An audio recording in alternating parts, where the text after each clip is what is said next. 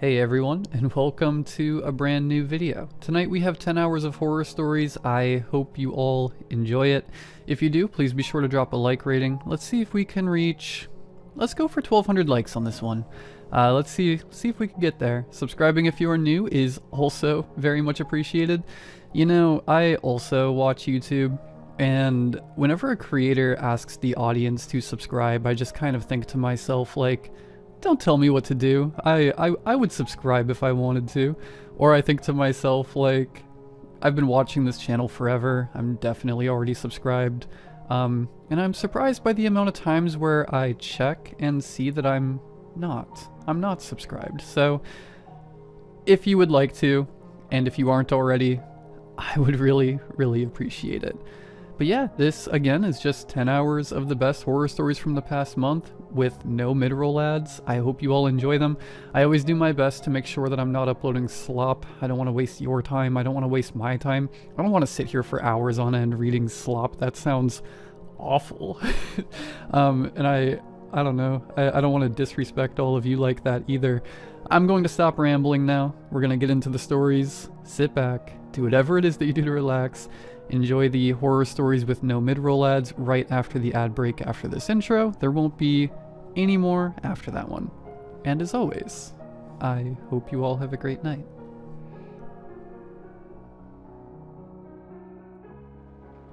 This all began 3 weeks ago, after my almost year-long relationship with my ex ended.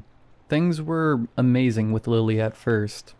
She was hot, way out of my league, but what really made me fall for her was how well we meshed together, how seamlessly we understood each other. She met my every need, big or small. I'd have only just put my fork down to reach for the tomato sauce, and she'd already be passing it to me. I'd sink onto the couch, in the mood for a good horror movie, and before I could suggest the idea, she'd smile and say, "This feels like a horror movie night." I'd wake up from some pretty heated dreams, and she'd already be swinging her leg over me, ready to start the morning exactly how I imagined it. So after 5 months, I made the very smart, not at all too soon decision of asking her to move in with me. It was amazing, at first.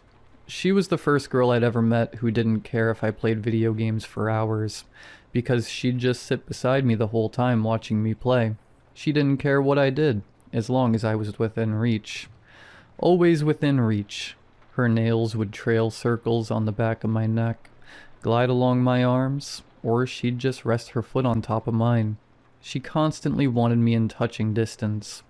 I loved it at first. I knew we were probably getting a bit too attached to each other. I stopped seeing my friends as much. I called my family less. Then one day after work, the guys invited me to the pub. It made me realize it had been way too long since I hung out with them. I didn't see the problem and texted Lily to let her know I'd be home late. Just a few pints. There was a skimpy at the bar, so I didn't stay long. I didn't even look at her.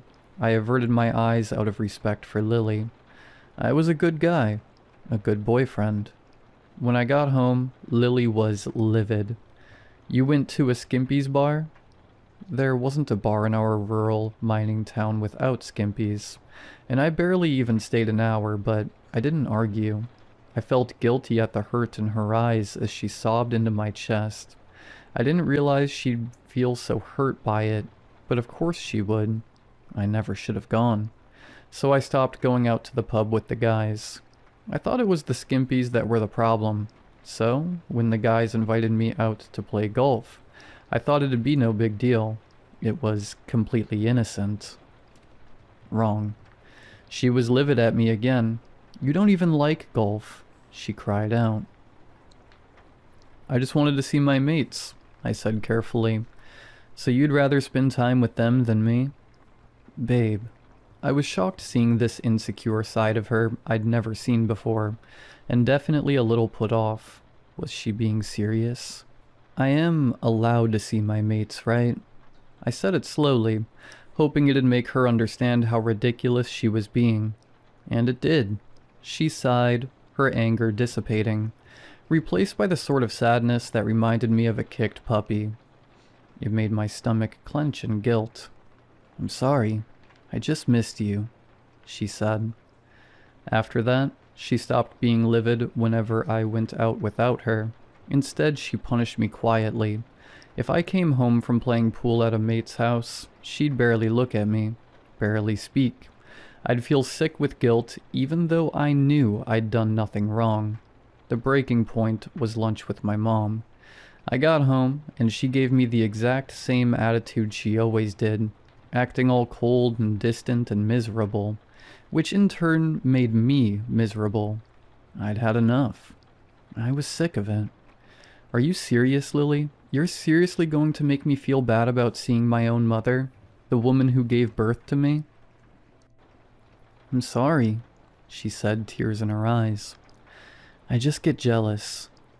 "Of my mom? That's insane." She stepped closer. "Well, maybe.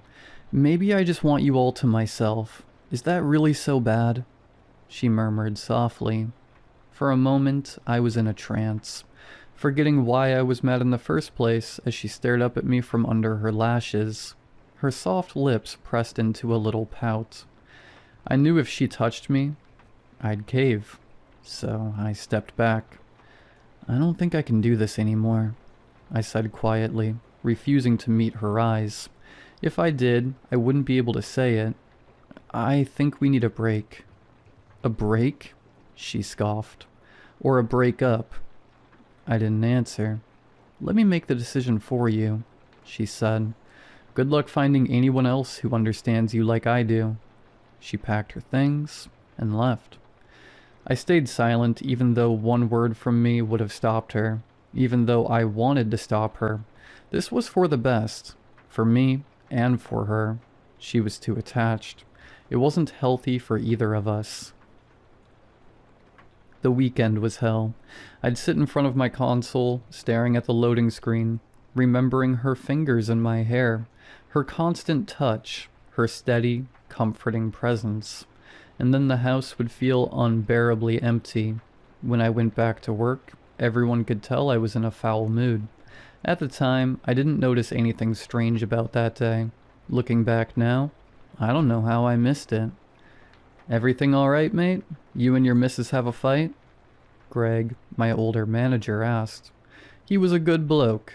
Always had been. "I messed it all up," I mumbled without thinking. It was the only sentence my brain seemed capable of forming. "Oh, you're both doing well then? That's great, mate. Must just be a bit hungover, hey?" Greg said with a wink. I frowned at him, but I was too wrapped up in my own head to notice how little sense his response made. It wasn't until the next shift that I really started paying attention. "Jerry and the boys are meeting at the pub later. Joining us, Harry?" Lachlan asked. I blinked. My first instinct was to say no, that I wasn't in the mood.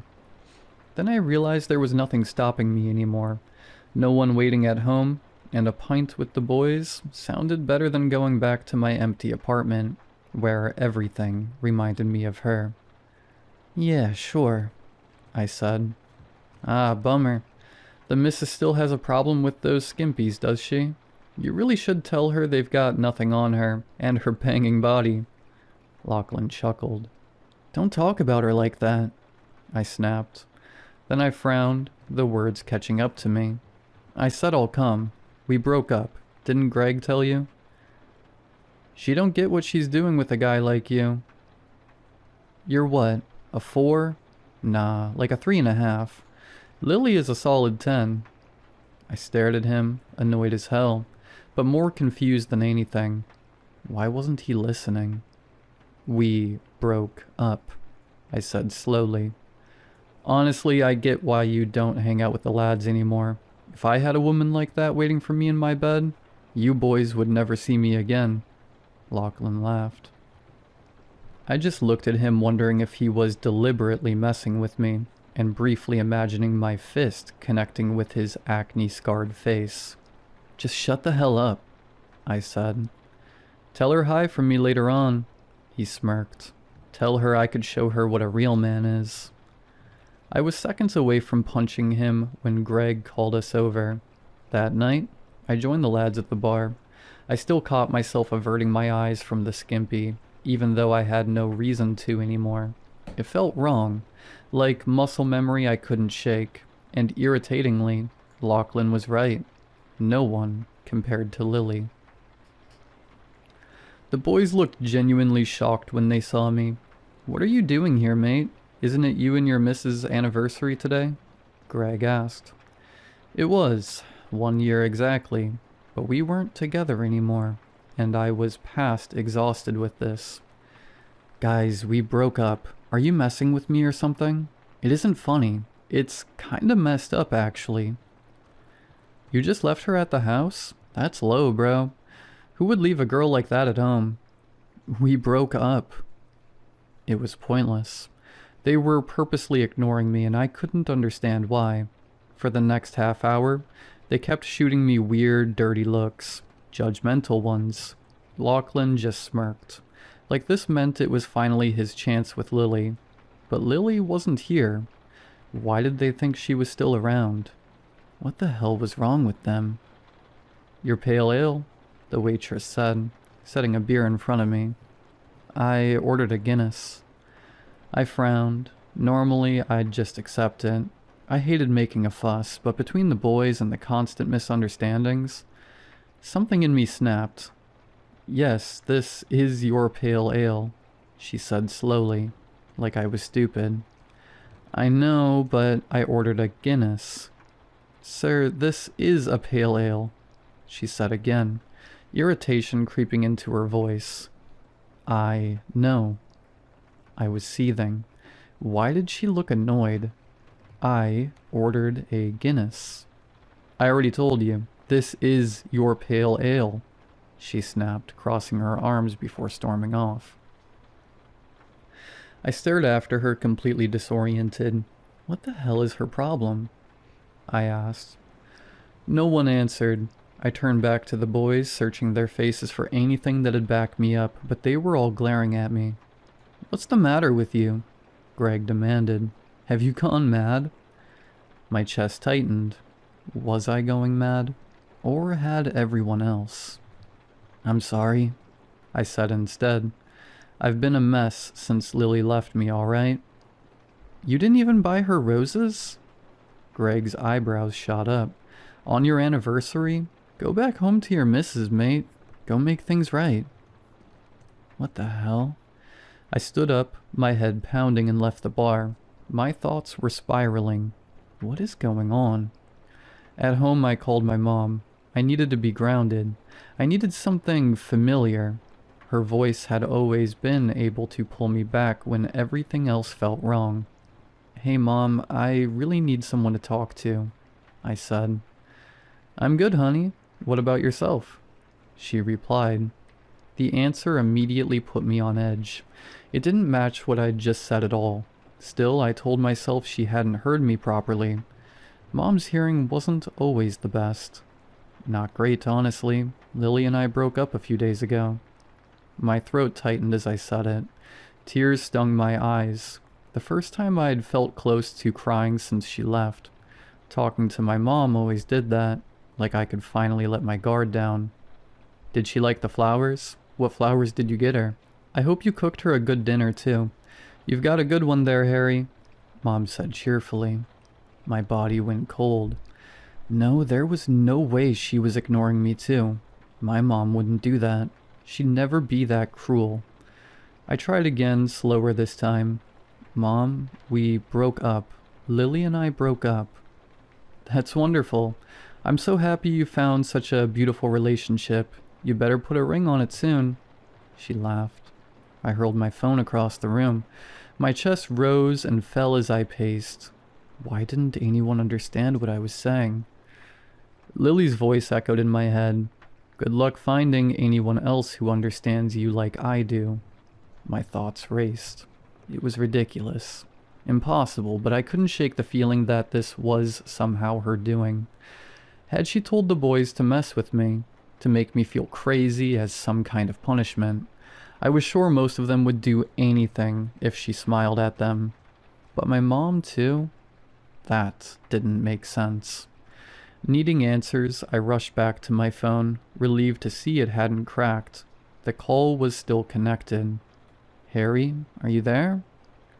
Yeah, I've gotta go, Mom. Love you, I said. Yes, I am looking forward to lunch next week. She replied pleasantly. Even that didn't line up with what I'd said. I ended the call with a shaky breath and dialed Lily's number, only hesitating for a moment. She picked up on the first ring, just like she always used to. Lily had always been within reach, always there when I needed her. Harry? Her voice was soft, sad. My chest tightened instantly. I'd missed her voice more than I wanted to admit. I forced myself to stay focused. Did you tell everyone to mess with me? Mess with you? She repeated. Relief flooded through me so sharply it almost made me dizzy. For the first time in days, someone had responded in a way that actually made sense. She wasn't ignoring me. She wasn't twisting my words. She was listening. She was understanding me. Harry, what are you talking about? I hesitated, suddenly aware of how insane I sounded. Still, I couldn't let it go. It's just, everyone is ignoring me. They're not listening to a thing I'm saying. They're making me feel crazy, and I remember the last thing you said to me was, good luck finding anyone else who understands me like I do. She went quiet. The silence stretched unbearably. My heart hammered in my chest. I said that because I was hurt, she said finally, her voice low. Guilt stabbed straight through me. I'd never wanted to hurt her. That had never been my intention. What do you mean everyone is ignoring you? She asked. She sounded genuinely confused, concerned even. I dragged a hand down my face. It's like they're pranking me. I'll say one thing, and they'll respond with something that makes no sense. I can't get through to anyone. Saying it out loud only made it feel worse, unreal, like I was describing someone else's breakdown.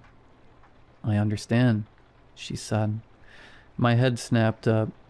You do? Yeah, since coming back to live with my parents, seeing my friends again, I don't know. It's like no one's on the same wavelength as me. I can't connect with anyone either, Harry, she said quietly. Not since you. My chest ached. This wasn't what I meant, was it? I miss you. The words tumbled from my mouth before I could stop them. They felt right to say. I did miss her. I miss you too, but you're right. This is for the best. When I moved out there, all I had was you. I guess I got pretty attached. It was hard to make friends. I was jealous you had so many people, and all I had was you. She sighed, and the sound twisted something deep in me. I remembered those moments clearly now. Her jealousy, her insecurity. I'd always brushed it off, but I'd lived in this town my whole life. She'd left everything behind for me. Family, friends, her entire support system. Of course she'd clung to me. Why had that ever felt like a problem? Why hadn't I just brought her along more, instead of insisting on doing my own thing? The more I thought about it, the less sense our breakup made. The unease I'd felt around her dissolved, replaced by regret, so sharp it made my chest hurt. I want you back, Lily.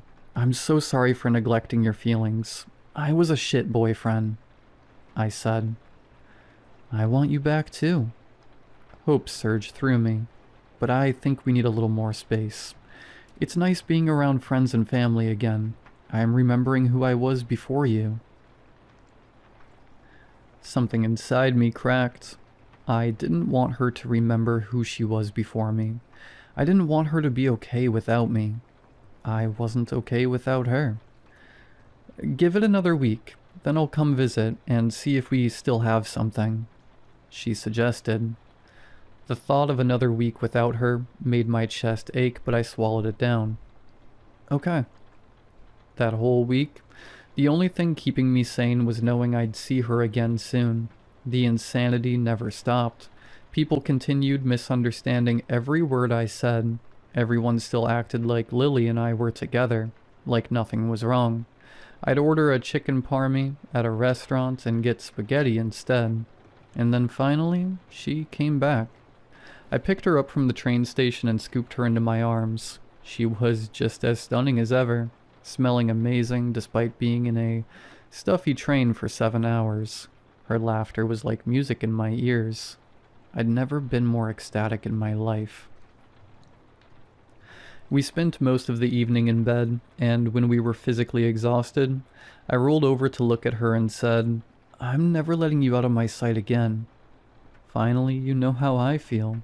She smiled, rolling her eyes. She moved back in. At work, I was in a better mood than I'd been in for 2 weeks.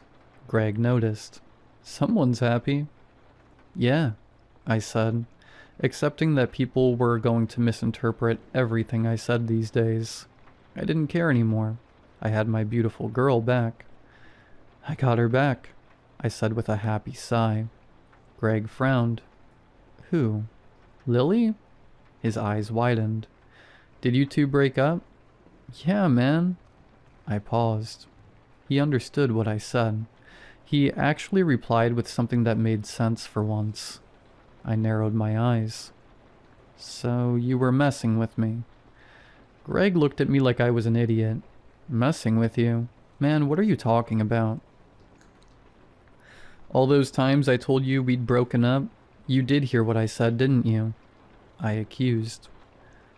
"Mate, He paused, furrowing his brows like he was confused now. "Huh, that's weird." "What?" I scoffed. "You did tell us," he said in a sudden, shocked realization. "You said it to Jerry 5 times in a row. We broke up. That was when I had decided to just mess with them back a few days ago." I'd stared at Jerry with a flat look and repeated it robotically, and he just chuckled and said, "Yeah, I guess the weather is nice today, man." "Weird. I swore you were going on about some other thing," Greg said. "Wait, you said to me you pooped your pants." I almost laughed. That was also when I was messing with them. I just looked Greg directly in the eye and said, "I pooped myself," to see how far he'd take this weird prank. But he just clapped me on the shoulder and said, "That's great news, man." I stared at Greg, a cold, uncomfortable feeling washing over me, at the genuine confusion on his face. "Dude, we thought you were losing your mind. Why did I think it was normal for you to say, 'Let's go golfing'? You hate golfing. You'd never suggest that. What the hell?" He stepped back, looking like he wanted to vomit. "I feel weird, man," he said. "Are you okay?" I asked, genuinely concerned. "Yeah." He furrowed his brows and gave me a weird look. "Let's, get back to work." It stuck with me all afternoon. They had all been genuinely hearing things I wasn't saying. The other guys started understanding me again, too. Even they seemed creeped out by something. "It's like some voodoo stuff," I heard Jerry mutter to Lachlan. Lachlan almost looked scared when he looked at me now. I didn't let it spoil my mood. I was a little weirded out, sure, but I had my beautiful girl back. Everything felt right again. "How was your day?" Billy asked when I came home. I hugged her immediately and breathed her in. She was like a drug. Her scent, her warmth, her entire body relaxed. Good, but a lot better now. Over the week, the boys invited me out more than usual. They were persistent, but I refused every time. All I wanted was to be with Lily. I canceled plans with Mom. I wanted to spend every minute with her. I even started thinking about quitting my well-paying job for a remote one so I could stay home. Anything to be surrounded by her. Until one day, the boys cornered me at work. They all looked worried, even Lachlan. "Something's happening to you, man," Jerry said. "And it's because of Lily." "What?" I laughed, shaking my head. He stayed serious. "What do you even know about her?" The question hit me like a punch. What do you mean? I mean, what does she do? Does she work? Where does her family live? How did you meet? Greg asked. My mind went blank. I didn't have answers to any of it, but that wasn't the worst part.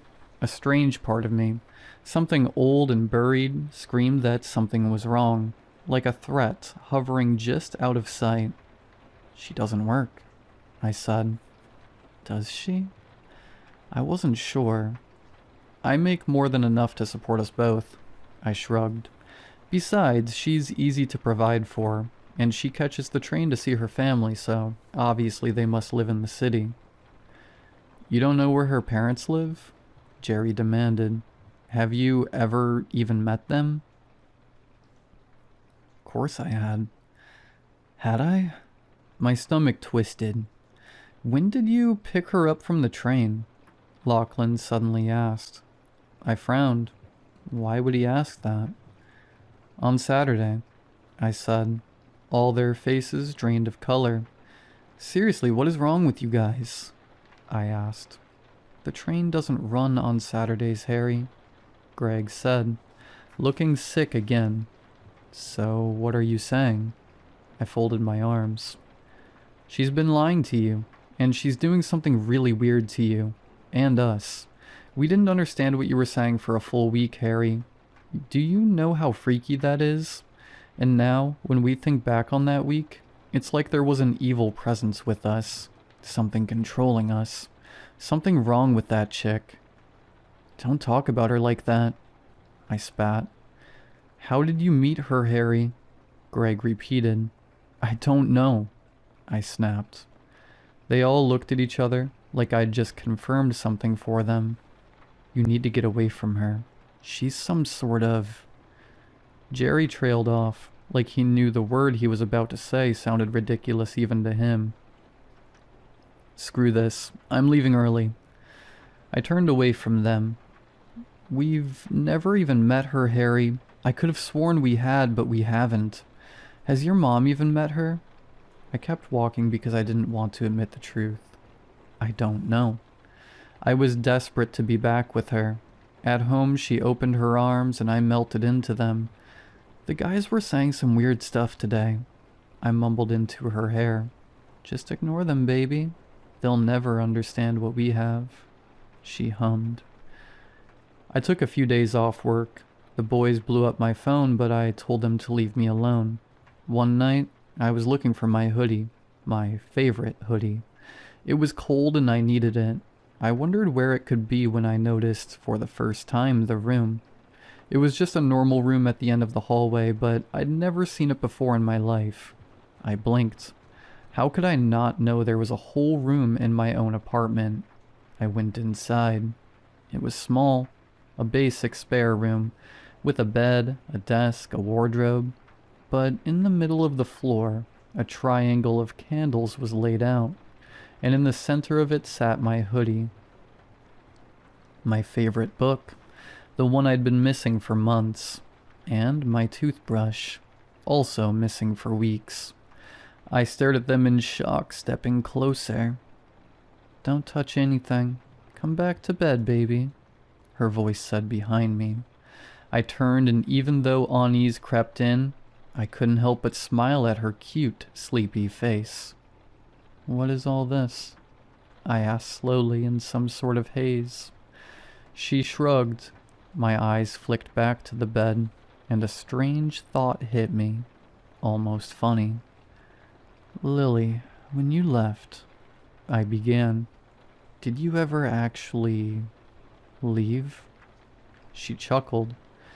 Of course I didn't, Harry. I'd never leave you. You'll always be within my reach. I went back to bed, and now as she sleeps beside me, I'm typing this out on my phone. There's a part of me that knows something is wrong, that I'm under some kind of spell.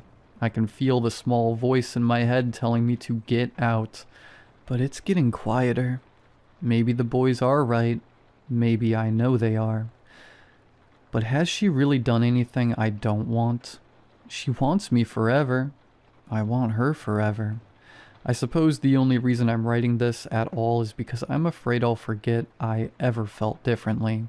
Because I feel really forgetful these days, and maybe I just want to see what other people think. If a beautiful girl wants me all to herself, every day for the rest of my life, is that really so bad? It's what I want, isn't it?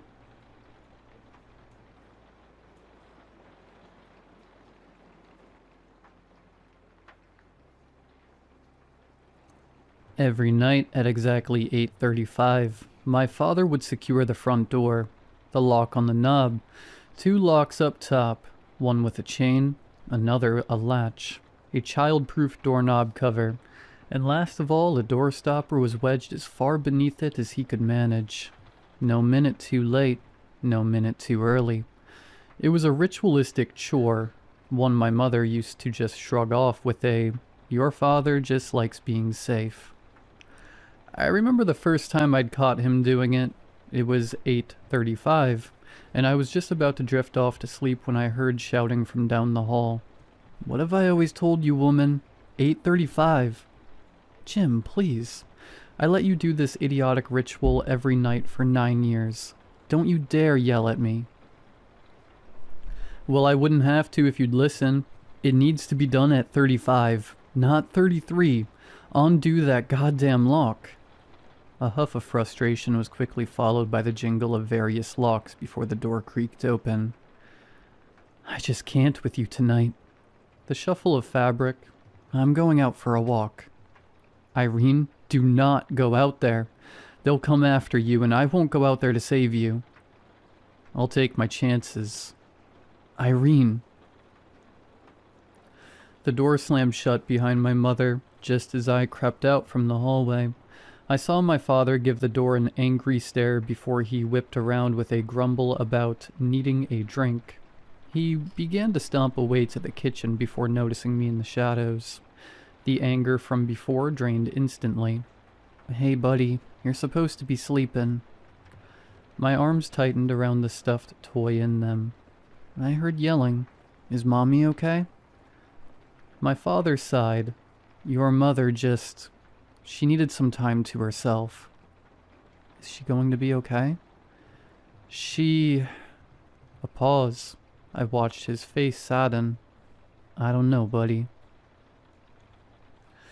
My face paled. The toy fell from my arms. My father seemed to sense the shift in the air, and quickly dropped to one knee so his hands could wrap over my shoulders. "Hey, it's going to be okay. Your mom's a fighter. If anyone can survive out there, it's her." "Survive?" Lips pulled back in a grimace. His hands tightened for only a moment before falling away as he rose to his feet. "Did I say survive? No, I meant, The words died on my father's tongue as a melody began to play from his back pocket. I watched as his face went white as a sheet before heavy footsteps barreled in the direction of the front door. Each lock clicked into place, at rapid speed thanks to muscle memory. I walked up to my father just as he was starting to kick the door stopper into place. "Daddy, what's going on? Isn't Mommy still outside?" "Not now, buddy." After one last kick, he began to run around the house, shutting off every light and pulling closed every curtain. When the house was well secured, my father scooped me into his arms and carried me to the couch where he dropped onto it with a grunt. "Dad?" A large hand covered my mouth before I could try to say anything else. Frustrated, I tried to lift my arms, but they were bound against my sides by my father's own, which held me securely against his chest. My head strained to look back, my legs kicked at the air. I opened my mouth to scream just against his palm when I heard it. Rattle, click, rattle. My father held me tighter as prayers fell from his mouth. "Heavenly Father, I come to you in the name of Jesus, acknowledging your power and sovereignty."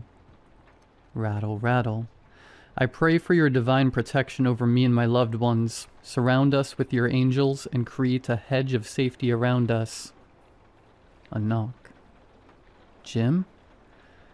I felt my father shift from behind me, felt the hand over my mouth loosen. Jim, this isn't funny.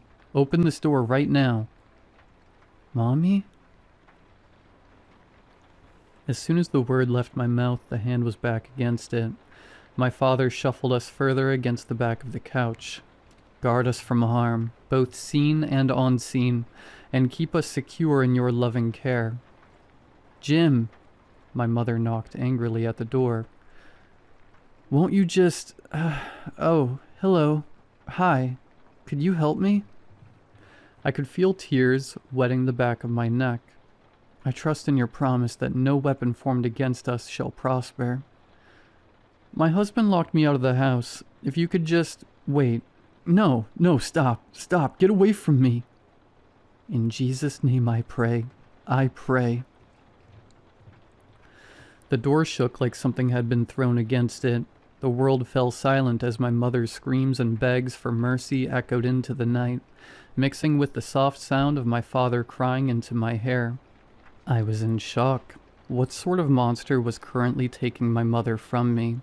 Why wasn't anyone helping? Why weren't we helping? Amen, amen, amen, amen. We held her funeral 2 weeks later. It was a small thing. My aunts and uncles, a few cousins, and my grandparents who babysat me while my father attended to everything. There was no body to put in the casket, so we placed a few of my mom's most precious possessions in her place.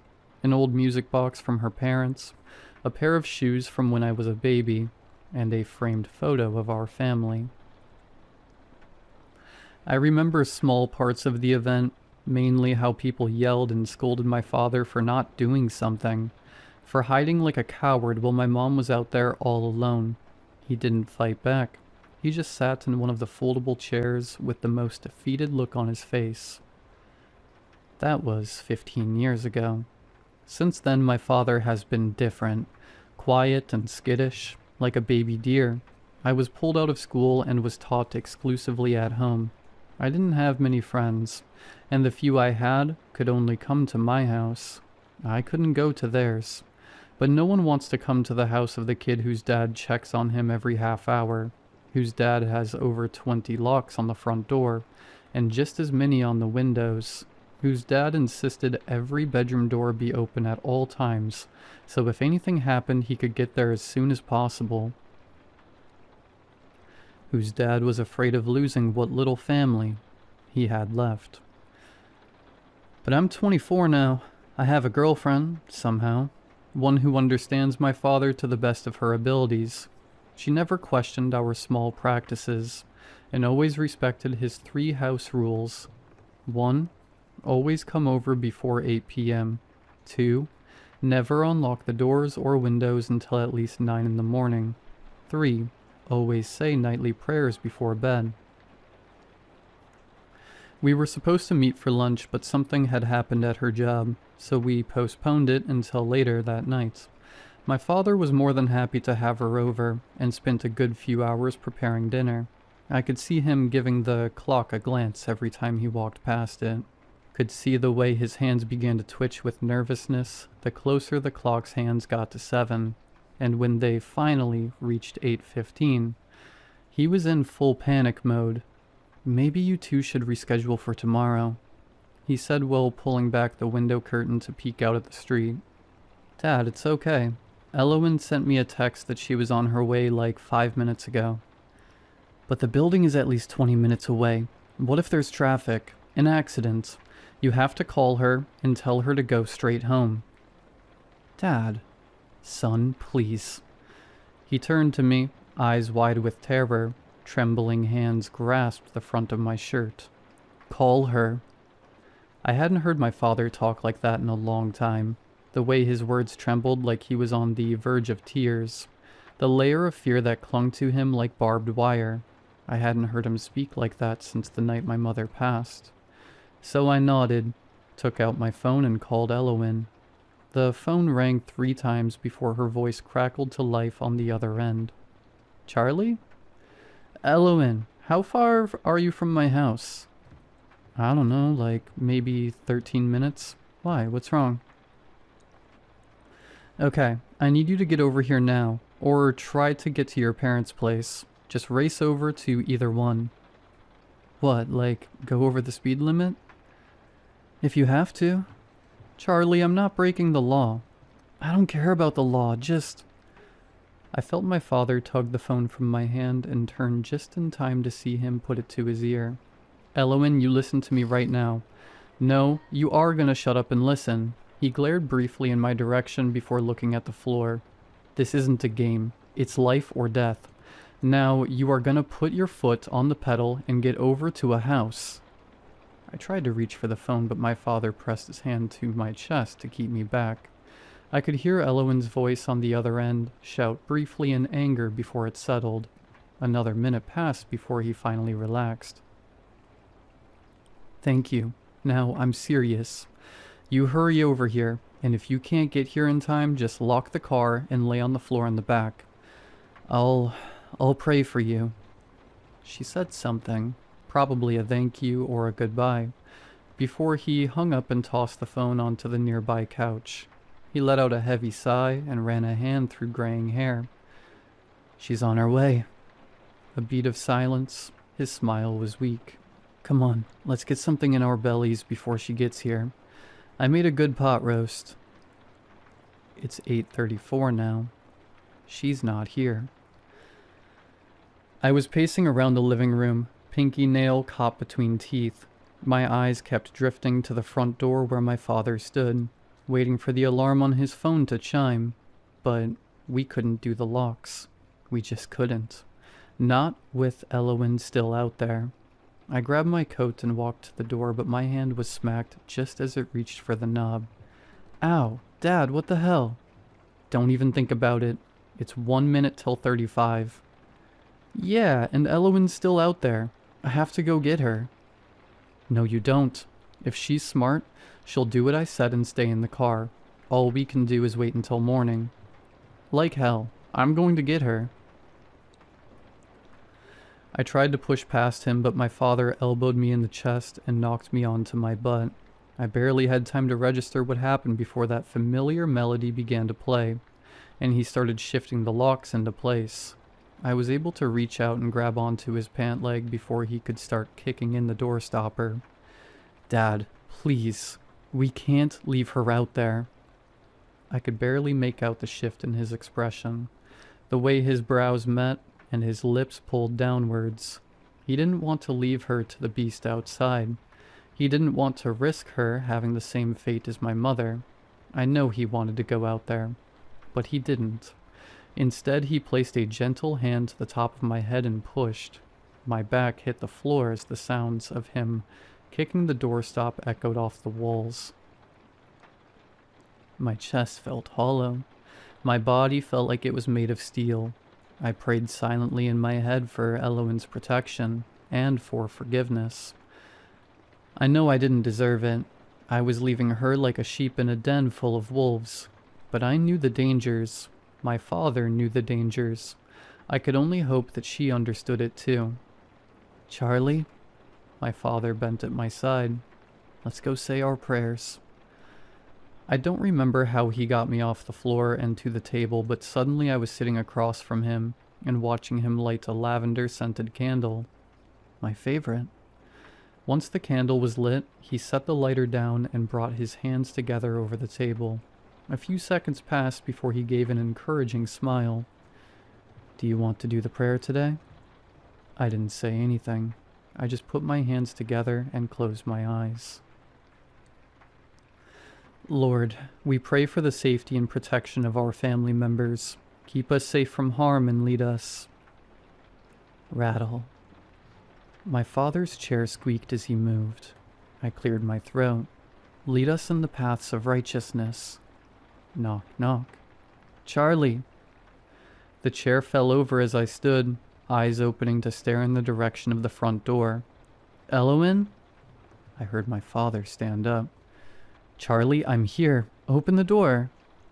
I'm coming. Just hold on. I made a run for the door, but my father was quick to grab the back of my shirt. Limbs flailed as I fell back. Let go of me. Elowen. His hands covered my mouth as I tried to scream out to her, to let her know that I hadn't forgotten her, that I wouldn't let anything happen to her. "Charlie, stop," he hissed as I threw myself around in an attempt to loosen his grip. He only held on tighter. "You can't." "Charlie, please. I know I'm late. I'm sorry, but let me... Oh, hello." We both froze, listening in as Elowen spoke to whatever was out there with her. I could hear the fear in her words growing stronger as she knocked desperately on the door one last time. When her scream broke, though, I panicked. My head reeled back to uncover my mouth before it opened to bite down against my father's thumb. He yelped in pain as I bit down harder, enough to draw blood. The metallic taste coated my tongue as he dropped me to clutch his hand in pain. Me? I bolted to the door. "I'm coming, Elowen," I shouted while kicking at the door stopper, until it came loose and skidded across the floor. I pulled back each lock and cupped the cover with both hands to throw open the door. I was going to run out in some heroic act of bravery, but one foot was barely out the door before I froze in place. Out on the porch was Elowen, cornered against the railing with a pocket knife in her hand. One of her eyes was squeezed shut and bleeding, 5 long scratches running along it to her jaw. She looked in my direction and whimpered, mouthing the words, "Help me." The person? No, monster above her, slowly turned to me. It was human-shaped, but wrong. Its knees were bent backwards, and the arms went all the way down to the floor. Its body was entirely black, like you were looking into a void. It was also entirely naked, though it wasn't like you were able to see anything because, again, it was black. But it had a mask, a plastic one where you could only see the eyes, which seemed to glow an ominous red, and they were looking right at me.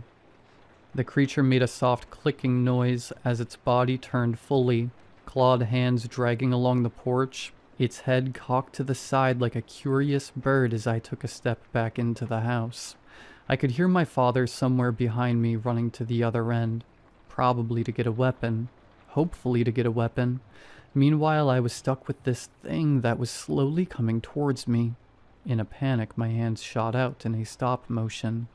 "Get out of here," I shouted, stomping my foot once like I was trying to scare away a wild animal. "Stay away from us." To be fair, it did stop for about 5 seconds. Then it lunged, knocking me onto the ground so hard I could feel the breath in my lungs give out. It didn't attack, though. It hovered over me like a beast, letting out short clicks as its mask twitched and pressed against the sides of my face, like it was searching for something. I tried to lift my arms to push it off, but it was quick to restrain them above my head. I tried to shout, but the words died in my throat. All I could do was watch as those horrid eyes met mine once more. It clicked. One hand dragged up to the mask and lifted it. Its face was just as empty as the rest of it, the only exception being the 2 beady red eyes that refused to look away. Another click. I leaned in and nudged its face against my mouth. I watched as those same eyes grew wider in horrifying delight. It smelled blood. My dad's blood. The blood currently drying on my chin. My eyes widened in fear as I watched it sit up above me, its clicks making a melody that almost sounded like laughter. A line formed on its face and slowly opened. A mouth, one filled with razor-sharp teeth and a split tongue that danced in the air. My body trembled as it freed my arms to grab my face. My hands shot out to press against its chest as my mouth was forced open. I tried to scream, but it was blocked out by the monster's tongue, forcing into my mouth and down my throat. They worked to slide along every crevice, making sure no speck of blood was left unnoticed. I could only thrash beneath it, kicking and clawing at skin that felt like cold metal. My eyes burned with salty tears, and I could feel bile working its way up just to be stopped by the appendages in its way. I started growing limbs. My muscles burned and my mouth tasted like sulfur.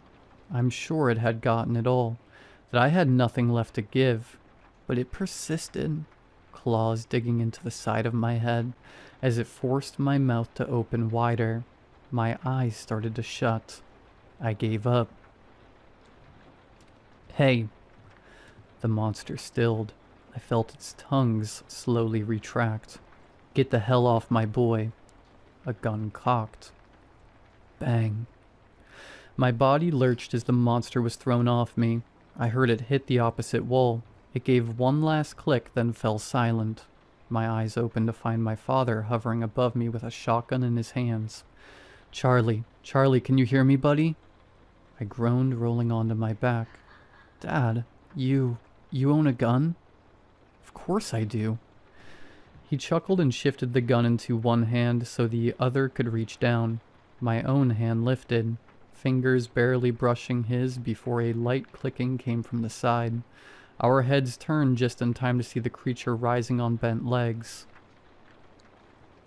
Its claws scratched against the mask laying on the floor, one finger hooking against the string on the back to lift it in the air. Red eyes locked onto my father, who was already reloading the shotgun. Do your worst, you son of a bitch. He cocked the gun, aimed, and fired. A short screech left the creature as it knocked back against the wall for a second time. It recovered quickly, though, pulling the mask over its face before rushing at my father, who was trying to get another shot in. I scrambled to my feet as it knocked him down, claws sinking into forearm. He screamed in pain, fist pounding against the side of its face as he cursed at it. I ran for the shotgun. My fingers managed to brush the handle before I was knocked back by a clawed hand, the same hand that came around my throat as I hit the wall, lifting me so my feet dangled. It hissed from behind the mask, pulling me forward before slamming me back against the wall. It pulled for a second time before it screeched as Elowen drove her knife into its shoulder.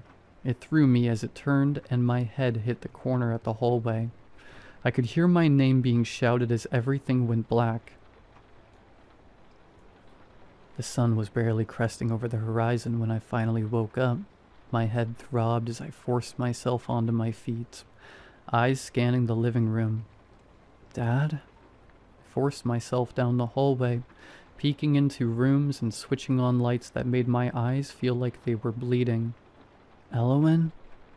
No response. I made my way back to the living room where the front door was wide open and barely hanging on to the hinges. The porch was covered with scratch marks and streaks of blood. But that's where it ended. No trail, no sign, just two abandoned cars in the driveway. I don't know how I did it, but I managed to drive myself to the hospital before I could pass out a second time. The doctor said I was lucky to have survived such an attack. Most people didn't. I asked if they could contact the police. I needed to put out a watch for my dad and girlfriend. They could still be out there, and that thing needed to be killed. She refused. She just patted me on the shoulder with an unconvincing look of sympathy and told me to move on. I tried to argue, tried to say that they could still be alive, but she brushed me off. She said she'd seen lots of people like me, people that refused to believe it, refused to let those monsters get away with snatching up the ones they loved. After an hour of begging, she finally called the cops, but not for my family. For me. She said they had a program for victims of attacks, a home where we could live with similar folk, recount our stories, and learn to be ones with society again. She even gave me this dumb brochure, but I tore it up when she left. I don't need a brochure or some kind of rehab center. I need my family. So I left. I slipped out when she went to go check on another patient and bolted to the bus station. From what I've heard, the cops completely blocked off my house, which leaves me with nothing but my bloody clothes from last night, and enough bus money to get me across town. I don't know where I'm going to go, but I know that I'm going to look for my family. My dad spent my whole life protecting me from that monster, and if there's even a chance they're still alive, I'm going to do the same. Keep your doors locked. And if you're stupid enough not to, Then you better learn how to fight. You'll lose, but at least you won't make it easy.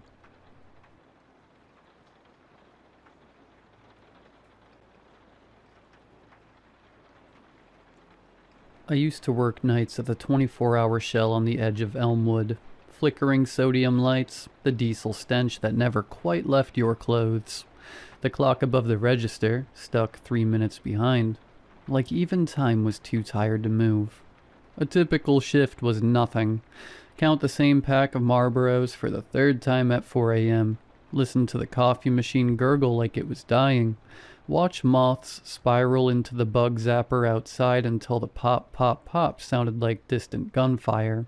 Sometimes a regular drunk, old Ray would stumble in, buy a tall boy and a single scratch-off he never won. He'd scratch it with his thumbnail, mutter next time, and shuffle back into the dark. Routine. Safe.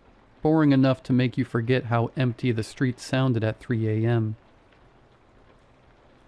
The scratch-off machine sat in the corner like it had always been there. Bulky, beige, older than me. Customers started calling it Lucky after the first few big hits. Mr. Harlem came in every Tuesday like clockwork. Always the same. Marlboros, 1 ticket, scratched slow and deliberate with a nickel he kept in his pocket. Purposely stored. He'd hum tunelessly while he worked the foil, like he was coaxing the win out. One night he hit $50. Tipped me a 10, said, "See? Patience wins." Next week, $100. He started scratching slower each time, eyes fixed like he was afraid to miss a silver flake. Harlan stopped coming by after he won a few more times. Odd for a routine-driven guy like him. Sheriff Rowland stopped by now and then, always for a blue raspberry slushie mid-shift. "This stuff never gets old," he said with a blue smile. I asked him about Mr. Harlan, given that this was the second Tuesday he didn't show. "Mind if I ask you something, Sheriff?" He set the slushie on the counter, adjusted his glasses. "Long as it's not about parking tickets." Harlan used to come in every Tuesday, always the same time. I haven't seen him since he won a bunch of scratch-off tickets. This is the 3rd week in a row. Roland watched the machine while I talked. Didn't look at me once. The trailer was empty when his employer reported him missing, he finally said. The lights in the house were all burning, and the fridge door open. "That's weird. Anything out of the ordinary?" I asked. His jaw tightened, just a little. "Winning tickets on the dining room table," he said, like somebody left in a hurry. I pointed toward the corner where the machine rested. "They came from that machine." He took a long pull from the straw, eyes still on the screen with his spectacles reflecting the light it emitted. "People who catch a break don't always leave a forwarding address," he said. "Some folks take the chance to disappear." He picked up the slushie and headed for the door. "You worry too much," he added. "This town does that to people." I watched him go. But the problem was, Mr. Harlan wasn't the only one who'd caught a break, and he wasn't the only one who'd stopped coming back. Tammy from the diner across the street used to come in after her graveyard shift, still in her uniform, smelling of grease and cheap cigarettes. She'd buy a ticket, scratch it fast like it owed her money, laugh when she lost. After her $200 win, she started showing up later and later, alone, eyes glassy. "This machine knows me," she told me once. Voice low. Quit her job the next day. No one saw her after that. Another case was Jake, the mechanic. Loud enough that you always heard him before you saw him. A loud guy. Always mentioned about how he just needed one more win to finally fix the shop for good. One night he hit $500, the biggest payout I ever saw from that machine. A week later, Jake was dead. His truck went straight off the ravine on Dew Pass. The news spread through town like the flu. People whispered about it. No skid marks. No swerve. Just tire tracks. Arrow straight. disappearing over the edge.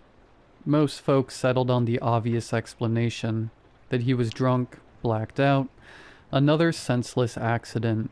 But anyone who knew Jake knew better. He loved two things more than anything else: his truck and his work. Mr. Jones loved it. Sales tripled. He hung a little handwritten sign above the machine, "Our Lucky Scratchers," with a winking emoji sticker. When I mentioned how many winners had vanished, he smiled that small, polite smile and said, "People win. They move on. Life changes. You should play too, Night Boy. Maybe your luck is waiting." He said it the same way someone offers you a mint after they've already slipped something in your drink. I thought about it longer than I should have. Tried to line things up. Still came up with loose ends. 3 people. Same routine. Same machine. All of it breaking the same way after they won. I told myself there were explanations. People change. People make bad decisions when money shows up. That's what everyone says. But Jake loved that truck. Loved it enough that he wouldn't even drink if he planned on driving it home. He lived 2 blocks from his shop, close enough to walk, so why did he drive up the mountain? I knew that there was only one way to find out what the hell was going on. I started testing tickets on slow shifts. First time I hesitated, stood there staring at the dispenser like it might bite. Just one, I told myself. See if it's really lucky. Use the same quarter every time. Same spot at the counter. Same slow scratch. The wind felt like a tiny electric kiss. Sharp, a rush. Followed immediately by cold nausea crawling up my throat. It was the same feeling you get when you deliberately do something you're not supposed to. After the rush, it felt like the foil was scraping something inside my skull. My hands started shaking the way Tammy's hands shook. Convinced myself it was the energy drink. One slow night I tried to warn a guy, middle-aged, quiet, buying a stack for his wife's birthday. "Hey man," I said, keeping my voice casual. "Maybe skip these tonight. Weird stuff's been happening with winners." He laughed. "You trying to scare off business?" Mr. Jones appeared from the back, calm as ever. "He's joking. Play if you want. Luck's luck." The guy bought them anyway. Never saw him or his family again. The machine started acting in a way that it wanted to be observed. Screen lagging on animations, like it was thinking. Dispenser clicking when no one was near it. Soft, expectant. Every time when I turned my back to stock shelves, my skin prickled like someone was staring, as if a shadow was lurking behind me, a felt presence from a specific direction. My spatial awareness sharpened to a painful clarity. The bug zapper outside fell into sync with my breathing. Pop on the inhale, pop on the exhale. Each crack of electricity landed somewhere deep in my chest. Every sound and smell arriving amplified, distorted, wrong.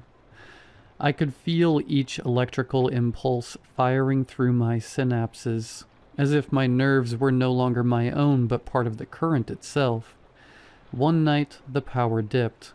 Everything died except the machine.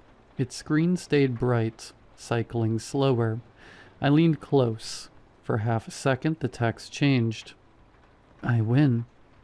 Then back to normal.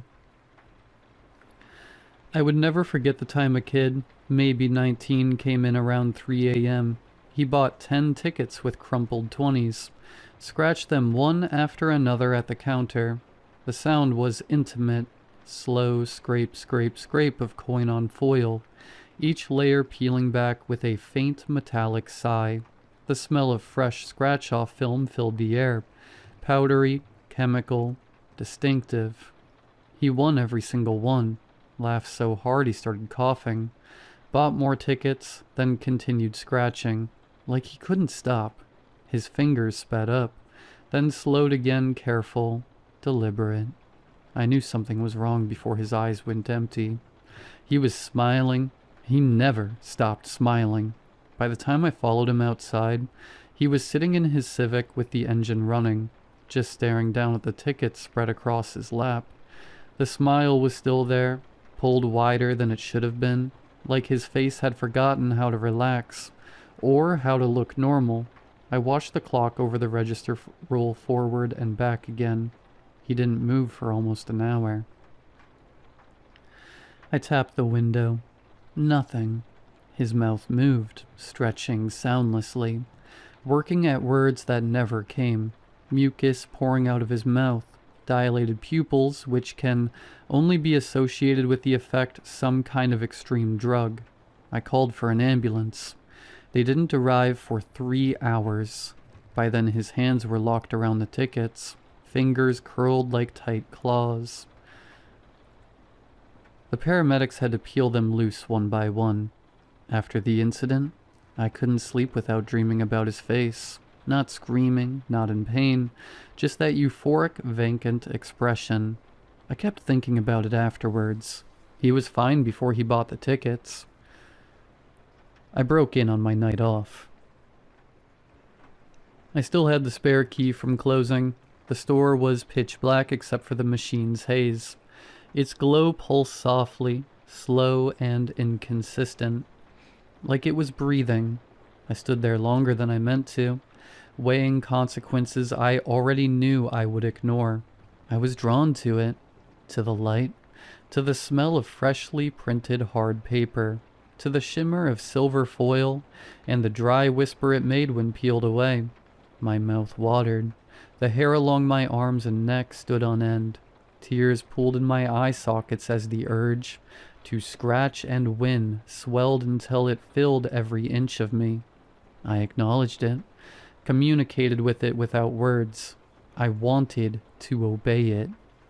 Then a moment slipped past. What felt like a trance, a waking daydream where my body simply took over.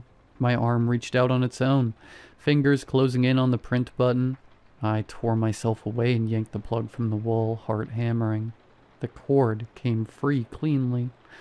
The screen stayed lit. "The hell?" I whispered. I grabbed the broom from the storeroom and struck the screen. It answered with a dull, hollow thump. Something sounded back. A voice. Very close. Very patient. What came out of the machine could only be described as a distorted grunt. It spoke my name. First, middle, last. Slowly. Like it was reading from an old report card. Then it said my mother's name. The way she used to when I was little and in trouble. Soft, disappointed. The air thickened with the smell of it. Powdery, metallic scratch-off foil. Undercut by something wetter. Like coins left too long in a corpse's pocket. I froze. I clamped my hands over my ears, desperate to shut out the lie. It didn't sound like her, but I recognized it. Her. It. The noise swelled anyway, forcing its way through the gaps between my fingers. I squeezed my eyes shut, bracing for something terrible. Light burned through my eyelids, searing white. I gave in to the weight of my body and folded forward, burying my head between my knees. This was it. Then it stopped. The light, the sound. I opened my eyes slowly. The store was full of cops. Mr. Jones told the cops I'd had an episode. He showed them the footage, me standing alone in the dark, perfectly still, eyes fixed on something that wasn't there, whispering for 20 minutes straight. I didn't remember any of it. Not the words, not the time missing. Nothing. The cops gave me a warning and left it at that. No charges, no paperwork, just looks. Mr. Jones stood beside them the whole time, calm, smiling softly. When they turned to go, he gave me a little wink, like we shared something. I told myself I was grateful. Word spread fast. It always does in towns like this. Night Boy lost it. People started asking if I was okay. The way you ask someone with a rash if it's contagious. Mr. Jones stayed too calm. Customers complained about the missing machine. He told them it was under repair. It never came back. A few days later, I drove past the Shell at 2 a.m. Again, lights off except the corner window. A faint glow leaked out, the kind that doesn't come from fluorescent tubes. The silhouette inside was wrong. Too still, too patient. A new machine, maybe, or the same one, just rolled to the next stop on the line. Someone stood at the counter, scratching, slow, methodical. The coin moved in tiny, deliberate circles, like they had all the time in the world. Behind them, the shadow was taller now. Not moving, just taller. I was drawn by it. I accelerated, didn't look back. But every gas station I pass, my fingers twitch for foil. Every time I blink, I see hands. Dozens, hundreds, peeling silver in perfect unison. Faces stretched wide, grinning the way winners grin when the numbers finally line up. Mouths open too far, eyes too bright. They're still winning, still scratching, still whispering the names back to each other like a prayer they can't stop saying. The glow moves, follows me. Late at night I catch myself murmuring their names. Not mine, theirs. Curious of what I escaped, and why they failed. If you drive past one of those machines someday, you'll feel the pull. Just one ticket, just to see. And when your fingers close around the foil, when the first silver flake curls away, you'll hear it. Your name. You won't win it. It will win you.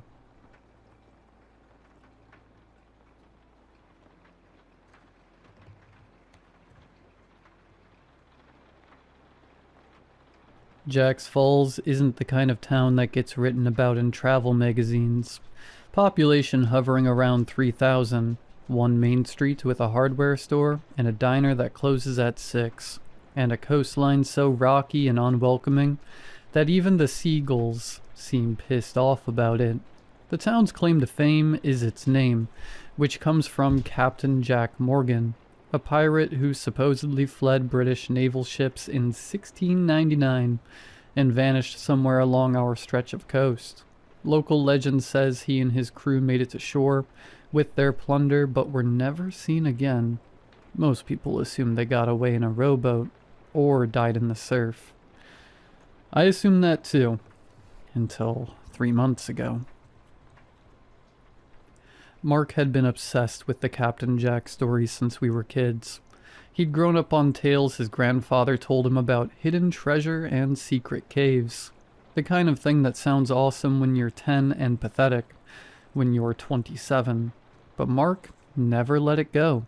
He'd spent years researching old naval records, studying tide patterns, hiking every inch of coastline looking for cave entrances that matched historical descriptions.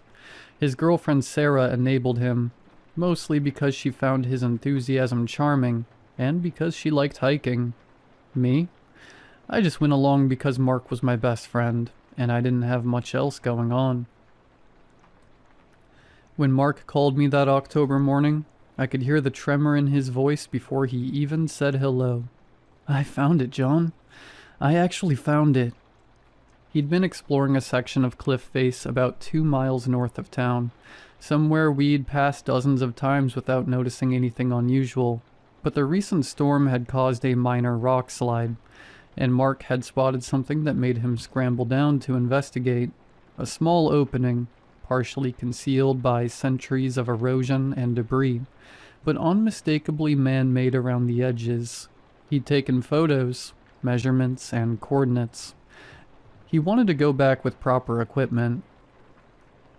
It's this weekend or never, he said. Tide patterns won't be this favorable again until next year, and you know the county's been talking about putting up fencing along the whole stretch. This is it, John. This is actually it. I should have said no. I had a dozen good reasons. My knees weren't what they used to be.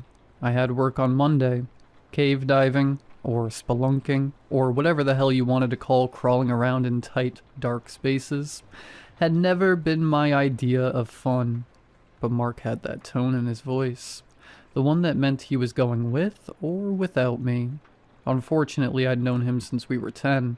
I couldn't let my best friend do something that stupid alone.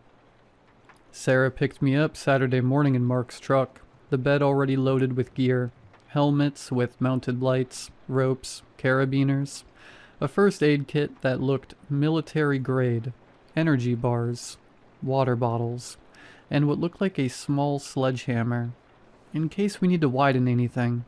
Sarah explained when she caught me staring. She was tall, athletic. From what Mark told me, she ran marathons for fun and had opinions about specific hydration packs.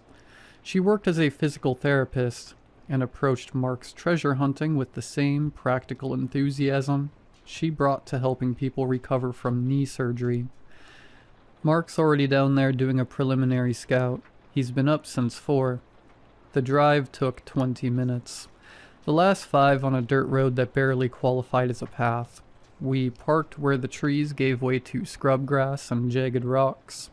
The ocean visible as a gray-blue line in the distance. The wind coming off the water was cold enough to sting.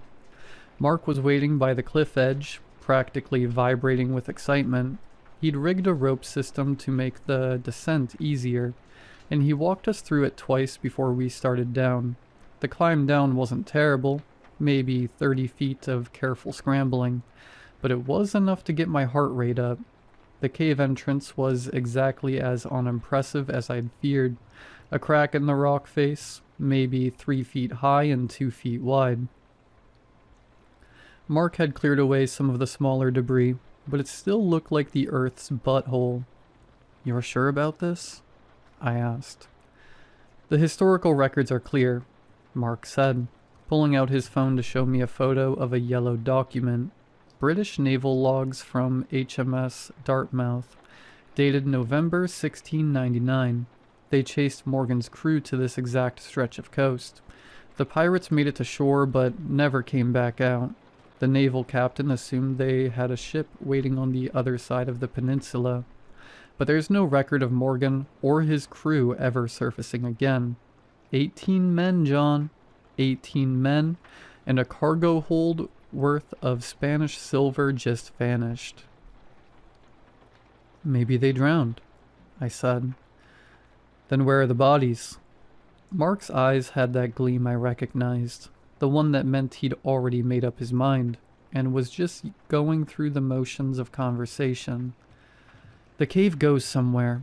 I can feel the air moving. There's space in there." Sarah was already putting on her helmet, checking her light. "We stick together. We stay in radio contact, and if anything feels wrong, we turn back. Deal?" I wanted to say no. I wanted to suggest we call someone official, get proper permits, and do this the right way, but I could see the desperation in Mark's face, the way his hands kept clenching and unclenching. This was his white whale. His one shot at proving all those years of research weren't wasted. Sarah was already checking her gear. Her opening was right there, and I was already putting on my helmet. We went in single file, Mark first with the biggest light, then Sarah, then me bringing up the rear. Now, I'm not a big guy, but the entrance was still a tight squeeze. I had to turn my shoulders and exhale to fit through.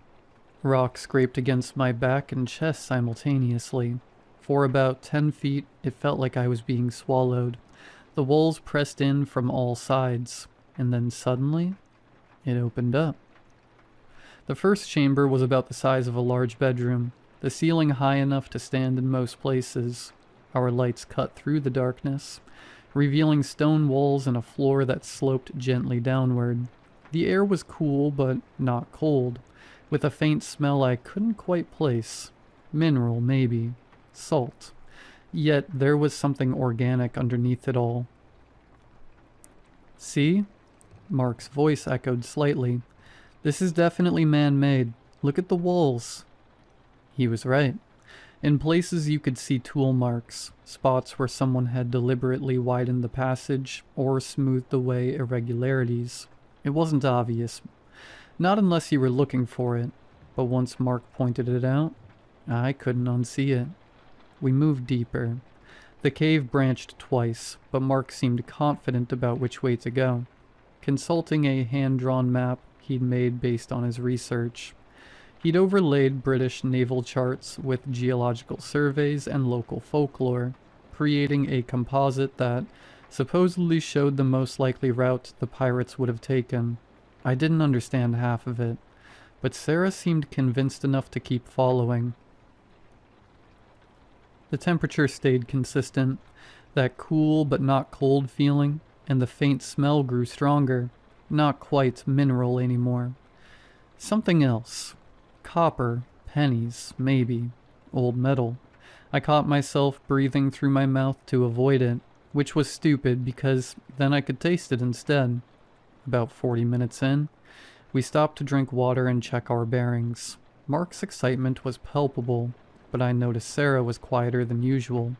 When I asked if she was okay, she just nodded and said the smell was getting to her too. We agreed to give it another hour before turning back, regardless of what we found. The passage narrowed and widened in irregular patterns, sometimes forcing us to crouch, other times opening into spaces where our lights couldn't quite reach the ceiling. In one large chamber, we found the remains of old torches, just charred bits of wood that crumbled when Mark tried to pick one up. Evidence someone had been here before, which made sense given the pirate story, but also made the place feel more oppressive somehow. It was as if we were following in the footsteps of doomed men.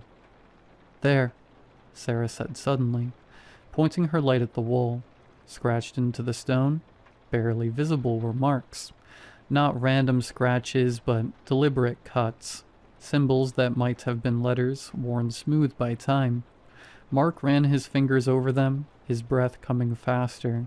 He pulled out his phone and took several photos from different angles. "This is it," he whispered. "This is actually it.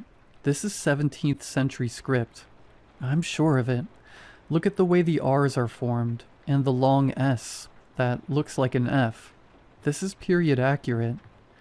He was nearly trembling as he traced the letters, his academic background in colonial history finally paying off in the most literal way possible.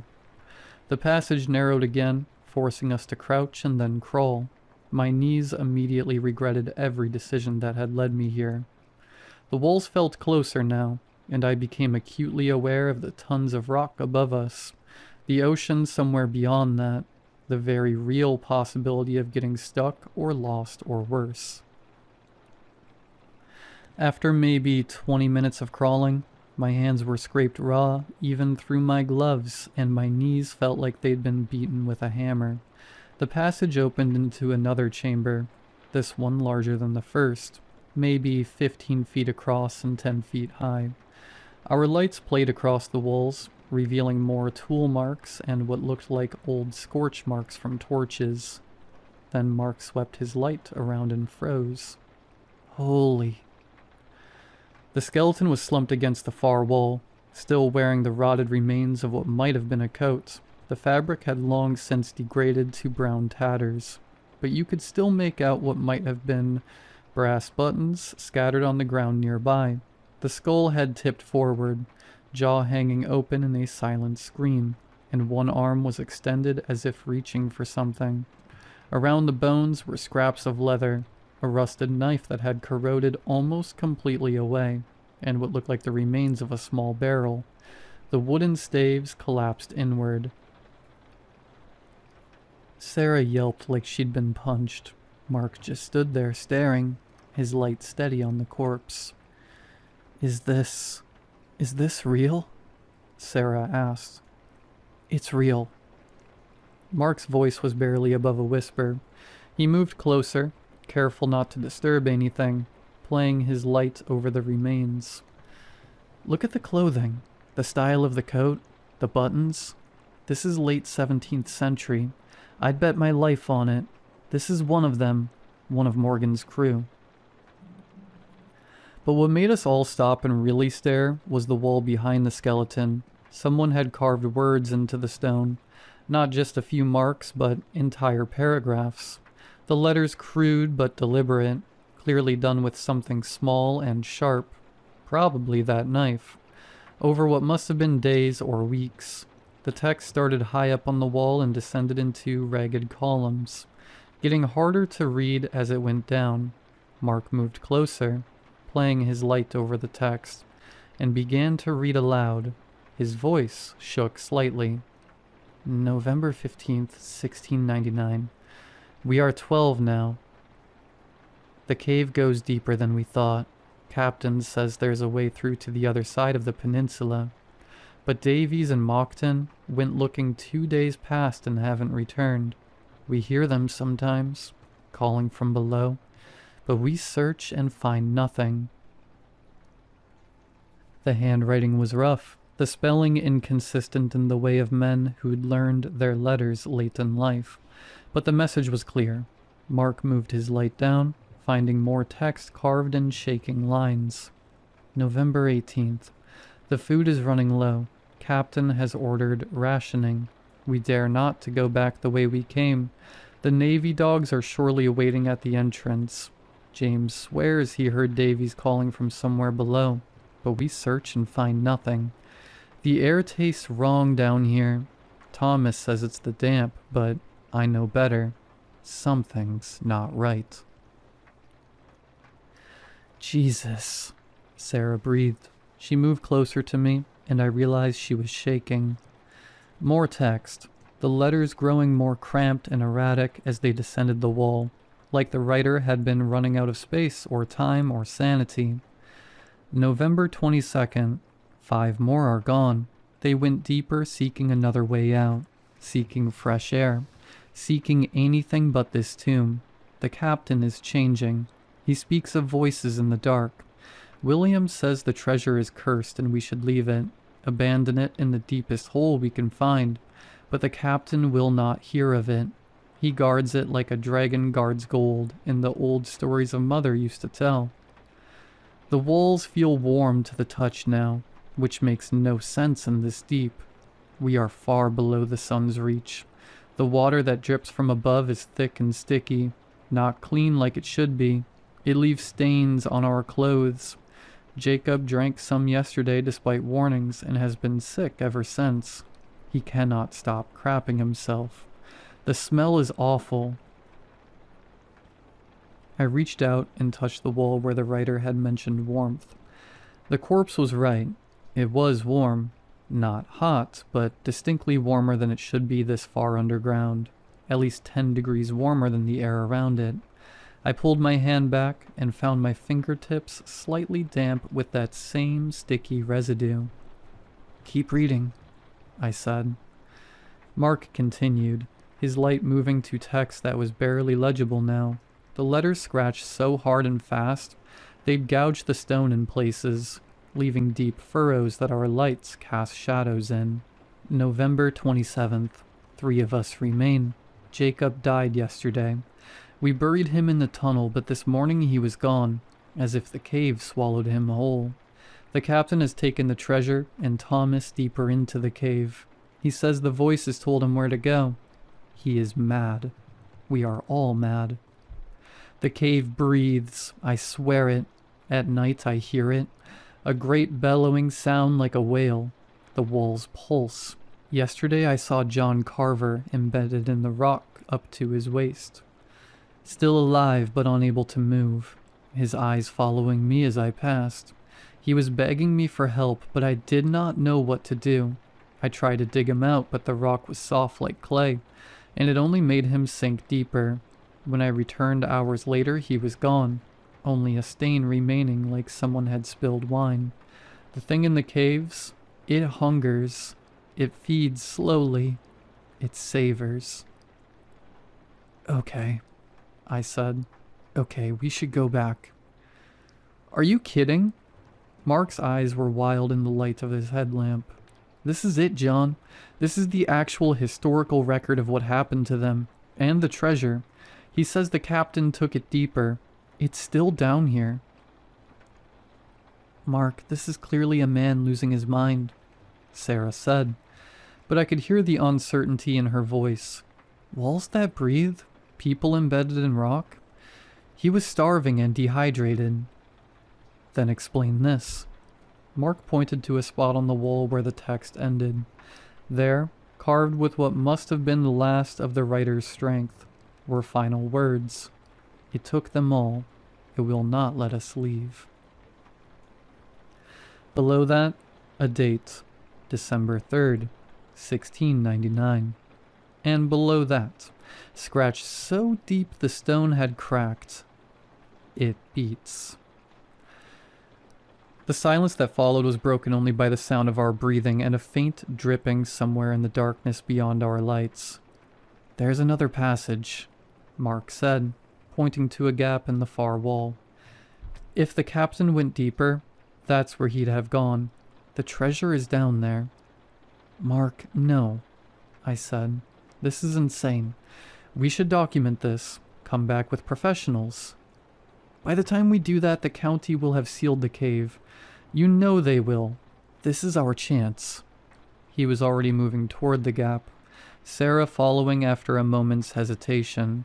I looked at the skeleton one more time, at those empty eye sockets and that reaching hand, and then I followed my friends deeper into the earth. The passage was tighter than anything we'd encountered so far, a squeeze that required moving our packs and pushing them ahead of us while we crawled on our bellies. The rock pressed in from all sides, and for one horrible moment, I was certain I'd gotten stuck. My chest too large for the gap, my hips wedged between unyielding stone. Then something gave way, and I popped through into a larger space where Mark and Sarah were waiting. "You okay?" Sarah asked. I nodded, not trusting my voice. My hands were shaking. This chamber was different from the others. The walls had a strange texture, less like rock and more like something else. Coral, maybe. Or cartilage. And the smell was stronger here. That copper penny scent mixed with something organic and faintly rotten. Mark ran his hand along the wall and frowned. "This doesn't feel like limestone." "What does it feel like?" Sarah asked. "I don't know. It's softer and warm. Really warm." I touched the wall myself and immediately regretted it. He was right. It was warm, almost body temperature, and the surface had a slightly yielding quality, like pressing on firm rubber. When I pulled my hand away, my fingertips came back damp with something that wasn't quite water. It was thicker, slightly viscous. When I rubbed my fingers together, it felt like alkaline, like the slick you get from dissolving soap. "We should turn back," I said again. "Look." Mark's light had found something embedded in the wall. A coin. A gold coin. Its surface tarnished green but unmistakable. Spanish doubloon. Has to be. "Sarah, take a photo." She did. Her camera flashed momentarily, blinding us all. Mark pulled out a small pry bar from his pack and began working at the coin.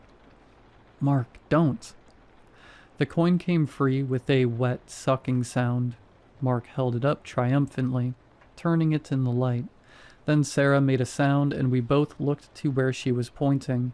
The wall where the coin had been was bleeding. I wish it was stained water or some mineral seepage. But it was blood. Thick, dark blood that welled up from the hole and began to run down the wall in slow rivulets. "What the?" Mark whispered. The wall around the wound began to pulse, slowly at first, then faster, a rhythmic motion that spread outward in ripples, and somewhere in the distance, deep in the cave, we heard it, a sound like thunder, like drums, like a heartbeat. Thump, thump, thump, thump. "Okay," Sarah said, her voice tight. "Okay, maybe we should." The wall bled faster, the blood now flowing freely, and more of those pulsing ripples spread outward.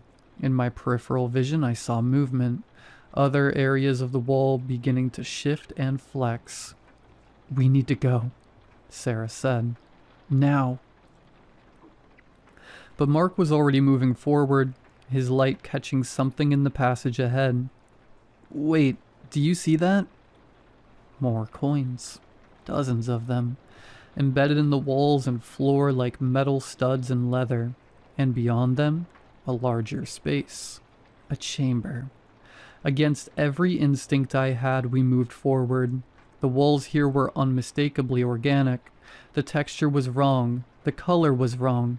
It had shifted from gray stone to something redder, mottled with darker patches that looked disturbingly like bruises. The floor was wet, covered in a thin film of that same viscous fluid, and our boots made soft squelching sounds with each step. The heartbeat sound was louder now, no longer distant. It echoed from all directions, making it impossible to tell where it was coming from. Thump, thump, thump, thump. The chamber opened before us, and Mark's light found the treasure. It wasn't the pile of gold I think we'd all imagined. Instead, the coins and silver pieces were embedded in the walls and floor. Hundreds, maybe, all partially absorbed into the red organic tissue that made up the chamber. Some were still visible as distinct objects. Others were half dissolved, their edges blurred and melted into the flesh. And in the center of it all, surrounded by the treasure, were the bodies. They should have been skeletons after 300 years, but they weren't. They were corpses, preserved in various states of decay, their clothing rotted to rags, but their flesh still clinging to their bones. Some were embedded in the floor, sunken halfway into the tissue, as if the cave had been slowly digesting them. Others stood upright, held in place by growths of that red tissue that wrapped around their limbs, and torsos like vines.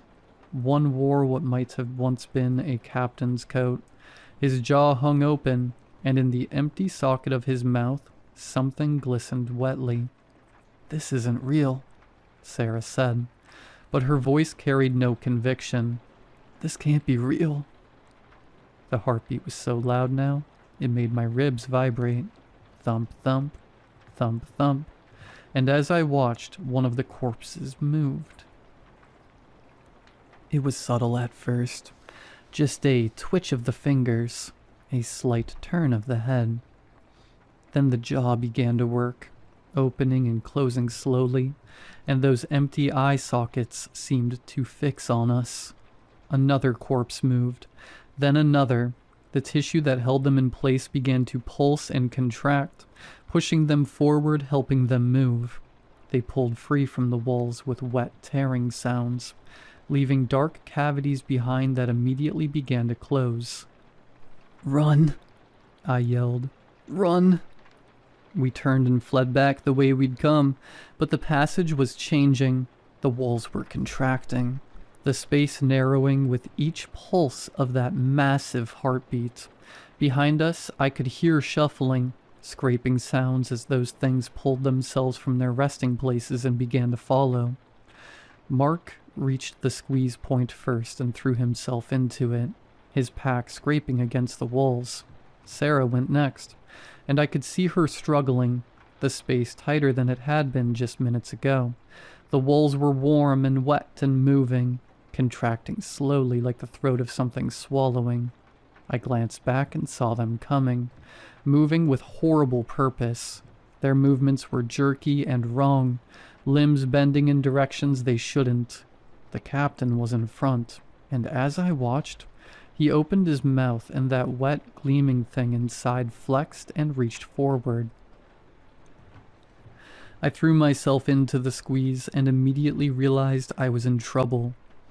The space was too tight now, the walls pressing in from all sides. I could hear Sarah ahead of me, could see Mark's light on the other side, but I couldn't move forward. The tissue around me pulsed and contracted, and I felt something give way beneath my stomach, the floor softening and beginning to pull me down. "John!" Mark's voice, distant and panicked.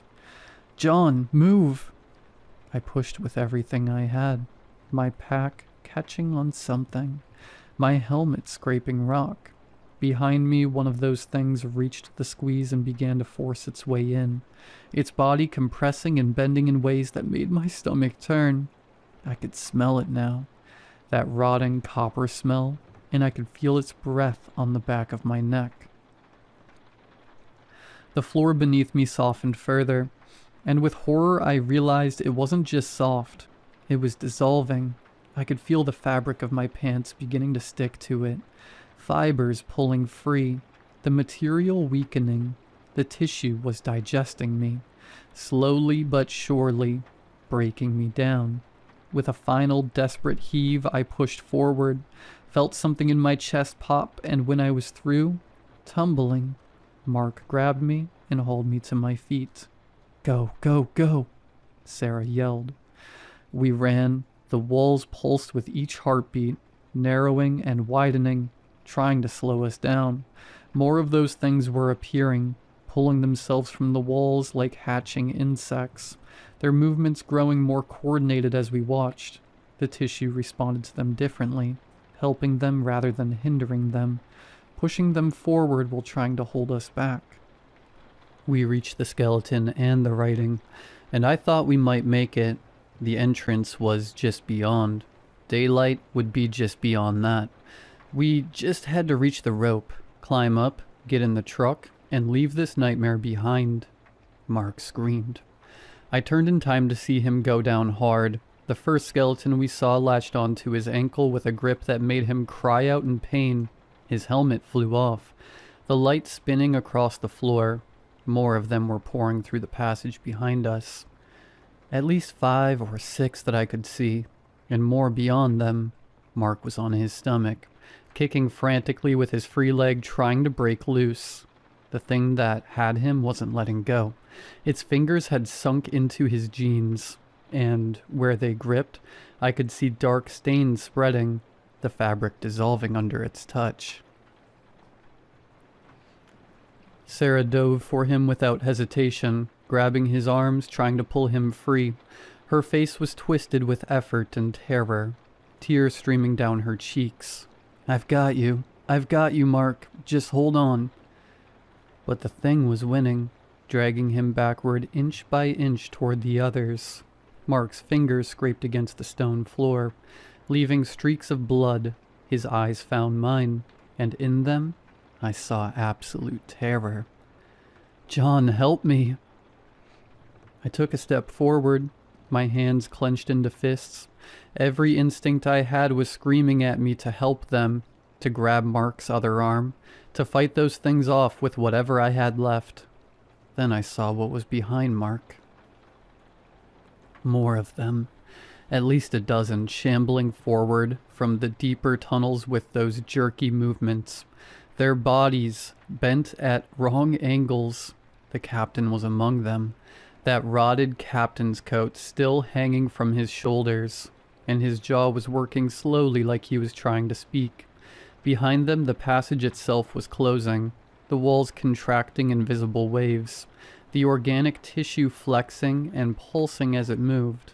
The opening was already half the size it had been, and getting smaller with each heartbeat. Thump, thump, thump, thump. Sarah looked up at me, still holding on to Mark, and in her eyes I saw the same realization I'd just had. There wasn't time. Even if we got Mark free right now, even if we somehow got past those things, the passage was collapsing and we had seconds, maybe 30 seconds, maybe less, before we were sealed in here forever with these things and this breathing, digesting nightmare. The passage contracted further. 20 seconds maybe. "John, please." Mark's voice was breaking, cracking with fear and pain and desperation. His free leg was kicking at the thing's face, but it didn't seem to notice. "Please don't leave me. Sarah, don't let him." I saw the passage ahead constricting further. The opening now barely 3 feet wide. 15 seconds. I saw the things closing in, their hands reaching, their mouths working silently. 10 seconds. I saw Sarah straining to hold on to Mark, her boots losing purchase on the floor as it began to soften beneath her weight. The tissue was responding to her, starting to digest her too. In a few more seconds, she'd be stuck. And then she'd be trapped too. And then we'd all die here. 5 seconds. And I ran. Not toward them. Away. Toward the entrance passage. Toward daylight. Toward escape. Toward being the only one who survived. John! Sarah's scream echoed after me, filled with betrayal and rage and terror and disbelief. John, you coward! Come back! I kept running. My boots pounded against stone that was rapidly becoming flesh, each step sinking slightly before I pushed off again. I didn't look back. I couldn't look back. If I looked back, I would stop, and if I stopped, I would die. Some animal part of my brain had decided that my life was worth more than theirs. No, no, John, please. Mark. Sarah's voice was receding now, but I could still hear her sobbing. Mark, hold on. I won't leave you. I won't. The passage was narrowing fast now, the organic tissue contracting in waves that chased me up toward the surface. Behind me I could hear Sarah crying, could hear Mark begging, could hear the wet sounds of the cave responding to them. The things must have reached them. I heard Sarah scream again. I heard Mark cry out. Heard sounds I will never be able to forget, and can never describe. I kept running. The guilt hit me like a physical blow, but I didn't stop. I couldn't stop. My legs were moving on their own now. Pure animal panic overriding everything else. Friendship, loyalty, basic human decency. I was going to survive and they were going to die, and that was just how it was going to be. I reached the next chamber, the one we'd passed through on the way in, and I could hear footsteps behind me. Not the shuffling of those corpse things, but the running footsteps of someone alive. I risked a glance back and saw Sarah. She'd let go of Mark. She'd made the same choice I had. Her face was streaked with tears and blood, her own blood, from where one of those things had touched her. She was sobbing as she ran, her breathing ragged and desperate. When she saw me looking back, she screamed something I couldn't make out over the sound of my own heartbeat, and the cave's heartbeat and the wet sliding sounds of those things pursuing us both. We ran together toward the entrance passage, the tunnel that would take us up and out and back to daylight, an air that didn't taste like copper and stone that was actually stone. I could see the opening ahead, that blessed crack of gray light, and then I saw what was between us and it. The passage was contracting, but not evenly. About 15 feet ahead, the walls were pulling together and apart in a rhythmic motion, opening and closing like a sphincter valve, like the cave was swallowing. The opening would dilate to maybe 4 feet wide, then contract down to less than 2 feet, then open again. Thump, thump, open.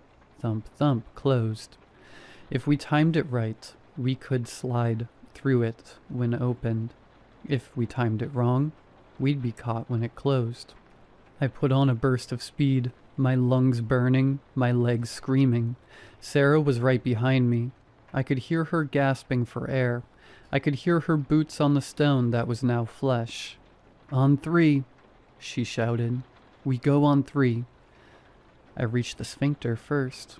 It was open, the passage wide enough to crawl through, but as I approached it began to close, the walls contracting with muscular force.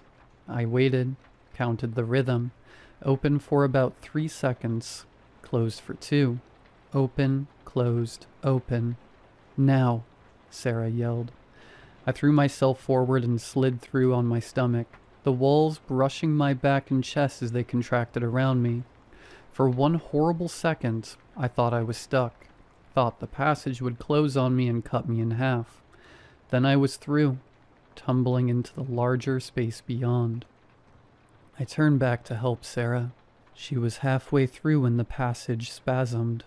It wasn't the regular contraction I'd been expecting, but a violent convulsion, like the cave had suddenly clenched every muscle at once. The walls slammed together and caught Sarah's left leg below the knee. She screamed, a sound so full of agony it barely sounded human. "Help me, John! Help me!" I crawled forward, grabbed her outstretched hands, and pulled. She screamed louder, her fingers digging into my wrists hard enough to leave bruises I'd find later. But I couldn't move her. The passage had her leg and it wasn't letting go. When I looked down, I saw why. The floor beneath her was softening, turning from flesh-textured stone into actual flesh.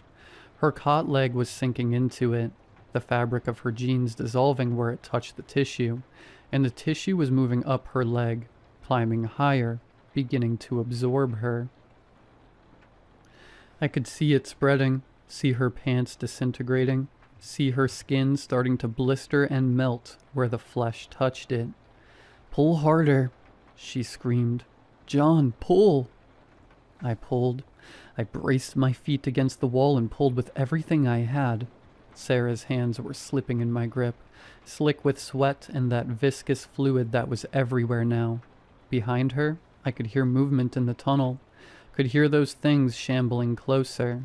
The passage spasmed again, and Sarah shrieked as it crushed her leg further. I heard bone break, saw her knee bend in a direction it shouldn't. It had her up to mid-thigh now, and it was spreading faster. Her shirt was starting to stick to the ground, the fabric pulling apart, threads separating and dissolving. She looked up at me with eyes that were somehow still fighting, still refusing to accept what was happening to her.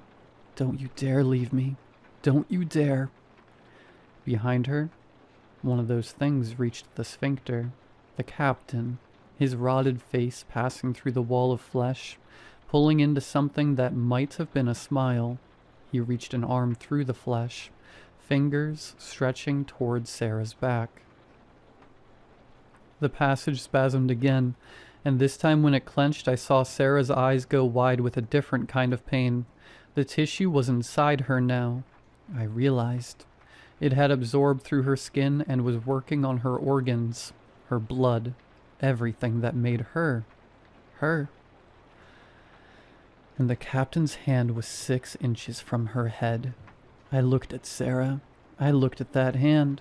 I looked at the opening beyond that was starting to close. The exit that would trap me here if I didn't move in the next 5 seconds.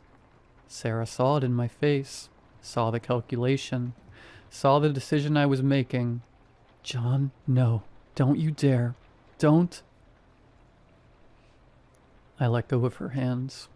She reached for me, fingers grasping, face twisted with betrayal and desperation. "John." I backed up, just out of her reach. The captain's hand was almost on her now. Sarah's hand stretched toward me, fingers splayed. One last desperate attempt to grab me and pull me back into this nightmare with her, to make me share her fate since I'd chosen to abandon her. I kicked her hand away. It wasn't a hard kick. It didn't need to be. Just enough force to knock her arm aside, to give me the extra second I needed to turn and throw myself at the closing gap. Her scream followed me. "You coward! I hope it finds you. I hope it never lets you go." I squeezed through the narrowing space, felt tissue close around me, felt it begin to pull and digest and absorb. For one terrible moment I was certain I would die here, stuck halfway between chambers while the cave slowly consumed me, and Sarah's screams echoed in my ears. Then my fingers found purchase on harder stone, real stone, and I pulled with strength born of absolute terror. The tissue tore as I ripped free, leaving strips of my clothes and skin behind, and then I was crawling toward light and air and escape. And then I was out, tumbling down the cliff face, the rope Mark had rigged catching me after a short fall. I hung there, gasping, my entire body shaking, and I heard it. From inside the cave, muffled by rock but still audible, "John, John, please, it's got Sarah, it's..." Mark's voice, still alive, still conscious, still begging me to come back. I hauled myself up the rope, ignoring the scream, scrambled to the top of the cliff, and ran for Mark's truck. The keys were still in Sarah's pocket, but Mark had hidden a spare under the wheel like he always did. I started the engine with shaking hands and drove away without looking back. I told the police I'd gone alone, that Mark and Sarah had stayed behind planning a different hike, that I'd suggested they check the caves, but they'd seemed more interested in the coastal trail. I lied to their parents, to their friends, to the search and rescue teams that spent 2 weeks looking for them. I lied to everyone. The cave entrance had sealed itself. When the rescuers finally found it 3 days later, it looked like it had been closed for centuries. Just another crack in the rock face that led nowhere. They went in with equipment and cameras and found only stone. The chambers were gone. The passages collapsed. The organic tissue vanished like it had never existed. But I know the truth. I know what's down there, breathing in the dark, digesting my friends slowly over years or decades or centuries. I know that somewhere in that living rock, Mark and Sarah are still conscious, still aware, their bodies breaking down cell by cell while the cave savors them like fine wine. And I know I left them there.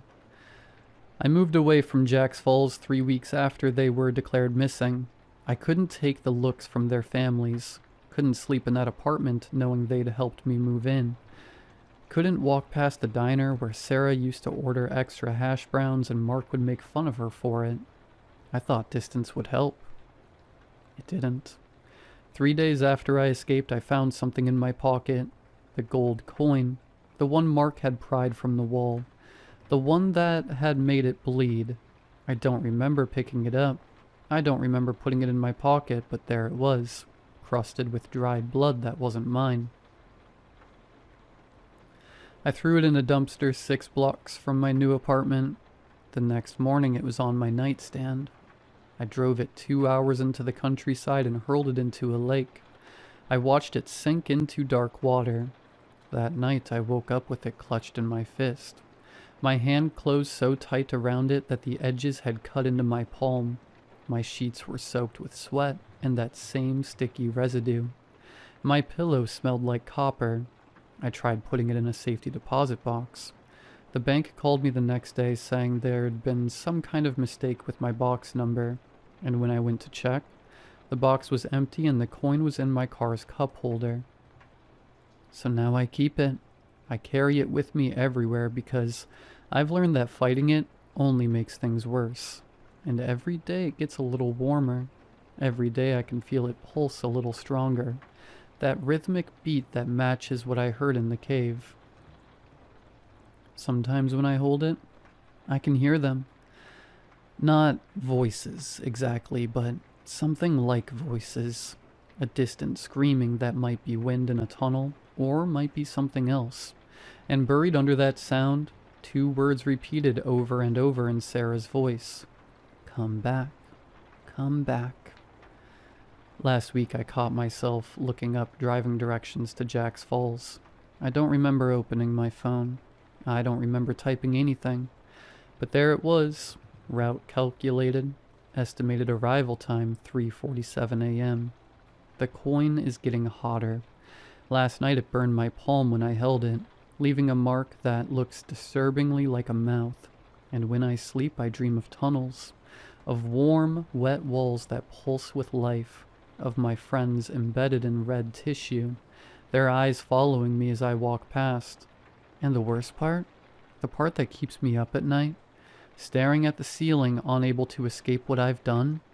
Sometimes when I hold the coin, I can hear the heartbeat. Thump, thump, thump, thump. And I know with absolute certainty that it's waiting for me to come back. The cave remembers me. It tasted me when I tore free, got a sample of what I am, and now it wants the rest. It's patient. This thing that's been alive since before humans learned to make fire, since before the pirates stumbled into its mouth and became just another meal to be savored over centuries. It can wait. It has time. And eventually, whether from guilt or curiosity or some pull I can't even begin to understand, I know I'll go back. The cave is patient and it hungers. If you're reading this and you live near Jack's Falls, stay away from the cliffs north of town. Don't go looking for cave entrances or pirate treasure. Don't investigate if you hear sounds coming from the rock face. And if you do go, despite this warning, despite everything I've told you, if you find yourself in tunnels that feel too warm, if you see coins embedded in flesh-like walls, if you hear a heartbeat echoing through the dark, run. Don't look back. Don't try to save anyone.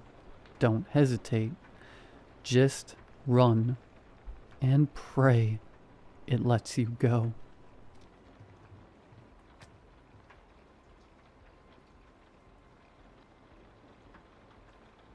I worked at the post office 2 weeks ago.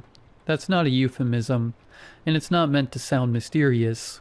I've been there since I was 21, sorting, scanning, moving things from one place to another so other people can forget about them. It's stable work, quiet work, the kind of job where nothing interesting is supposed to happen. Every year around mid-November, I get rotated into a seasonal role. Officially, I'm assigned to the No Response Division. Unofficially, I'm the person who sorts the letters addressed to Santa that will never receive an answer. Most people don't realize how many of those come in.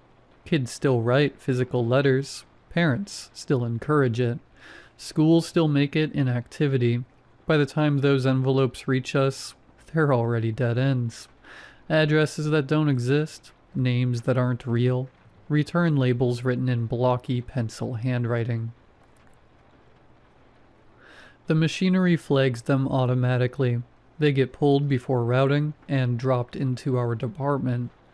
We don't respond to them. We don't forward them to charities. We don't read them in full. That last part is the rule. It's been a rule since the late 90s, according to my supervisor. Long before I started, long before she did. The explanation they gave during training is simple and rehearsed. Children sometimes write about personal matters in their letters. Family issues, home situations. It's not our place to read private information that was not meant for us. So we skim. We confirm it's addressed to Santa, stamp it as no response, log it, and file it away. You're allowed to read the opening line, maybe two. You're not allowed to finish it, ever. People joke about it the first year. They think it's superstition, or some old HR leftover nobody bothered to remove. Somebody always asks what happens if you do finish one. The supervisor never answers directly. She just says it results in immediate termination. I believe that was all it meant for a long time. I stopped finding the rule funny 3 Christmases ago. That was when I learned what happens after termination. It's a tight-knit secret among the people who get roped into it, and you're only told after everyone thinks they won't say anything to anyone. They don't escort you out with security. They don't make a scene. You're just told to gather your things and leave the building. Your credentials are deactivated sometime later that day. Your access to internal systems disappears. To everyone else, it looks like you quit or got fired for something mundane. What happens next isn't in any handbook. It starts the same way every time. Within a day or two, the person mentions they feel watched. Maybe they laugh it off at first and blame stress. Then they describe something taller than it should be, standing too far away to make sense. A shape, a silhouette that doesn't move when they move. By the 4th or 5th day, they stop laughing. They all describe it the same way. A black figure, at least 12 feet tall, proportioned wrong, hands stretched to its shins, standing upright like it's pretending to be human. It wears a Santa hat, a real one, red, white trim, cheap felt. The hat never changes. It never falls. It never reacts to weather. It doesn't chase them. It doesn't speak. Every day it's a little closer. It can stand across the streets, at the end of a grocery aisle, on a sidewalk in full daylight. Other people walk through it like it isn't there. Nobody notices it. Nobody reacts. That's how they know it's meant only for them. The stalking lasts 12 days. On the 13th, they die. The post office doesn't acknowledge the connection. Officially, those people suffer unrelated accidents or medical emergencies. Unofficially, nobody in no response breaks the rule anymore. Except I did, because some of the letters aren't normal. Every once in a while, rare but often enough that we dread it, you find a crumpled envelope sealed with red wax instead of glue. No postage, no return address, just a name written carefully in pencil, as if the writer didn't want to risk spelling it wrong. Those letters are the reason the rule exists. We're meant to set them aside in a locked drawer and alert supervision immediately. No logging, no scanning. They are taken at the end of the month. Every single one of them is addressed to Santa. I'd seen 11 in my entire career before last week. The 12th had my nephew's name on it. Same first name, same last name. Even the way the pencil curved on the first letter looked wrong in a familiar way. My brother has a 7-year-old son. He writes his name the same way on birthday cards. Too big at the front, trailing smaller letters like he gets tired halfway through. I didn't open it right away. I stood there for a long time, staring at the seal, telling myself coincidences happen and kids share names. I told myself that red wax meant nothing, that plenty of children have uncles who work at the post office. I used a sick day and left immediately and drove straight to my brother's house. He laughed when I told him the envelope, told me I was overthinking it, said his kid probably found his wax stamp he used for work, and wanted to be fancy. When I asked if his son had written a letter to Santa recently, his smile faded just a little. He said yes, but he didn't see anything alarming, just the usual stuff. Toys, candy, video games. He asked why I cared so much. I didn't have an answer that didn't sound insane. That night, I dreamed about the drawer at work. It was open, and the letter was gone. The next morning, I broke the rule. I told myself I'd only read enough to confirm it wasn't really his. I told myself I'd stop if it got personal. I told myself I wouldn't finish it. I was wrong. The letter was written in pencil, neat but deliberate. No spelling mistakes, no childish phrasing. It thanked Santa. It thanked him for the last gift, not for toys or games, but for a piece of candy that had made Mommy stop crying. It said Santa had been right, that doing the bad thing worked, and nobody knew. It promised that this time would be even better, that stealing wouldn't be enough, and hurting animals felt too small now that he understood what Santa really wanted. It listed sins like chores. It ended by asking what Santa wanted next, because Christmas was coming and he wanted to be a good boy. I don't remember putting the letter down. I only remember my supervisor standing behind me, telling me to hand over my badge. She didn't argue. She didn't yell. She looked tired, like she'd seen this exact situation before and hated it every time. She told me I was terminated for violating confidentiality policy, and that I needed to leave the building immediately. She didn't warn me about anything else. I didn't leave work right away. I sat in my car in the parking lot for almost an hour with the letter in my lap. I kept expecting someone to knock on the window and tell me this had gone far enough, that whatever point they were trying to make had landed, and I could come back inside. No one did. People clocked out as time went on, walked past my car without looking twice. I drove to my brother's house because there wasn't anywhere else it made sense to go. He answered the door with his son still awake behind him, cartoon voices echoing down the hallway. The normalcy of it made what I was holding feel obscene, like I'd brought something diseased into a clean room. I asked if we could talk privately. He hesitated, then stepped outside with me, shutting the door behind him. Why are you holding Lucas's letter? We were standing on the porch. The light above us flickered every few seconds. I hadn't noticed it doing that before. It came to my work, I said. I need you to read it. You open my kid's mail?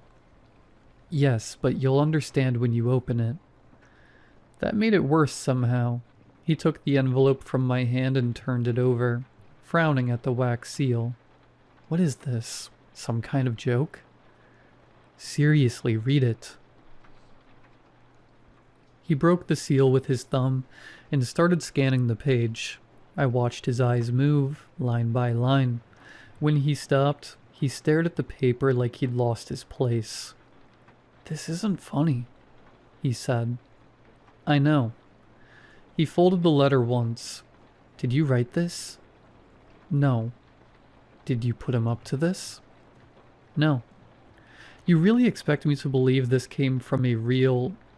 He stopped himself, laughed once, sharp and humorless.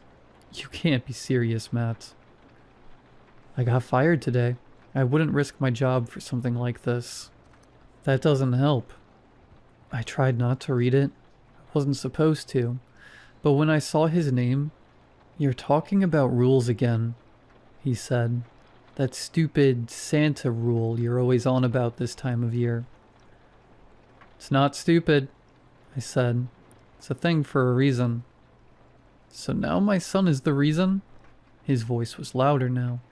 Behind him, the TV laughed on cue. You think my son is hurting people? No, I said quickly.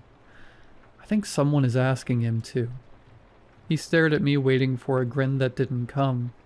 You're sick, man, he said finally after staring daggers at me. It's been happening to other people. Co-workers. Once you finish one of these letters I took...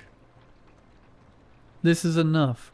You don't get to come into my house and say ridiculous stuff like this. Just listen to me. Just for once, can you... You need help, Matt? Seriously, you're crazy. There's a thing. My voice dropped without me meaning it to. It starts watching you. Tall. Wears a Santa hat. 12 days and then... Get out. Don't talk about my son like that. Don't talk to me unless you get your stuff together. I'm not talking about him, I said. I'm talking about what's coming. He opened the door behind him. Stay out of my house, and don't come back until you can admit you made this up. But Christmas... Don't, he said. Do not bring that BS into my home. I stepped back further onto the porch. He didn't hesitate before closing the door. The lock clicked. Behind the door, my nephew laughed at something on the TV. In the silence that followed, the flickering porch light finally went out. At the end of the street, something tall stood perfectly still, waiting. I left my brother's house, not taking my eyes off of it. When I got home, it stood across the street from my apartment, partially hidden by a lamppost that only reached its upper thigh.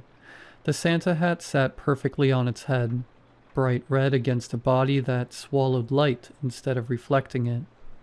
I didn't see it move. I watched from my living room window until my eyes started to hurt, until my reflection layered itself over the dark glass and made me doubt the shape even existed. When I looked away and looked back again, it was still at the end of the street, standing just past the stop sign. Cars drove past it without slowing. Headlights cut through its legs and came out the other side unchanged. A woman jogged directly through the space it occupied. Earbuds in, breath fogging in the cold air. She never noticed the height of the thing she'd passed. That night, I didn't close the curtains. I wanted to know if it would approach while I slept, if it only moved when I wasn't looking. It didn't move. The Santa hat was the brightest thing on the street. On the second day, it was closer. It stood across from my building beneath a street lamp. The light didn't reveal anything, only traced its outline like something pasted onto the world. I left early, before sunrise, telling myself that if I passed it quickly enough, I could prove it couldn't interact with me.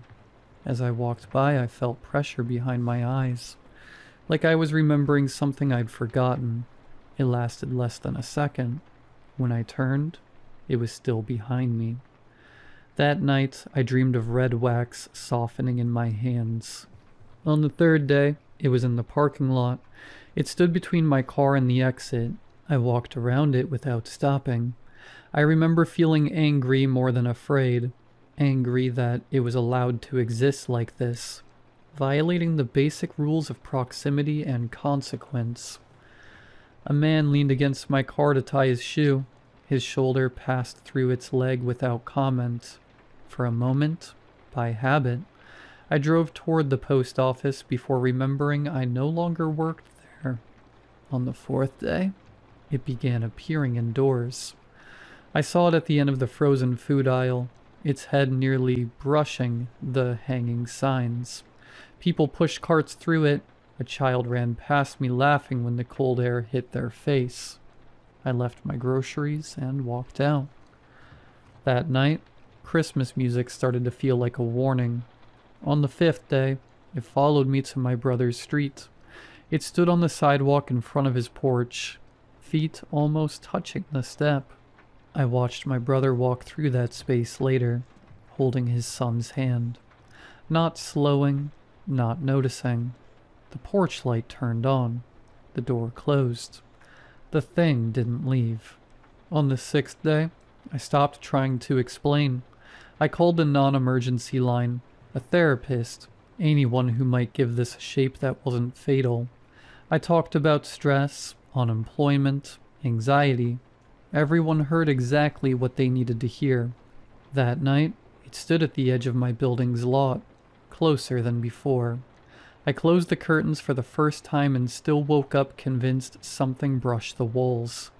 On the seventh day, it was in the elevator to my apartment. The doors opened and it was already there, folded just enough to fit. A woman stepped in beside me and leaned against its leg without realizing it, frowning slightly at the unexpected cold. I got off 2 floors early. The rest of the ride creaked like it was carrying more weight than it should. On the 8th day, it appeared in reflections first, in the dark screen of my phone, in the microwave door, always behind me. When I turned, it was in the room where it needed to be to remain just out of reach. I never heard it breathe. On the 9th day, it stopped giving me space. I turned corners and almost walked into it. I started holding my hands out in front of me, afraid of colliding with it like misplaced furniture. That night, it stood at the front of my bed and leaned forward just enough to make the Santa hat dip. I didn't sleep. On the 10th day, I tried to leave the city. I drove until the roads thinned and the lights fell away. I locked myself in a rest stop bathroom just to breathe. It waited by the sinks. I turned around and went home. On the 11th day, it no longer followed me. It waited in places before I arrived, positioned where it made sense, as if it had always been a part of the layout. If it has eyes, I never saw them. If it has a face, I don't think I would survive seeing it. On the 12th day, it stood in my bedroom. Not at the foot of the bed. Closer. It bent at the waist until its head filled my vision. I smelled wax. I smelled paper. The Santa hat slid forward just enough that I thought I might finally see what was underneath. Then it folded itself back into the corner, impossibly small, and waited with me until morning. Tomorrow is the 13th day. He's standing just a few feet in front of me now. I'm going to die tomorrow night. I need help. anything. Please.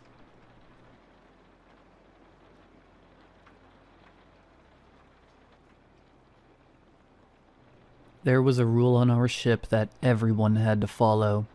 Never go outside after midnight. Last night, we broke it. Working on a shipping vessel is tough. The physical labor, constant seasickness, and isolation from the outside world take a toll.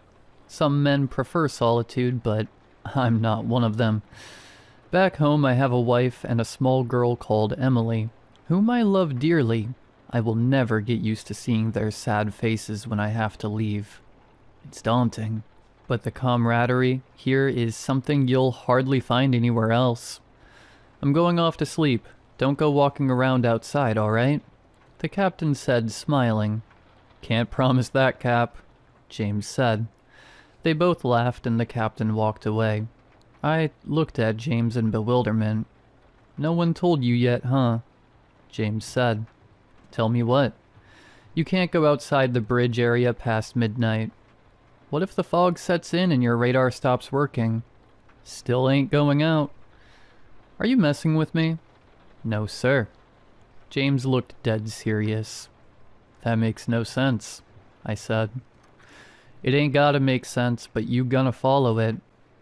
What if I have to go out? Then you ain't gonna come back. He bent forward and stared into my eyes. Look, we're in a deep part of the Atlantic. Strange things happen here. Decades before you were born, all the fishermen and crewmen here made a pact. I'm not gonna let you break it. He leaned back and kicked his feet on a chair. How about you tell me about your family? You got one?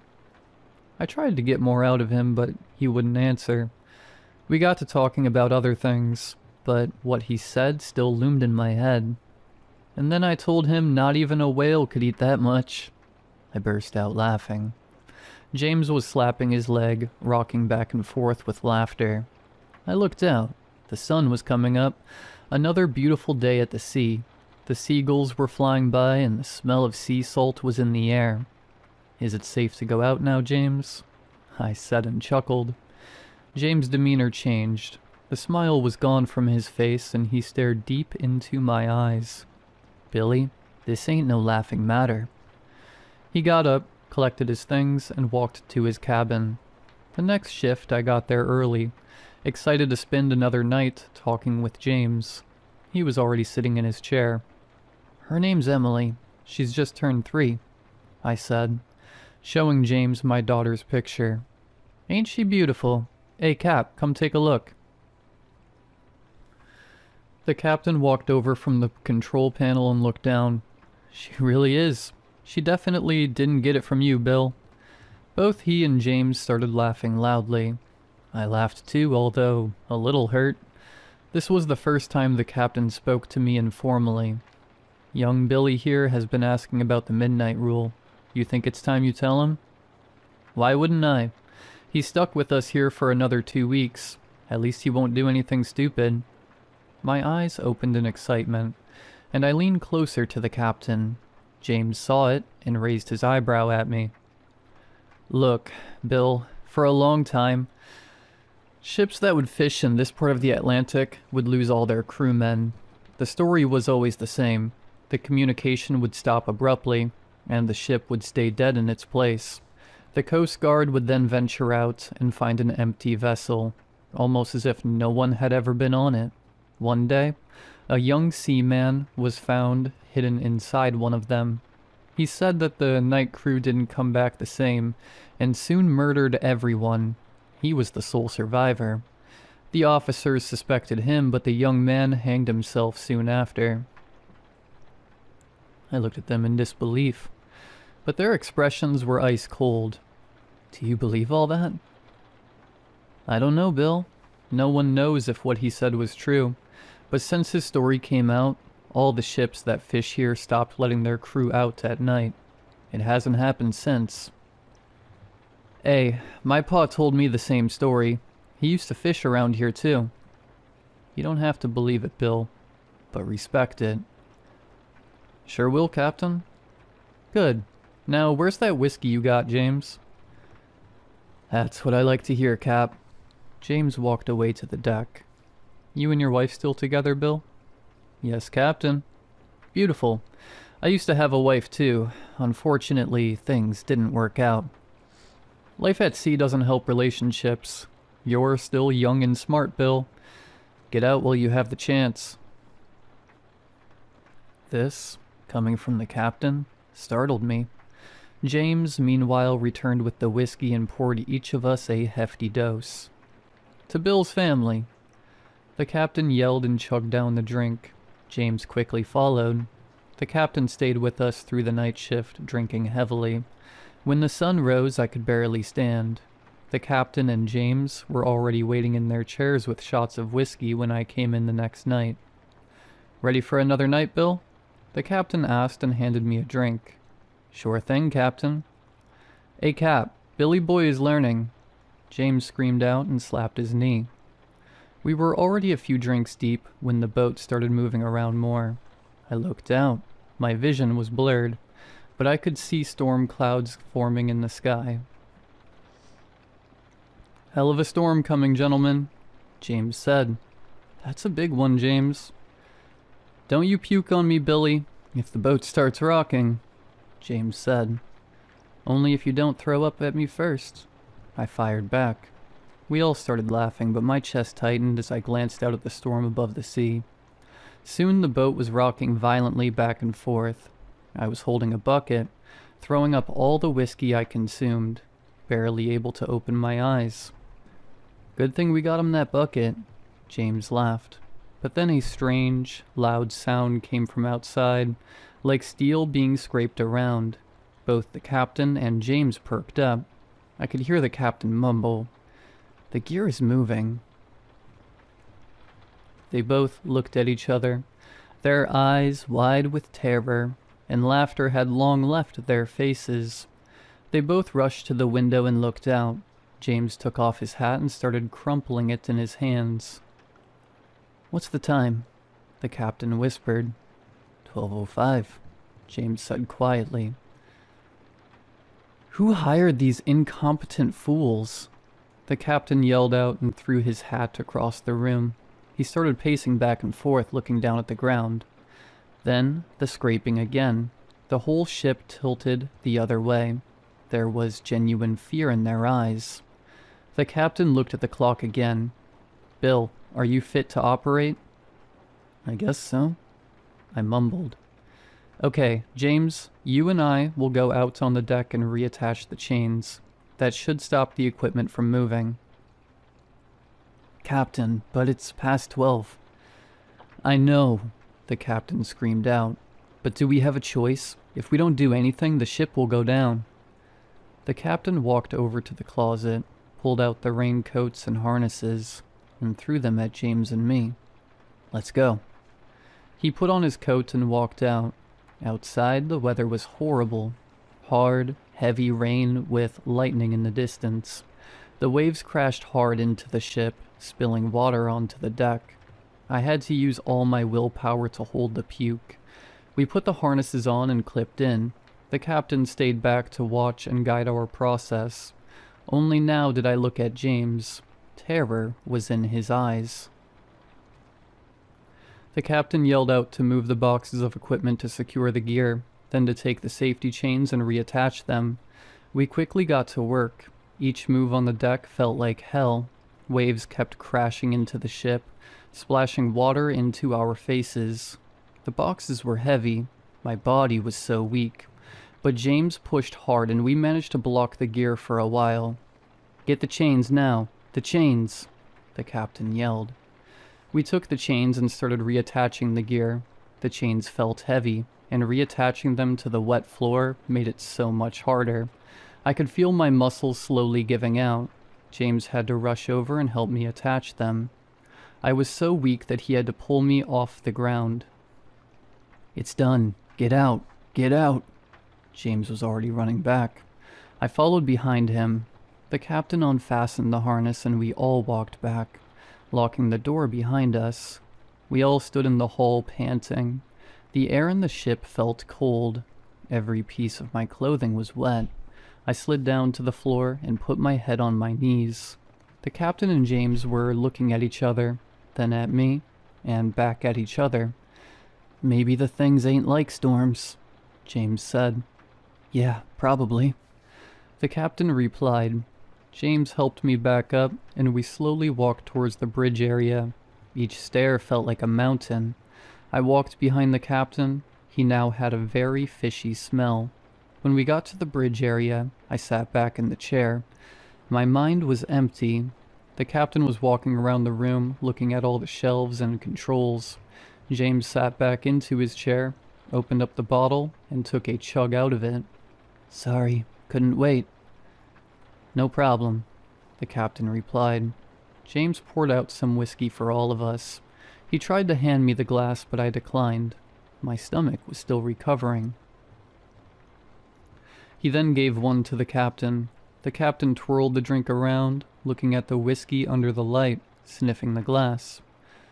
A chill ran down my spine. I looked closely at him. He kept examining the liquid. James wasn't paying attention anymore, pouring himself another shot. The captain took a sip and immediately spit it out. "What is this?" His face twisted in disgust. "It's some good whiskey, Cap. Ain't like it no more?" The captain looked at him with one eyebrow raised, then looked down at the ground. "Say, how many men are on this ship?" James' eyes widened and he dropped his glass. It shattered on the floor. We both looked at each other and started slowly backing away. "What's the matter?" the captain asked. James?" I whispered, my voice shaking. The captain looked deep into my eyes. His pupils had turned a dark red color. He flashed a smile and ran towards me. He put his hand on my neck and lifted me off the ground. I started choking, trying to fight his hand off, but he was too strong. I looked at James in desperation. He had walked over to the shelf and started frantically searching with his hand until he pulled out a gun. He slowly pointed it up at the captain, his hands shaking. He then pressed down the trigger, but nothing, just a click. James looked down under it. The gun wasn't loaded. Blood froze in my veins. The captain looked back, let out a blood-curdling scream, dropped me to the ground and ran towards James. He pushed him to the ground and started violently scratching and tearing into him with his teeth. My feet were rooted to the ground. Soon his screams turned into a low gurgling and then silence. Only when the thing looked up did I open the door and run down. I could hear the thing's screams echoing through the hall. I'm locked down in the vault of the engine room. The steel door is the only thing keeping me alive. In the first few hours, I had been hearing the screams of crewmates calling out in pain. When the last scream died down, the thing called out to me in the captain's voice, saying it was safe now. I didn't answer. It then started slamming into the door. The vault is shaking with each thud. I have no idea how long it will hold. I'm making this post for my wife and daughter. Even in these tense moments, I'm held up by the thought of them. Please don't forget your father, no matter what happens.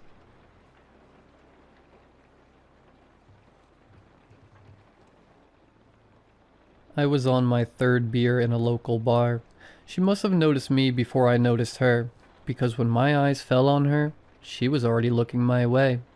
There was passion in her eyes. She wore a short black dress, and her crimson hair complemented her emerald-colored eyes. A tattoo of a snake stretched across her arm. As soon as we made eye contact, I looked away. I've always been a nervous guy, and I don't want to make things awkward by staring at her. Out of the corner of my eye, I saw her keeping a constant gaze on me. I pretended to be busy on my phone when the bartender put a beer in front of me. "I didn't order this," I told him. Carl was the regular bartender and gave me a little wink. "It's from the girl sitting at the bar." He walked away, and I looked at her dumbfounded, but gave a small nod to say thanks. She took this as an invitation and walked over to me. "So you finally stopped avoiding my eye contact, huh?" She took the seat right next to me and gave a playful smile.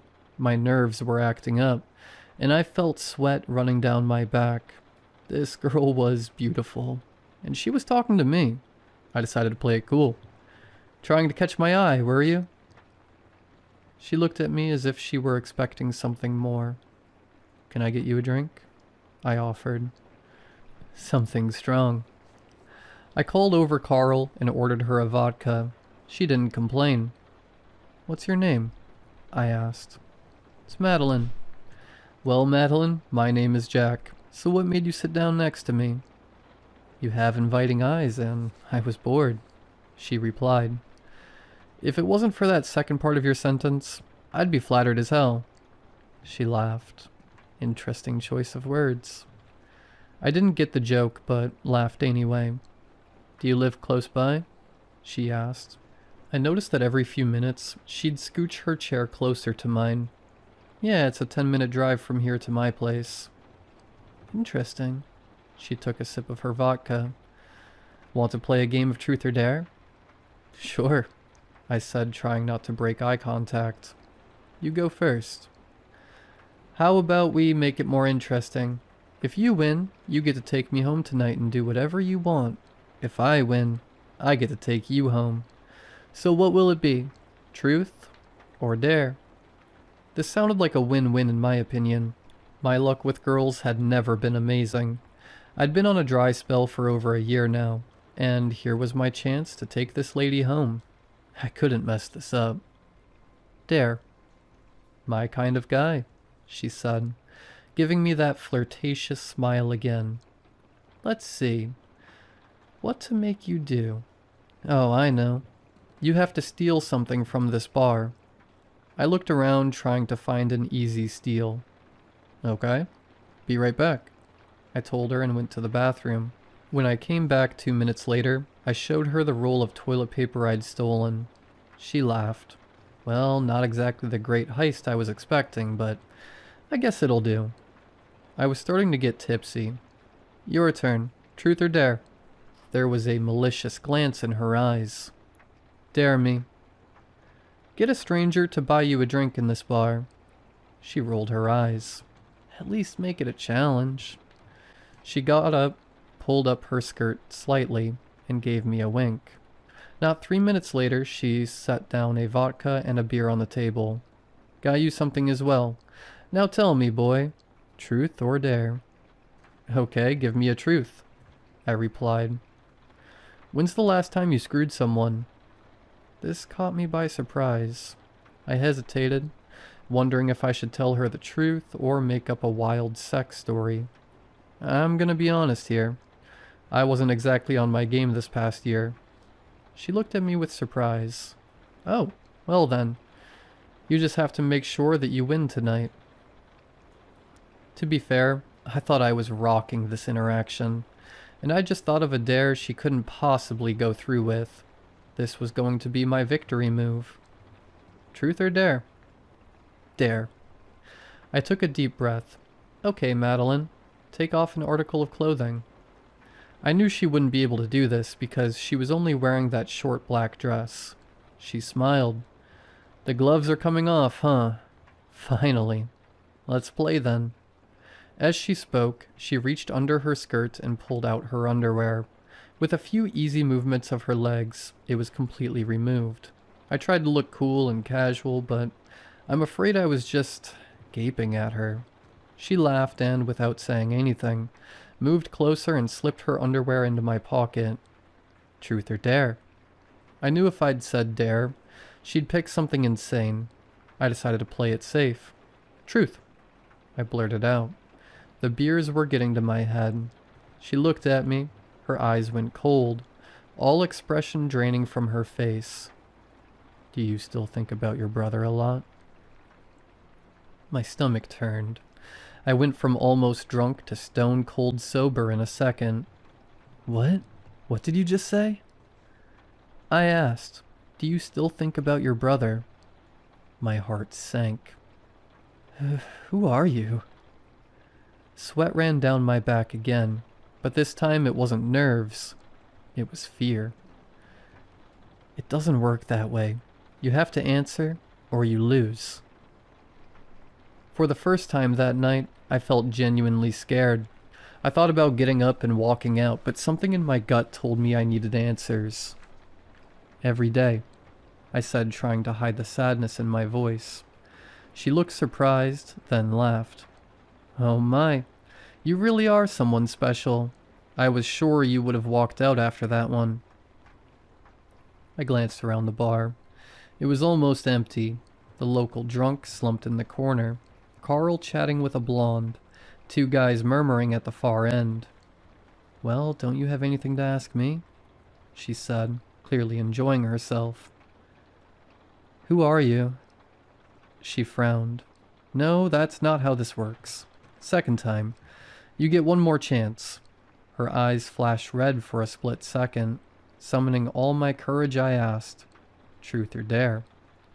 That's more like it. Truth. Who are you? I have been known by many names on many different planes. One of the names your people gave me was Apollyon. Others called me Abaddon, though the legends far outweigh my actions. This body isn't even mine. It belongs to someone who performed a ritual with her friends. Looking for cheap thrills, now she gets the privilege of being mine until I'm sick of her. She smiled sweetly, as if unaware of the weight of her words. I shook my head. This has to be some kind of sick joke. Truth or dare, Jack? She asked me. I chose truth. Do you believe what I'm telling you? No, this is too much to believe. Her only response was a faint smile. I felt trapped. Walking away crossed my mind, but fear kept me seated. She couldn't have known about my brother. He'd died over 7 years ago, before we moved states. Still, I kept playing. Truth or dare? Dare. Go away and leave me alone.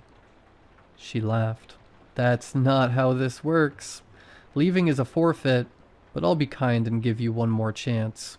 We can't dare each other to go away, or to kill ourselves. Now give me a dare. Fine. Prove to me you are who you say you are. She smiled. That I can do. She grabbed my hand and images flew through my mind. I immediately knew she wasn't human. God, the things she made me see. I stood in an unfamiliar landscape with black fire burning everywhere. There were things walking around that couldn't have been real. Giant monstrosities with 2 snake-like heads and 6 legs. Almost humanoid creatures that must have been 4 meters long, with bat-like wings on their backs. It was painful to my eyes and sanity just to look at them. An eclipse loomed high in the sky. In the far distance stood enormous mountains. At least, that's what I thought, until those damned mountains started moving. At the center of it all was a pit. Thousands upon thousands of humans and other creatures lay inside it. I was shocked to see they were still alive. The sound of their screams and muffled moans were horrible, but the most awful thing of all, when I looked at those poor damned souls in that wretched pit, I saw his eyes. He was buried beneath others, and even after 7 years, I would never forget the eyes of my own brother. Jonathan was in that pit. I don't know what came over me, but suddenly my fear of that hell-like world faded away, and I ran toward the pit. I saw his eyes widen in response. I was getting him out. I blinked once, and when I opened my eyes, I was back in the bar. Madeline was next to me. That same smile plastered on her face. Don't make a scene, or this won't end well for the people here, she told me. My brother was stuck in hell, and this girl didn't want me to make a scene? Get him out of there, I said, trying to sound confident and intimidating. Tears rolled down my cheeks. Poor baby, she replied. I know it can't be easy facing this reality. She wiped a tear from my face, and I sat there in utter shock. God, I love that taste, she murmured, licking the tear from her finger. I'm afraid I can't get him out. The stakes of this game have already been set. I tried to stay calm and think rationally, but that was easier said than done. The only thought going through my mind was finding something sharp and stabbing her in the face. That wouldn't help, though. I had to save my brother. You told me if I won, I could tell you to do whatever I wanted. She chuckled. You sweet child. The deal was that you could do whatever you wanted to me. And I really mean that. You can torture me, or take me and work out every messed up fantasy you've ever had. Hell, you can do both at the same time. Sounds like a fun night, but you can't tell me what to do. The way she said it almost sounded like sympathy. Please, I said, no longer holding back my tears. Get him out. Truth or dare, Jack? I chose dare. Make yourself bleed. Wait, hold on. You said we couldn't ask each other to harm ourselves. She laughed. I said we couldn't tell each other to kill ourselves. I just want to see a little blood. I pulled out my pocket knife and held my hand under the table as I made a small cut in my finger. It hurt real bad. As soon as the blood welled up, she took my finger and licked it clean. Do you like that? She asked, licking the last of the blood from her lips. I didn't. Can we just ditch the small talk and play the game? I asked. That only seemed to excite her more as she leaned forward, eagerly waiting for the question we both knew was coming. Truth or dare? Truth. How can I get my brother out of there? I asked, wiping away the last of my tears. She tilted her head, studying me like a sick puppy. It disgusted me. You can't, Jack, she said. Your brother played a game, and he lost. It's that simple. Even if you manage to return, there's not a goddamn thing you could do. Those words devastated me. I had 1,000 more questions about Jonathan and that wretched world, but this horrible game wouldn't allow them. Truth or dare, Jack? I picked truth. There was no way I was choosing dare again. Would you take his place? If I gave you the option right now, would you go to the pit to free him? A soul for a soul. It's not a bad deal, right? The question caught me completely off guard. Everyone likes to believe they'd be the hero, the martyr who wouldn't hesitate to save someone they love. I thought about my parents, my friends, my colleagues, even my online gaming buddies. Tears welled in my eyes again as I realized what I had to do. Even if it meant being trapped in that world forever, I had to try. For Jonathan. I looked at her with disgust. Okay, take me there. I'll take his place. She burst into manic laughter. Oh, my dear Johnny boy. I just wanted to know if you would. The truth is, even if I wanted to, I can't get your brother out. He's property of that world now, and its inhabitants. Never in my life had I wanted to hurt someone so badly. I knew I couldn't lose this game. I couldn't bear the thought of my parents losing another child. It would destroy them. Then something clicked. It wasn't a good plan, and I didn't even know if it would work, but it was my only chance. Truth or dare, Madeline? As expected, she chose dare. I dare you to leave the body you're possessing right now. Her eye twitched, and her smile finally vanished. Well, well, clever boy, she said. If I'm not here, I can't play the game anymore. Of course you'll miss out on your prize. Or who knows? This girl might still be into you. Let's do this again sometime. She laughed. None of this meant a damn thing to her. She was just having fun, and that infuriated me most of all. Please, I said, exhausted. Just leave me alone. In an instant, her eyes changed. Confusion flickered across her face before she collapsed. It took me a moment to call out to Carl for help. The past half hour had felt like it was just the two of us in the world. I told him I thought she'd had too much to drink. He called an ambulance and told me to go home. On the way back, I replayed everything, tears streaming down my face. When I got home, I had a drink, then another. And another. I woke to birds chirping as sunlight spilled through the window. My head felt like it might explode. Relief washed over me. It had all been a dream, until I noticed I was still wearing yesterday's clothes. I reached into my pocket for my phone, and my body went cold when my fingers brushed against a piece of underwear.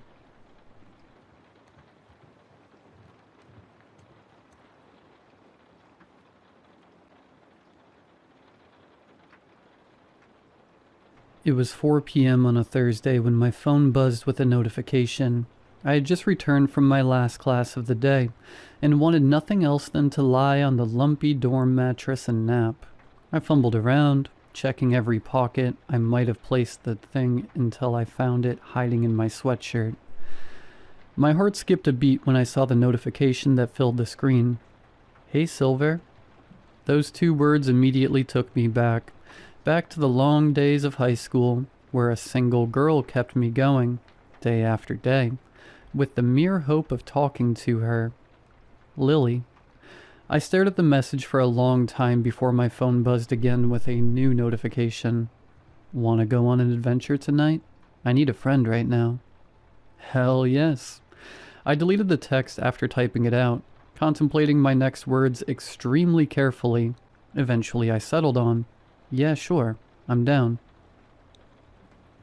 Lily responded almost immediately.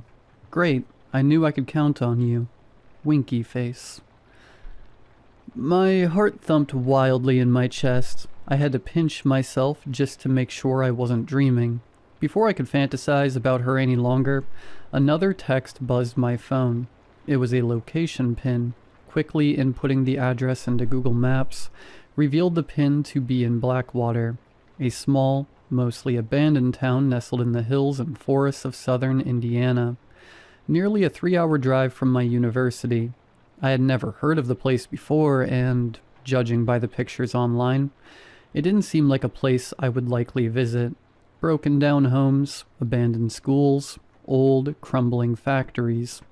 Not to mention the gas money alone would eat into what little savings I had. However, with the buzz of my phone, I was swiftly reminded why I was going. Can't wait to catch up tonight. It has been too long.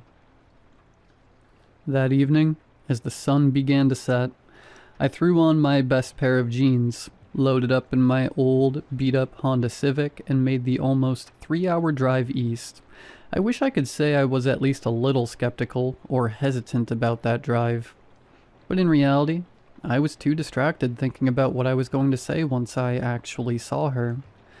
Our agreed meeting location was an old Waffle House just outside of Blackwater.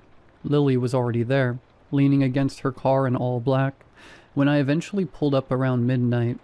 "Hey there, Silver," she said with a smile. I hated the nickname, but for her I made an exception. "Hey there," I said, getting out of my car. "How have you been?" "Oh, you know," she said, hugging me. I froze. We were friends in high school. Not that kind of friendly, though. The sudden change filled me with renewed hope. Before I could return the hug, she stepped back towards her car. "You ready?" she asked, bending over into the passenger side door. Her leggings left little to the imagination. I felt my face flush red. "Yeah, ready as I'll ever be. What's the plan?" "Oh, breaking, entering, that sort of deal," she said, hauling out a large, cumbersome backpack from her car. "Wait, what now?" I asked. Lily chuckled. "Don't worry, I'm just kidding." She punched my arm. "But before that, you eat yet?"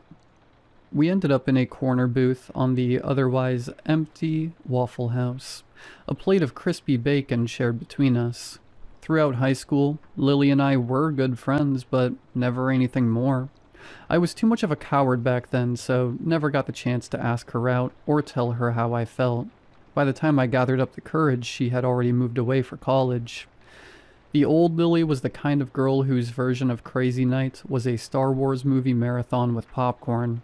New Lily was someone completely different.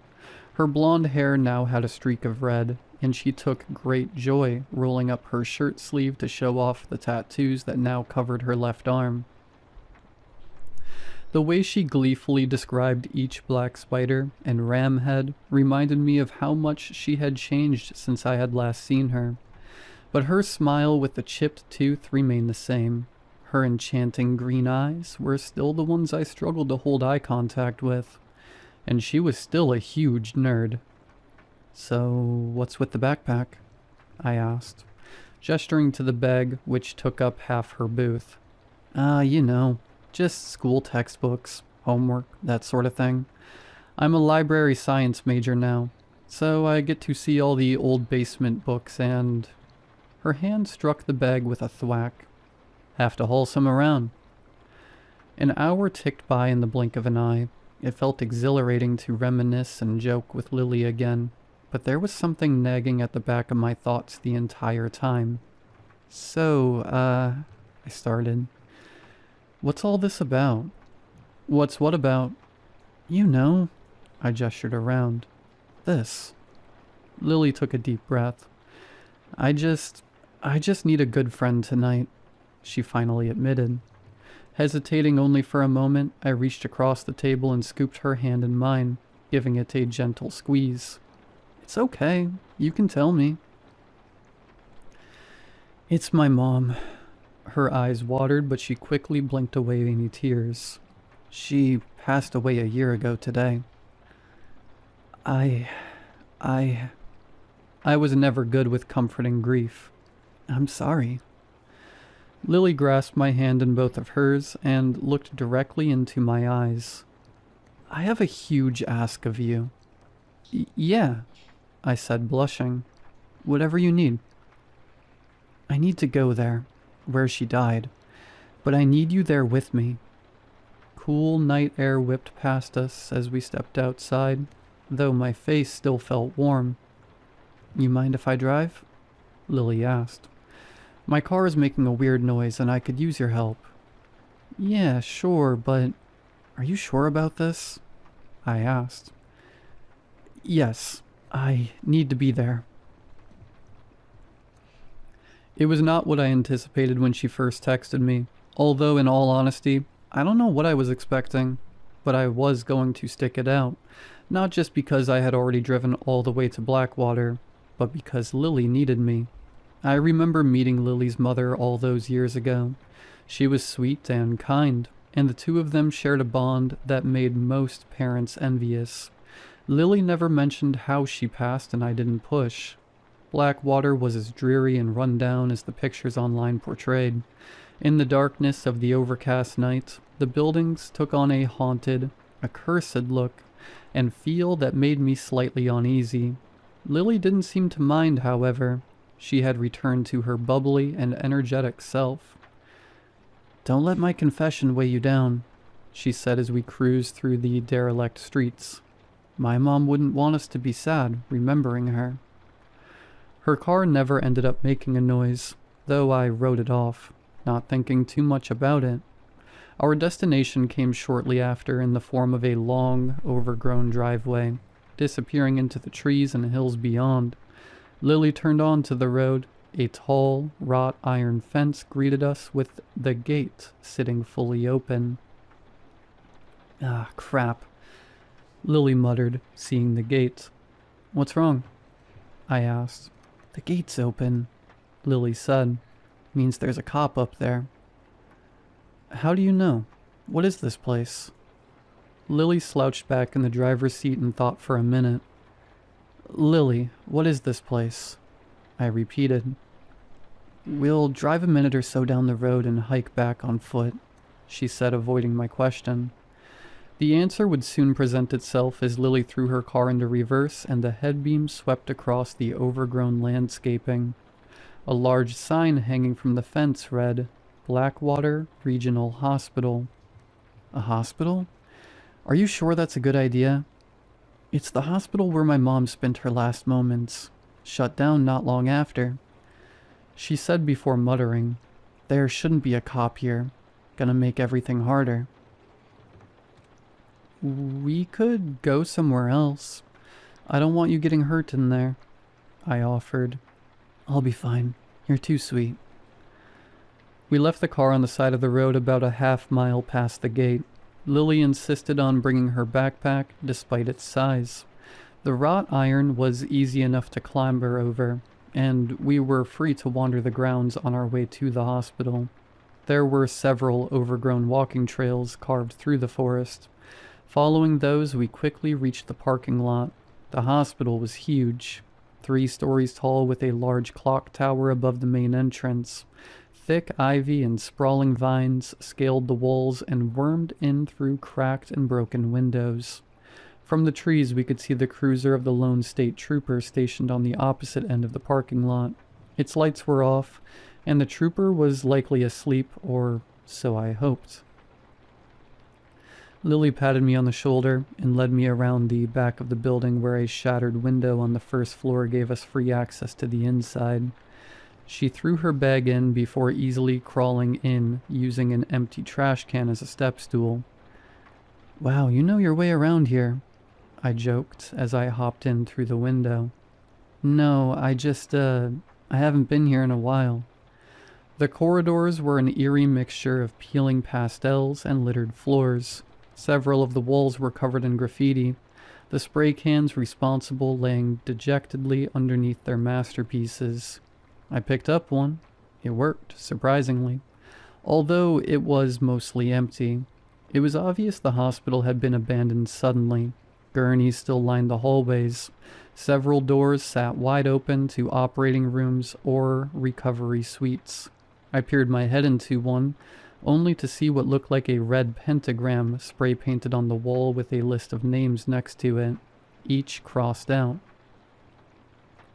Eventually we reached the lobby. Despite the grandeur of the hospital, the lobby was comparatively small. A single check-in window with an overturned desk behind it, a handful of benches, 2 elevators, each crossed out with police tape, and a stairwell opposite the main entrance. Lily dropped her backpack onto one of the empty benches and pulled out 2 full cans of spray paint. She tossed me one, which I fumbled catching. It got a good laugh out of her, which made my heart flutter. I'm never coming back here, Lily said, shaking her can. Let's make it a worthy send-off. The next half hour was spent running up and down the hallways, doodling anything and everything we could imagine. My crude drawing of a purple appendage got a chuckle out of her. Her red star got a round of applause out of me. As far as first dates go, it was definitely unique. But I couldn't complain. You're a natural artist, Lily commented as I put the finishing touches on my magnum opus. It was a large smiley face with its tongue sticking out. Why, thank you, I said, my can finally coughing empty. What shall... A pair of heavy footsteps echoed through the corridor behind us. Lily hissed, grabbing me and diving for cover in a nearby room. Where we ended up was the floor of a janitor's supply closet, complete with mop buckets and large push brooms. We whispered apologies as we carefully wiggled our way into comfortable positions. The closet was too cramped to fully close the door. I had to hold it mostly shut and pray nobody would see us. Not a moment later, the beam of a flashlight cut through the darkness outside the door. The footsteps stopped. Lily and I squeezed together to peer through the narrow gap. Her body pressed into mine, and I hoped and prayed she couldn't feel my heartbeat racing. The scent of her vanilla perfume was intoxicating. It took everything I had not to wrap my arms around her and pull her in closer. It wasn't the time for that. Got a 1076. A man's deep voice came from the other side of the door. A radio crackled to life. Go ahead, Dutch, a female voice on the radio said. I got some kids going through the old hospital in Backwater. A pause. 10-4, need backup? 10-10, the trooper said, walking past the supply closet. But I'm thinking the same one is back. Found some more of those pentagrams. With that, the officer disappeared down the hallway and turned the corner. His voice continued to echo, but grew more distant until he walked through a door, and his voice stopped with a metallic click. Several minutes after the officer left, Lily scooted around to look at me, our faces mere inches apart. We sat there for a long time, both of us breathing heavily in the small space. Being so close to Lily, not to mention the exhilaration of almost being caught, left me on a high of adrenaline and anxiety. A volatile concoction. For the first time I can remember, I held contact with those bright green eyes. Nothing else mattered more to me. Lily reached out and ran her fingers through my hair. She playfully tousled the strands. There was a slight pinch on the side of my head, and I flinched in response. Sorry, Lily said. I didn't think that would hurt. It's okay, I said, but the mood was dead.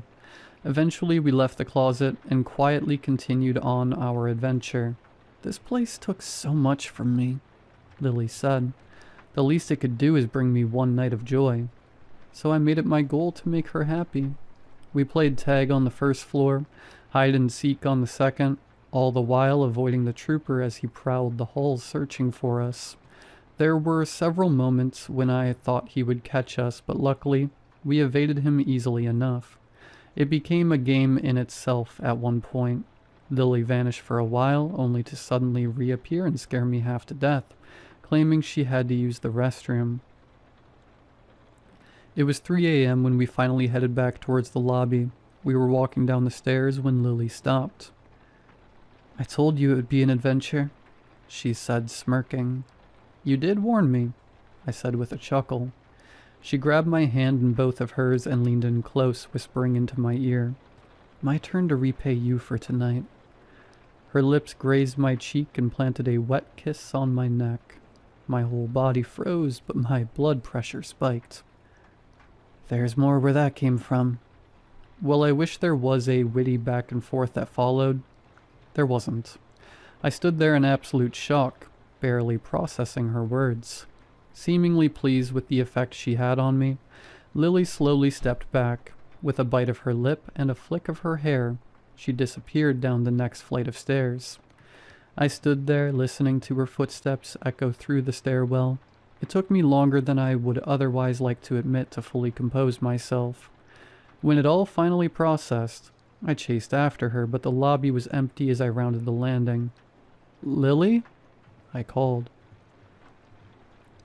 The response came from the flight of stairs leading to the basement, reverberating off the concrete walls. Down here, silly. No, Lily, come up here, I said. I walked to the edge of the stairs, looking down at the dark landing below where it turned and jutted deeper into the earth. Oh, Silver! Something small and dark sailed through the air and hit the top of the landing with a near-silent poof. It was Lily's black long-sleeved shirt. A blossom of warmth flushed across my face. I stuttered over my next words, struggling to pick the right ones. What if... No, please, can you just... Despite the buffering in my head, my feet remained planted. We stood there in that mental tug of war for a long moment before Lily sighed in defeat. Fine, she said. You're no fun. The small insult hurt, but the relief made it worth it. Wait, what? Lily whispered, just loud enough for me to hear. Lily? Oh my God, Lily shrieked. Oh my God, what is that? I heard nothing except her footsteps and screaming disappeared deeper into the basement. The human body is an incredible product of thousands of years of biological evolution. It is so incredible, in fact, that most of the human population have two distinct and independent brains, one in the chest and one in the head. And in a moment like that, and every moment leading up to it, I was thinking with the wrong one. My footsteps echoed through the hospital as I barreled down the stairwell, using the railing to swing myself around at the landing. A pipe laid across the floor, almost tripping me, but I grasped it and wielded it like a bat. I stopped as soon as I stepped onto the last flight of stairs. The corridor beyond was nearly pitch black. There was almost no light save for a faint orange hue flickering through an open door halfway down the hallway. The air was cold, frosty even, and stale, with a distinct tinge of rust, antiseptic, and vomit.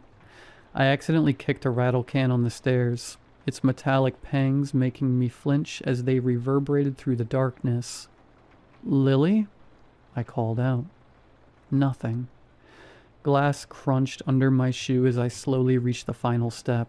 The smell was stronger now, more forceful. Bile rose in my throat, but I forced it down. That was when my foot grazed against something on the floor. A shoe, then another. Socks after those, followed by a pair of jeans. Lily's stripped clothing led suggestively towards the room with the flickering light, though there remained no sign of Lily. I hesitantly followed the lure, noting that many of the doors were covered with police tape. Scratches dug into the floor like drag marks, although they were much older. Strange blotches of red and brown stains dotted the walls. I reached the glowing door. My hands ached as my grip on the pipe tightened till my knuckles turned white. The room beyond was a surgical clinic, a stretcher laid out in the middle, medical cabinets lining the walls. There was nothing that would have been out of place for a hospital. That was, except for the candles. There were hundreds, maybe even thousands, of red candles covering the floor and furniture. Their wicks sputtered as they burned, releasing a putrid smell that could best be described as rot, decay, and death. The bile returned with a heavy cough as my breath caught. Pulling my sweatshirt over my nose did little to mitigate the smell. I almost left right there, when something caught my attention. Lily's backpack sat on the gurney, books and tomes spilling out. "Lily," I hissed. No response. Carefully, I stepped deeper into the room. Small gaps between the candles gave me a slim walkway through the wax towards the gurney.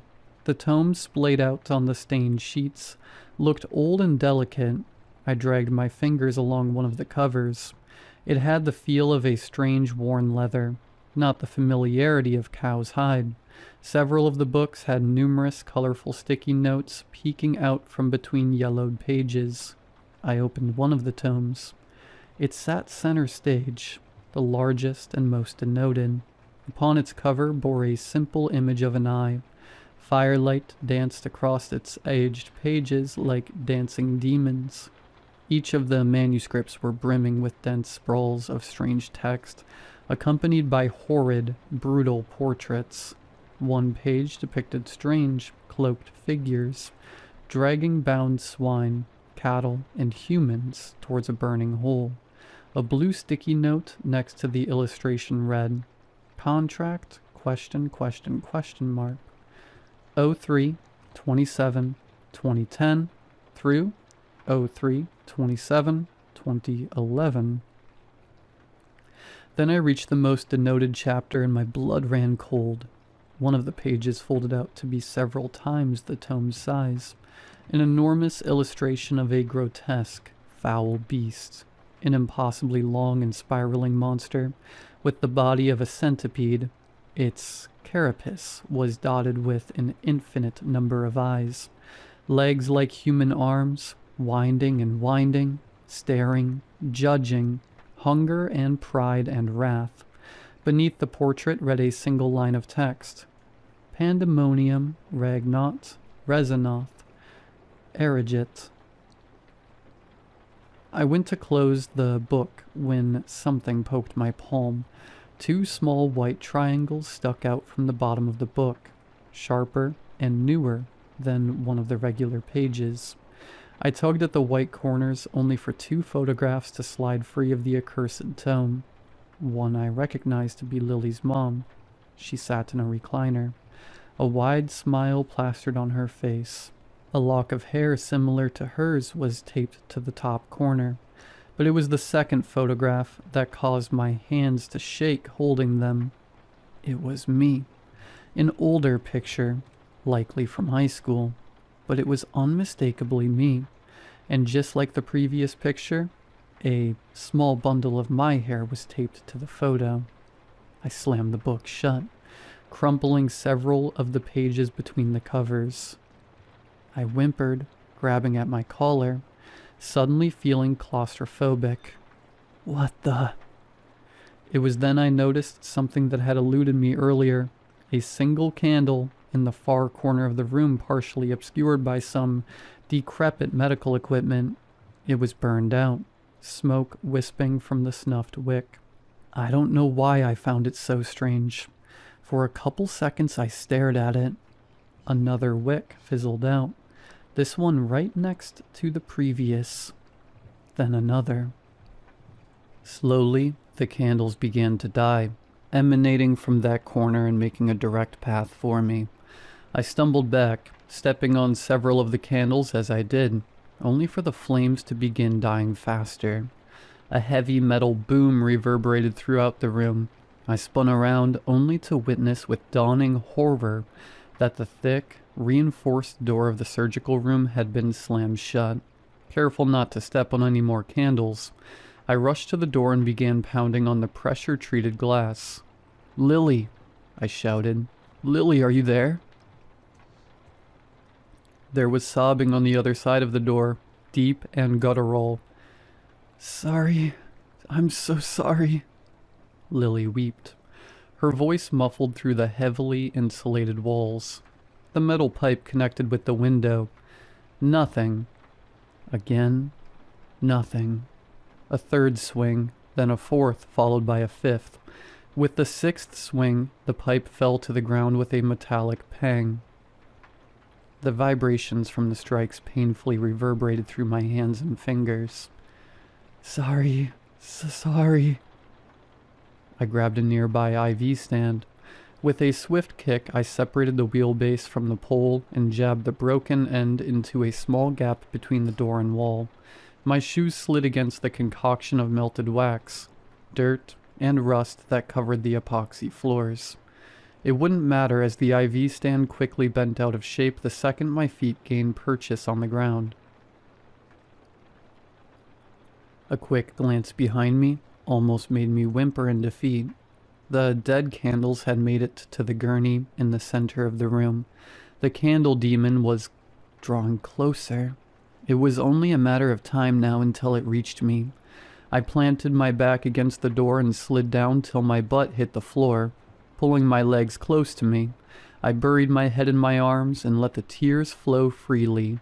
Lily continued to sob on the other side, interspersed with repetitions of sorry.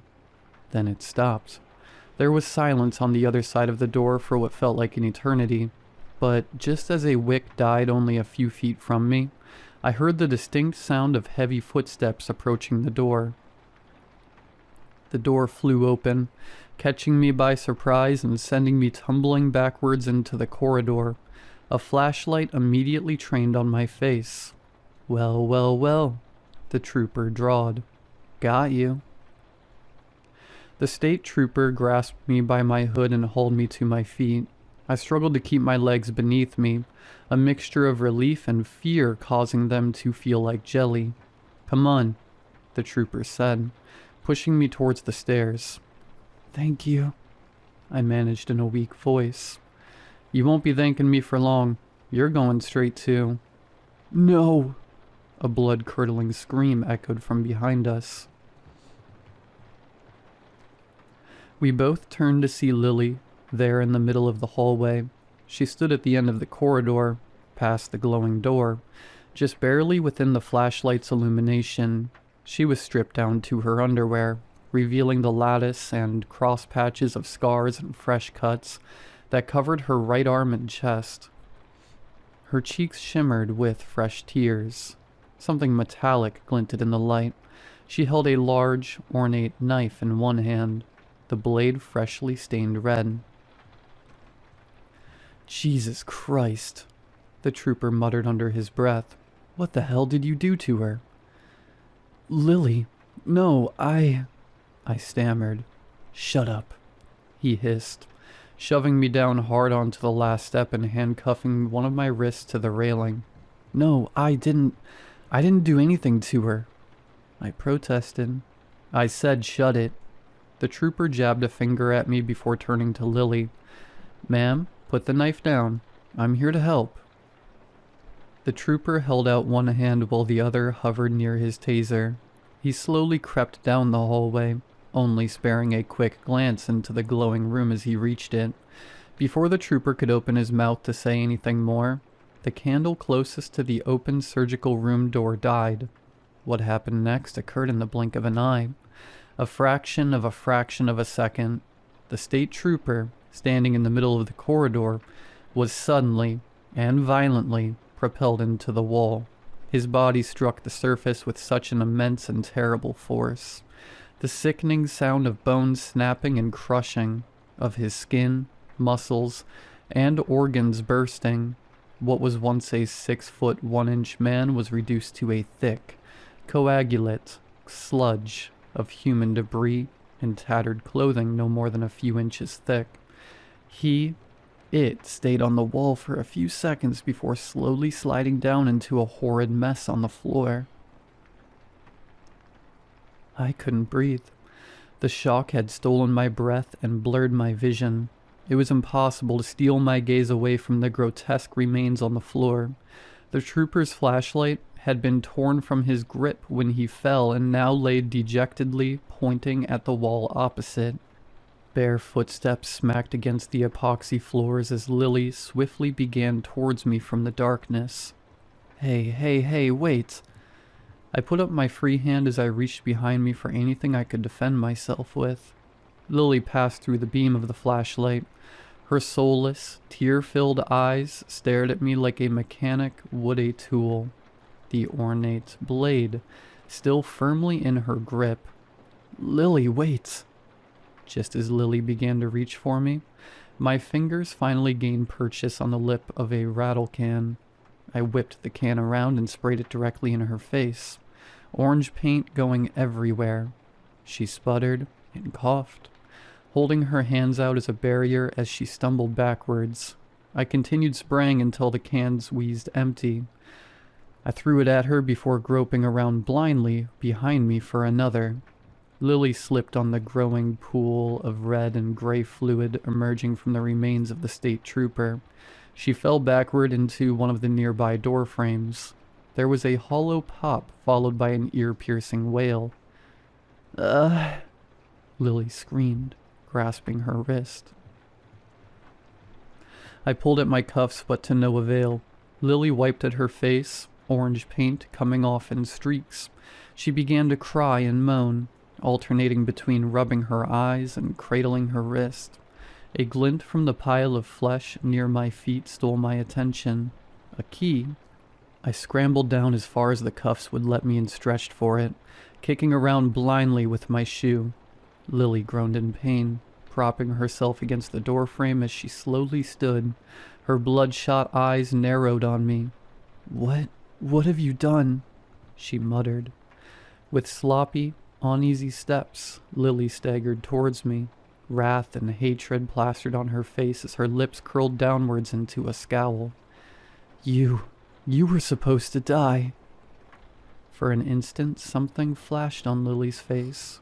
The rage was replaced with something else, a familiar recognition and knowing terror. Suddenly, just as the trooper before her, Lily was propelled backwards into the darkness of the hallway at a horrific speed.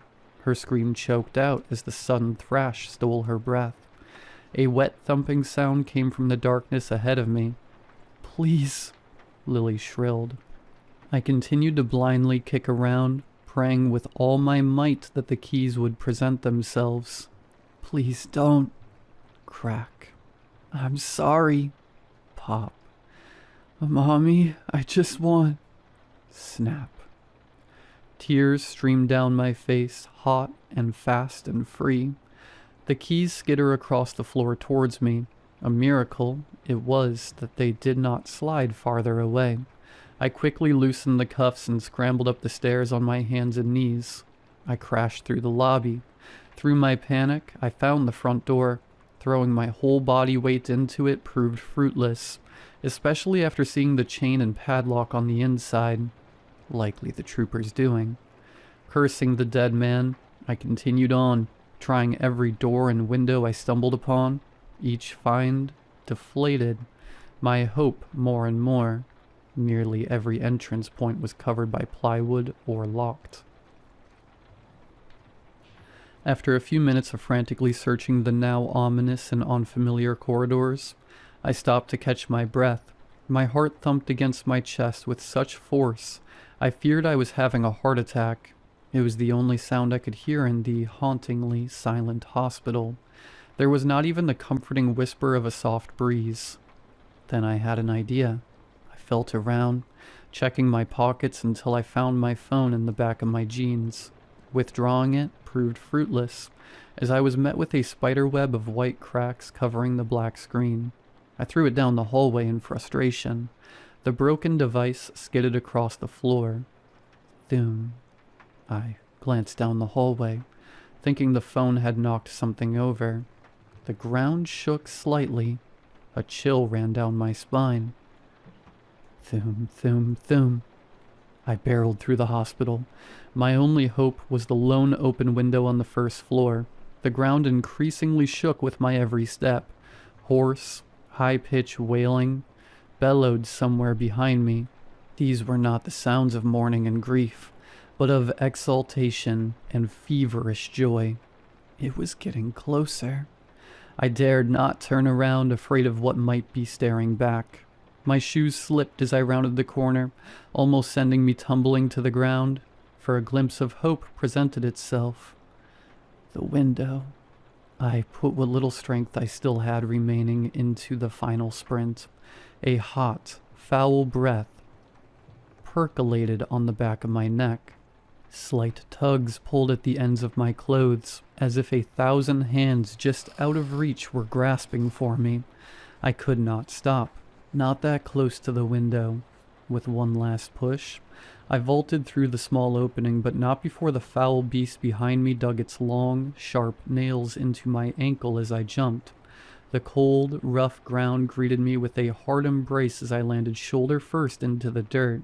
The candle demon violently crashed into the window right after me, causing large, deep cracks to burst open across the exterior wall. But it did not follow.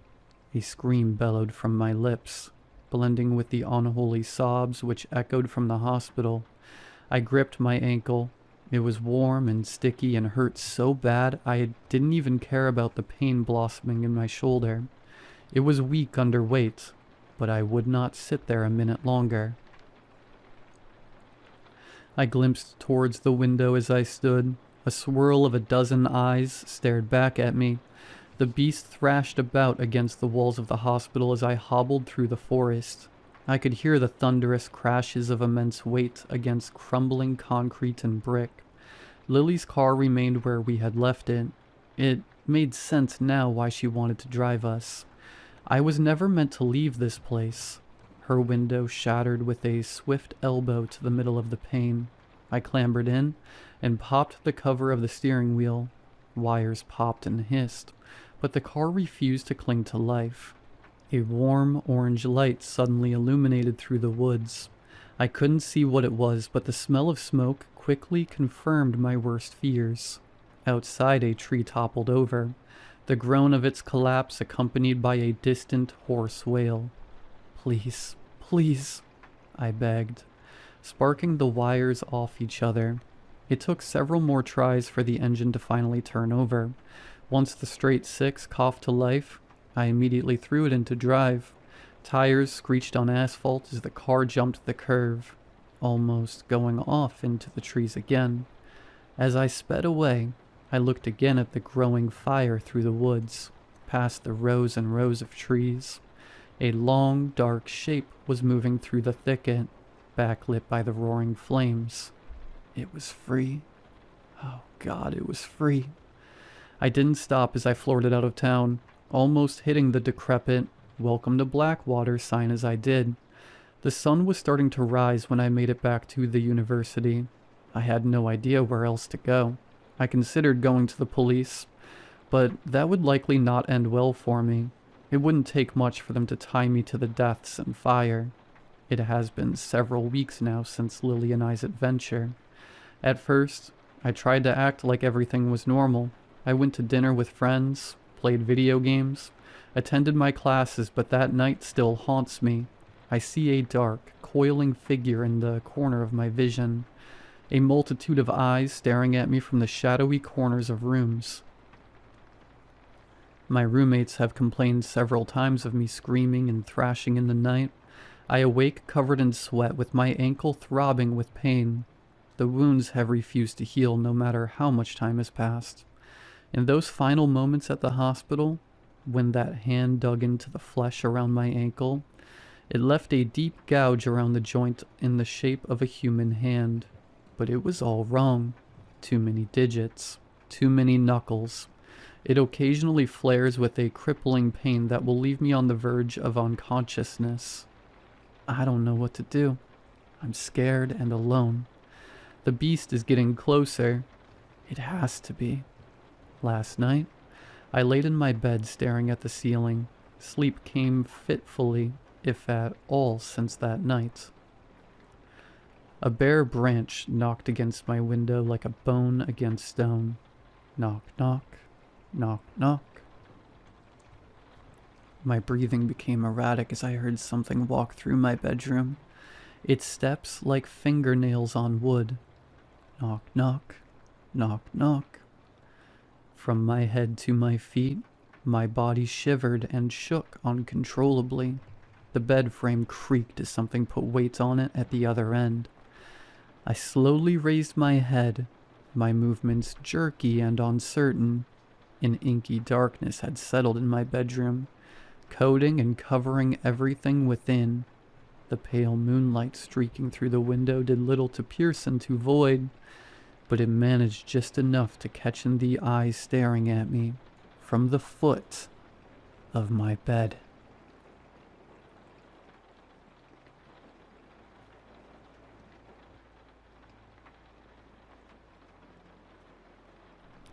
I hadn't been back to my grandmother's house since I was a teenager. I didn't realize how long it had been until my mom mentioned it over the phone. Back then, she still made me go with her.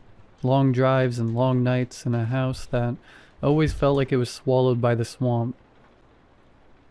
Somewhere along the way, the visits just stopped. Life got in the way. My mom called me on a Tuesday evening.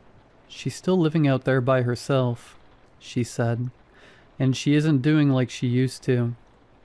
Grandma had been widowed for 10 years. Grandpa passed quietly in his sleep, and she never left that house after.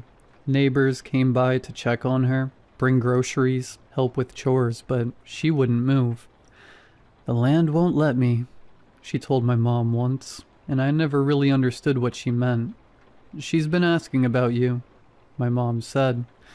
"You should go see her." So I did.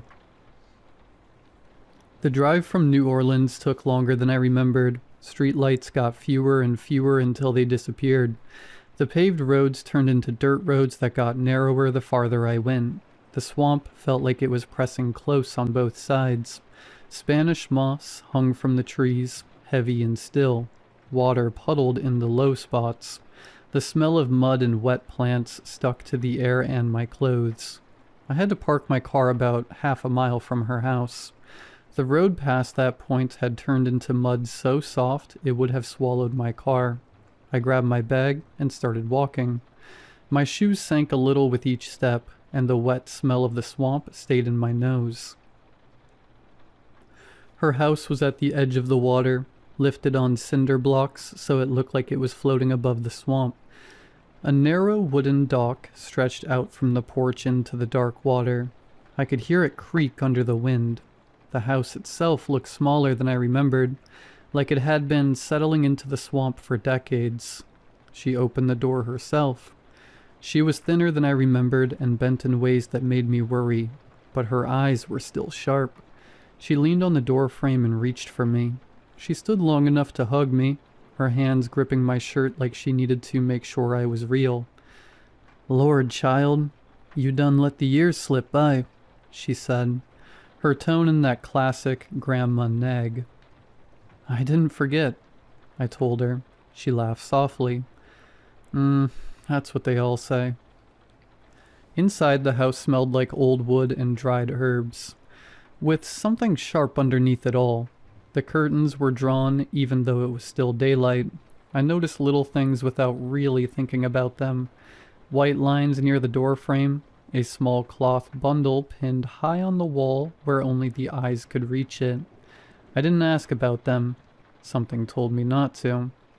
That night, after the neighbors had gone and the swamp swallowed the sun, the sounds came alive. Frogs called across the water, insects buzzed thick in the air. Somewhere deep in the distance an alligator bellowed, long and low, the sound rolling through the ground like it was alive under my feet. Grandma sat in her chair listening. They stirred up tonight, she said. It's just noise, I said. Same as always. She looked at me for a long moment. Baby, she said, you ain't been here long enough to know what always sound like. I laughed lightly. I thought she was just teasing me like she used to. I'm not laughing about it now. That night I couldn't sleep. The heat from the day hadn't left, and the air was thick with cicadas, screaming so loud it felt like it was shaking the walls. Somewhere in the swamp, water splashed against something. Maybe a branch, maybe a fish. I kept turning over in bed, listening, but the sounds only made it worse. I got up to grab a glass of water, hoping it would settle me. The hallway was dark, the floorboards creaking under my weight. I stepped out onto the porch, the night thick around me. The deck smelled like wet wood and moss, the swamp smelling sharper than it had during the day. I leaned against the railing and tried to breathe. That's when I saw it, a little glint of light, far out in the water reflecting the moon. I squinted. It was down there at the bottom, just barely visible through the dark water. I leaned closer, curiosity winning over caution. It looked like some kind of pendant, maybe old and made of brass or silver, tangled in weeds. I reached for it, and then I froze. A low bellow rolled out from the water, deep and menacing. My heart jumped. I whipped my head toward the sound. From the far edge of the swamp, something massive moved through the dark water. A bull gator, thick and huge, pushed itself into the shallow part near the deck. Its head broke the surface. Glinting eyes catching the moonlight, the water rippled as it moved, slow and deliberate, like it knew I was there. I tried to step back, planning to get away from the edge, but one of the deck planks groaned and gave out under me. I fell through. Water hit me fast and cold. I was never a good swimmer. I kept thinking about that gator, just below me somewhere, waiting. Somehow I was able to grab the deck and pull myself up. I looked down at the hole where the plank had broken. The bull gator slid past slowly, scales glinting under the moon, just where I had fallen. My hands shook and my heart was pounding so hard I thought it might burst. I went back inside, dripping and shivering. Grandma was in the kitchen calling out my name. "You all right, baby?" she said. Her voice was calm, but her eyes were sharp when she saw me. Yeah, I'm fine," I said, dripping water onto the floor. She shook her head, a little smile on her lips. "Those planks are going to give out someday anyway. It's all right. Go get yourself changed." I did as she said, but I didn't sleep much after that. Every sound from the swamp kept me awake.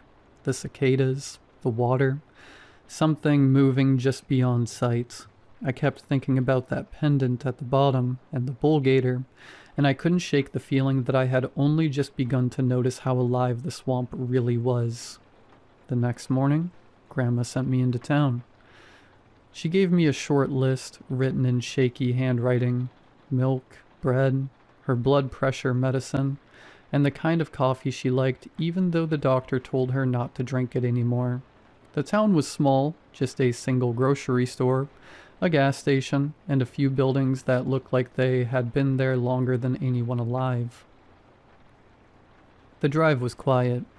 Trees crowded the road on both sides, and the swamp followed me most of the way, water flashing between trunks.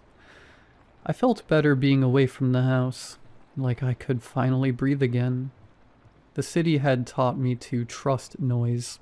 Silence always made me uneasy. The grocery store was cool inside, the air smelling like old fruit and cleaner. There were only a few people shopping, all of them quiet, moving slow. I grabbed what was on Grandma's list and headed to the counter. That's when I noticed the clerk's necklace. It was small, hanging on a thin chain, but I knew it right away. The shape was the same as the pendant I had seen in the swamp.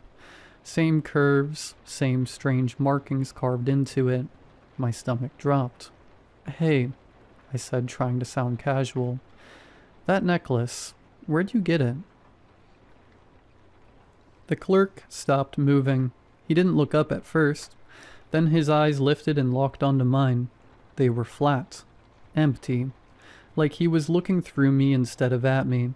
For a second I thought maybe he hadn't heard me. I opened my mouth to repeat myself, but before I could, he rang up my items and said my total. His voice was normal, calm, like nothing had happened. I paid and took my bags, my hands sweating.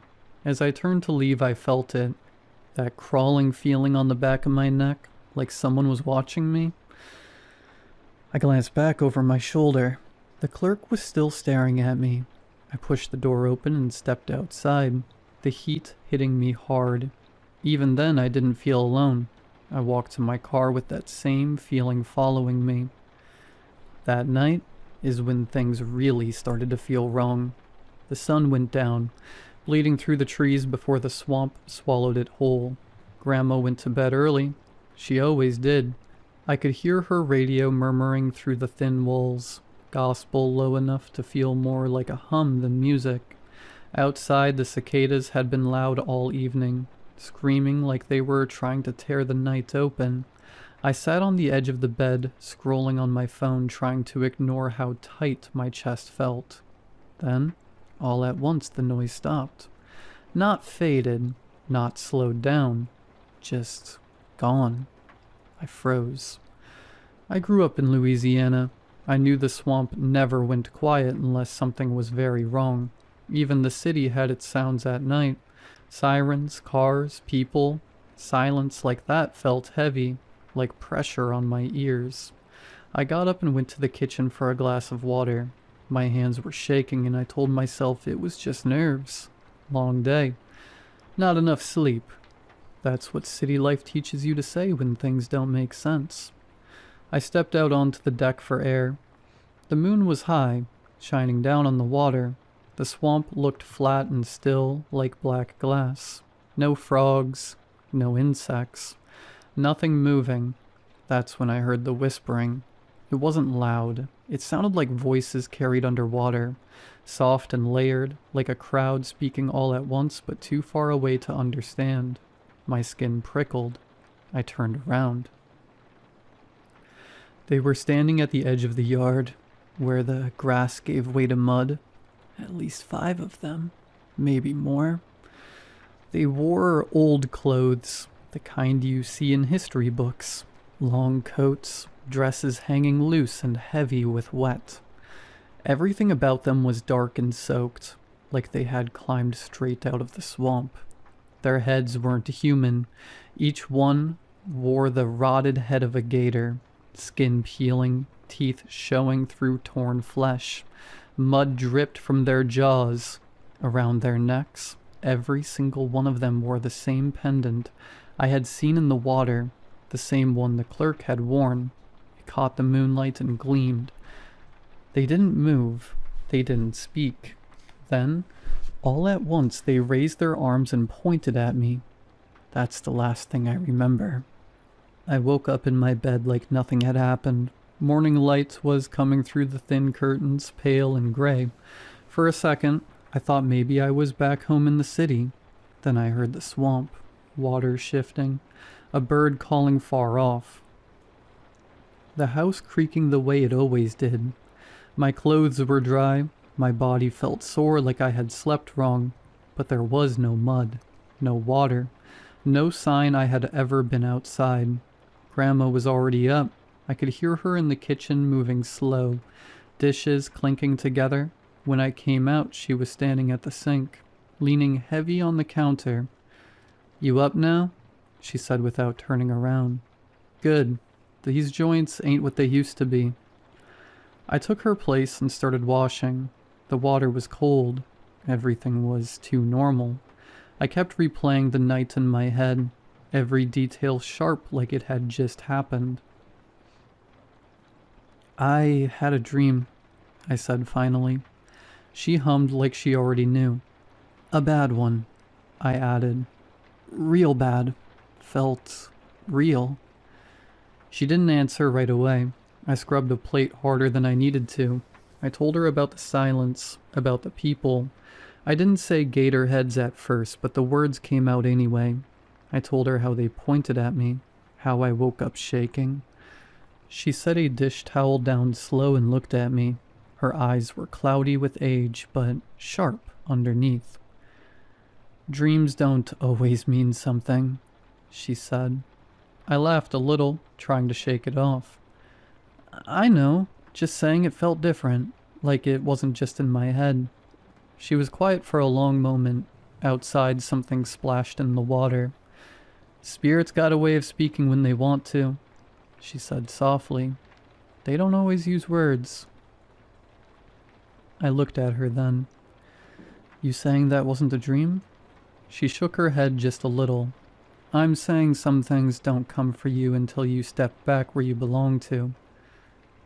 I waited for her to say more, but she didn't. She picked up her coffee and rolled herself toward the table, leaving the rest hanging in the air. I stood there with my hands in the sink, watching the water, wishing she'd just say it plain, but Grandma never did things that way, and somehow, that scared me more than if she had. I didn't sleep much that night. Every time I closed my eyes, I felt like something was standing just outside the house, waiting. Grandma's radio was off, which made it worse. I laid there listening to the water lap against the dock and the house creak, telling myself I was being stupid. Sometime after midnight I got up. I didn't have a plan. I just knew Grandma knew more than she was saying. The way she talked that morning, the way she cut herself off, it sat in my chest like a stone. Her room was dark, the door cracked open. I could hear her breathing slow and steady. I stayed quiet and went into the small sitting room instead. She kept most of her things there. Old drawers, stacked boxes, nothing locked. I started with the dresser. Old letters folded so many times the paper was soft. Church programs, receipts, normal stuff. Then I found the photo album. It was heavy, thick leather cover, worn smooth from hands. When I opened it, the first pages were what I expected. Black and white photos of family members smiling stiffly at the camera. Sunday clothes, front porches, names written in faded ink underneath. I turned the page. The clothes changed. Older now, dresses longer, men in suspenders. The dates written in the margins said early 1900s. My last name was still there. Same blood, same family. That's when I saw it. The pendant. One woman wore it around her neck, clear as day. On the next page, a man had it tucked into his shirt. Then another, and another. Every few pages, the same symbol showed up again, always close to the skin. My hands were shaking by the time I reached the back of the album. Tucked into the last pages were newspaper clippings. Yellowed, brittle, headlines about men found dead, names matching the ones in the photos. I didn't read too close. I didn't need to. I knew what they were talking about. My stomach turned. "What are you doing in my things?" I nearly dropped the album. Grandma was sitting up in bed, her robe hanging loose, her eyes sharp despite the hour. "You know something," I said, my voice coming out rough. You've known something this whole time. She looked at the album in my hands, then back at my face, her mouth pressed into a thin line. Put that down, she said. No, I said, not this time. You need to tell me what this is. What's been happening to me? The room felt smaller then, like the walls were leaning in. Grandma stared at me for a long moment, fear flickering across her face before she hid it. Somewhere outside the swamp shifted, slow and heavy. Grandma sat down hard in her chair like the truth weighed more than her bones. She didn't look at me at first. She just stared at the floor, hands folded tight in her lap. This was a long time ago, she said, back when the law didn't see us as nothing worth protecting. I didn't interrupt her. She continued. Our family lost 3 men and a little boy. She went on, taken right out the parish. Just hanging like warnings. Her voice stayed steady, but her fingers shook. It broke us. Folks were scared to leave the house, scared to speak too loud, scared to breathe wrong. She swallowed. One of the women back then, my grandmother, she couldn't live like that no more. So she went into the swamp, went where nobody else would. She prayed, but not to God alone. She asked anything that would listen to keep our blood safe. My mouth felt dry. And something answered, Grandma said. She finally looked at me then. It promised protection, said no more ropes, no more mobs, no more men taken before their time. But nothing comes free. That spirit wanted its due. I asked it before I could stop myself. What kind of due? I said, still confused. 100 years, she said. That's how long it would guard us. After that, the bargain was done. Whatever hunger it had would be loose again. The room felt cold. I thought about the dates in the album, about the way the figures had pointed at me. The people I saw, I said quietly. That was them? She nodded. Your ancestors. They stayed close to the water after death, watching, waiting, trying to warn you. My chest tightened. Why didn't you tell me? I wanted to see you, she said. Wanted to have you here, safe, before the time was up. I didn't know it would come so soon. Her voice cracked just a little. I thought maybe the spirit would pass us by. Maybe it already took enough. Outside, something moved in the swamp, slow and heavy. Grandma reached for my hand, her grip weak but urgent. You need to understand, she said. The protection is gone now, and it knows your name. Grandma squeezed my hand hard, harder than I thought she could. You need to go, she said, right now. What? I said. No, I'm not leaving you here. Her eyes flashed at me. That thing is awake, she snapped, and it's hungry. My time's already done. I lived long. You ain't. I went to her chair, tried to push it back. I can get you in the car. We can... She interrupted me. Boy, she yelled, loud enough to make me flinch. Get the hell out of my house. I froze. I had never heard her raise her voice like that. Not once in my life. It wants the blood still walking, she said, breath shaking now. Not the ones already half gone. If you stay, it'll take you. If you don't, maybe it won't follow far. The house creaked. Something heavy shifted outside, close enough that I felt it more than heard it. Go, she said again, softer this time. Run. I grabbed my keys and didn't even think about shoes. I burst out onto the deck in my pajamas. The boards slick under my feet. The swamp was loud again, too loud, like it was breathing all around me. I ran. I'm not a runner. Never have been. My lungs burned, my legs shook, but I didn't stop. I made it to my car, hands slipping as I yanked the door open. It started on the first try. I didn't look back. I drove too fast down the narrow road, trees whipping past. Then something jumped out in front of me. A deer. Big. Close. I swerved. The car slammed into a tree so hard my head rang. The engine is dead and smoking now. I've locked the doors. My hands are shaking like crazy. Now I'm sitting here and typing this while I still can. I don't know exactly where I am. Somewhere outside New Orleans. Deep in the bayou. My battery is low. I've got barely any service. I can hear it out there. A deep bellow rolling through the water. It's getting closer.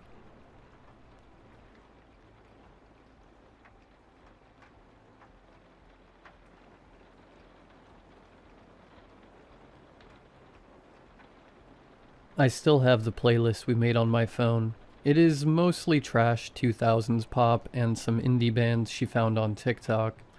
We used to drive around for hours in my beat-up Honda just listening to it. That was our thing. We would go to the drive-thru at Wendy's, get 2 Frosties, and just drive until the gas light came on. Katie was cool. She was not just my sister. She was the only person in the house who actually got it. Our parents were fine, I guess.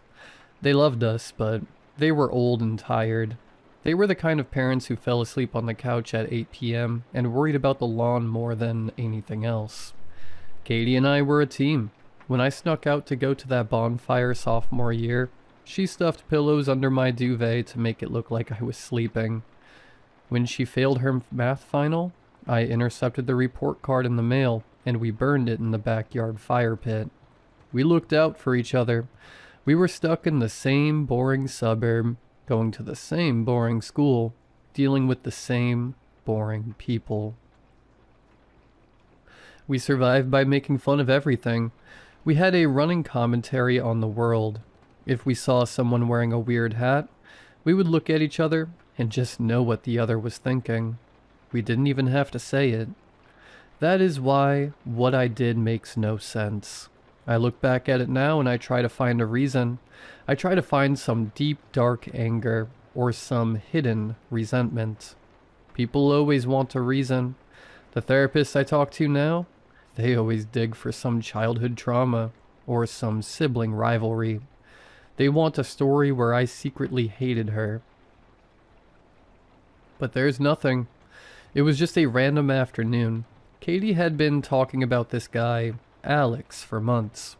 She was obsessed. She wrote his name in her notebook. She knew his schedule. She knew what car he drove. It was honestly kind of pathetic, but in a cute way. She was 16. She had never really had a boyfriend. She had this idea of romance that she got from movies.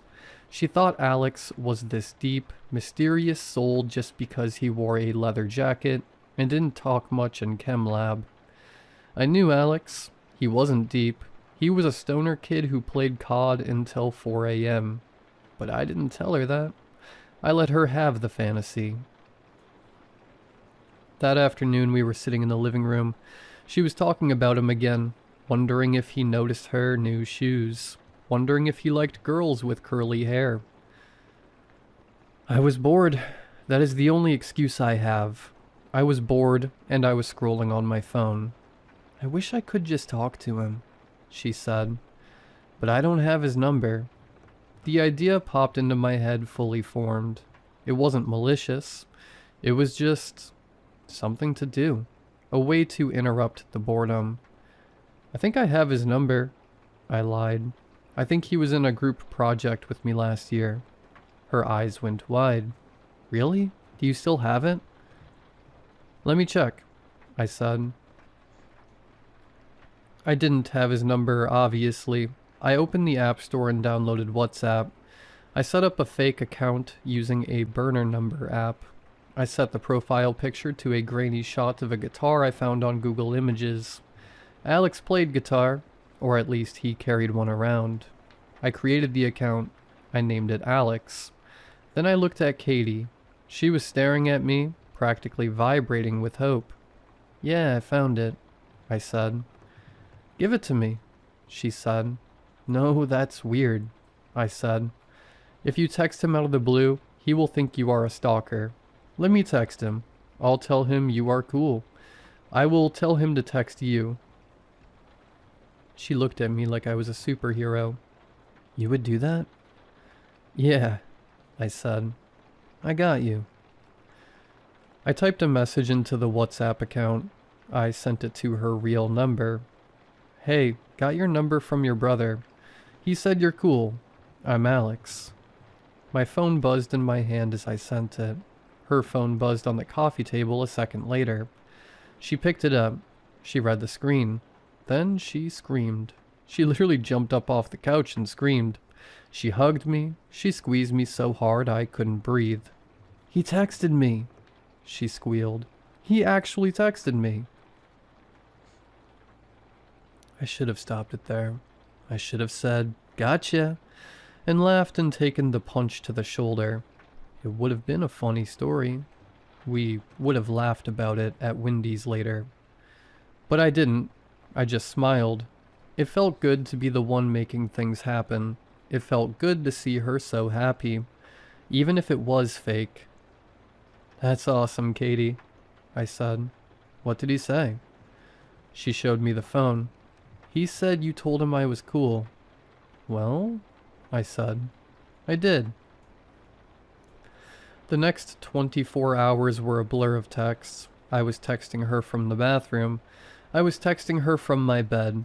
I was texting her while sitting right next to her on the couch. It was too easy. I knew exactly what she wanted to hear. I knew she liked indie music, so Alex liked indie music. I knew she wanted someone to listen to her talk about her art class, so Alex asked tons of questions about her sketches. I was catfishing my own sister, and the sick part was, I thought I was being a good brother. I thought I was giving her a confidence boost. I told myself that when I revealed the prank, she would see that she could talk to guys, that she was interesting. By Friday afternoon, she was in deep. She was walking around with a goofy smile on her face. She was humming. "He wants to meet up," she told me Friday night. She was standing in my doorway. "He wants to grab a burger tomorrow." I had sent that text 5 minutes ago. "That's cool," I said. "Are you going to go?" "I don't know," she said. "I'm nervous. What if I say something stupid?" "You won't," I said. "Just be yourself. He already likes you over text, right?" "Yeah," she said. "Yeah, he does." I set the trap. I picked the diner on Main Street, the one with the neon sign that flickered. It was public. It was safe. It was the perfect stage. "I can drive you," I offered, "since Mom and Dad are going to that dinner thing." "You are the best," she said. She went to her room to pick out clothes. I could hear her opening and closing drawers. I lay back on my bed and opened WhatsApp. "Can't wait to see you," I typed. "Me neither." She replied instantly. I laughed. I actually laughed out loud. It was just so easy. Saturday came. The mood in the house was electric. Katie spent 2 hours in the bathroom. She borrowed Mom's perfume. She came into my room to show me her outfit. She was wearing this blue dress she bought with her babysitting money. It had little white flowers on it. She had curled her hair. She was wearing lip gloss. She looked older. She looked pretty. She didn't look like my annoying little sister. She looked like a young woman going on her first real date. "Do I look okay?" she asked. She was twisting her hands together. "Is it too much? Should I change?" "You look great," I said, and I meant it. "Alex is going to flip." "I hope so," she said. She took a deep breath. "Okay, let's go." We got in the car. I plugged in the phone. I put on the playlist. She was singing along to everything. She was tapping her hand on the dashboard. She was glowing. I drove to the diner. I pulled into the lot across the street. "Go get him," I said. She unbuckled her seatbelt. She turned to me. "Thanks," she said. "Seriously, thanks for talking me up to him." "No problem," I said. She got out. We walked across the street. She walked with her head held high. She looked confident. I watched her walk through the glass doors. I waited 5 minutes. I wanted her to get settled. I wanted the anticipation to build. Then I pulled out my phone. I opened the camera app. I hit record. I got out of the car. I crossed the street. I was smiling. I was rehearsing what I would say. "Gotcha. Look at your face. You are so gullible." I walked into the diner. The bell above the door chimed. I saw her immediately. She was sitting on the third booth. She was facing the door. She had a menu in front of her, but she wasn't reading it. She was checking her reflection in the napkin holder. She was fixing her hair. She looked up when she heard the bell. Her face lit up when she saw me. It was pure, unfiltered joy. She thought I was there to check on her, or maybe she thought I was there to say hi to Alex. "Did you see him?" she asked as I walked up. "Is he parking?" I didn't lower the phone. I zoomed in on her face. I wanted to catch the exact moment the realization hit. "He's not coming, Katie," I said. She blinked. "What? Is he running late? Did he text you?" I shook my head. "No, he didn't text me." I held up my phone. I switched from the camera app to WhatsApp. I showed her the messages. The blue bubbles. The grainy guitar picture. "It was me," I said. "I'm Alex." I waited for the laugh. I waited for the punchline. I waited for her to grab a French fry and throw it at me. I waited for her to say, "You ass," and roll her eyes. But she didn't. The smile didn't turn into a frown. It didn't turn into anger. It just vanished. It fell off her face like a mask slipping. She looked at the phone screen, then she looked at me, then she looked around the diner.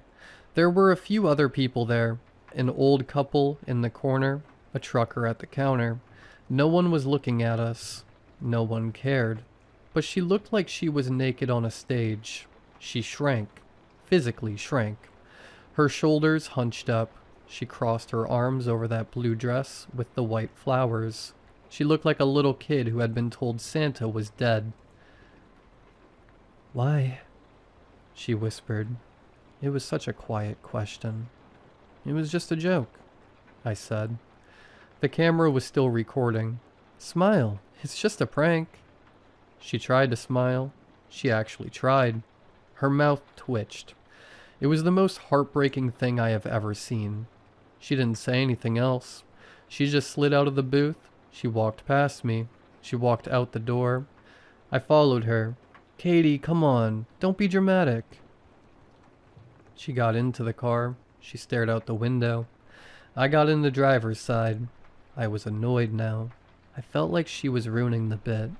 I felt like she was being a bad sport. "It was funny," I said as I started the car. "You fell for it so hard."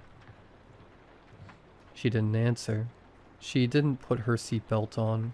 She just stared at the passing streetlights. I drove home in silence. The playlist was still playing, but she wasn't singing anymore. When we got home, I uploaded the video. I captioned it. She actually fell for it. I tagged a few of our friends. I wanted validation. I wanted people to tell me it was funny so I didn't have to feel the weird knot forming in my stomach. Katie went straight to her room. I heard the lock click. I went to my room. I refreshed the feed. The likes were rolling in. The comments were starting. "LMAO, look at her face. That is brutal. Bro, you are evil." I felt better. See? Everyone thought it was funny. It wasn't a big deal. I knocked on her door around 10 p.m. "Come on," I said through the wood. "Don't be a baby. Everyone thinks it's hilarious. She didn't answer. I woke up the next morning because the house was too quiet. Usually on Saturdays, Katie was up early. She would be in the kitchen making pancakes or blasting music while she cleaned her room. But there was nothing, no sound. I looked at my phone. The video had over 1,000 views. People I didn't even know were sharing it. I got up. I went to the bathroom. The door was locked. Katie? I knocked. Hurry up. I need to pee. Nothing. Katie, seriously, open the door. Silence. A heavy, pressurized silence that made my ears pop. I got a penny from my dresser. I used it to turn the lock from the outside. The door swung open. Katie was on the floor. She was curled up around the toilet. She was still wearing the blue dress. There were empty blister packs everywhere. Tylenol, Advil, my dad's old prescription painkillers for his back. The box was torn open. The foil was punched out. I laughed at first, a short, sharp bark of a laugh. Okay, I said. You got me. Good one. Get up. I nudged her leg with my foot. She didn't move. She was heavy, stiff. I knelt down. I touched her arm. It was cold. Not cool from the tile. Cold. Deep. Radiating cold. Like touching a piece of frozen meat. I grabbed her shoulder. I tried to shake her. Her head didn't flop. Her neck was rigid. Her jaw was clamped shut. Her eyes were open, staring at the porcelain of the toilet bowl. They were cloudy. I don't remember screaming, but I must have, because my mom was suddenly there. Then my dad. My mom made a sound I didn't know a human could make. It wasn't a scream. It was a raw, animal howl. She fell to her knees. She tried to pull Katie up, but the rigor mortis had set in. Katie was frozen in that curled up shape. The paramedics came. Moving her was the worst part, because she was stiff. They couldn't just put her on the stretcher. They had to maneuver her down the narrow hallway. They had to tilt her to get her through the door frame. Felt disrespectful. It felt like they were moving a mannequin, not a person. I stood at the top of the stairs and watched. I had killed my sister. I had killed her for likes. I had killed her because I was bored. The house died that day. My parents stopped speaking. They stopped eating. They moved through the rooms like ghosts, avoiding eye contact with me. They didn't blame me out loud. The police ruled it a suicide, a tragedy, an impulsive act by a teenager. But they knew, and I knew. The video was gone. I deleted it that afternoon, but it was too late. People had seen it. People knew. The funeral was 3 days later. It was an open casket. I wish it hadn't been. By then, the stiffness had passed. She looked soft. Too soft. The mortician had used too much makeup to cover the gray. Her cheeks were too pink. Her lips were a weird, waxy orange. It didn't look like Katie. It looked like a doll that someone had melted and tried to reshape. I stood by the casket and tried to cry, but I couldn't. I just felt empty. I felt like there was a hole in my chest where my heart used to be. After the funeral, the silence took over. It wasn't peaceful. It was heavy. It felt like the air in the house was made of lead. I stopped sleeping. I couldn't close my eyes without seeing her face in the diner. I missed her. I missed the car rides. I missed the playlist. I missed my teammates. I missed the only person who understood me. I started spending my nights sitting in the hallway outside her room. I couldn't go in. I couldn't look at the empty bed, so I just sat against the wall and stared at the door. That is when the sound started. It began 3 weeks after she went into the ground. I was dozing off, my head resting on my knees. Ding. My head snapped up. It was the specific, tritone chime of a WhatsApp notification. I checked my phone. It was silent. Ding. It came from inside her room. My heart began to beat like a drum. I knew her phone was in the evidence box at the police station. I knew the room was empty, but the sound was there, clear as day. I stood up. My legs were numb. I reached for the doorknob. I opened the door. Her room smelled like dust and that cloying floral perfume she had worn that night. The bed was made. The desk was clear. Ding. The sound wasn't coming from a device. It was coming from the corner of the room, from the shadows between the wardrobe and the wall. "Katie?" I whispered. The shadow moved. It didn't look like a ghost. It didn't look like her. It looked like a smudge on a camera lens. A blur of darkness in the shape of a person. It was taller than she was. Darker than the dark around it. It didn't speak. It just waited. I should have run. I should have woken my parents, but I was so tired. I was so full of this rotting, black guilt that I just wanted something to happen. I wanted to be punished. "Are you there?" I asked. The shadow didn't answer, but a thought appeared in my head. It wasn't my voice. It sounded flat, hollow, like wind blowing through a pipe. "Undo," it whispered. "Undo." The word echoed in my skull. It wasn't audible. It was bouncing through my own mind, a thought that was not my own.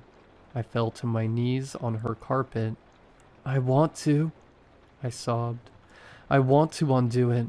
I just want things back to normal." The shadow seemed to expand. It filled the room with a cold that burned my skin. It wasn't the cold of the air conditioning.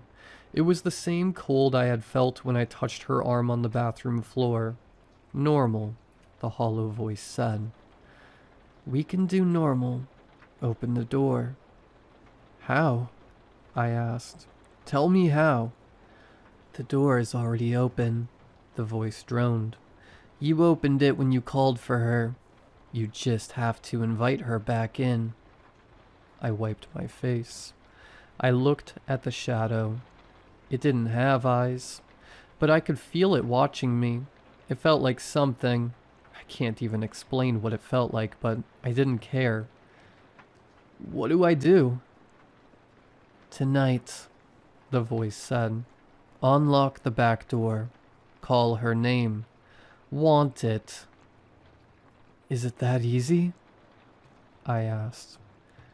"You have to want it more than you want to be safe," the voice said. I nodded. I did. I wanted it more than anything. I spent the rest of the day in a daze. I watched my parents sit at the dinner table and push peas around their plates. They looked gray. They looked like they were waiting to die. If I brought her back, I could fix this. I could fix them. Night fell. The house went dark.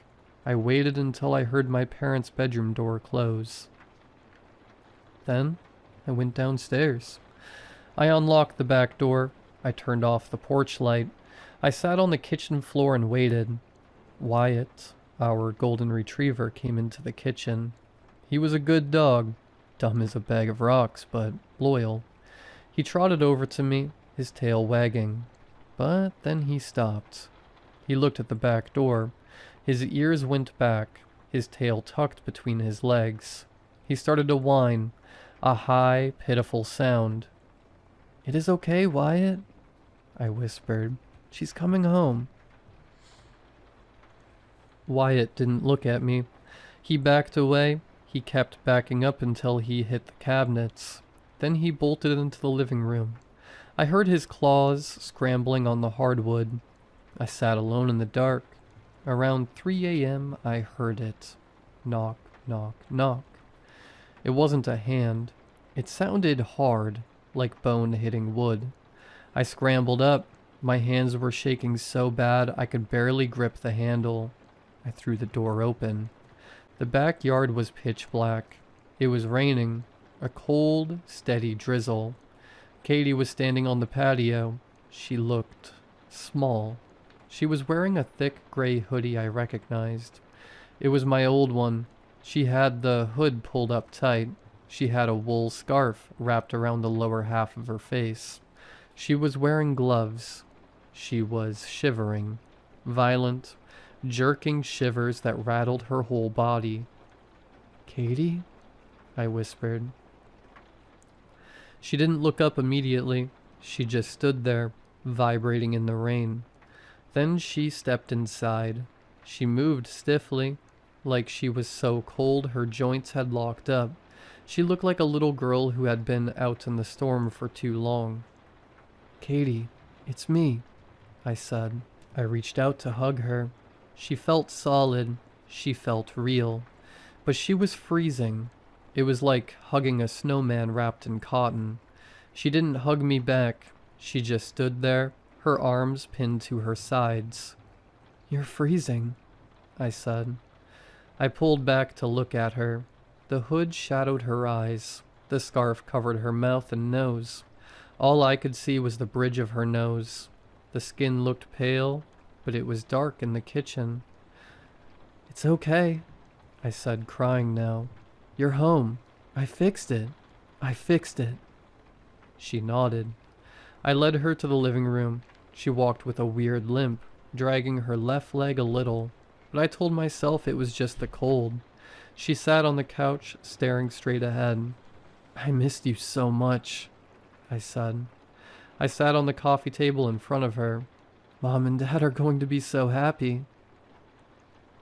She didn't answer. The house smelled funny, like wet dirt and something sweet, like old fruit. I figured it was just the mud on her clothes. "Say something," I pleaded. "Please?" She made a sound. It was muffled by the scarf. It sounded like a dry wheeze. "Hungry," she whispered. My heart broke. She sounded so weak. "Hungry? Okay. I'll get you something. I will make you whatever you want." I ran to the kitchen. I was manic with relief. She was here. She was talking. It worked. I pulled out ham, cheese, bread. I started making a sandwich. I was humming. I was actually humming. Then I realized something. It was quiet. Wyatt usually came running when he heard the cheese wrapper. He was obsessed with cheese. "Wyatt," I called out. "Come here, boy." Nothing. I finished the sandwich. I put it on a plate. "Wyatt," I whistled. Silence. A cold feeling started in my stomach. Not the good cold of relief, the bad cold of fear. I walked into the kitchen. "Wyatt?" The door to the basement was cracked open. Wyatt wasn't allowed in the basement. I walked over. I pushed the door open. "Wyatt, get out of there." I turned on the light. At the bottom of the stairs there was a heap of golden fur. It wasn't moving. I walked down the stairs. My legs felt heavy. "Wyatt?" I got to the bottom step. It was Wyatt, but he was... Something wasn't right. He was torn open. His stomach was gone. His ribs were cracked open like a wishbone. There was blood everywhere. It was pooled on the concrete. It wasn't an accident. Something had done this. Something strong. I heard a creak on the stairs behind me. I spun around. Katie was standing at the top of the stairs. The hood was down. The scarf was gone. Her face was gray. Her jaw was hanging loose, unhinged on one side. Her mouth was stained red, with blood. She was holding the sandwich I made her. She crushed it in her gloved hand and let it drop to the floor. "Still hungry," she rasped. I backed up until I hit the washing machine. "Katie?" I choked out. She walked down the stairs. She didn't walk like a person anymore. She moved like a spider. her limbs jerking and snapping into place. She stopped at the bottom. She looked at the dead dog. Then she looked at me. Her eyes were milky white and sunken in. "You did this?" I whispered. She tilted her head. Her neck cracked. "Empty," she said. Her voice was wet now. "So empty." "What are you?" I screamed. "Your sister," she said, but the way that she said it was wrong.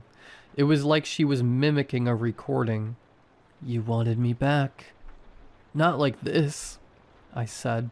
"I didn't want this." She took a step towards me. "You owe me," she hissed. It wasn't a threat, it was a plea. She looked at me, and for a second, the milky film over her eyes seemed to thin. I saw brown underneath. I saw panic.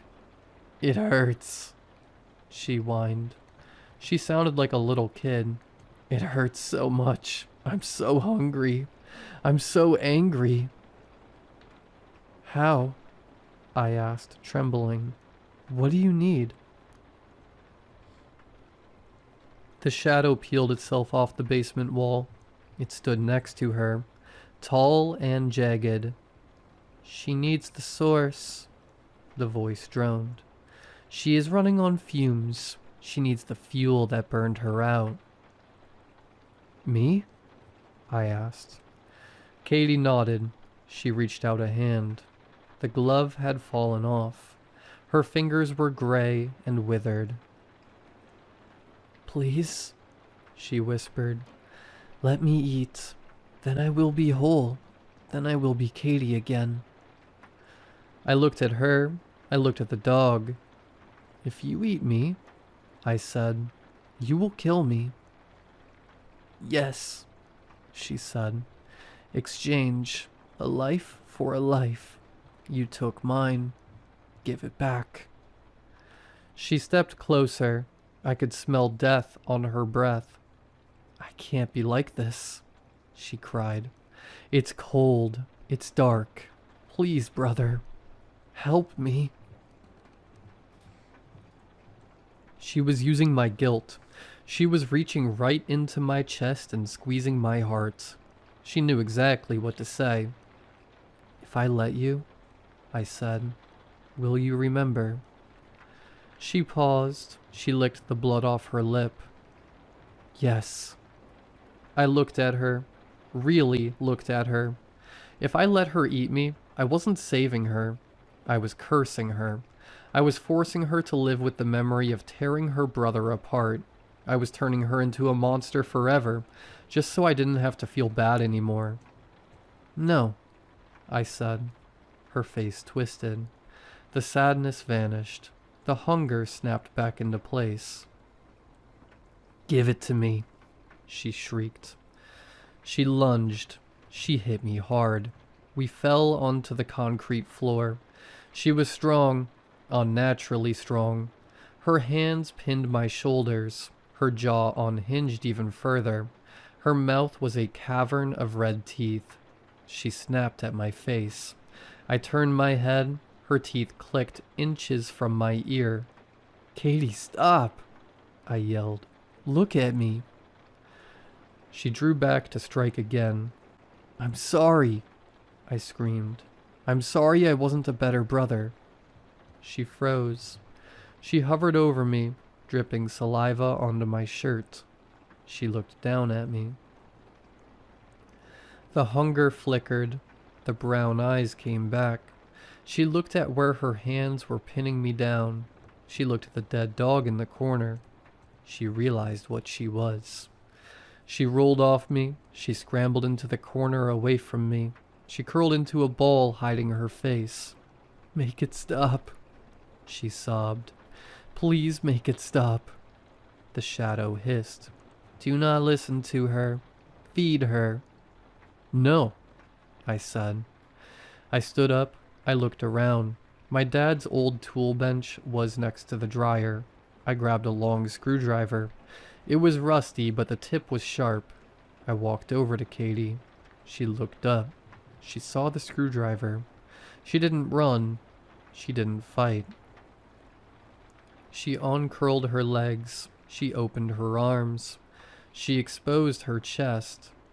"Do it," she wheezed. I fell to my knees in front of her. The smell of rot and dog blood was overwhelming. "I love you," I said. "I tried. I really tried." I whimpered out with tears rolling down my cheeks. "I know," she whispered. Her voice was clear. No rasp, no hunger, just Katie. "It is okay." I put the tip of the screwdriver against her chest. I pushed. It was hard. Her skin was like leather. I had to use both hands. I had to put my weight into it. She gasped. Her back arched. Her hands grabbed my arms, but she didn't push me away. She pulled me closer. "Thank you," she breathed. Then she went heavy. The tension left her body. She slumped against me. The shadow screamed. It was a sound like a siren dying. Then the basement light flickered, and the room was empty. I sat there on the cold concrete, holding my sister's body, waiting for the sirens. That was 3 years ago. I spent 2 of those years in a state facility. The doctors called it a psychotic break. They said I dug her up to say goodbye. They said I killed Wyatt because I couldn't tell the difference between life and death anymore. I let them believe it. I took the pills. I nodded when they talked about processing grief. It was easier than trying to explain the shadow man in the basement. I've been out for over a year now. I live in a different state. I have a job stocking shelves at a grocery store on the night shift. It's quiet. I like the quiet. My parents don't talk to me. I don't blame them. To them, I'm just the monster who dug up their daughter. I'm writing this because I need to ask a question. I need to know if I'm the only one. That shadow? I don't know what it was. It wasn't a ghost. It wasn't Katie. It was just something bad. It didn't leave because I won. I didn't win anything. It left because the show was over. It got what it wanted. It wanted to see how far I would go. But where did it go? I look at people now. I see the tired lady buying frozen dinners at 3 a.m. I see the guy sitting in his car in the parking lot, just staring at the steering wheel. Everyone has something they regret. Everyone has a moment they want to undo. I wonder if it's watching them too. I wonder if it's standing in the corner of your room right now, waiting for you to get desperate enough to open the door. If you are reading this, and you have a heavy heart, if you hear a voice that sounds like your own thoughts offering you a way to fix things, don't listen. Just live with the guilt. It sucks, and it's heavy, but at least it's yours. At least it doesn't eat you.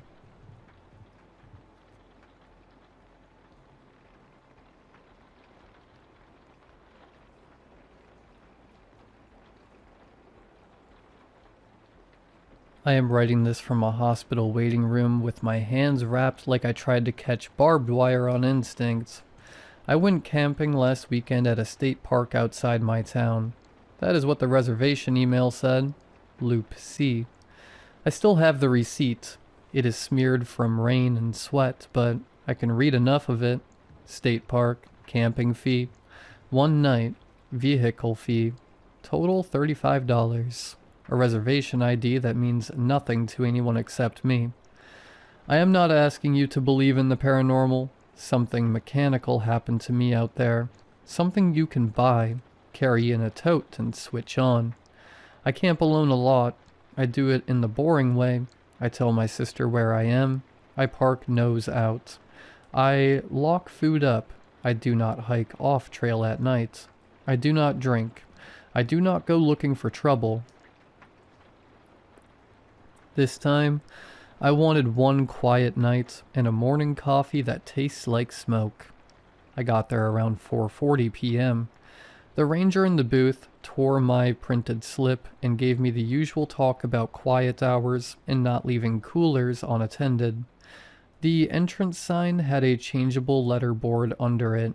Fire danger was moderate, no moving firewood. Quiet hours 10 p.m. to 6 a.m. The park was half full. Families in big SUVs, a couple with a rooftop tent, a group of teenagers arguing over a Bluetooth speaker that kept cutting out when they walked too far away from it. Loop C sat deeper in the pines. The road was dirt and washboarded. My spot was on the outer edge. Not the best view, but private. Picnic table, fire ring. One of those steel bear boxes bolted into a slab of concrete, the kind that squeals when you open it. The first thing that felt off was the posts. There were 4 skinny fiberglass stakes around my site, about waist height, with bright orange reflective tape on the tops, like survey markers. They were spaced in a loose square that didn't match a normal campsite boundary. Each stake had a black zip tie near the top, cinched tight around nothing. I stood there longer than I want to admit, staring at them with my hands on my hips like that would solve anything. I told myself it was maintenance. Hazard tree marking. Utility work. Something. I set up my tent, a little 2-person backpacking tent. I parked nose out. I put my cooler in the bear box. Here is the stupid human mistake I keep replaying. I did not latch the bear box the first time. I closed it. I heard the heavy door thunk. I walked away thinking it was secure. 10 minutes later I walked back and realized the latch was still open by half an inch, the way it sits when you do not pull it down and lock it. I muttered at myself, fixed it, and moved on. Around 6:10 I walked to the restroom building to wash up. The building was painted that tired park bathroom green, and it smelled like damp concrete and lemon cleaner that never quite wins. On the way back I passed a bigger site, where a dad was pounding stakes into the ground with the flat side of a hatchet. He nodded at me and said the bugs were insane. I agreed, even though I hadn't noticed bugs yet. He looked past me toward my site and squinted like he was trying to read something in the dark. "What are those poles?" he asked. "Already here," I said. "Probably maintenance." He made a face like he didn't love that answer, then went back to his tent. I made a small fire, not a big one, just enough to feel like I earned being outside. I ate a pouch dinner and sat on the bench with my headlamp around my neck, listening to the campground noise thin out. A baby cried somewhere down the loop. Someone laughed too loud and got shushed. A car door slammed, then it got quiet in that way campgrounds do, where you still hear people, but it comes in little distant pieces. At 9:58 my phone flipped from 5G to SOS. I remember because I looked at it before crawling into my sleeping bag. I texted my sister. "All good. Night." It failed to send. Not surprising. Lots of parks have dead spots. I fell asleep with my keys in my hand. That is another thing I normally never do. I always put them in the same pocket. This time I was half asleep and I set them on the picnic table when I tightened my tent guy lines. Then forgot to pick them back up. I did not realize that until later, when it mattered. I slept for maybe 2 hours. I woke up because my tent moved. Not a gentle flutter of wind. A hard tug, like someone grabbed the rainfly and yanked. My first thought was an animal brushing past. Then the tent moved again, lower, like pressure at ankle height. I sat up fast, my elbow hit the tent wall, my heart went straight to my throat. I listened. No footsteps, no snorting, just a faint sound outside that didn't belong. A tiny clicking, steady, like a cheap plastic pen being pressed over and over. Click, click, click. I found my headlamp and turned it on, pointing it at the tent wall. The nylon glowed, shadows moved wrong. Thin lines crossed the fabric, not like branches, not like the normal wavering shapes you see when a light hits canvas. I pushed the door zipper open just enough to look out. The beam hit the orange tape on the nearest stake and flashed bright. Behind it, in the dark, something caught the light in sharp little glints. Clear line, fishing line, monofilament. Dozens of strands stretched between the stakes, some at shin height, some at waist height, some higher. A web that had not been there when I went to sleep. And it was moving, not swaying, pulling, tightening. The clicking got faster. A line snapped tight across the front of my tent door, and the nylon creased around it like it was being cinched. The tent shifted an inch, then another. I crawled out on my hands and knees because standing felt like begging to get clotheslined. The headlamp made the lines sparkle for half a second, then they vanished again unless the beam hit them at the right angle. A line caught my wrist. It did not wrap gently, it bit. Pain so clean it felt hot. It dug into skin like a wire saw. I yanked back on instinct, and the line tightened, dragging my hand forward toward the nearest stake. My headlamp bounced. The beam flashed over the ground, and I saw where the lines were anchored. Small black boxes at the base of trees, each about the size of a brick. Each had a spool and a little metal wheel like a tiny winch. The clicking was coming from these boxes. They were pulling the line in. A second line snapped up and caught two of my fingers together. My hand cramped instantly.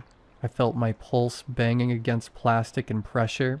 I went for my pocket knife, got it open, brought it down on the line at my wrist. It did not cut right away. The line stretched. The blade skated.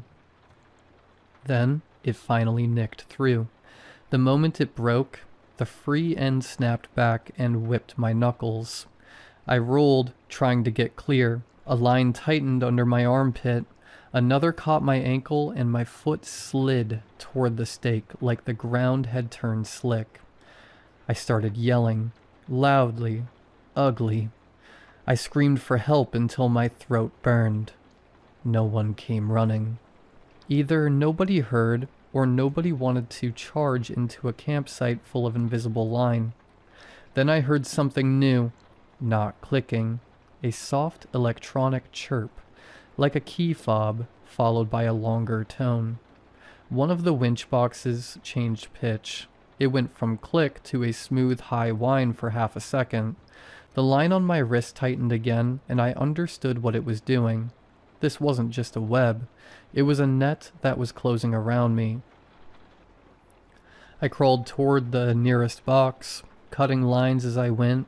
Each cut line snapped back, stinging, sometimes catching my clothes. The knife handle got slick with blood. My wrist burned in a clean groove where the line had opened it. I reached the nearest box. It was strapped to the trunk with a ratchet strap. A thick battery pack sat beside it, wired in. On top was a small antenna, like a cheap handheld radio. The line ran through a metal guide and onto a spool. I drove the knife down and cut as close to the spool as I could. The motor protested. The line went slack for a breath. Then the spool reversed and yanked the slack back. The line tightened around my calf again, harder like the system corrected itself. Something in the trees flashed to my left. A red dot, low, moving. My headlamp caught a shape behind a trunk. Someone using the trees. Keeping distance.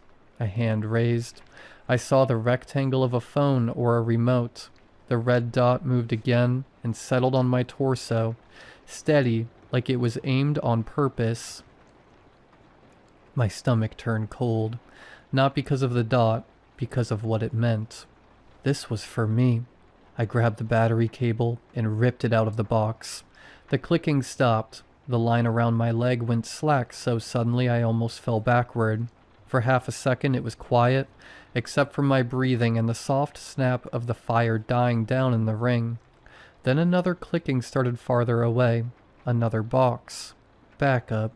The lines began tightening again, slower but still tightening. The person in the trees shifted, leaves crushed under a careful step. I did not wait. I crawled out of the tightening tent, cutting and dragging, getting snagged, freeing myself in inches. My shorts tore. My skin caught line and I felt it burn new grooves across my thigh and forearm. My headlamp bounced, turning the trees into quick flashes. I got to my car and reached for my keys. Nothing. My pocket was empty. My brain did this blank, stupid pause, like it tried to deny reality for a second. Then it hit me. Picnic table. The clicking sped up again. The net tightened again. I could feel it starting to catch my waist. I turned my headlamp toward the picnic table and saw them glinting there like a cruel joke. Right where I left them. I crawled to the table, grabbed them, and my wrist screamed when the line shifted against the cut. I got back to the car, hit on lock, and yanked the door open. A line snapped tight across my waist as I tried to get in. It caught on my belt and pulled me back hard enough that my head clipped the door frame. I screamed and cut at it. The knife finally sliced through. The tension snapped back into the trees. I fell into the seat, slammed the door, and locked it. Lines slapped the outside of the car. I heard them ping against the metal like cables flicking a drum. In my headlamp beam, I saw the stakes again, and my stomach dropped even more. There were more than 4 extra stakes beyond the campsite boundary, closer to the road, hidden in brush. The web reached toward the road like it expected me to run. I started the car and threw it into reverse. The tires spun on dirt. The car lurched and I felt a jolt. Then I hit something soft but strong. The hood dipped. The line stretched. For a second I thought the car would be held in place. Then the line snapped. The sound was sharp, multiplied, whip cracks. The hood shook. Something slapped the windshield and left a wet streak. I reversed hard and swung forward, aiming for the main road out of the loop. In my mirror, between trunks, I saw the person move. A silhouette, closer now. Reflective tape on their sleeves, orange like the stakes. They stepped toward my car and raised a hand. Not waving, pointing. My headlights swept the ground and for a second I saw what they'd been standing near. A plastic tote half buried in needles. Lid cracked open, full of coiled clear line and more black boxes. Supplies. I hit the gas. On the way out, I laid on the horn until it sounded wrong. I wanted lights to come on. I wanted witnesses. Some did. Porch lights snapped on. A man stepped onto the road in socks, hands up like he did not know whether to stop me or ask what was wrong. I did not stop. I drove straight to the entrance booth. It was closed, dark, but there was an empty phone box by the gate. A small sign above it said to lift the receiver for emergencies and not to use it for reservations. My hands shook so badly I dropped the receiver once. I told the dispatcher someone had set wire traps in my campsite, and there were motors pulling them tight. I kept saying wire because fishing line sounded too stupid for what it had done. A sheriff's deputy arrived first, then a ranger in a separate vehicle. They took one look at my wrists and legs and told me to sit. They drove back to Loop C with lights on. I didn't go with them. I couldn't make myself. I sat under a buzzing light and watched moths slam into the plastic cover while my blood dripped onto the concrete. I remember thinking very clearly that the drip was too slow to be real, like my brain was watching it in someone else's body. When the ranger came back, his face looked different, like he'd aged 10 years on the drive. He did not tell me it was nothing. He did not tell me I imagined it. He said, "We found it." They found the stakes. They found the lines. They found multiple winch boxes, still strapped to trees, still working. still pulling the line, even after I'd ripped one battery loose. They found the tote. They did not find the person. At the hospital, they irrigated the cuts. They picked clear fragments out of my skin with tweezers. They gave me a tetanus shot. The doctor asked if I'd been attacked. I told him yes. He asked by what. I told him, a system. 2 days later, I drove past that state park on my way to work just to prove to myself it existed. The sign is still there. The entrance still looks friendly. The little tourist board still advertises it like a peaceful place to unwind. Loop C is closed now. There is now signage zip-tied to the permanent posts. Bright yellow, temporary. It says the area is closed due to utility work and not to enter Loop C.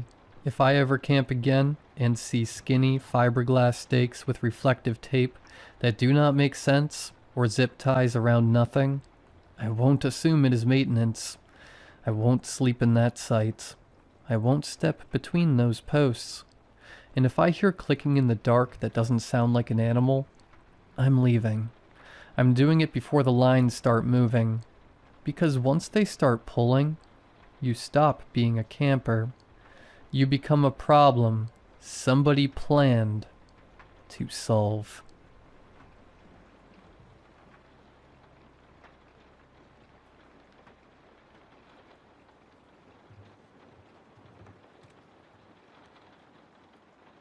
Calm down, slow your breathing. You need to slow down and think.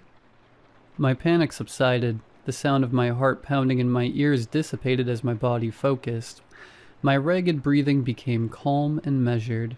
The gentle lull of the water's currents flowed past as the muffled silence of the sea closed in around me. My air tank read just under 10% left. Damn, I'd been sucking air like I was running a marathon. My left hand gripped the anchor line, leading back to the inflatable dinghy waiting on the surface. Down below, the prow of the ancient shipwreck stared up at me, partially obscured in the shadows of the bottom of the sea. 50 feet to the surface. 50 feet to escape. I checked my watch. 40 more seconds until the decompression break is over.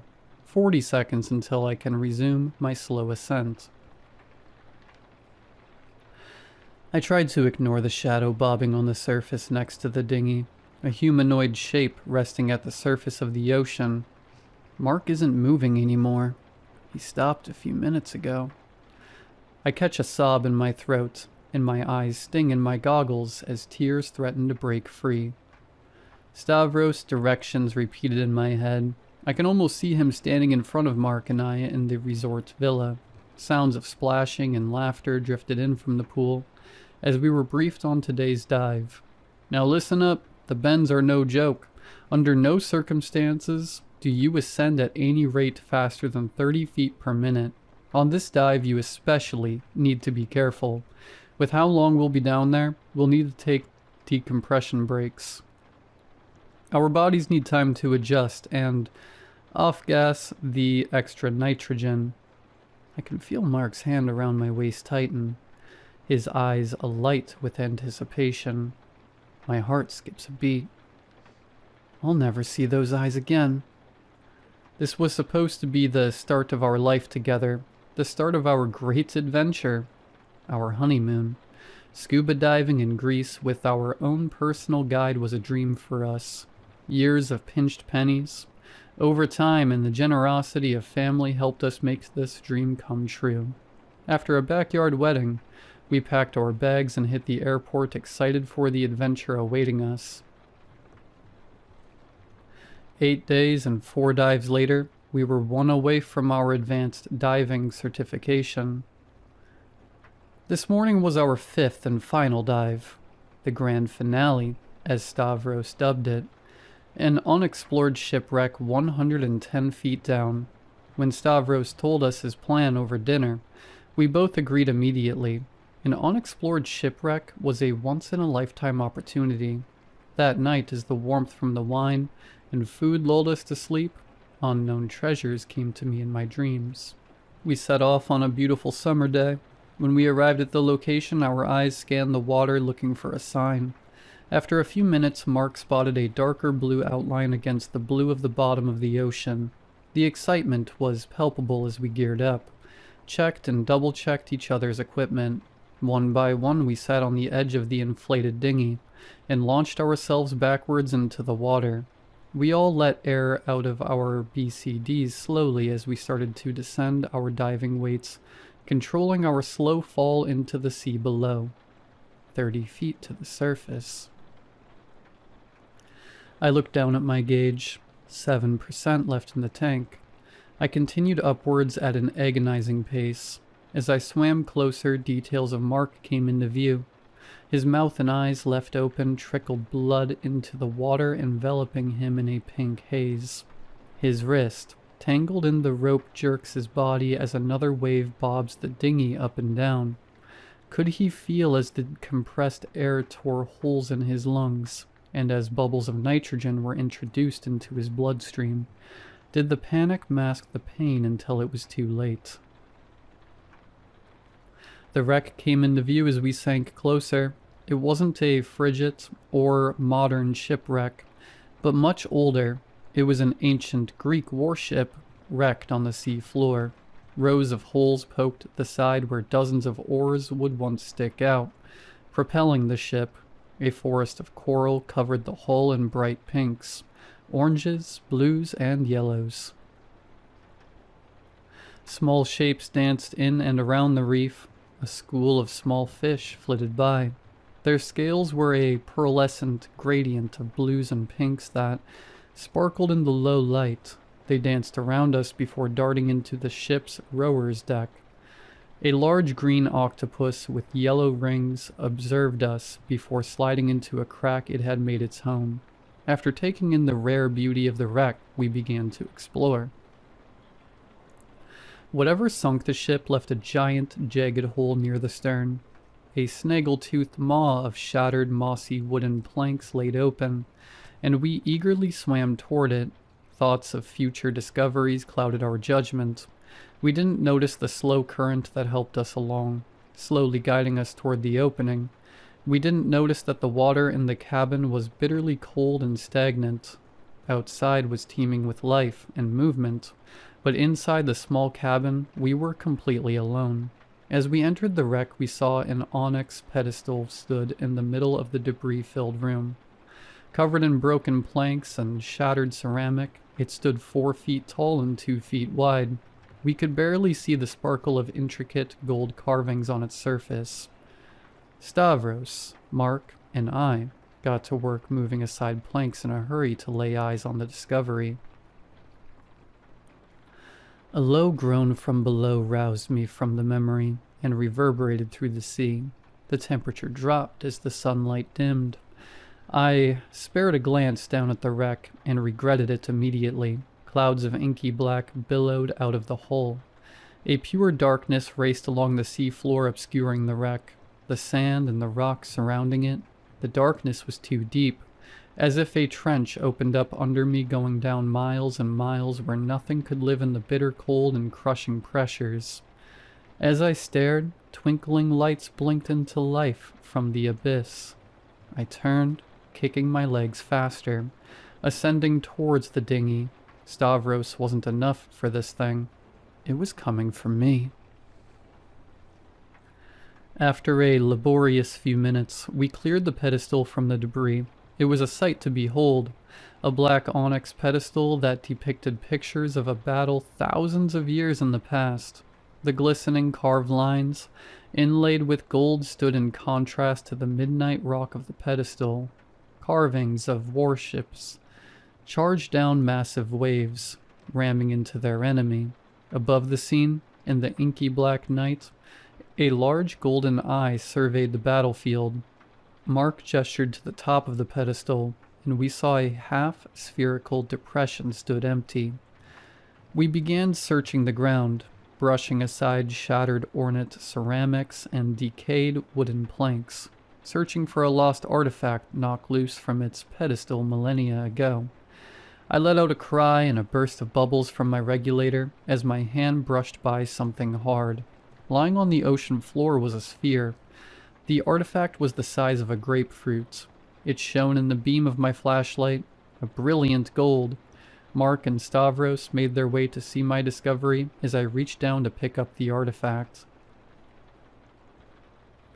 The artifact was warm to the touch. A feeling of overwhelming comfort wrapped around my hands as the sphere shone like polished gold in my flashlight's beam. Mark put his hand on my shoulder and leaned in to take a closer look. The light of his flashlight glinted off the edges of swirling patterns engraved into the surface. As the light danced across it, the swirls almost seemed to be moving. The three of us stared at a fortune in my hands. The warmth spread up my arms and into my chest as the current gently nudged me in towards the pedestal. As if in a dream, I floated to the top and placed the warm golden sphere into its place on top of the pedestal. We all floated, transfixed as the sphere began to rotate slowly in the depression of the pedestal. The engraving swirled up and down like the waves of a great ocean as a low thrumming filled the room. Faster and faster the waves crashed on the sides of the ball, until it was a blur of spinning gold. Mark grabbed me by the shoulder and began pulling me towards the exit.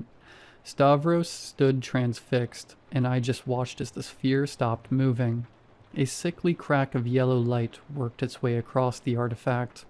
It hissed and screeched as the crack grew larger and larger. Like golden eyelids, the crack opened, revealing a massive yellow eye, with a jet-black pupil that filled the room with a sickly light. It stared at us, moving from one to the other cornea, contracting and relaxing as it took in its surroundings. The eye shot up on a torrent of tarry black liquid that spewed from the top of the pedestal. It poured over the sides and spread along the floor. What once was the seafloor of the cabin became a vast nothingness stretching miles below the floor of the sea. My transfixion was replaced by fear as I launched myself towards the mouth of the cabin. The blackness covered the sandy floor, and when it reached the walls of the ship, began climbing. Mark led the way with Stavros behind, as we swam with all our might out of the wrecked ship. A low groan emanated from the nothingness. The sound coming from the depths of the cabin sounded like a whale's death cry. A muffled scream reached my ears as Stavros shouted. Something thin and dark had wound its way around his leg and began pulling him into the ship.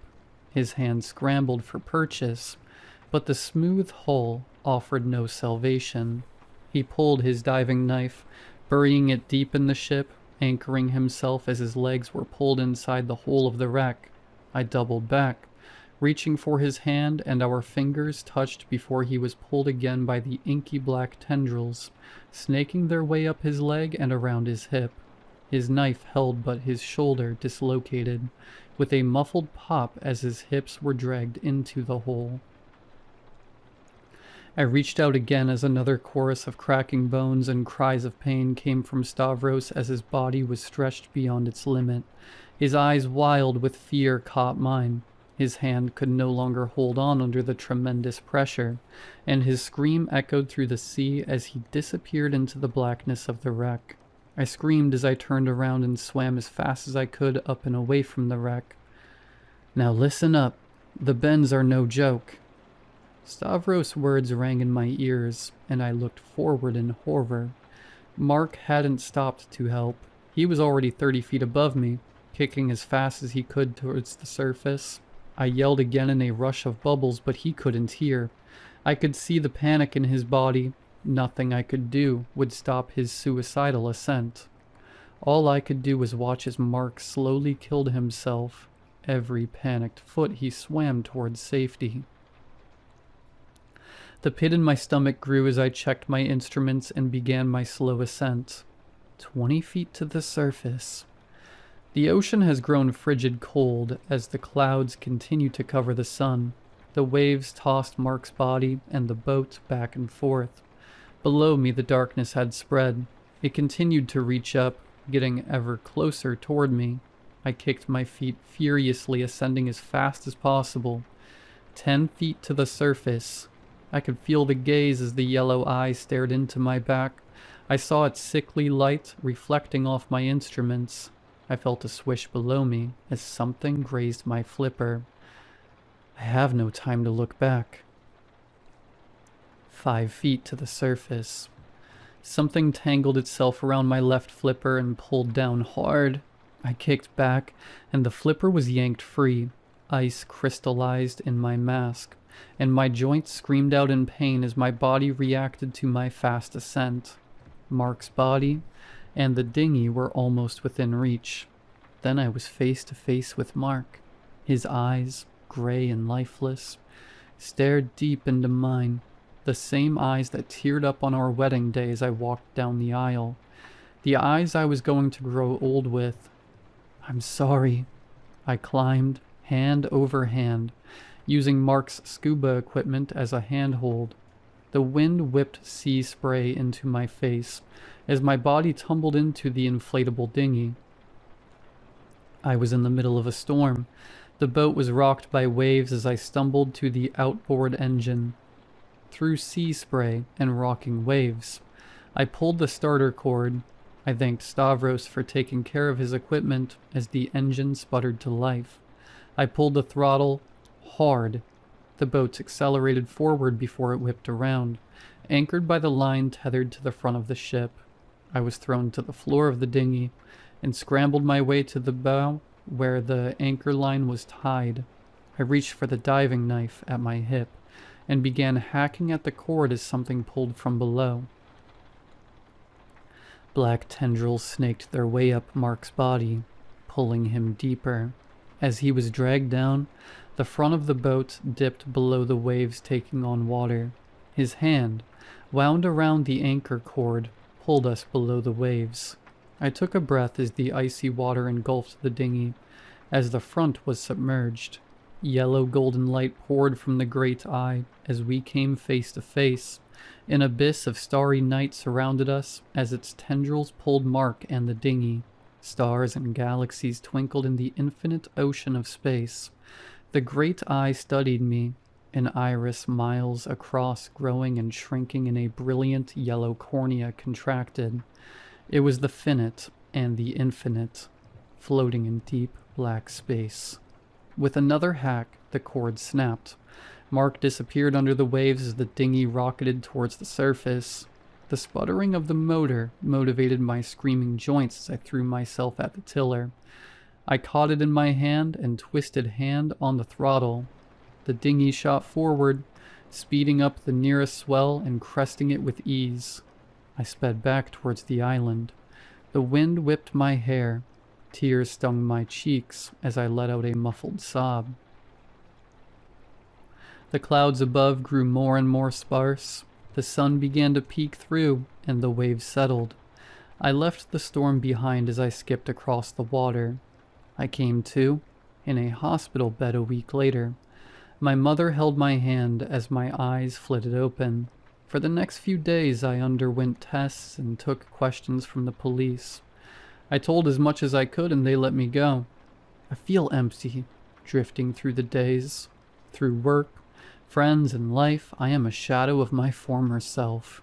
I lay in bed tossing and turning, anxious for sleep. When I finally drift off, the great eye calls to me from another place. It thanks me with warm, comforting dreams. I long for the peace it promises me, a future holding hands with Mark as we drift from star to star, exploring a new galaxy all to our own, a future without pain or worry. In my dreams I feel whole, deep below the waves in the embrace of its infinite gaze.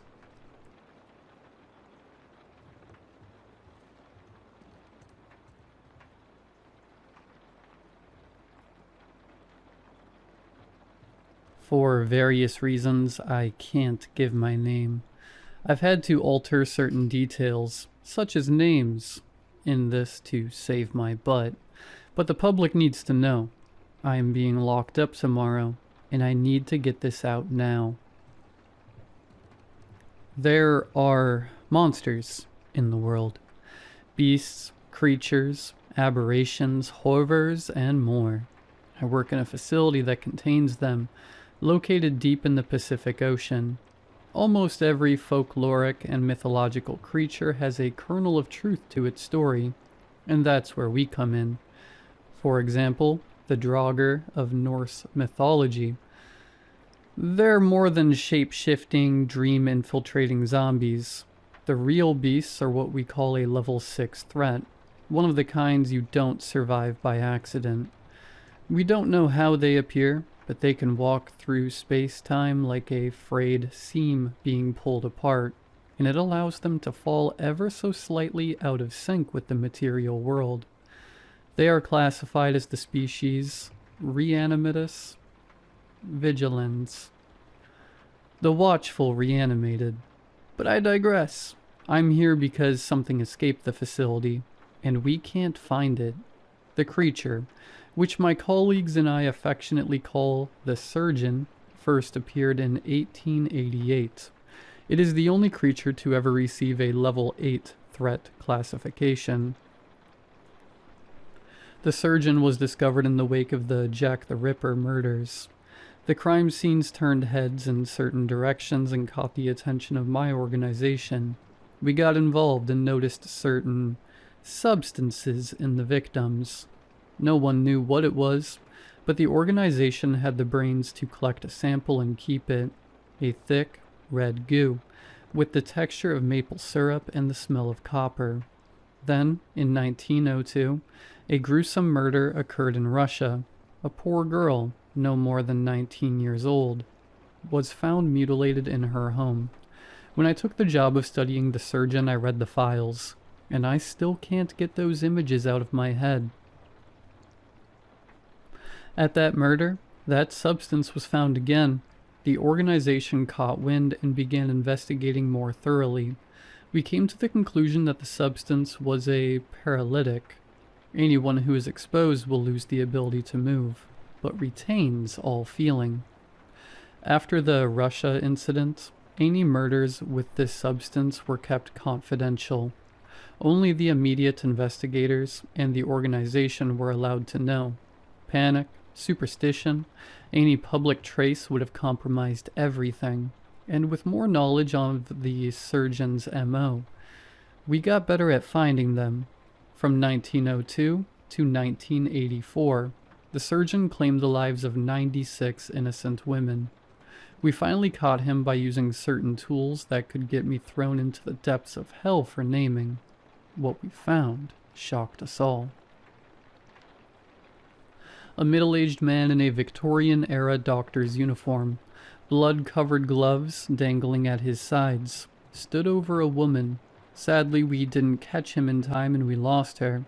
Her chest was a gaping cavity, and although her heart was beating when we got there, she showed no other signs of life. The capture attempt was a catastrophe.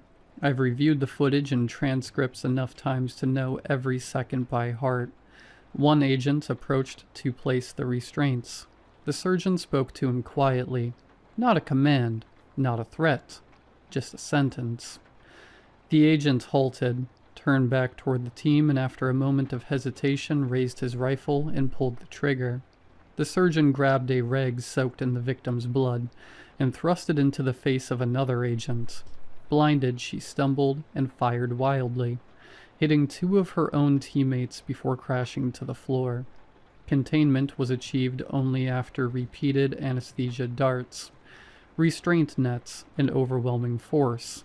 Even then, it felt less like a victory and more like he had allowed it. The tapes of when the Surgeon was brought in are difficult to watch. He was so polite, cooperative, almost eager to talk. I still remember them to this day, more clearly than I'd like. "So, do you have a name?" asked Dr. Otto, with a tremor in his voice that could match an earthquake, his hands shaking as he held the pen. "If I did, it is long forgotten to me, Doctor." The Surgeon replied with a remorseful smile. "Right, well, we've been following you since the late 19th century. No name? Can you explain how you're still around?" "Certainly, Doctor." He leaned back in his chair as he looked around. I learned at a very young age that life is precious. So precious, in fact, that it can be guarded, taken, and traded. What do you mean by that? Well, I found that if I play the right tendons like a violin and drum the right organs, I can move life from someone to another. So you're stealing their life? Oh, doctor, you make me sound so savage. I perform symphonies of life that only I can hear. He was looking directly in Dr. Otto's eyes as he said this. He leaned forward, eyes bright with something like joy. Right, well, tell me, why were they all women? Dr. Otto shifted slightly in his chair, averting the surgeon's gaze. They are life givers, doctor. Pure life. He cackled as the words danced out of his mouth. The tape continued in a similar vein. With the surgeon being open, some of the staff had an issue with it, saying he was too open. Hindsight is 20/20. They were right. 2 days ago I was sitting with him in his cell, blackjack on the table between us, and a pile of cigarettes on his side and a much smaller pile on mine. Hit or stand? I asked, eyeing the pitiful amount of wager I had to give. John, it's an 8. Of course I hit. His laughter coated his words like honey, as I pulled a card and placed it on his side. A 10. Now's the moment of truth. My gut swirled and tensed. Hit or stand? He sat in his chair, stroking his mangy beard. His eyes focused so hard on the deck of cards by my side, I thought he was somehow reading the cards. Hit. The confidence in his voice sent a small shiver down my spine. I slowly drew a card and placed an 11 down. He cheered as I flipped my own card to reveal a whopping total of 19. Good game, I said begrudgingly, as I slid my last cigarette over to him. We switched from money long ago, ever since I had to pay for my little girl's medical bills. I just told him we used the cigarette because of immediate gratification. Indeed, my good sir. He took a cigarette and lit it up, the smoke dancing in the manufactured light of the fluorescent bulbs. He took a long drag as I packed up the cards and then offered me a hit. You know, John, I have not left my cell in, 9 months, I think. Correct. You get 1 day a year. You know this. I waved the cigarette away as I finished putting the cards in their box. Yes, I know. Prisoner safety and such. But John, all the other prisoners are in bed by now, and my legs are aching so much. I give you my word that I merely wish to walk the grounds and stretch, free of the shackles. He looked me right in the eye as he pleaded. It appears to us that the surgeon has never lied. It's one of the more fascinating things about him. He has the ability to do so many things, but seemingly not deceive. He confessed to murders we never found, breaking our rules, even escape plans, all because he got asked. Surgeon, you know, I began. My medicine, John. He cut me off. I never said how I make it, or even what it is. If you let me have this walk, I shall reveal it to you. A soft smile sat on his face. Fine, I sighed as I unlocked his shackles. You won't tell anyone I did this. 1 trip around the block, but I'm accompanying you. Understand? John, he laughed. But yes, I understand. Don't worry. Hands in front of me the whole time, walking 6 feet ahead of you. We began the journey, slowly tracing the block in tandem. He swayed as he walked, roaming from area to area with seemingly no pattern at all. We spoke intermittently about various things. All of them were meaningless chatter, but one was important. John, how is your daughter doing? I know her illness is a rare one. His voice casual, as if it were something we'd spoken about many times. How do you know about her? The words tore out of me. I tasted copper and hospital lights in my mouth. It is my duty, given by the goddess, to know the well-being of all your kind. He stared at a wall while walking and talking. I can see it all, John. The beating of your fragile hearts, the rushing of your oxygenated blood, the stretching of your worn muscles. You call me the surgeon, and you are right. I am a physician of sorts, perhaps a mortician, an apothecary. Who truly knows? Why would you ask about her? My hand was slowly reaching towards my radio, ready to press the panic button. Do not call for help, John. There is no need. I am not going to hurt you. He smiled as he looked around. I froze, my thumb hovering over the red button. His smile was too calm, too knowing. What? Before another word could escape, I felt my neck freezing, my joints locked in place. I managed to look down and see that red, thick liquid splattered across my chest. I do not make the medicine, John, he cooed as he stared at me. I pull it out of you. Blood is a wonderful thing. It can control your whole existence.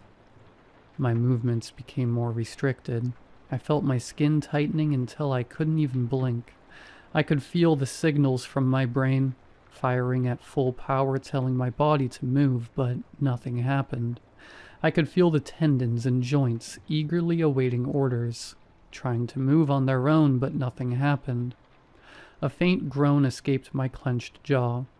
Oh, John, he tutted. It is okay. I am just going to stretch my legs. Do not worry. I am a man of my word. I will not make you experience pain.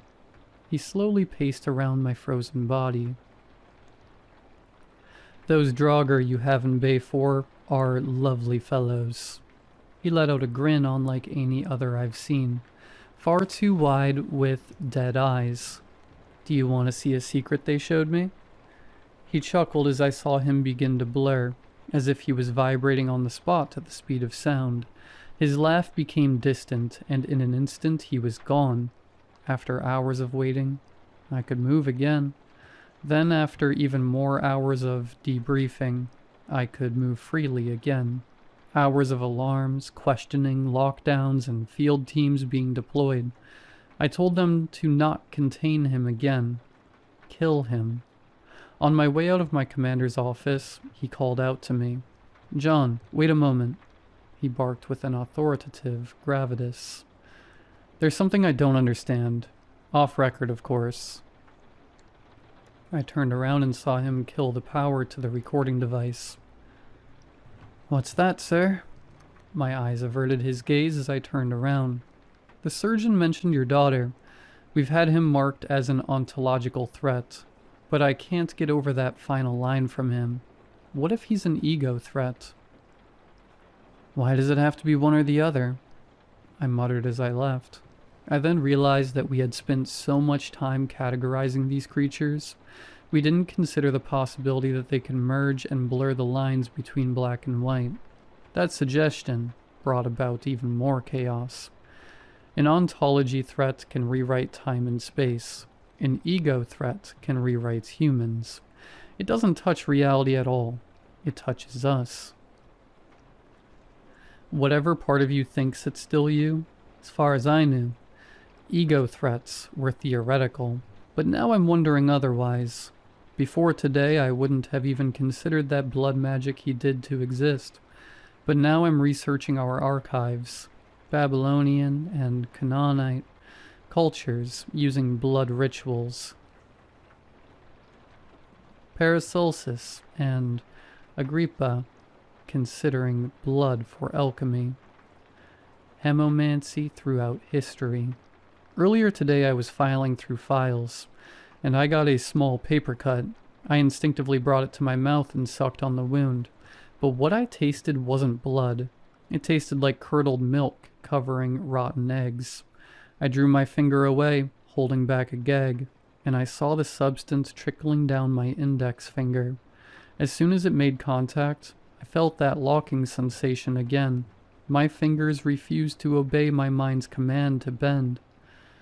One of the facility doctors confirmed through many blood tests. They all show barely any hemoglobin and so much of that syrupy substance. Yet somehow my vital signs remained inexplicably normal. My blood in his medicine. Tomorrow I'm getting locked up as a new type of creature in this prison of ours. I've been given 1 day to get my affairs in order.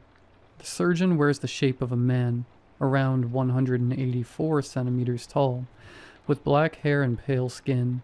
He has 1 green eye and 1 brown eye.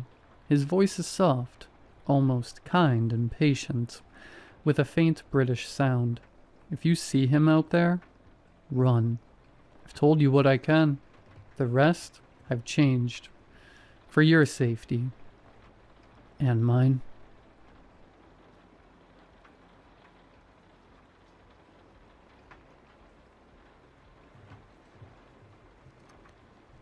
I've been the voice on the air for 6 years, though Weatherman feels like a title I stole. My scripts arrive via an ancient thermal fax machine bolted to the corner of my desk. It has no phone line. The power cord sits coiled on the floor like a dead snake. Yet it screams to life. The paper it spits out is always cold. Colder than the room. I don't remember how I even got this job. I don't remember the interview. I don't remember the application. I only remember the phone ringing in the middle of a dream and a voice telling me I started Monday. Now I sit in the booth from sunrise to sunset, reading whatever the machine spits out. Someone has to tell them what's coming. Someone has to give them a chance to run. Most days, the machine, I call it the specialist, just groans. It hums with a low-frequency vibration that makes my teeth ache, eventually spitting out a tongue of thermal paper that reeks of scorched oil and old electricity. On the good days, the messages are boring. Light drizzle, partly cloudy. The kind of news that lets me pretend I'm just a guy with a job. But then there are the other days. The specialist doesn't just hum on those days. It screams. It's a mechanical seizure. The sound of paper, shredder, choking on bone, and the high-pitched wail of a dying cat. When the paper finally slides out, the ink is still wet and oily. The paper feels like skin peeled from someone fresh out of the shower. I remember the first time the forecast changed. It didn't mention the sky at all. Heavy mist for the next 2 hours. If you hear knocking at your door, do not open it. Do not ask who is there. Or, thunderstorms rolling in. If you see a dead relative in a reflection, do not acknowledge them. They are looking for an invitation. I have to read those words into the microphone. I have to keep my voice steady, even when I can feel the specialist watching the back of my head, waiting to see if I'll miss a syllable. Because out there, in the quiet houses and moving cars, people are listening, and I'm the only one telling them how to survive. I'm not entirely alone in the station, though it often feels that way. There's Ricky and Ashley. Ashley handles the local news and community updates. She's giddy. Too giddy. She moves through the dim hallways with a chirpy, caffeinated energy that feels like a serrated blade against the silence of the booth. She brings me coffee, black, bitter, and smelling slightly of the same burnt oil as the fax machine. But she never looks at the specialist. She never asks why my weather reports sound like survival manuals. She just smiles, her teeth a little too white in the fluorescent light, and tells me to keep up the good work. Then there's Rick. Rick is the ghost in the machine. He's the one who keeps the lights from flickering out and the plumbing from backing up into the lobby. He's a man of grease stains and heavy sighs. We don't talk much, which suits me. He just moves from the peripheral of my vision, tightening bolts on things that shouldn't be loose and watching the walls with a wary, exhausted intensity. They fill the gaps between my broadcasts, providing a thin veneer of office life. But sometimes, when the specialist starts its rhythmic, bone-grinding shriek, I catch them both freezing, just for a second. Ashley's smile will falter, and Rick will grip his wrench and his knuckles turn gray. It was a Tuesday, indistinguishable from any other. I stepped into the booth, a cramped box that smelled of static and dust, and gave the specialist a soft pat on its cold beige casing. It was my morning ritual, a way of acknowledging the beast before it woke up. Ashley fluttered in a moment later, clutching 2 foam cups. Her cheerfulness felt loud in the small space, like a radio played at the wrong frequency. "Ready for another fun day?" she asked, her smile pinned perfectly in place. "I guess you could call it that," I replied. The coffee she handed me was scalding, the steam curling into the air like a ghost. "Oh, Thomas," she giggled, backing toward the door. "I know there's a soft spot behind all that stone." I managed a faint roll of my eyes as she vanished back into the hallway, left alone with the hum of the electronics. I turned to the window. It was one part of the job I actually liked. The parking lot was small, a gray patch of asphalt carved out of the dense, encroaching tree line. From here, I could watch the single road that bled into the forest. On mornings like this, with the mist clinging to the tops of the pines, it looked peaceful, but it was a fragile kind of peace. The kind you find in a graveyard before the first shovel hits the dirt. The trees stood so still they didn't look like wood and needles. They looked like a crowd of people standing perfectly silent, waiting for me to turn my back. I settled the headset over my ears, the plastic cool against my temples. In the background, Ashley's voice filtered through the monitors, bubbly, rhythmic, and utterly disconnected from the cold reality of the booth. I tuned her out. I was waiting for the only sound that mattered. Then it came. The specialist didn't just print, it convulsed. A sharp metallic shriek ripped through the room, the sound of a blade dragging across a chalkboard. A fresh tongue of thermal paper slid out, curling toward the floor.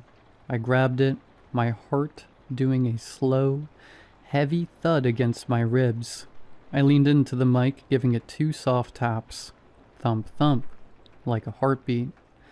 "Good morning, everyone," I said, my voice dropping into that smooth, practiced tone. "Tom is here with the weather. It's going to be a gloomy one today. Expect light drizzling throughout the morning, with cooler temperatures moving in from the north." I read it word for word. I didn't breathe until the sentence was finished. I never dared to ad-lib, never dared to summarize. Even a normal report felt like a contract. If the specialist said drizzle, I said drizzle.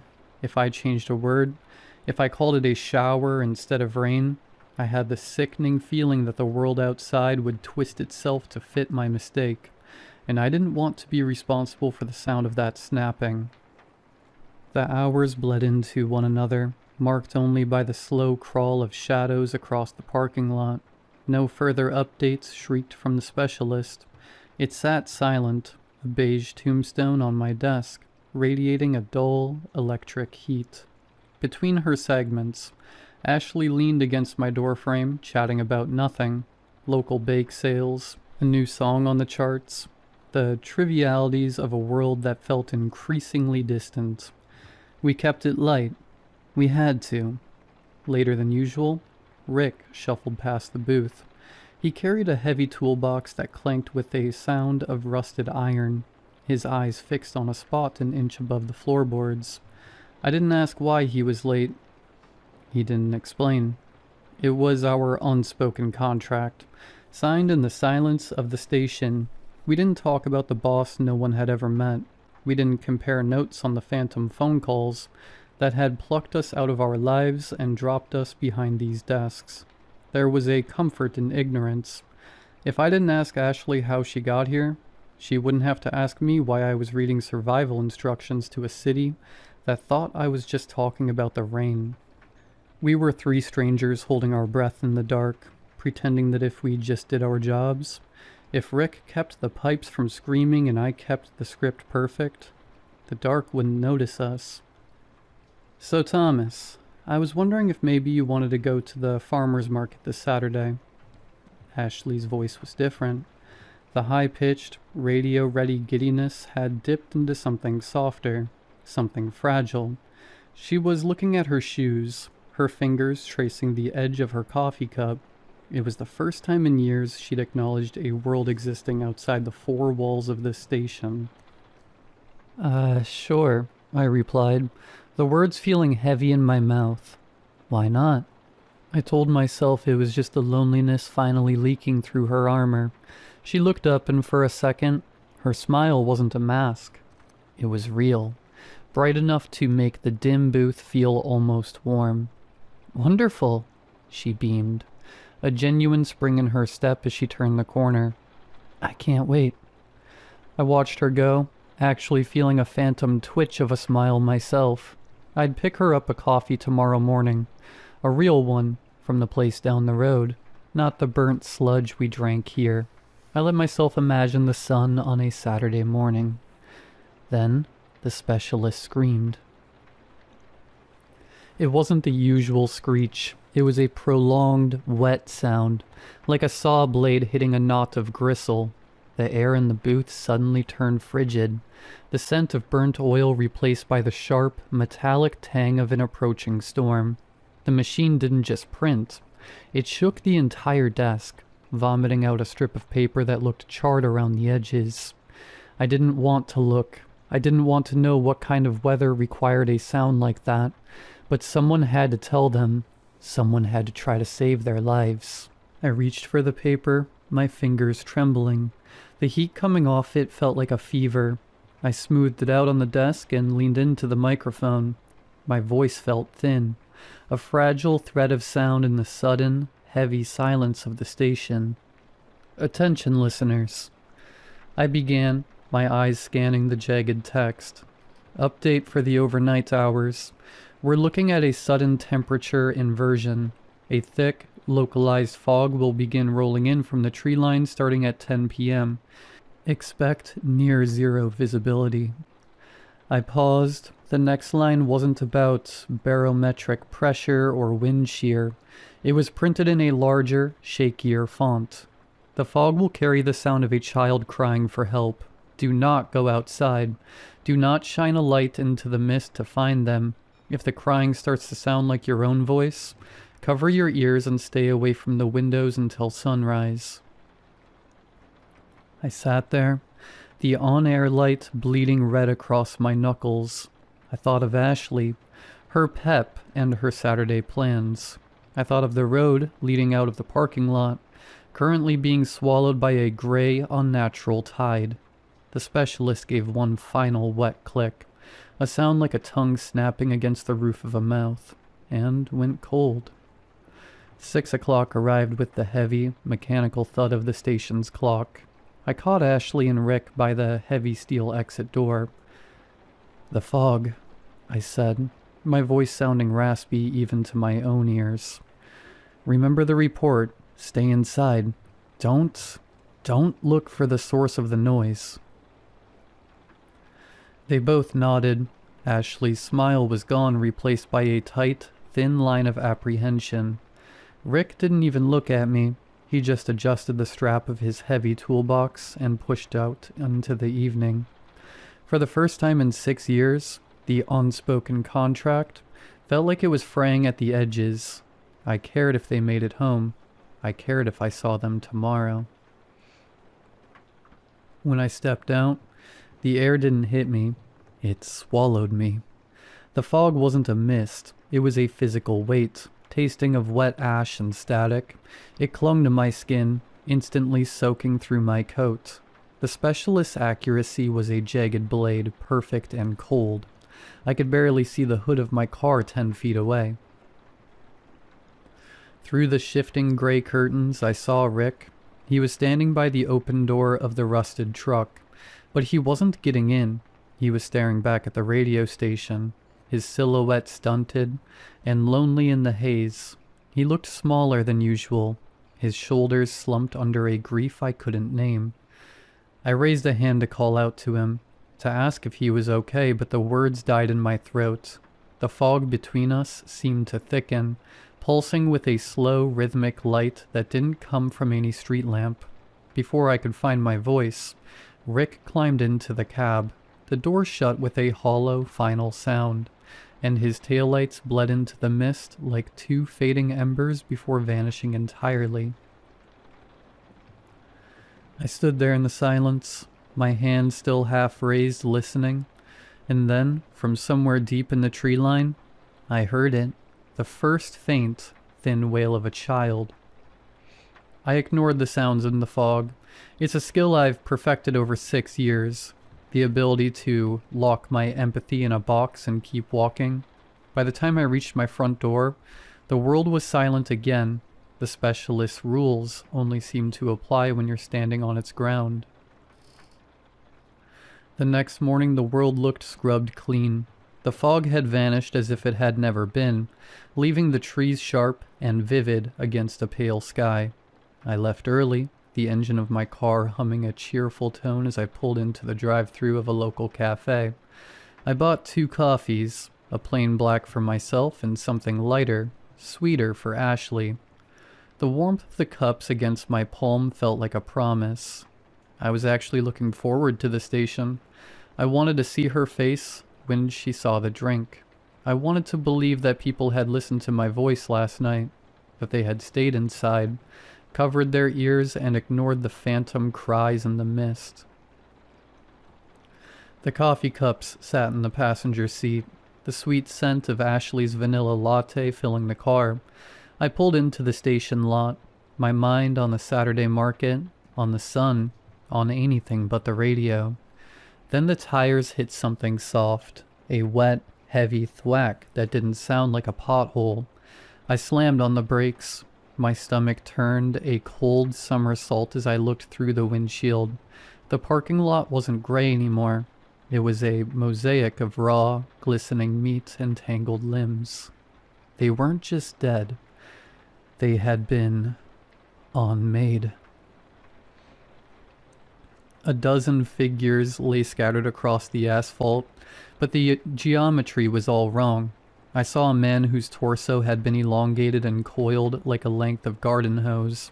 His ribs snapped outward to form a jagged ivory cage. Next to him, a woman had been fused to the trunk of a pine tree. Her skin stretched so thin it was translucent, revealing the frantic, pulsing machinery of organs that shouldn't have still been working. But it was the faces that made me scream behind my teeth.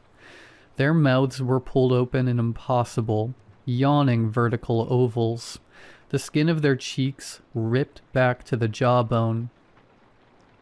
Their eyes weren't just wide. The lids had been removed, leaving bulging, bloodshot spheres that stared at nothing. They looked exactly like the hollow-eyed agony of the scream, but rendered in shivering, wet muscle and bruised fat. The worst part was the sound. It wasn't the wind. It was a low, bubbling whistle coming from those cavernous mouths, the sound of air escaping through ruined windpipes. They were still breathing.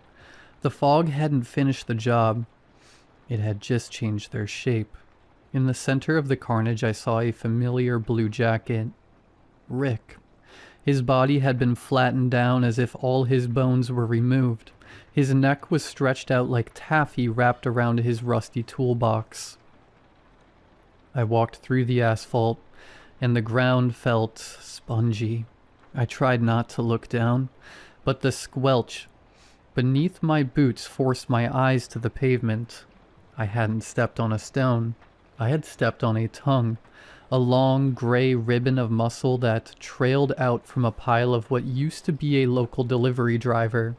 It was still twitching, tasting the air, even though the rest of the man was a flattened husk of shattered bone and burst intestines. I walked toward the entrance, my breath coming in shallow, jagged hitches. To my left, 2 figures had been woven together. Their limbs had been braided like dough. The skin fused so seamlessly that I couldn't tell where one person ended and the other began. They looked like a human knot, a sculpture of purple bruising and exposed sinew. One of them turned a head that was mostly just a gaping, toothless smile, and a thick, yellow fluid leaked from its ear as it tried to moan. It sounded like air escaping a punctured tire. I passed the bike rack, where a teenager was draped like a wet towel. His spine had been removed. God knows how, and his limp body was knotted through the metal bars. His eyes fixed in glass, he followed me. He was nothing but a bag of fluid and meat now. Yet his fingers continued to drum a rhythmic, mindless beat against the metal. Tap, tap, tap. I reached the heavy steel doors of the station. My hand hovered over the handle, which was coated in a thin, translucent film of mucus. I didn't look back. I couldn't. I wiped my hands on my pants, gripped the slime-slicked handle, and pulled. Ashley was hunched over her desk, a small, trembling heap of floral print fabric and terror. Her breathing was a series of wet, hitching gasps, and her eyes were fixed on these security monitors, the small, grainy screens that showed the mosaic I had just walked through. I called the police already, she stammered, her voice a fragile whistle. She didn't look at me. She couldn't. I am so scared, Thomas. The bodies. Oh, God. The bodies in the light. They're still moving. I just set the sweet, vanilla-scented coffee on the corner of her desk. The steam rose in a gentle plume, smelling of a world that no longer existed. I leaned down and gave her a kind, practiced smile. The sort of smile a mortuary director gives to the grieving. I gave her a small, stiff nod of encouragement. "Drink up, Ashley," I said softly. "It's going to be a long day." She looked at the cup as if I'd handed her a severed head. I didn't stay to see if she drank it. I had a schedule to keep. I turned and walked to my booth, my boots leaving faint, reddish-brown smears on the linoleum. The specialist was vibrating so violently now that the pens on my desk were dancing. The shriek it was emitting had shifted into something rhythmic, almost like a heartbeat. The moment the booth door clicked shut, the world went silent. The violent tremors of the desk ceased, and the specialist sat bathed in the soft, clinical glow of my desk lamp. It looked almost innocent. Then it fed me the morning's work. First came a strip of standard thermal paper, white and sterile. I looked at it. Sunny, high of 78, a perfect, golden day for the town. I looked out the window and my breath hitched. The parking lot was empty. The mosaic of meat, the braided limbs, the yawning faces, all gone. Even the blood had been licked clean from the asphalt.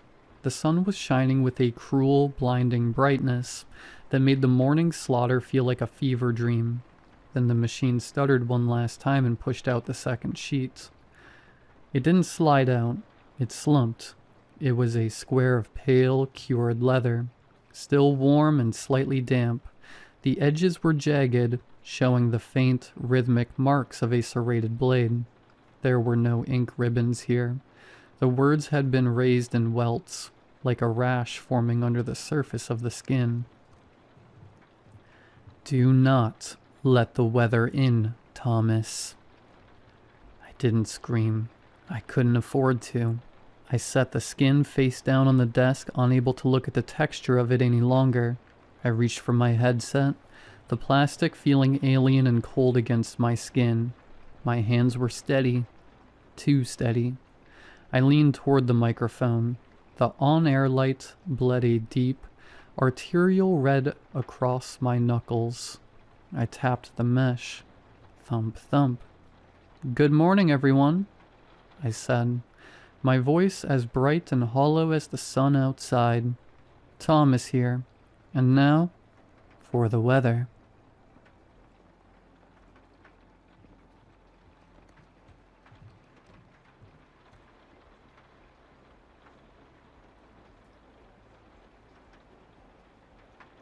Most of the time when you hear about weird kids eating weird things, it's stuff like paste, not silica gel packets.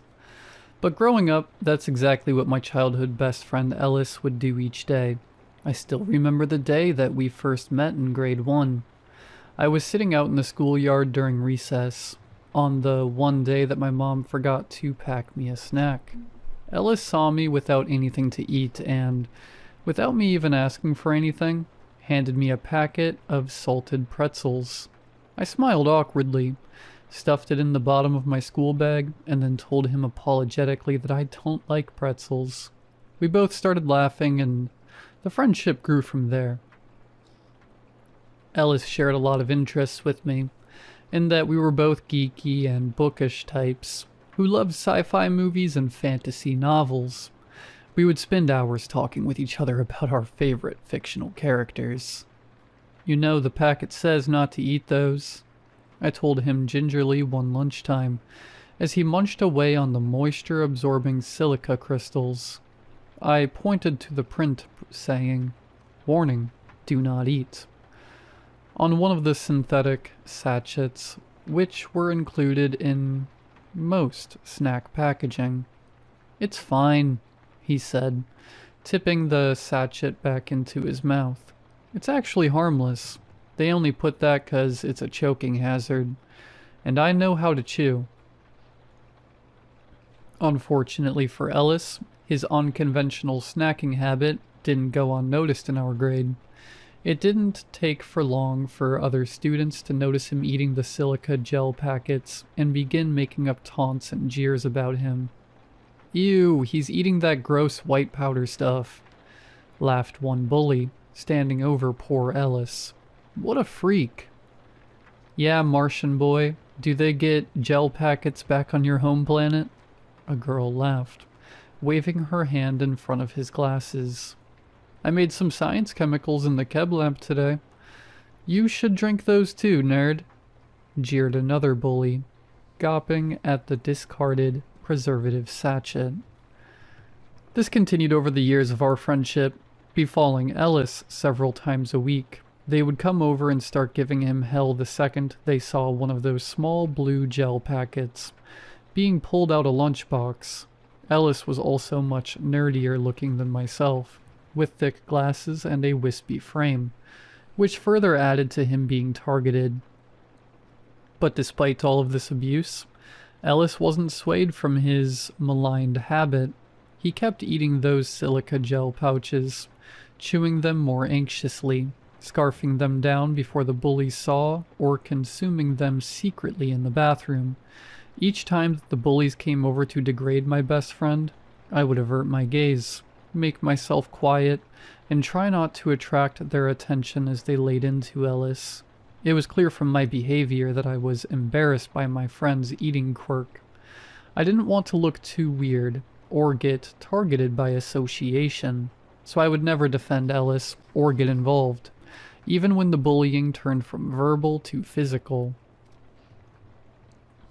While I never outright deserted my friend or joined the bullies against him, I never stood up for him. At the time, I figured it was his habit, his battle to fight. This is something that I came to regret as I grew older. It tormented me, knowing I'd let a good friend suffer out of selfishness. I tossed and turned on some nights, kept up late thinking of all the comebacks I wish I'd said to the bullies in Ellis's defense.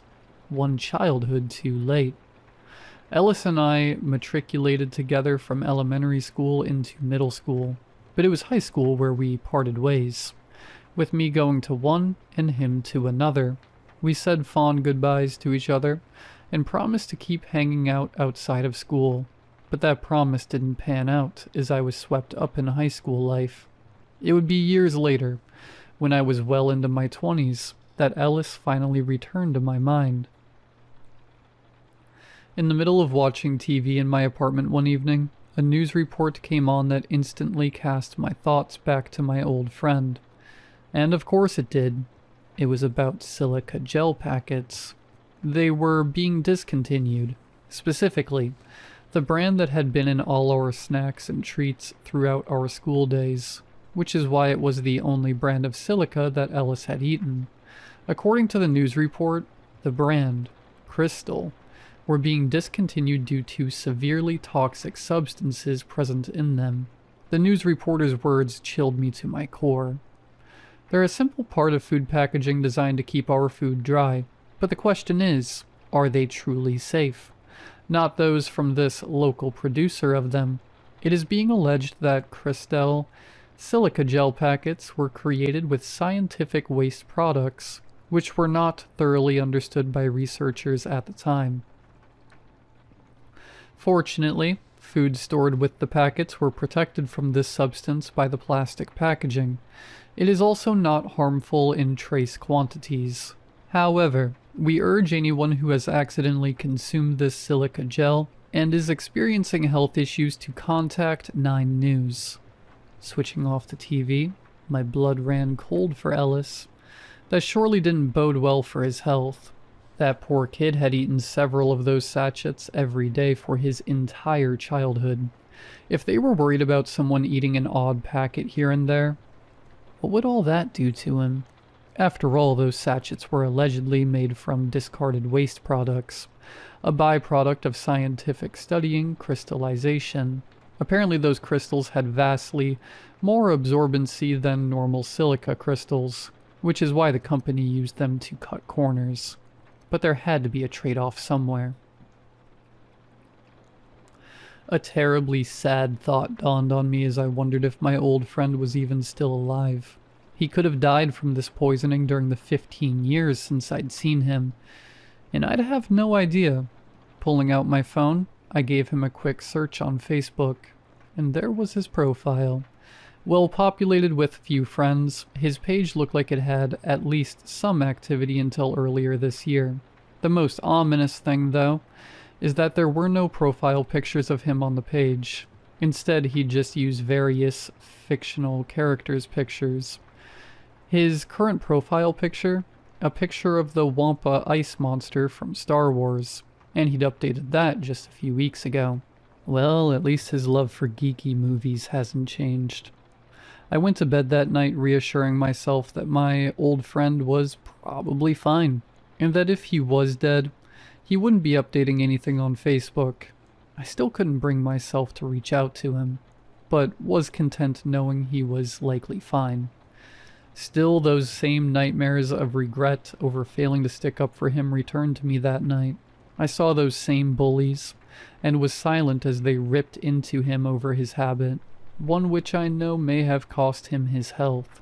However, my torment wouldn't stay confined to nightmares for long. The following Monday, I was leaving my office and getting in my car. Just when I was about to shut my door, I caught a glimpse of something over by a pillar in the car park. Something shiny and jagged, like crystals, like an entire body of crystals. I spun my head around to get a closer look, but it had already ducked back behind the pillar. Right then probably would have been the best time for me to investigate what I saw, but instead I dismissed the strange sight as a passerby's reflection in a chrome car, and pulled out of the parking lot.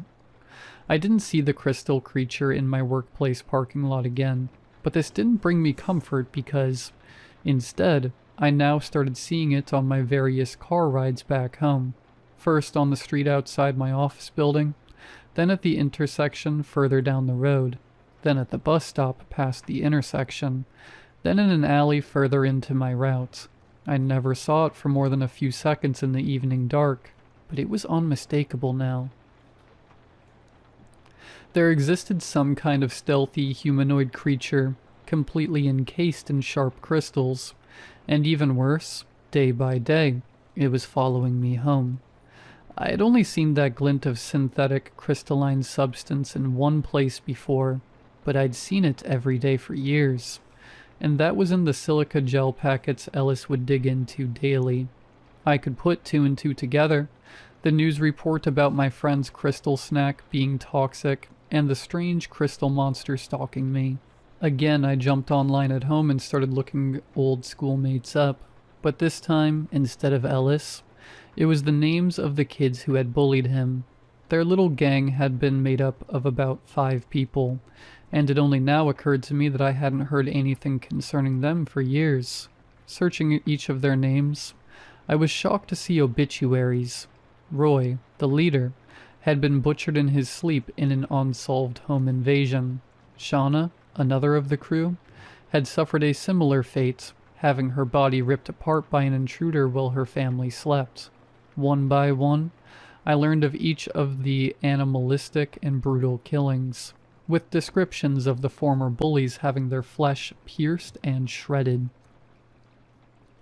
Found on each of the bodies and in their wounds was a crystal substance. Authorities suspected it was a drug of some kind used by a junkie assailant. I knew instead that it had come from the jagged limbs of the killer itself.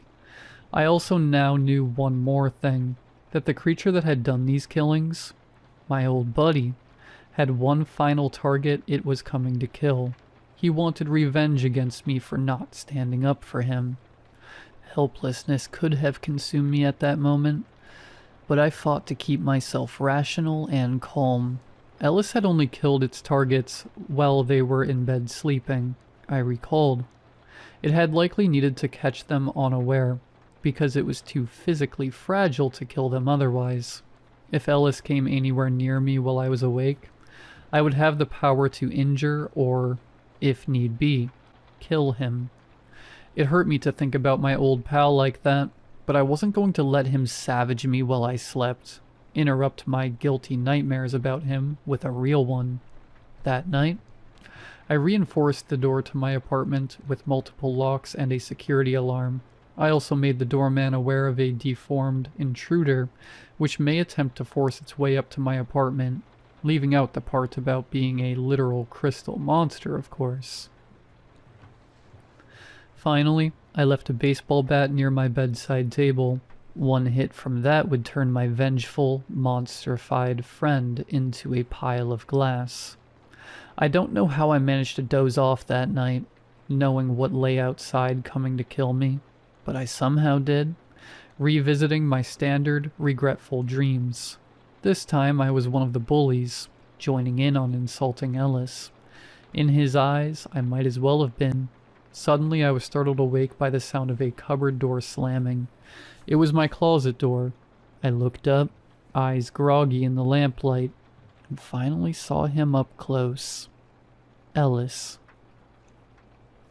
The creature was horrific, composed of flesh warped into numerous white crystal shards, jutting from his body at all angles, as if he'd been frozen in ice stalactites. But these would never melt off. Underneath the translucent white, I saw nothing of his long, encased original body. As it approached my bed, I tried to put my plan into action, but my bat was only knocked to the ground by my shaking hand. Rolling underneath the bed, transfixed and defenseless, I waited for Ellis to give me what I perhaps deserved. "I'm sorry, buddy," I said resolutely. "I'm sorry for what happened to you, and sorry for not protecting you when you needed it." The crystal creature barely registered my words, instead reaching underneath the bed. Was he going to bludgeon me with my own bat? To my confusion, the shifting mass of crystal stood up, not with my bat, but with my old school bag from elementary. I'd held on to that for years out of sentimentality. Realization began to dawn on me as its jagged hand rummaged in the bag before pulling out a very old packet of pretzels. Those sharp hands tore the packet apart with ease, scattering pretzels on the ground, and plucked it out. The last, Cristal's silica gel packet in existence. I watched with awe as it shoved the sachet's contents into its mouth, like Ellis had every recess, and munched it with crystal shard teeth. This entire time, it had wanted that discontinued silica sachet, not to violently kill me like Ellis bullies. He'd never considered me one of them after all. With his one purpose sated, this unearthly being my friend had mutated into shambled backwards. Then, very suddenly, it dove out of the open bedroom window it had entered through. A second later, the sound of shattering glass echoed from the ground. All that was left of him below was a mass of crystal shards and flesh chunks. I went back to sleep that night and slept well for the first time in a long time. Safe. And forgiven.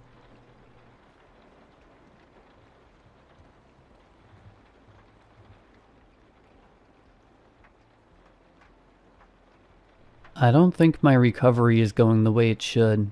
That's not fear talking. I'm not in pain exactly. If anything, I feel calmer than I probably should. Comfortable. But there are gaps. Entire stretches of time I can't account for, and when I try to focus on them, my thoughts slide away like they're tired of being held. Let me start from the beginning. I was finally back in my apartment. The place stunk of cleaning agents and something faintly like pungent soap.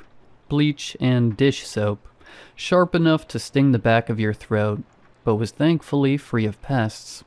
My Uber driver was kind enough to help me up the stairs. The bandages on my legs made it hard to walk comfortably. It was kind of weird seeing a few of my neighbors' houses marked with fumigation signs and taped off, but nothing compared to how happy I was to finally be home. The couch was a sight out of a romance movie, compared to the stiff hospital cot I'd been sleeping on for the better part of 4 days. I resisted the urge to flop into it, still a bit uneasy about what had led me to need all these bandages in the first place. Nothing under the cushions, thank God. I eased myself down into my usual spot, hissing slightly as one of the wounds on my leg stretched in an uncomfortable way. Still a massive improvement. The bites were painful but healing. Slowly. They still wouldn't scab properly, but at least they were closing. Remote in hand, Netflix, trashy romance blaring in the background, and my favorite soda. Exactly what I needed, at least until the knocking came. Seriously? I know they said my insurance would cover home health care, but I'd barely been home 2 hours. My bandages shouldn't need changing for at least a day, right? With a quiet, okay, maybe loud, groan of frustration, I peeled myself off the couch. My back and legs, wounds, threatened to tear again as I eased my way to the door. I wasn't expecting anything in particular. Maybe a guy fresh out of college, maybe some woman with a slightly chubby build. Anything but the old, cheerful woman who greeted me by pushing her way inside the moment the door opened. My, what a lovely home. Oh, but you could use some cleaning. Must be tough in your state, dear. That sing-song voice grated on my nerves, almost as much as her jostling past me did. Can I help you? I asked flatly, half expecting I'd let in a saleswoman or maybe some kind of religious nut. Why, dear, I'm here to help with all of this. She motioned dismissively to my entire being. You're in such a state. So she was my nurse. All right. Look, not to be rude, but it's been a tough week. Can we just do whatever you need? My mother wouldn't really approve of me being such a poor host, but it's not like she'd ever find out. The woman stood there for a solid beat, simply staring at me with that same cheerful smile you'd see printed on a metal tin of pancake batter. Take a seat, dear. Calm. Still sweet. Now, sitting I could get behind. At least I wouldn't have to worry about stepping wrong and hurting myself. She placed a hand on my back as I leaned forward, gently pushing me into position. Somehow she avoided the wounds, and her hands were surprisingly warm. Now I'm going to grab a few things from my bag. You have a drink, yes? It's bitter, but it'll do wonders. She chirped as she moved with a slightly alarming amount of energy toward the door, retrieving the bag she'd left behind. It was an old thing, black faux leather, or maybe real, with a gaudy floral strap and way too many pockets. I was expecting something herbal, but instead she pulled out a standard orange pill bottle. She unscrewed the cap and shook a couple of blue-pink capsules into her open palm. Just 2 today, dear. We might up the dose later. I didn't think nurses usually handed out medication, but I reasoned the doctors must have sent her with it. I'd always been too trusting of people I thought were in the medical field. After all, that's what you're raised to do, right? Mom was always the one to comfort us during shots, saying, "The doctor knows best." Whatever was in that medication worked fast.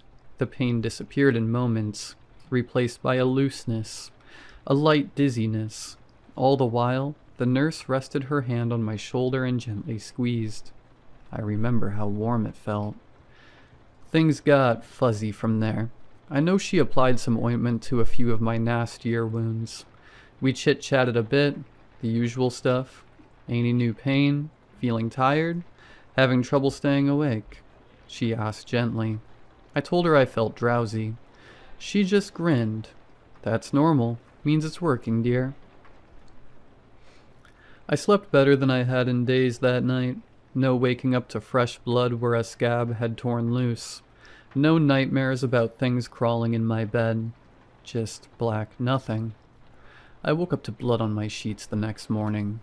At first, my thoughts turned to the worst, but something dulled the panic before it could really take hold. I've never been good with the sight of my own blood. That calm didn't sit right with me. Still, it helped me focus. The bandages she'd applied yesterday, soaked with whatever ointment she'd used, had come undone. My left arm was bare, wounds leaking blood through half-formed scabs. I couldn't help but notice, though. The scabs were gone. Not crumbling away, not falling apart. Staying.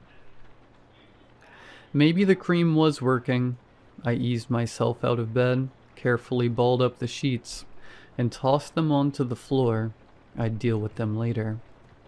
I just limped into the kitchenette when the knocking came again. I took a deep breath and steadied myself against the counter. The medicine had clearly worn off. Every step tore. Every bandage rubbed grit against open wounds that felt newly exposed. I'll be there in a... The click of the doorknob cut me off, and there she was again. Same cheery smile, same beige cardigan, same black bag with the tacky floral strap. "Oh, hey, thanks for coming back," I said awkwardly, wondering how she'd gotten in. Had I left the door unlocked yesterday? "Hello again, dear. Ready for your medicine?" Same tone, same energy. It was too easy to let her take over. I was tired. I was sore. I just wanted it done. "Sure," I said. "Just let me get a sandwich or something." She gasped, a hand flying to her mouth. Shock, or maybe hurt, replacing her usual chipper demeanor. "Oh, no, no, no. You need to rest, dear. Let me handle that for you." I tried to protest, but she took my arm and pulled me toward the couch. Pain flared as the movement reminded me just how much the medicine had hidden the day before. I felt a pang of annoyance as she helped herself to my fridge, pulling out a cold bottle of water and handing it to me along with another round of those blue-pink pills. Still, I couldn't complain. They worked. Within minutes, my aches eased and the world began to blur around the edges. I must have dozed off when the smell hit me. Bacon. I turned my gaze from the TV, which at some point I'd apparently managed to turn back on, now playing a nature documentary, and toward the kitchen. She'd put on an apron and was busy cutting lettuce. The thought of saying something, anything, about her helping herself to my groceries was pushed aside by this idea of a warm meal, not from a hospital. And I'm glad I didn't. She made a classic breakfast spread, perfectly cooked scrambled eggs, fluffy and soft, bacon just how I like it, a little chewy with some crunch. She even turned it into a couple of BLTs, all arranged neatly on a platter I didn't remember her bringing, alongside a tall glass of some kind of juice. Now, dear, it's a little bitter at first, but trust me, it'll help. She wasn't lying. It tasted like orange juice mixed with lemon, sugar, and something distinctly medicinal. Whatever it was, warmth spread from my gut outward, turning what had been a dull, painless throb into a light, almost drunken floatiness. She spent the next hour going over my words, talking about her garden and how Reginald had been acting up again. Apparently, she named her plants, which I found kind of adorable. She spoke about their care the same way she spoke about me, as if they were patients too. Those pills really did wonders. I didn't feel a thing. Not as she peeled away rust red, crusted bandages and replaced them with clean ones. Now as she pressed ointment slick fingers into open wounds. The scabs from the previous session were holding, but the skin around them had taken on a strange discoloration. I looked at her, vision blurred, the world soft. Hey, is it supposed to be yellow? She watched me for a moment, one eyebrow quirking up as she processed the question. Then that same reassuring smile spread across her face. Why, of course, dearie. That just means the medicine is getting rid of all those nasty little toxins in your... Well, they're not really bites so much as openings. She paused, stroking one of my wounds perhaps a bit too long. It was odd. She looked almost loving as she applied the ointment, but not to me, to the wound. Then again, I wasn't exactly in the best state of mind. The pain might have been gone, but I was bone tired, drifting in and out of sleep as she tended to me. When I turned to look at her, she lifted her head to meet my gaze, still smiling. I woke up in my bed. New bandages, clean sheets. It was dark out. I must have slept all day. The thought of getting up felt pointless, but I tried anyway. No dice. My body felt unbearably heavy, and I let sleep take me again. I blinked, and the scene shifted. Daylight. The weakness was fading, my mind still foggy, but slowly clearing. What was happening again? I still couldn't get up. My head tilted down to look at my body wrapped in bandages, but something felt off. Or rather, smelled off. Urine. And something else. Sour. Stale. I'd messed the bed. I couldn't feel it. I was vaguely aware of dampness, but my sense of touch felt distant, like my body belonged to someone else. The door creaked. I would say I tensed, got tight. The fear was there, but it just wasn't latching.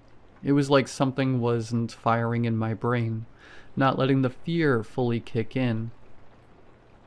Fingers. Fingers I recognized. Old, wrinkled, gripped the door and slowly pushed it open, allowing my nurse to poke her head into my room. Oh dear, I'm sorry. I shouldn't have left you so long. I had other patients, you see. Reginald really was acting up today. Didn't want to take his medicine, you see. She began to ramble, walking up to me and flipping me over as if she'd already done this a dozen times. She cleaned me, changed my sheets, gave me some kind of injection I barely felt. Sadly, you can't really drink like this. She paused, looking almost regretful, or maybe just concerned. She took my limp hand in hers. It made me realize how cold I felt. She turned to look me dead in the eye, cheer returning to her demeanor. But don't worry, dear. I've got you. It's been like this for days. I get my sense of touch back from time to time. I've written this in pieces. She says I'm straining myself too much, but she's just being nice. I don't really want her to leave. She's so nice, but something's wrong. I don't know what, but this isn't right. I got a text saying my insurance wouldn't cover the home health care. How nice of her to do this in her free time. She has to be a volunteer. How else would she know to come? She mentioned that Reginald had been doing better in the last couple of days. Something about me helping him along. She says this is all part of the process. All part of how she helps us get better.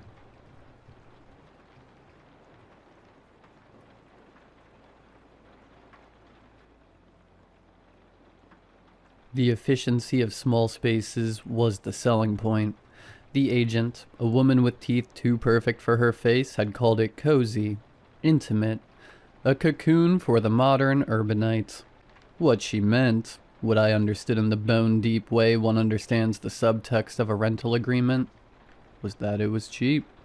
So cheap it felt like a crime, a converted textile mill.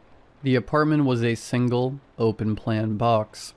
The bathroom, a modest cube of tile and chrome, was the only room with a proper door. Everything else was a flow, a seamless continuity of concrete floor, exposed brick, and drywall painted the color of old dishwater. The building was steel and concrete, a monument to brutalist efficiency. It was also, all things considered, fairly silent most of the time. No creaks, no groans. No settling sighs of an old house. The only intrusion was the distant, rhythmic thrum of the HVAC, a sound so constant it became a sort of auditory wallpaper. The first anomaly was the dresser, a simple IKEA melm. It was my only concession to traditional furniture in the otherwise minimalist space. I noticed it on a Tuesday.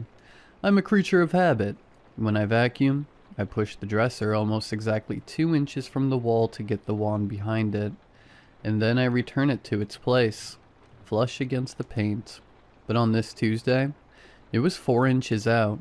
I blinked, pushed it back, figured I'd been distracted, but the next week it was 4 out again, and the week after, it was never more than that. A precise, maddening, consistent amount. As if something was expanding and contracting behind the drywall, pushing it out with a slow, patient pressure. The other sign was the crawl space, a square of plasterboard in the ceiling of the walk-in closet, barely big enough for a child, marked with a simple, recessed pull ring. The building inspector had called it a plumbing access, though the pipes for the unit were clearly routed along the opposite wall. It was an orphan space, an architectural afterthought. I'd pulled on it once, out of curiosity. It didn't budge. A month later, I noticed the ring was greasy, a dark, slick residue that transferred to my fingertips, smelling faintly of machinery and sour sweat. It wasn't oil, it was thicker, more organic, like the lube from a bicycle chain, but with a faint, coppery tang. One night, I went into the bathroom to take a shower and noticed pretty quickly that the small 10-inch transom window above the shower was hinged open. This wasn't too alarming, as I, on occasion, propped it open after taking a shower. Maybe I had forgotten to close it. Then came the sound. It wasn't a ghostly moan or a spectral footstep. It was the wet, muffled percussion of something being forced past its natural limit. The sound of someone cracking their knuckles, but slower, deeper, and with a fleshy, cartilaginous resistance. I'd hear it in the dead of night, a soft pop, pop, pop from the direction of the ceiling, or I'd catch it while watching a movie, a faint series of clicks from within the wall behind the television. I called my landlord, who quickly brushed it off as the pipes, but it was the sound of a body refusing its own shape, a sound that made the ligaments in my own knees ache in its sympathy. I started to sleep less. The efficiency of the space now felt less like a feature, and more like a trap. The bruises appeared on my right forearm and both shins. They weren't the mottled, chaotic marks of a clumsy bump. They were symmetrical, perfectly oval, about the size of a thumb, a deep, sickly purple that faded to a bilious yellow. My doctor, A harried woman with a distracted smile called them pressure contusions. Like someone rested a heavy, narrow object on you for an extended period, she'd said, tapping her pen against my chart. In your sleep, perhaps. I didn't have any heavy, narrow objects. I had a bed, a duvet, and the suffocating proximity of the walls. The bruises were the shape of pressure points, the precise spots a hand or feet might rest to anchor a body while it leaned over another, sleeping body in the dark. The realization was so repulsive it felt like a physical blow. I was being handled in my sleep. I started sleeping with a knife next to me. I started leaving markers. A single strand of hair laid carefully across the seam of the crawlspace door. A dime balanced on its edge against the baseboard of the living room wall. The hair would be gone. The dime, inevitably, on the floor. The evidence was microscopic, deniable. A draft, a vibration, anything but the logical, screaming conclusion that was beginning to form in the back of my mind. My paranoia became a religion. I cleaned obsessively, not for hygiene, but for intelligence. I was dusting the radiator, a hulking cast iron relic from the building's factory days, when my fingers brushed against something tucked behind it. Not a dust bunny, not a dead insect. A piece of paper. My hands shook as I worked it free. It was a photograph, low resolution and muddy, printed on heavy cardstock. But I swear it was me. It was just blurry enough to be deniable, but I wouldn't believe anything else. Through the dark fuzz, I could just barely see myself asleep in my bed. The angle was high. Looking down from above my bed, I tilted my head back, tracing the line of sight with my own eyes. It came from the ventilation grate, an 8 by 10-inch metal grill set flush with the ceiling. Its slats too narrow to even fit a hand through, and the picture was a clear shot, as though this person somehow removed the grill. I called the police. They arrived 5 minutes later. "I'm not doubting you, ma'am," the officer said. He was young, with a patient, practiced calm that was more infuriating than disbelief. "But there are no signs of forced entry. Nothing wrong with your door. No pry marks on the crawl space. No fingerprints on the radiator." "Because he doesn't use a door," I said, the words tasting like bile in my throat. I was pacing the small space of my apartment, feeling like a specimen under glass.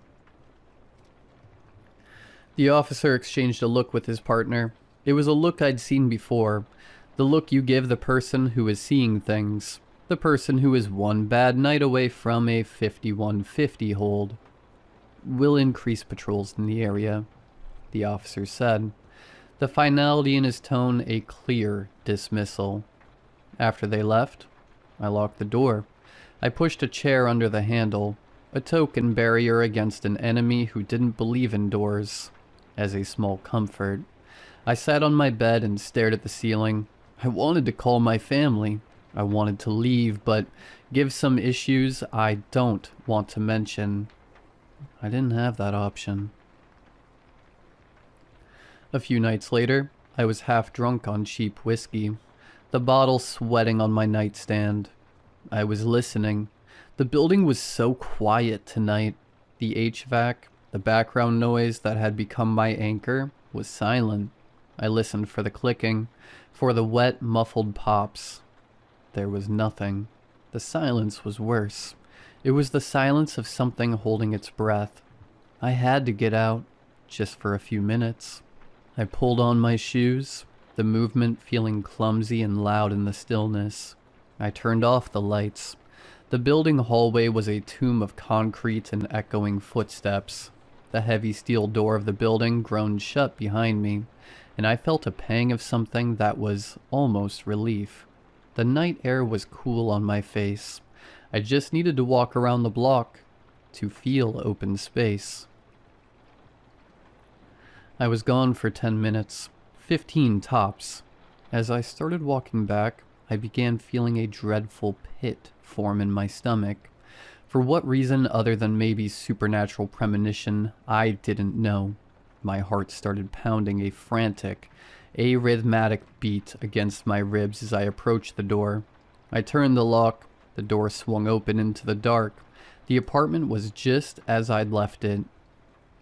Almost. The light in the kitchen was on, a single bare bulb over the sink, casting a jaundiced, sterile glow. I never left that light on. My breath hitched in my throat. I was frozen in the doorway, my hand still on the knob. The apartment was silent, but it wasn't the empty silence of before. This was a heavy, anticipating silence, the silence of a predator lying in wait. My eyes darted around the room. Everything was in its right place. The bed was unmade, just as I'd left it. The dresser was flush against the wall, but the kitchen light was on. I took a step inside, my sneakers squeaking on the concrete floor. I needed a weapon. I needed to get to the kitchen. My kitchen knife block was on the counter, right next to the sink. I crept forward, each step a deliberate, nerve-wracking calculation. I could see the knife block now, the chef's knife, its dark wooden handle a beacon of hope. I was almost there. My eyes scanned the room looking for anything out of place. And that's when I saw it. The kick plate under the kitchen cabinets, the thin strip of wood that covered the space between the bottom of the cabinets and the floor. There were scuff marks leading into the darkness. It was ajar, not by much, just a sliver, a 4-inch gap of darkness that hadn't been there when I left. I stopped dead. My blood ran cold. I couldn't breathe. My eyes were locked on that gap, that impossible, narrow gap, a space too small for anything bigger than a small animal, let alone a grown man. I held my breath. I listened. And then I saw it. A hand. It had unnaturally long, spidery fingers, each one tipped with a grime-encrusted nail. The skin was pale, almost translucent, stretched taut over delicate bones. It moved with a strange, twitchy deliberateness akin to a bastardized claymation figure. It slid out from the gap, its palm flat against the floor. Then another hand joined it. They pushed against the floor, and with a series of sickening, rhythmic thuds, something began to emerge. It wasn't a monster. It was worse. A man. He poured himself out from the darkness, a fluid, impossible shape. He was gaunt, middle-aged, in a sweat-stained undershirt and threadbare pants. His collarbones seemed to overlap, and his hips rotated at an angle that defied anatomy. He was a human origami, a mockery of the human form. I watched in stunned, horrified silence as he unfolded himself, the wet, muffled pops I'd heard for weeks now happening in real time, right before my eyes. He saw me.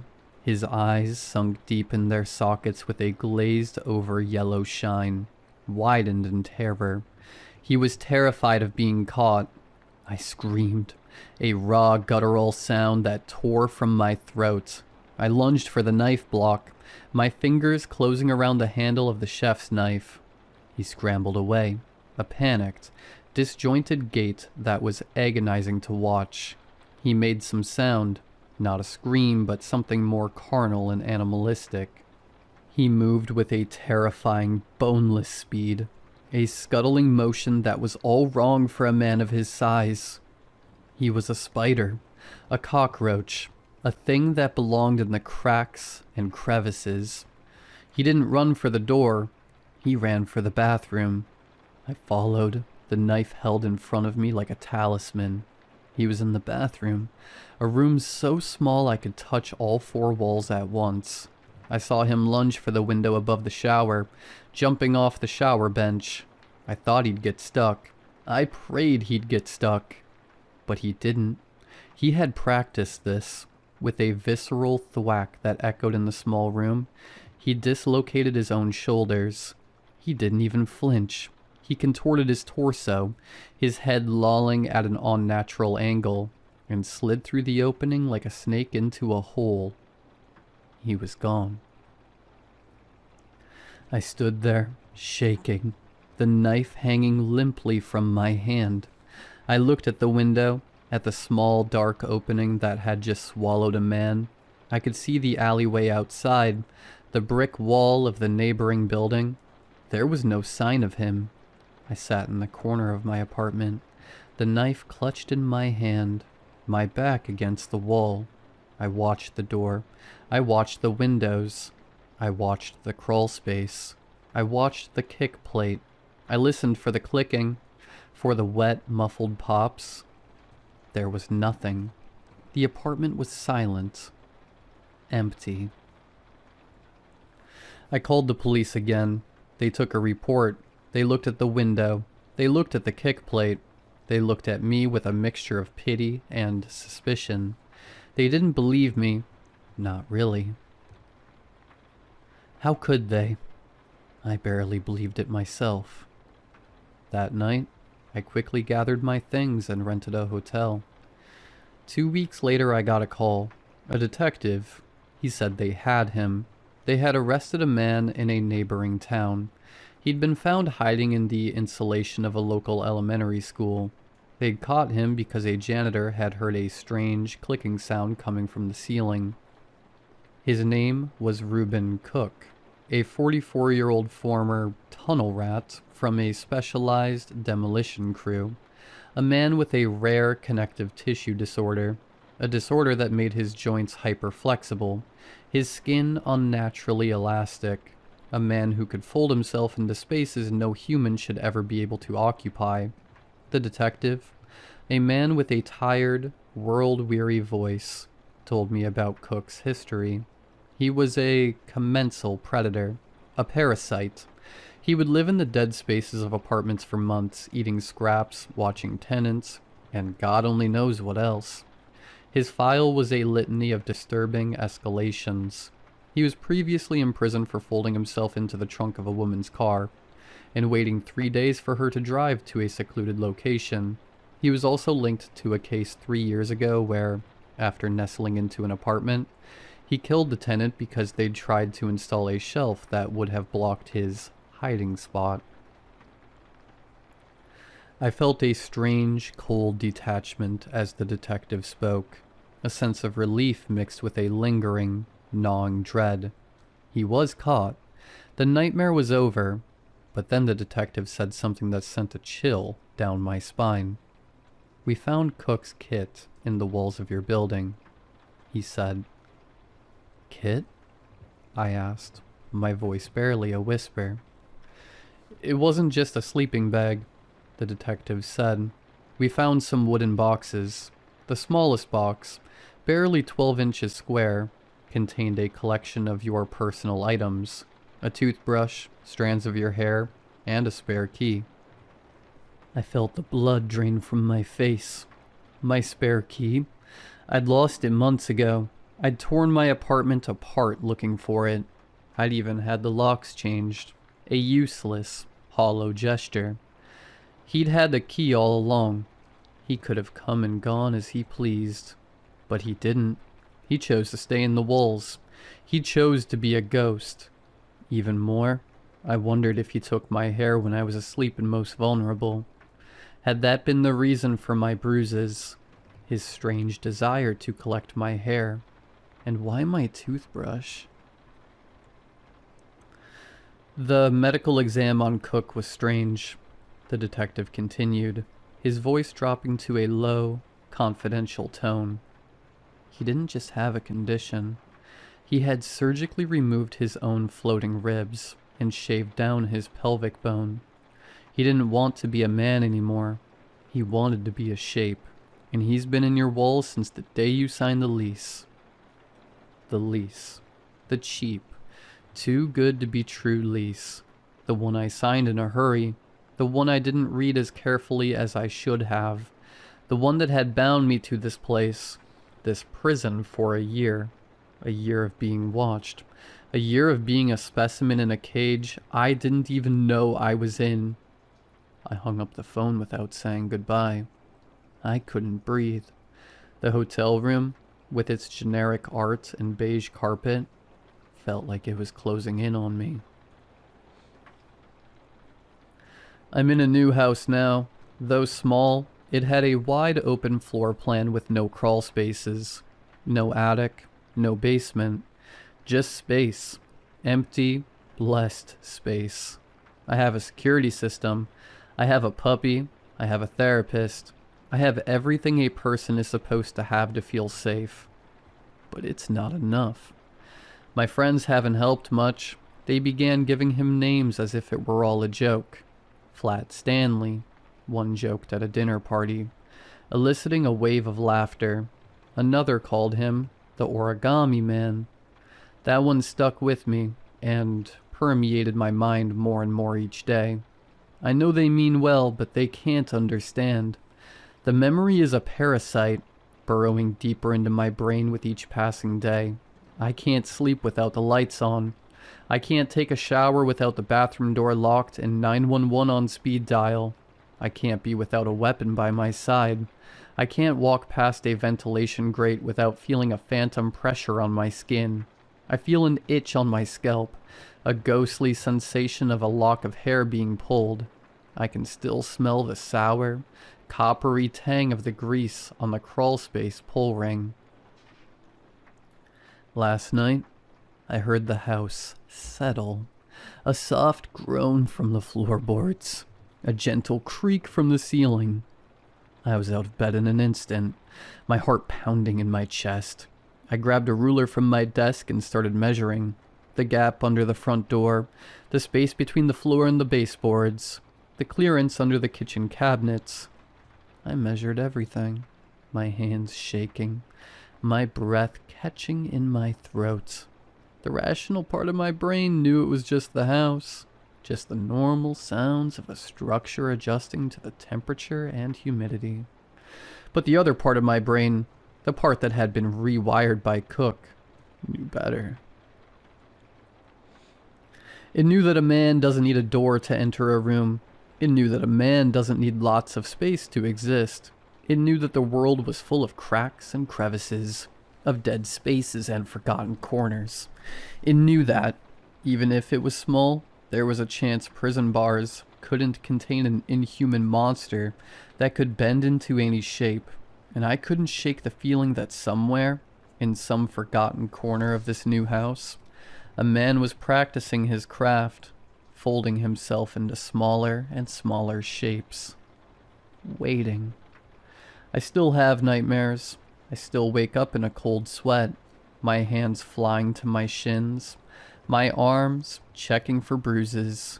I still hear the clicking, the wet, muffled pops from blurry glances. I still see the gaunt face, the sunken yellow eyes, the unnaturally thin frame. The detective's words echo in my mind, a relentless, haunting refrain. He didn't want to be a man anymore. He wanted to be a shape.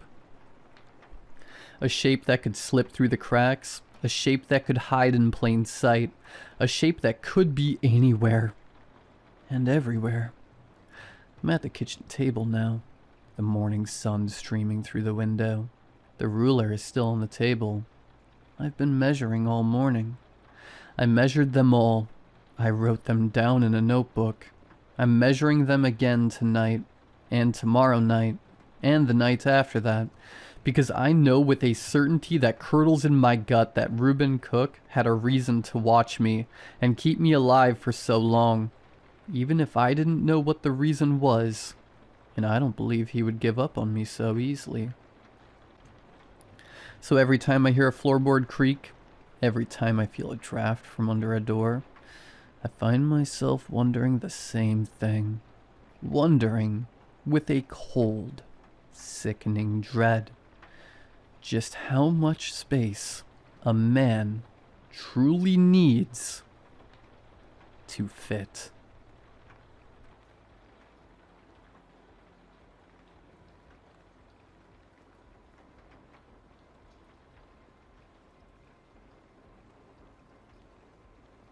You see, I'm quite ill. So ill that my husband has hired an entire staff to tend to me in the house, because there is so much I cannot do anymore. Every morning, one of my attendants wakes me up and brings me my breakfast and my medication.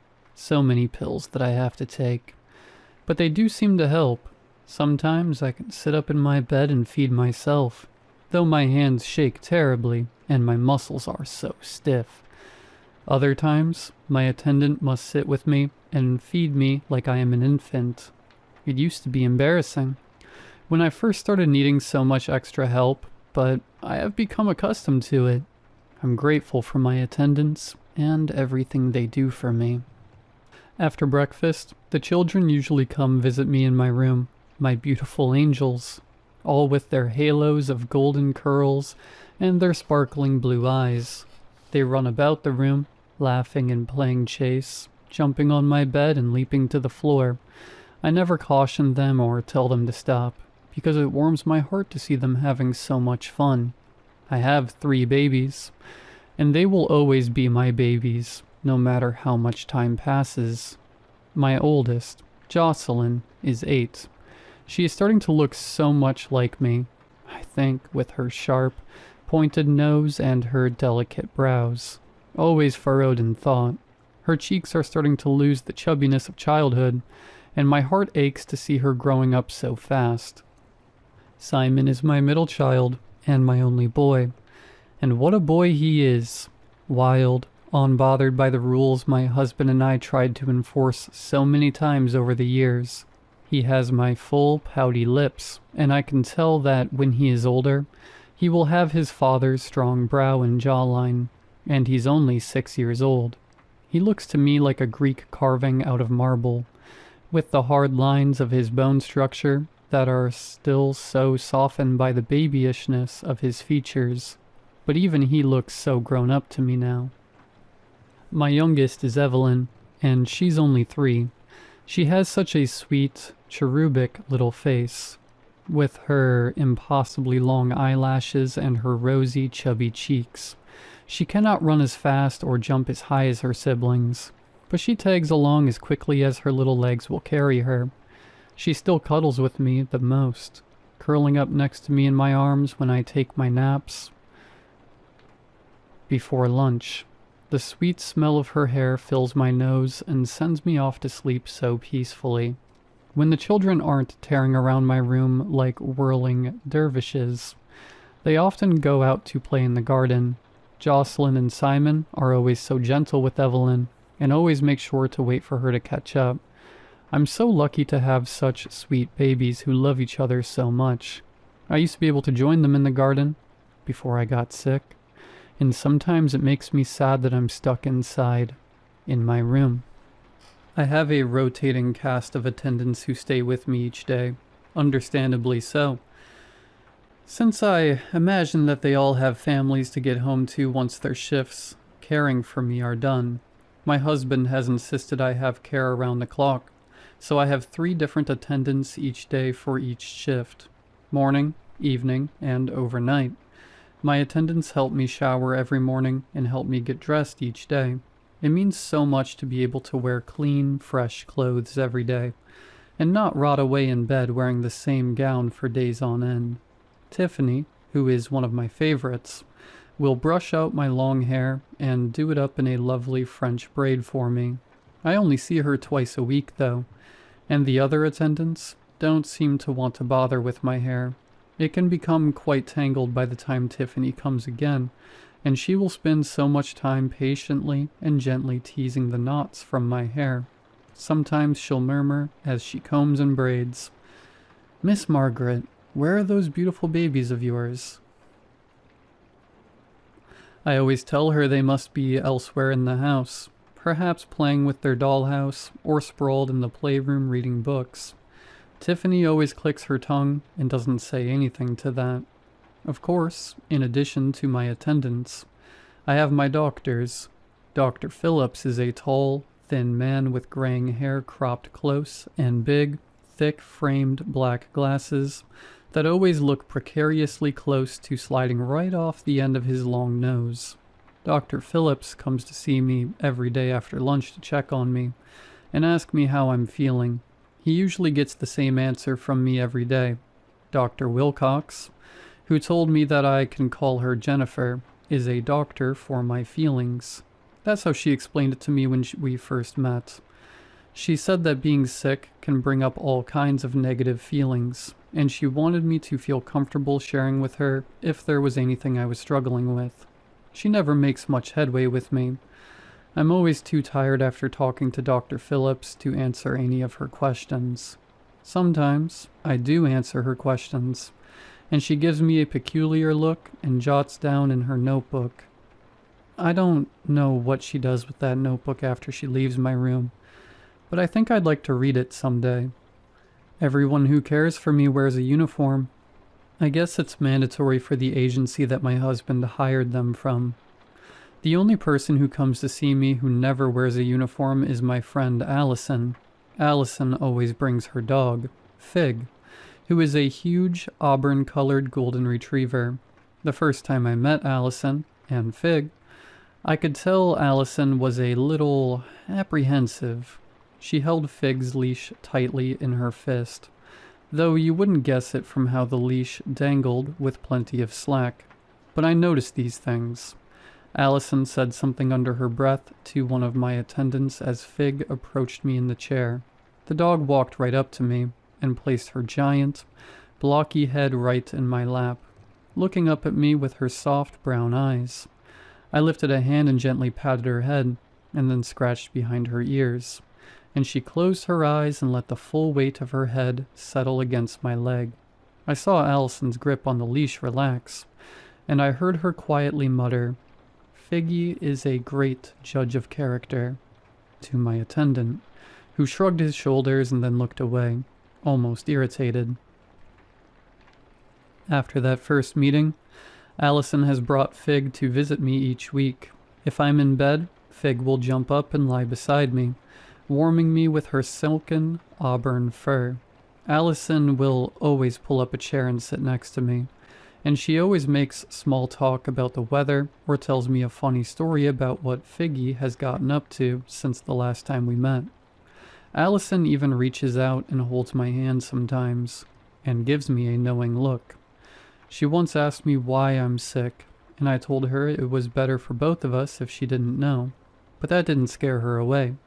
One day, that same attendant, who was there during my first meeting with Allison and Fig, pulled up a chair rather close to me and Allison than he normally would, and opened up a newspaper to read. The big headline on the front read, "Father of children missing for 3 years petitions to have them officially declared dead." A sad story, to be sure. A picture of the father with his children, all beaming at the camera, took up most of the front page. My husband has to travel so much for work that he is rarely able to visit with me. When he does, he often meets with my doctors, and they discuss things in hushed tones. I catch snippets as they speak. No progress, no new information, different medication. My husband has control over my treatment, because my illness often makes me too tired and disoriented to be able to consent to any changes. My husband has learned only to come visit me before 5 p.m., because there have been one too many visits after dinner when he had come into my room to see me and something awful has come over me and I have attacked him. Lunged out of my bed or my wheelchair with my hands outstretched, clawing for his throat and eyes as my attendant springs into action to restrain me. Whenever this has happened, my husband refuses to meet my eyes with his, afraid to look at me and acknowledge the real reason why I want to kill him, a reason only he and I will ever know. You see, my morning medications really start to wear off after dinner, and I can't have my evening doses until 7 p.m. As the afternoon turns to evening, I feel my symptoms start to come back. My vision, blurry and unfocused during the day, becomes sharper. The golden light that bathes everything darkens and becomes cold and blue, throwing everything into harsh relief and making my surroundings feel unwelcoming and clinical. My head, so foggy and sluggish all day, begins to clear, and my memories start to come back. I see my attendants for what they really are, employees begrudgingly tasked with watching over me, rather than dedicated and compassionate caregivers. The worst, though, is my children. When they come to visit me after dinner, they no longer look happy and angelic and full of life and laughter. They no longer look the way I want to remember them. Instead, they look the way I am forced to remember them. Jocelyn's scalp is half ripped away from her skull, and her left eye is missing. Blood stains her nose and mouth, and she has thick, purple bruising around her neck. Her head hangs at an odd angle, and her legs can only shuffle her forward as she tries to walk on compound fractures with shards of bone piercing her skin. The entire left side of Simon's head has been completely caved in, and he spits and sputters bubbles of blood as he struggles to draw in raggedy breaths. His rib cage is crushed and splintered, and his lungs flap uselessly against his chest wall. And Evelyn, my poor sweet baby girl, too young to even understand what was happening to her. Her eyes are black, filled completely with dead blood. Her tongue is huge and purple and protrudes from her mouth. She, too, bears thick bruising around her neck, although this is barely noticeable due to the fact that she now carries her head in her tiny little hands, because it was ripped completely from her shoulders. They all come to me and stare at me, crying. "Why, Mama?"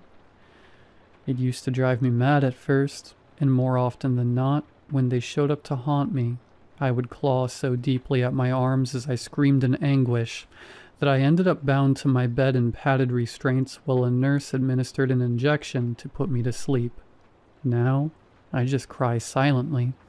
I don't look away because my babies deserve to be seen, but my heart shatters into a million pieces over and over again every night when they come to remind me of what I've done.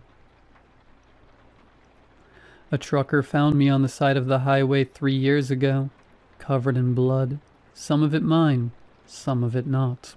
At the emergency room, they tried to get me to tell them what happened to me, but I couldn't. All I could do was scream as I pictured my babies the way I left them before I escaped into the woods. I think I hoped to get lost and die of exposure out there, but instead I stumbled out onto the roadway and nearly got hit by a truck. Dying that way would have been better than I deserved. When the police showed up to question me, the emergency room staff were confused, but then the detective explained. My husband had reported the children and me missing that morning. After waking up to find the house empty, he told the police that I hadn't been well lately, hadn't been taking my medications, and he was worried that I may have harmed the children. The police knew as much when they saw me on that gurney, covered in my children's blood, and I couldn't speak to tell them what happened. They finally sedated me to get me to stop screaming, and when I woke up I was handcuffed to the bed rail, and a cop sat in the corner of my room staring me down. They took me to court, but I was found to be incompetent of stand trial. The state psychologist who examined me determined that I had entered a catatonic state and that, in my stupor, I was incapable of understanding the charges being brought against me. And that's how I ended up here at Willow Grove, the highest security forensic psychiatric hospital in the state, imprisoned amongst others deemed incompetent to stand trial, like me, or those who were found not criminally responsible, which is the technical term for not guilty by reason of insanity. And here I've stayed for the past 3 years. After a constant fog of antipsychotics and benzodiazepines, unable to tell anyone what really happened the night I was found, unable to tell anyone the real reason I have attacked my husband so many times. the reason that only he and I will ever know. Because it wasn't me who hurt my precious babies that night in the woods.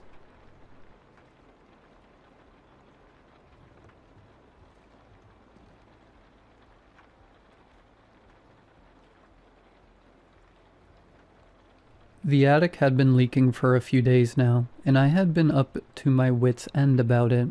Elizabeth told me to call a contractor, but I knew I was perfectly capable of fixing it.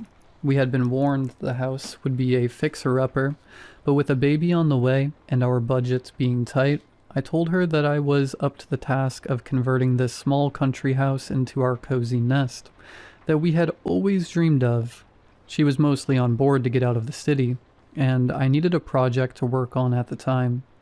We have been living here for about 2 years now, and suddenly the attic decided to leak. I had fixed most of the electrical and plumbing in the house already, so I assumed that either a critter had gotten up there and the recent rain had come through, or I hadn't tightened a pipe or sealed it properly. I grabbed my ladder and my toolbox and went up the rickety wooden stairs into the attic. By all accounts, the attic itself made no sense. The house was a small 2-bedroom house with 1 bathroom, a decent-sized living room, and a small kitchen, as if built to fit into an apartment. The house wasn't 2 stories tall. It just had an attic that you could squat in. Why someone who lived in a house this size would need an attic? I have no clue, but I have to admit that it was nice to have.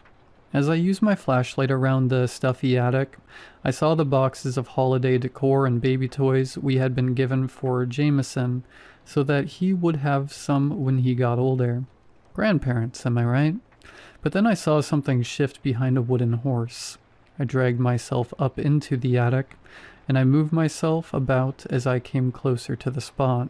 I felt it first, before the smell hit my nostrils.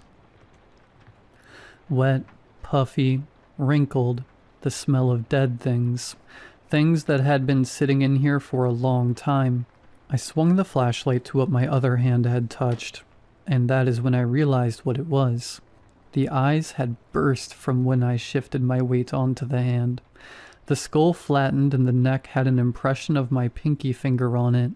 I couldn't immediately identify it, but from what I could tell, it must have been a really decayed raccoon or cat. What made it even more difficult was the lack of fur or any other identifying features. It seemed to have 4 legs, but the paws were a little longer, and it had tiny fingers that resembled human hands. The tail seemed malformed, as it looked like it had grown with a bend in it, like an elbow. The end of the tail had some form of claw on the end, but it could have been a malformed bone. The head was mush, so I'm assuming it was a raccoon. Of course, at the time, I was more concerned about vomiting on my favorite work shirt.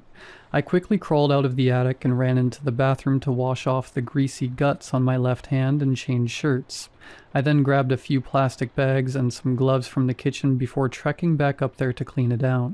After a few trips and burning through cleaning supplies, I had removed the dead critter and any fluids up there. My focus was off, as my hands had broken out into hives and sores. Elizabeth told me I should go see the doctor, but I told her, I'll wait a day or 2 first. As I scrubbed the hives on my hand, I stared at the creature's hands and tail, how they were twisted with claws as if human. I didn't tell her about how misshapen the creature was, as the problems of the attic were mine. I assumed the critter had somehow crawled up the tree in our backyard and found a hole beneath the roof or behind a gutter, but there was no hole to be found. I emptied the attic and searched every nook and cranny. The leak was definitely coming from where the critter's body had lain, but the attic refused to reveal its exit. It was almost as if the creature had been a plug, but there would still have to be a hole, right? Elizabeth asked me if the leaking could have been the critter pissing on the attic floor, but I told her that the attic only leaked when it had rained, and we would have smelled it. The next day, I had a hard time getting up and continuing the search for the leaking gap. I hadn't slept well, in all honesty, because I had a really weird dream about something outside the bedroom window calling out a name. It doesn't matter, though. Dreams are weird, right? But I do have the name stuck in my head now. I ended up muttering it to myself all day, and I didn't even realize it until Elizabeth asked me what I was saying. I wasn't sure myself, and I hadn't even realized that I was staring out the window while I was muttering. 2 nights ago, things started to change. I had gotten up late that night, waking up from a nightmare, if you must know, and I decided to refill my cup of water. I tiptoed out of the bedroom so as to not wake Elizabeth and went into the kitchen. As I flipped on the light, I almost jumped when I saw a silhouette from the kitchen window.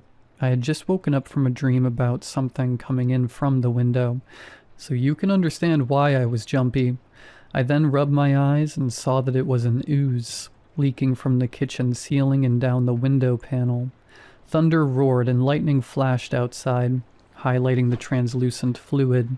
It couldn't have been there for more than a few minutes, as the crack in the ceiling looked as if it had only just started taking water damage. I took my empty cup and scooped some of it off the window before it reached the sink, then placed it on the counter. I then spent the next 10 minutes digging around for a bucket and a towel as quietly as I could, and cleaned up as much as possible. Being quite tired from horrible dreams, I absentmindedly grabbed my cup and brought it back to bed with me, thinking I had filled it with water. As the fluid touched my tongue, I realized my mistake, but it was too late. It filled my mouth and ran down my throat as I tried to spit it out. As I gagged and coughed, Elizabeth woke up and asked what was wrong. I told her what happened and she handed me her water. I ended up going to the bathroom and washing my mouth out for a while before finally falling asleep, exhausted. I awoke to a sore throat and a grumpy wife. She said that I had been muttering in my sleep all night, something about somebody arriving. I didn't have a clue what she could have been talking about, so I apologized. After coming home from work, I used my ladder to seal up the cracking ceiling in the kitchen, then went back into the attic. It felt smaller than before, but a lack of sleep was affecting my senses for most of the day. A coworker had poured some water on my lap to wake me up, as I had fallen asleep muttering, so the dimensions of the attic feeling off didn't concern me. What did concern me was that I couldn't find the source of the ooze.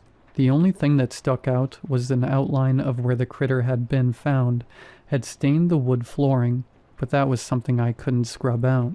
The wife told me I should call pest control or a professional, but I quickly snapped back that I was perfectly capable of fixing anything wrong in the attic, and that I was the only one who could prepare it.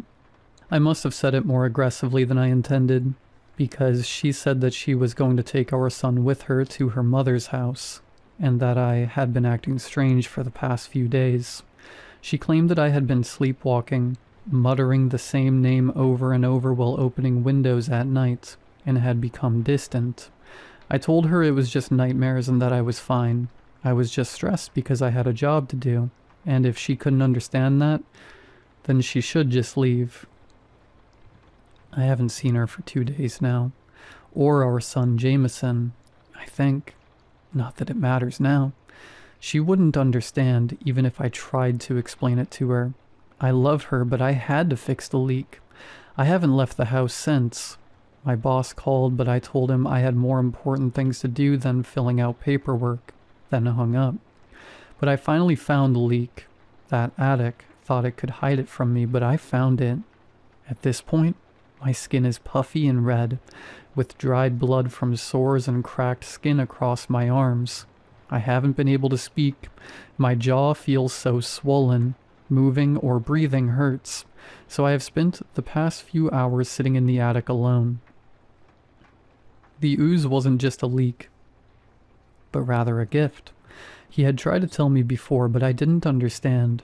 As his arms crawl within me, I feel brimming with joy. I finally fixed the leak as I drank what was left of the divine essence. He now dwells within me, reaching out from my throat and peeling away my skin. He has arrived, and we are born again in one form, as I am torn apart from the inside. A cocoon for my Lord of Shagai.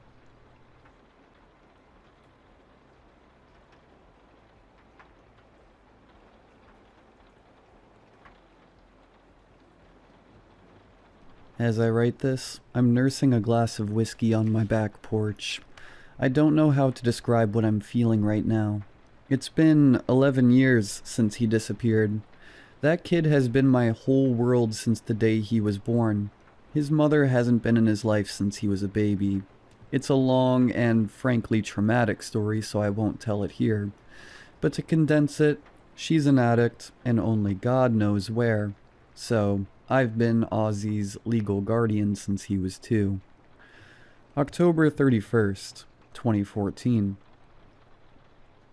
Ozzy told me he was going out with his friends for the night. I remember it so vividly. His face, with brown freckles like his mother. The mole on his neck that I have too. I've played that day in my mind 1,000 times. Every detail in Technicolor again and again, just to have something to hold on to. His mop of curly dark hair, the red hockey jersey he was wearing, his jeans, his mother's ring he wore on a chain around his neck. All of it. I didn't know at the time, but him and his friends had actually planned to explore, party, and spend the night in the old abandoned house a few kilometers from town. That house always gave me the creeps. Even after years of being a sheriff and having my fair share of unexplained experiences, it just makes my skin crawl. Even more so now, after all this. That house has a sordid history. In the 30s, the man who owned it threw a dinner party/family gathering. He then proceeded to chain the doors shut from the outside, climb back in through a window, and slaughter everyone inside. People have told stories about it being haunted since I was a child back in the 70s. It's become a local legend. People took to calling it the Red Finch Manor. And it's been a long-standing dare among teens to stay in there overnight. Most don't make it past midnight before they call it quits, and hoof it back up the old road back to town.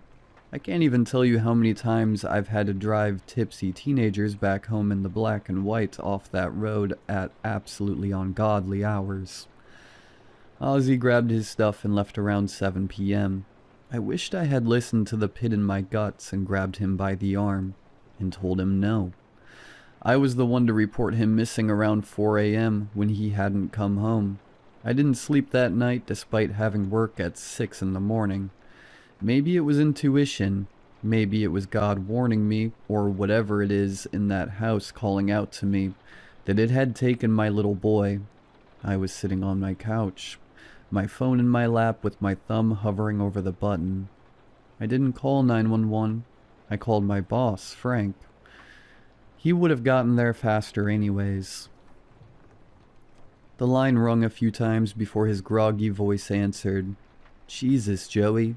This better be good. It's 4 a.m. I felt sick. Like at a moment's notice, I was going to hurl onto the hardwood floors of my living room.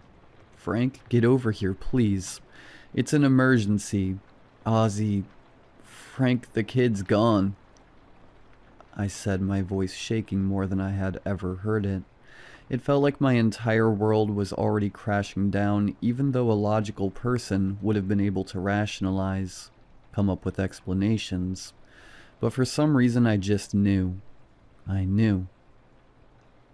Frank didn't say much else, and he was in my kitchen with me in less than 5 minutes. I vaguely remember crying. At that time I hadn't cried in probably years. At least not like that. I was in hysterics, pacing in my kitchen insisting that something terrible happened. We searched for hours, trekking through the woods, knocking on doors, looking everywhere. Something pulled me to that God-forsaken house. Some otherworldly tether drew me there that night.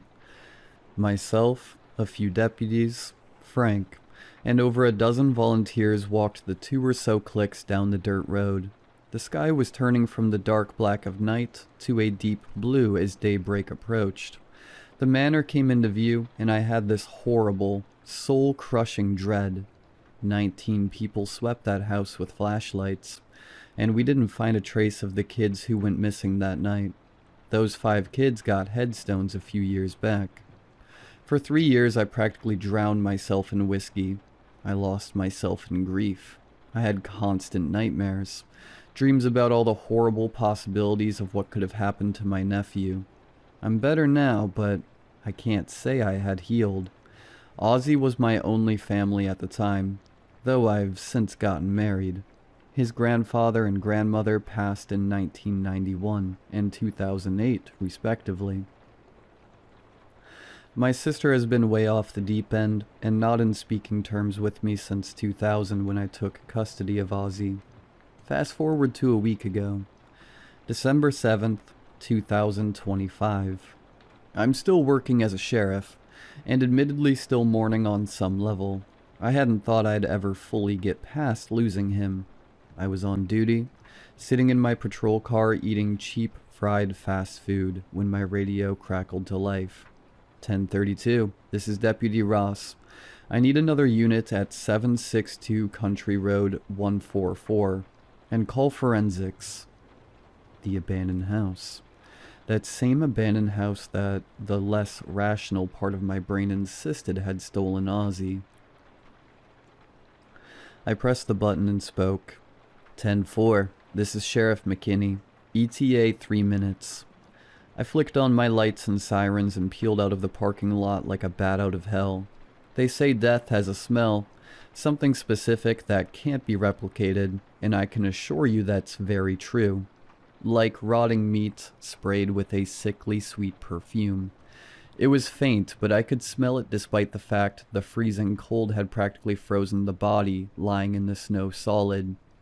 I didn't need to look long to know the body belonged to one of those missing kids. I'll say it again, we found a body.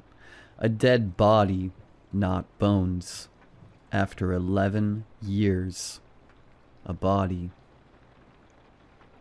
How the hell wasn't this kid just scattered bones we would dig up after the spring thaw? And what the hell happened to him? Because he was cut up pretty bad. I'll save you the gory details, but it was bad.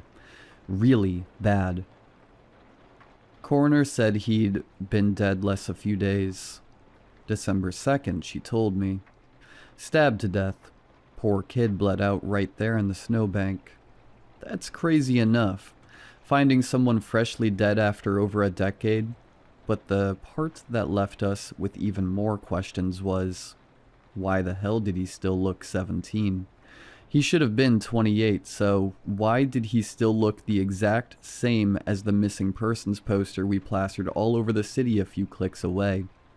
Christ, he looked exactly like he did in the senior photos I helped his mom take. This was messed up. Did some sick guy preserve him? Keep him alive for 11 years, and he just aged insanely well? What was this? I didn't sleep that night either. My wife Winona sat up with me. I had too many questions to relax long enough to sleep. I was jittery, on edge. December 14th, 2025. Tonight Winona was at her sister's house and I was alone. The place feels empty without her. Almost eerie, like some strange isolationist dream where I was the only man left alive. Then something changed. I felt that same feeling I did the night Ozzy disappeared, except in reverse. I can't describe it any other way. It was like I had this sudden lump in my throat and I don't know, whatever the opposite of dread is. Like when you remember something you'd forgotten years ago, and the memory comes rushing back and suddenly everything makes sense and everything is right again. Don't get me wrong. It still freaked me out. But I suppose the Lord wasn't done with me because I thought I was having a stroke when I heard something I hadn't heard in over 10 years echo from my backyard. Hello, Uncle Joey? I didn't even think. Not a single thought went through my head as I jumped off my couch, across my kitchen, and crashed out my back door still in my gym shorts and tank top despite the freezing temperature. There in the foot-deep snow was my boy. There was Ozzy, still in the same clothes, slowly cutting through the shining powder snow. It felt like time stopped.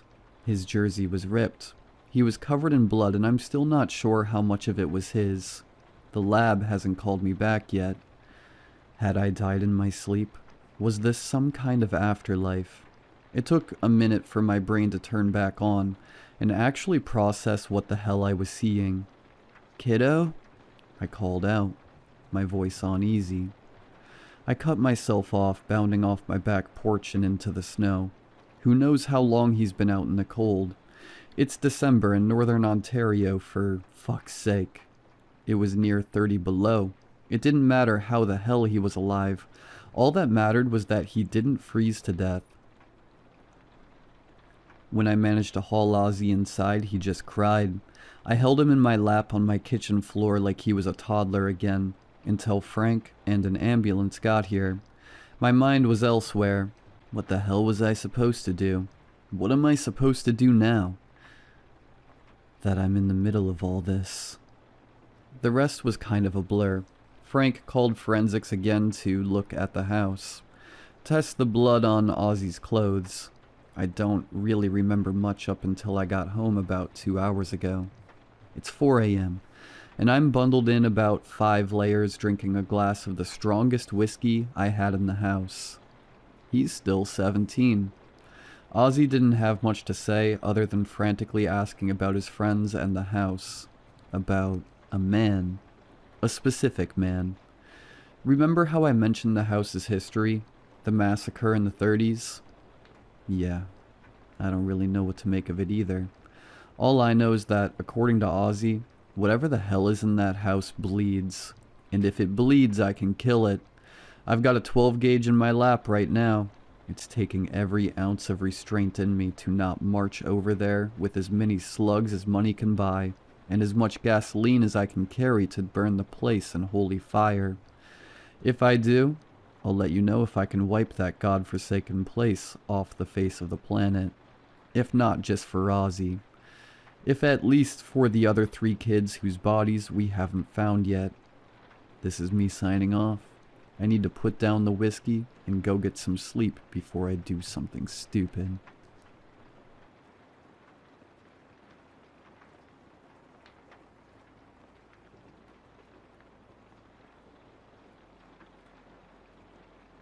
We weren't supposed to be there. That wasn't part of the thrill for Evan. He just liked doing things he wasn't supposed to do. Especially when no one was around to tell him to stop. The cemetery was quiet, old, and fenced off after dark, which made it perfect in his eyes. I followed him over the fence because I always did. The gravel paths crunched under our shoes as we walked between the stones. Evan kicked a pebble ahead of him, laughing softly, like we were somewhere harmless. I kept my flashlight low, more focused on where I was stepping than on what surrounded us. "Relax," he said. "It's just a bunch of rocks." I didn't answer. I already regretted coming. The air felt different farther in. Not colder exactly, just heavier. The trees lining the cemetery pressed closer together, their branches tangling overhead. The wind moved through them in uneven bursts, stirring leaves and loose debris along the ground. That was when I first heard it. At first it sounded like the wind catching in the stones, a thin, breathy sound that faded in and out. I ignored it. Cemeteries have a way of amplifying normal noises until they feel like something else. But as we walked, it kept coming back. Not loud, not clear, just close enough that I found myself listening for it. "What?" Evan asked when he noticed me slowing. "Nothing," I said, and I meant it. I didn't have anything solid to point to. We reached a section where the graves thinned, opening into a wider stretch of ground. At the far end stood a mausoleum, larger than the others, its stone pale and worn. The door wasn't fully closed, just slightly ajar. Evan grinned when he saw it. "Now that's interesting." We walked up to it without hesitation. Shining his light along the surface, I stayed back, telling myself it was just nerves. Just my imagination working overtime. Up close, it was plain. No statues, no carvings worth mentioning. just a family name etched above the doorway. The letters shone shallow with age. Evan leaned toward the gap in the door, angling his flashlight inside. "Doesn't look like much," he said. I was about to agree when something caught my eye. For a split second, I saw movement at the edge of the opening, pale against the dark. Fingers curled over the stone. A hand. It twitched once, then slid back into the darkness. I sucked in a breath. "Evan?" He turned. "What?" The doorway was empty again. Just shadow. Just stone. I stopped. The words felt stupid the moment they reached my mouth. "Nothing. Never mind." He laughed it off. "You're freaking yourself out." Maybe I was. We moved on, but not far. The paths twisted and looped in ways that made it hard to tell where we were. More than once I glanced back and saw the mausoleum again, closer than I expected. "I thought we'd gone further," I said. "All these rows look the same," Evan replied. "You're fine." Eventually he drifted back toward it without saying it outright. When he stopped in front of the doorway again, something in my chest tightened. "I'm just gonna take a quick look," he said. 2 seconds. "Don't," I said. He was already slipping inside. The sound of him scraping against the stone vanished the moment he crossed the threshold. "Evan?" I called. No answer. I waited, called his name again, louder. Nothing. The cemetery continued like nothing was wrong. Wind in the trees, leaves shifting, normal night sounds that should have been comforting. They weren't. I stood there longer than I meant to, telling myself he was messing with me, that he'd pop out at any second. Then the wind shifted, brushing against my back instead of my face, carrying the dry, stale smell of old stone. I stepped away from the doorway without realizing why. That was when the whispers came back. Not clear, not loud, just fragments, drifting around me instead of from any one place. I called Evan's name again. The whispers stopped. The silence that followed felt intentional. I turned. Evan was standing behind me, close enough that I startled. "There you are," I said, relief hitting me hard. "What the hell was that?" "I'm here," he said. His voice sounded normal, flat maybe, but normal enough that I tried to calm down. I laughed shakily, already preparing to apologize for overreacting. Then I really looked at him. His jacket was dusty along one sleeve. His eyes were open a little wider than usual. He didn't blink. "Did you hear me calling you?" I asked. He hesitated. "Yeah." "You didn't answer." "I was farther in than I thought." Something about the way he said it made my stomach drop. "You should come see," he added. "It explains things." "No," I said. "I want to leave." He stepped closer. "You're making this harder than it needs to be." I backed up. He adjusted with me, keeping the distance between us the same. His hand brushed my sleeve. Cold, too firm. I pulled away. His grip closed around my wrist. "You're taking too long," he said. That was it. I twisted free and ran. I didn't know where I was going. The cemetery blurred around me, stones flashing past in uneven rows. I didn't hear footsteps behind me. That was worse than being chased. I stopped in a clearing where the graves stood farther apart. That's where I saw them. Figures between the stones. Too tall, too narrow. Watching. And near the mausoleum, Evan, standing upright, too still. My light rose. Hands that weren't his held firm from behind. Fingers sunk deep into his torso to keep him upright. His chest was open. Ribs spread, empty inside. His throat was ruined. His eyes were open and dead. The thing behind him lifted Evan's arm and waved. I ran. I didn't stop until the fence tore my hands and the streetlights burned my eyes. No one followed me. They let me leave. I still don't know why.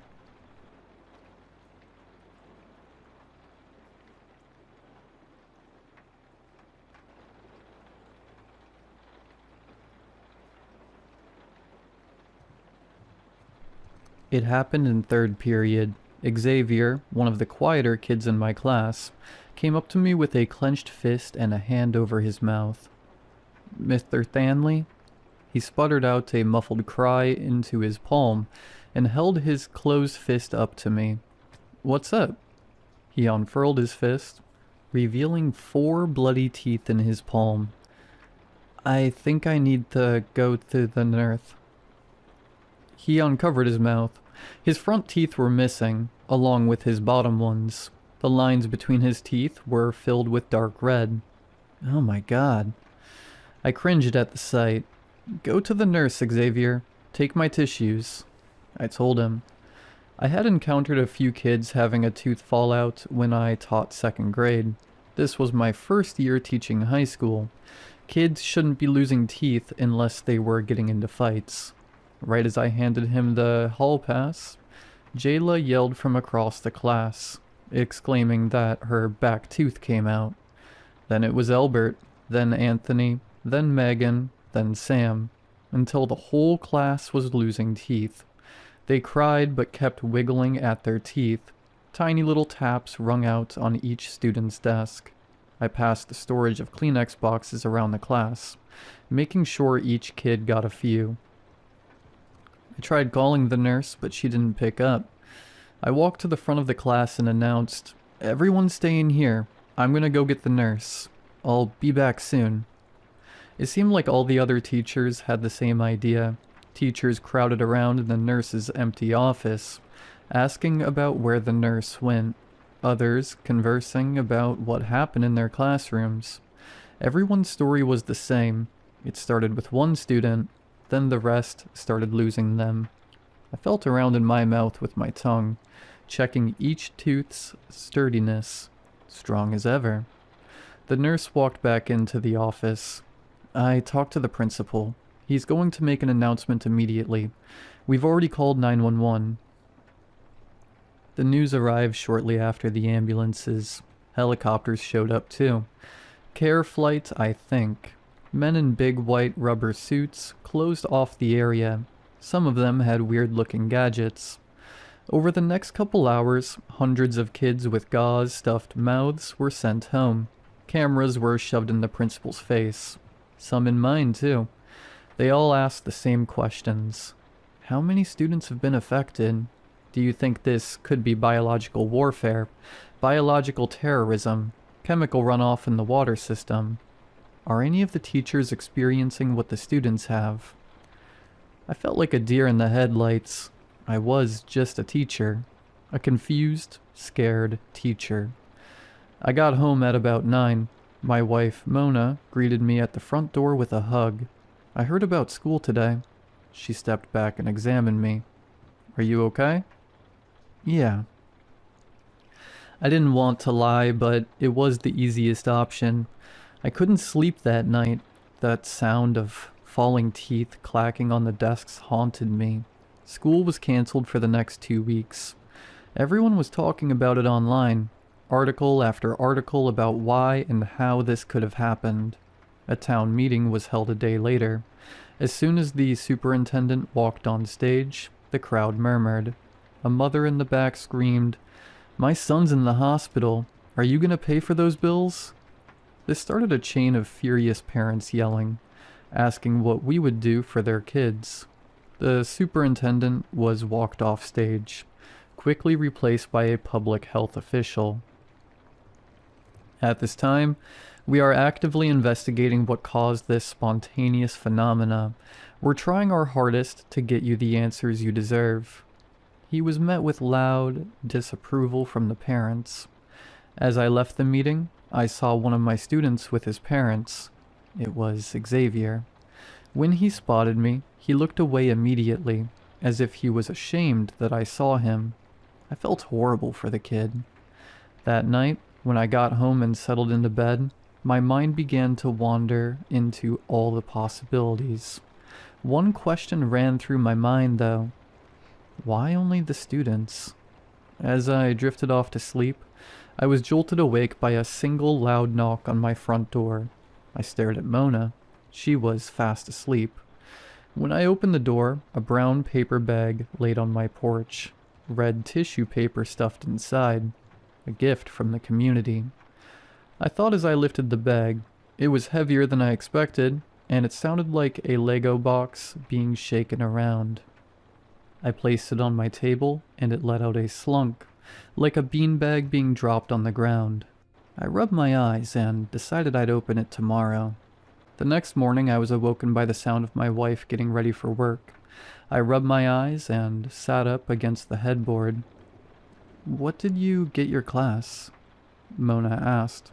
In my half-awake daze, this question confused me. "What are you talking about?" "The bag on the table. It says Mr. Stanley's classroom on it," she replied.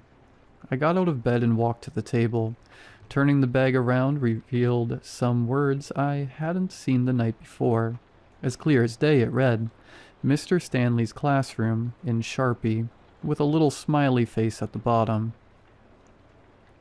When I pulled the top layer of tissue paper out of the bag, something went flying out, tapping repeatedly on the hardwood floor. I got on my knees and scanned the floor. I spotted it against the white of the baseboards.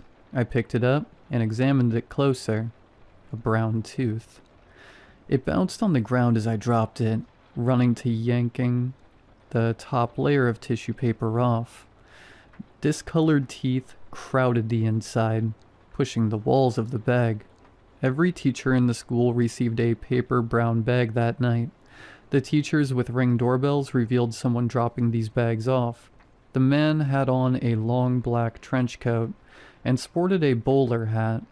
His face was covered with sunglasses and white cloth wrapping, like that old Invisible Man movie. The media dubbed him the Tooth Fairy. It wasn't long until a statewide search for this man was held. The district was in outcry. No abnormalities were found in the children's bodies, but the news still spun the story that this Tooth Fairy might have drugged the kids, or somehow used radiation to make them lose their teeth. How he got the teeth from the classrooms? No one knows. None of the cameras in the school caught him in the holes. My mom texted me and sent me the link of me on the news. "Look at you, Hollywood star. Crazy stuff. Stay safe. Love you." From Mom. I don't think she really understood the magnitude of what happened, but at least she thinks I'm famous. I clicked on the video, and as soon as I did, there he was. Black trench coat, sunglasses, white face wrapping. As I spoke, stuttering on live news like the idiot I am, he was in the back, helping a young girl replace gauze in her mouth. I showed this to the authorities. There were no records he was at the school. No EMS personnel saw him. No news outlets interviewed him. The only trace of him was through video. The police interviewed the girl that the Tooth Fairy was helping. Her name was Sarah. Sarah told the police that he just walked up to her and started helping her with the gauze. He didn't speak to her, but whispered quietly under his breath as he replaced her gauze. She said it was strange because he kept the used gauze and stuffed it into his pocket. Then he walked off and started helping another kid. The police interviewed every kid at the school. They were all helped by this man. A few weeks later, and the search for the Tooth Fairy died down. Kids started to get full mouth implants. Things started to get better. The town held a night of recognition for the students. Every kid showed up. I saw some sporting a whole new set of pearly whites. They let a few kids speak about the events of that day, and how they got over their pain and overcame the horror. To my surprise, one of them was Xavier. When it was his turn to speak, he held the mic to his mouth and covered the bottom of his face with the other. Before he could speak, someone in the audience stood up. I was in the very back, so I could see exactly who it was, but I recognized the silhouette from anywhere. He walked down the center aisle until he reached the apron of the stage. He stared up at Xavier and lifted his open hand up towards him, gesturing to give him the microphone. Xavier obliged, and the man held it up to his covered face. He whispered something. His hushed voice filled the auditorium. I couldn't tell what he said, but the look on Xavier's face told me what intent those words held. Xavier fell to his knees, grabbing at his face. He crawled to the edge of the stage, and what seemed like black tar oozed from his mouth onto the floor. He let out a blood-curdling scream. Some people in the front row ran up to help him, and so did I. As I ran down the aisle to aid Xavier, I noticed the rest of the kids in the auditorium were struggling as well. Every kid was grabbing at their mouths and crying. It wasn't until I got to Xavier that I realized why. His teeth were growing back. Horrible, jagged thorns ruptured out from his gums. I looked around. All of the kids' mouths were now filled with a pink, inflamed mess and crooked white razors. I just stood there in shock and ran out of the auditorium. I heard more screams come from behind the closed doors. These weren't pain. It was confusion, desperation, parents yelling out for their kids. I didn't see what happened in there, but I quickly found out. They closed down the school after that night. No one knew where they went. We looked for months. Hell, the whole country looked. We didn't know how to grieve on such a scale.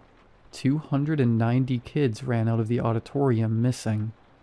The Tooth Fairy's pictures and videos were spread everywhere. I saw him online every day for weeks. People in town made up stories about possession, a mass pagan ritual planned by the students. Some said the devil got them. The missing children's posters were rapidly covered with the faces missing pets. I stayed put. My wife had such a great job in town, and I couldn't take that away from her. I think it was good that we stayed, if it meant it would get us even an inch closer to finding those kids. I'd spend every waking minute looking. When the search parties waned, I persisted. I'd go in the morning with a bag of food and my flashlight, hoping we could find even one of them. The town forced itself to move on. The high school had to open back up for the incoming freshmen at the middle school. I started seeing parents in public again. They'd shoot me a wave and a smile, and I'd reply back with the same. The town was healing. It was. I say that because last night, my molars fell out, then my canines, then my front teeth. I called 911, but no one answered. Every line was busy. It seemed like all the other teachers had the same idea.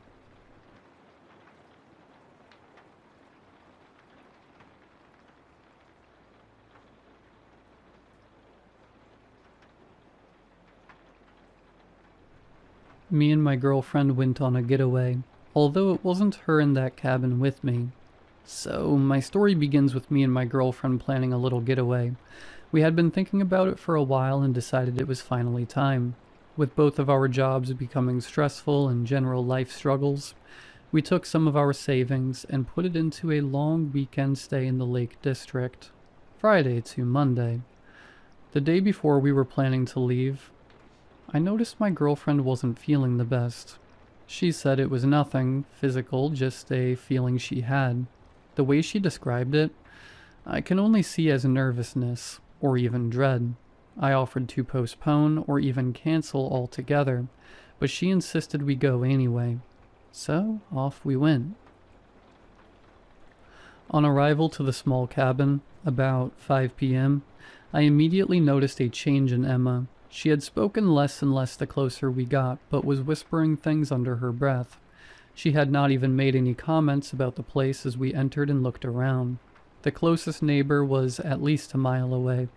on the other side of the lake, just outside our cabin, which I did purposefully for her. She deals with a lot of stupid people in her job, and thought being fully away from them would be ideal, but still no comments. As the evening went on, we made some dinner. I tried my best to spark up some conversations, but still not a lot from Emma. I put that up to her not feeling great, and the long day we had. I plated up our food and took it into the living room so we could eat by the fire. As I set the plates down, I noticed I didn't hear her behind me anymore. She was walking right behind me a second ago, carrying our drinks. I turned to the hallway leading to the kitchen, but was just met with darkness. Where could she have gone? "Babe?" I called out, hoping I'd get a little response of, "Just forgot my phone in the kitchen," or something that would have made her change direction suddenly without mentioning it. But nothing. Just eerie silence with the occasional crackling of the fire. It wasn't a big deal, so I just sat down and began browsing for something for us to watch while we ate.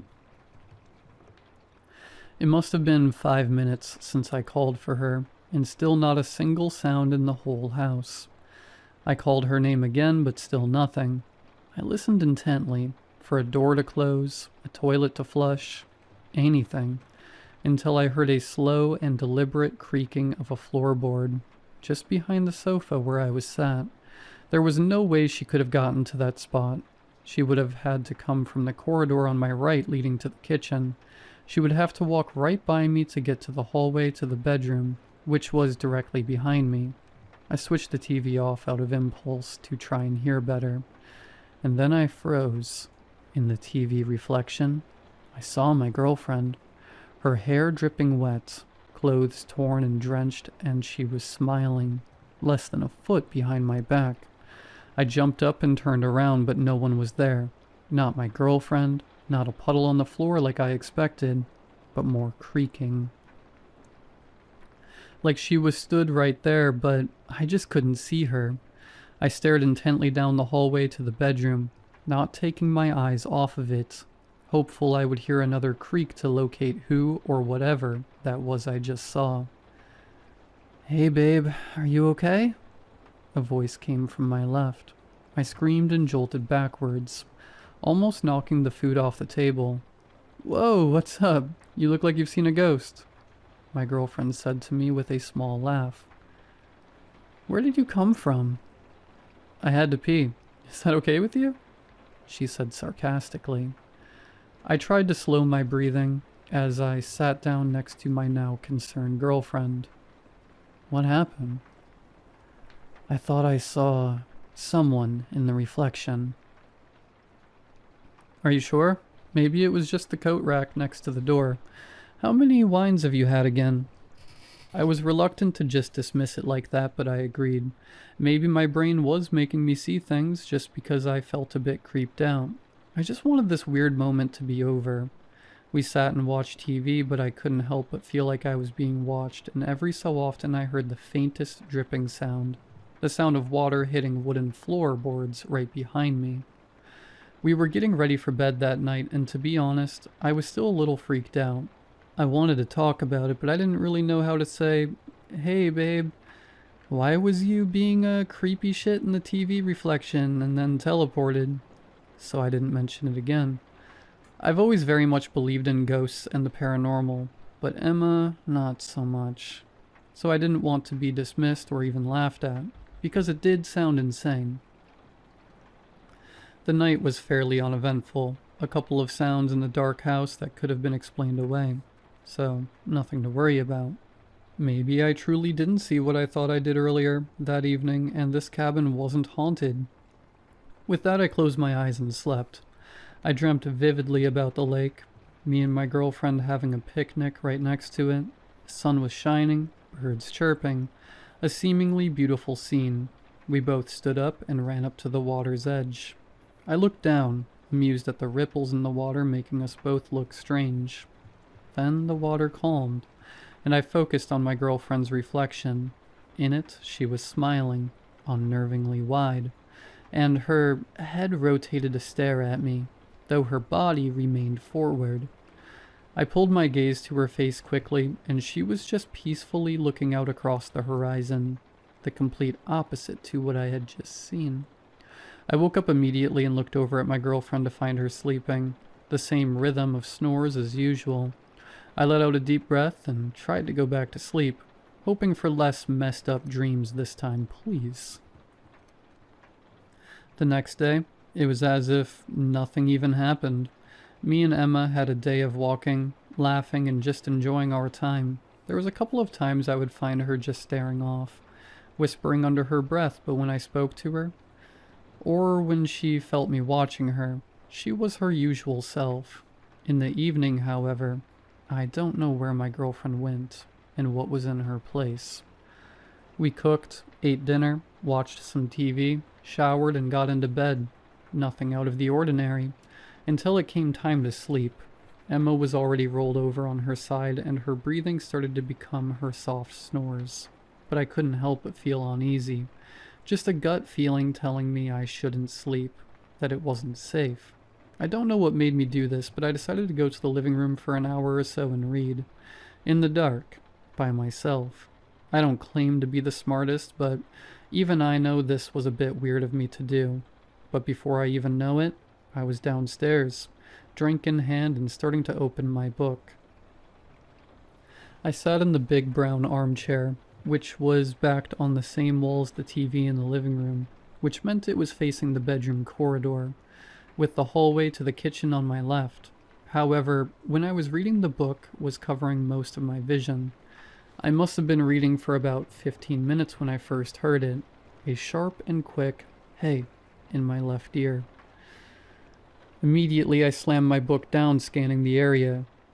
The room wasn't exactly well lit, but it was illuminated by a small lamp next to me. The warm light didn't reach to the end of the hallways, but that didn't matter, because the voice must have been centimeters from my ear. I was a bit cautious, but ultimately, I ignored it. I was tired. I assumed it was a similar situation to when you have headphones on, and all of a sudden someone is calling your name. That must have been it. I was simply so engrossed in my book, I thought I heard something. I got back to reading, and the same again. Maybe 15 minutes later, another sharp and quick "hey" to my right ear this time. Again I react quick and look around. I think I see something just out of view going down the corridor. I whisper my girlfriend's name just in case it was her, but had no response. I listened for a second more and decided to just go to bed. As I was putting my book away and moving the blanket off me, I heard another slightly louder and angrier "hey." This time there was no mistaking if I had just been too into the book and imagined it. That was a real voice in my ear. I even felt the breath against my skin. It was cold and smelt rotted. I turned that way, expecting to see someone, an intruder maybe, or even my girlfriend playing a weird joke, which is incredibly unlike her. But I once again was met with nothing, an empty, dimly lit space. I picked up my pace to the bedroom. It wasn't much safer in there, but at least I wasn't alone. I almost made it to the bedroom when I dared to look back. I wish I hadn't. As I turned, I saw something shuffle behind a curtain to try to make itself out of sight. I don't miss the long auburn hair that snaked behind the curtain with them. I almost laughed. It was Emma. Of course it was. She was trying to scare me, probably trying to get me back with that one time I jumped out on her. I went to open the bedroom door so I could fake shut it and sneak up on her behind the curtain, but before I even had the chance, I saw something in the corner of my eye. It was my girlfriend, sleeping in the same position and rhythm she had been. My world stopped. What on earth was behind the curtain? I went into the bedroom and shut the door behind me, locking it while I tried to come up with a plan. This woke up Emma, and once I explained what I had seen, she motioned to a baseball bat by the door, and we checked. Of course, we found nothing, and once again, I was convinced I watched too many horror films. Emma was tired and didn't believe I had seen anything, so we got into bed, and I managed to eventually fall asleep, with one arm out of the bed, clutching the baseball bat. That night's sleep was rough. It was plagued with vivid dreams and nightmares, all flashing across my brain, all being too nonsensical to have any meaning. Apart from one. We are in bed. In my dream, I had just woken up and Emma isn't beside me. I pull on my slippers and I go searching for her. I hear scratching along the wall and I follow the noise. I go and find Emma, or what is trying to be her, crouched in the corner, cracking coming from her body, and she twists and turns. I put my hand on her shoulder and she turns, immediately plunging a knife into my side. Her smile doesn't waver and it seems to grow. I look up at her as I fall to the floor, clutching my side. I see her whisper, "Don't get out of bed." Then I woke up and it was morning. The next morning, I felt groggy, unrested, and frankly a little annoyed. I would never dismiss Emma's fears, and yet that's what she did to me. So through breakfast I didn't speak, with nothing to say as all my thoughts were filled with what I have seen. I can tell this upset Emma, and I felt guilty, but this was just how it had to be for a while. A few hours later, Emma told me she had a surprise. I followed her out of the cabin to a picnic set just on the edge of the lake. It made me smile. There's my Emma, smiling sweetly with the sun on her cheeks. We sat down and ate. We chatted and it seemed a weight was lifted off my shoulders. I don't know what had been causing these dreams and maybe hallucinations, but I would make an appointment for when we got back. We sat there for a while, and then what seemed to be many flies, coming close to Emma's head, circling her. She tried to ignore it and wave them away, but ran off with a small giggle. It was a little odd with how many there were, but I laughed and ran after her until we both ended standing right along the water line. She brushed the leaves off of her, and they fell into the water, creating a ripple. I glanced down and was amused by how the rippling made us look strange, and then it hit me. My dream. This is exactly how it went. My memory was hazy with what happened next. It felt like weird deja vu, but laced with dread. As the water calmed, I looked up at my girlfriend, admiring how beautiful she was while looking out and gazing at the scenery. I smiled to myself at how lucky I am and glanced down. The smile on my face was immediately ripped off when I saw the horror in the reflection. Emma had that twisted, gaping smile with her head cranked toward me. I let out a sound of terror and walked backward until that thing was no longer in view. I spun on my heel and sprinted back into the house, desperate to be away from Emma and whatever was pretending to be her, not knowing which was real. Of course, my girlfriend came after me and tried to calm me down. I could barely get my words out before I saw her eye roll. I was starting to have enough of it. I stated firmly I wanted to leave immediately, but was met with reasons why this is important to her and we need this break. I tried to speak my case, but was told it wasn't real, and maybe just a coincidence. I was starting to believe her when I looked down and noticed my girlfriend's nails were going black and looked dead, her hair dry and breaking off. The opposite of how she usually cares for it. She looked different but the same, like a twin but who had been in the dark her whole life. I knew we needed to get out of here and fast, but I couldn't convince her. I was worried whatever had taken up residence in my girlfriend would act out, hurt her, so I comprised on the next morning. Just had to get through one more night. I went to bed scared for my girlfriend and very scared of her. I know she was still in there, so I tried to be patient and get us out of here as soon as I could without triggering anything. Slowly, through exhaustion, I fell asleep. I woke up suddenly as if someone had thrown water over me, to find Emma not next to me. Maybe she was thirsty or went to get something to eat. She hasn't eaten much since we've been here. I stood up to go and find her to make sure she was okay. As I bent down to put on my slippers, I thought about earlier that day, how uncanny it had been. There was no way it was just a coincidence. I had the exact dream and then it came true. I'm not sure what that meant, but it freaked me out. A thought flashed through my mind of a dream I had the night before. I froze. It came flooding back to me. Me waking up and finding Emma gone, searching for her, the scratching, her crouching, and then the knife. The memory hit me like a brick and I almost went dizzy. I reluctantly stood up, went to the door and twisted the handle. There's no way this is happening. My dreams aren't coming true, are they? That's impossible. But it did happen. Only once, maybe not this time. But I had to make sure my Emma was okay. I took a couple steps down the hallway, my breathing shallow and rapid, repeating to myself that it can't be real. I turned the corner and heard a faint noise. I strained to hear, but it got louder, and then it was unmistakable. It was scratching.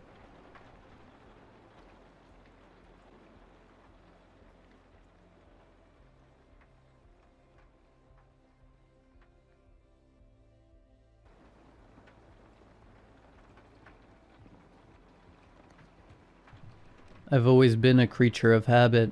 Wake up at 5:30 a.m., brew a pot of black coffee strong enough to strip paint, and head out to whatever dead-end job pays the bills. For the past 6 months, that job has been at Oceanic Delicacies, a sprawling warehouse on the outskirts of Port Haven, a foggy coastal town in Maine where the air always smells like salt and decay. The gig? Quality control tester for shrimp. Yeah, you heard that right. My job is to eat shrimp. Or at least, what I thought was shrimp. It started innocently enough. I saw the ad on a job board online. No experience necessary. Competitive pay. Must have a strong stomach and no seafood allergies. I figured why not? I've been laid off from my last position at a cannery. Something about automation replacing human hands, and my savings were dwindling faster than the tide recedes. The interview was a joke. A quick chat with a bored HR rep named Marlene, who handed me a form and a pen. "Sign here and you're in," she said. Her eyes glazed like she'd repeated the line 1,000 times. The warehouse was massive, a labyrinth of conveyor belts, humming freezers, and the constant clatter of machinery. My station was in a sterile white room at the back, isolated from the main floor. It was called the tasting lab, but it felt more like a clinical exam room. Fluorescent lights buzzing overhead, a metal table with a stool, and a one-way mirror on the wall that I swore someone was always watching from behind.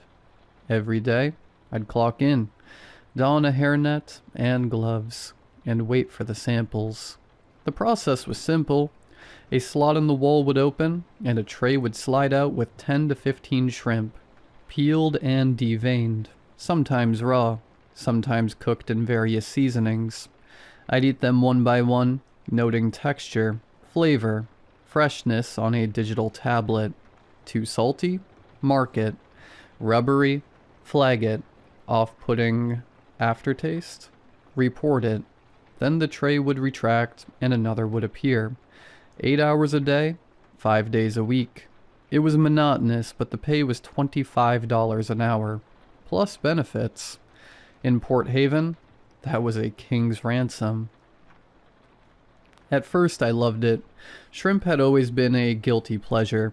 Cocktail shrimp at parties, shrimp scampi on date nights back when I had those.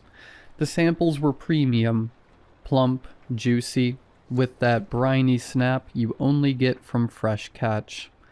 I'd chew slowly, savoring the burst of ocean flavor, the subtle sweetness beneath the salt. My notes were glowing, excellent firmness, perfect balance of umami, no fishy undertone. I even started dreaming about shrimp, endless platters floating in a sea of cocktail sauce. But around week 3, things got weird. It started with the textures. One batch felt off, like the meat was too fibrous, almost stringy. as if threads of something tougher were woven in. I noted it, slightly chewy, possible overprocessing. The next day, another tray came with shrimp that wiggled faintly when I picked them up.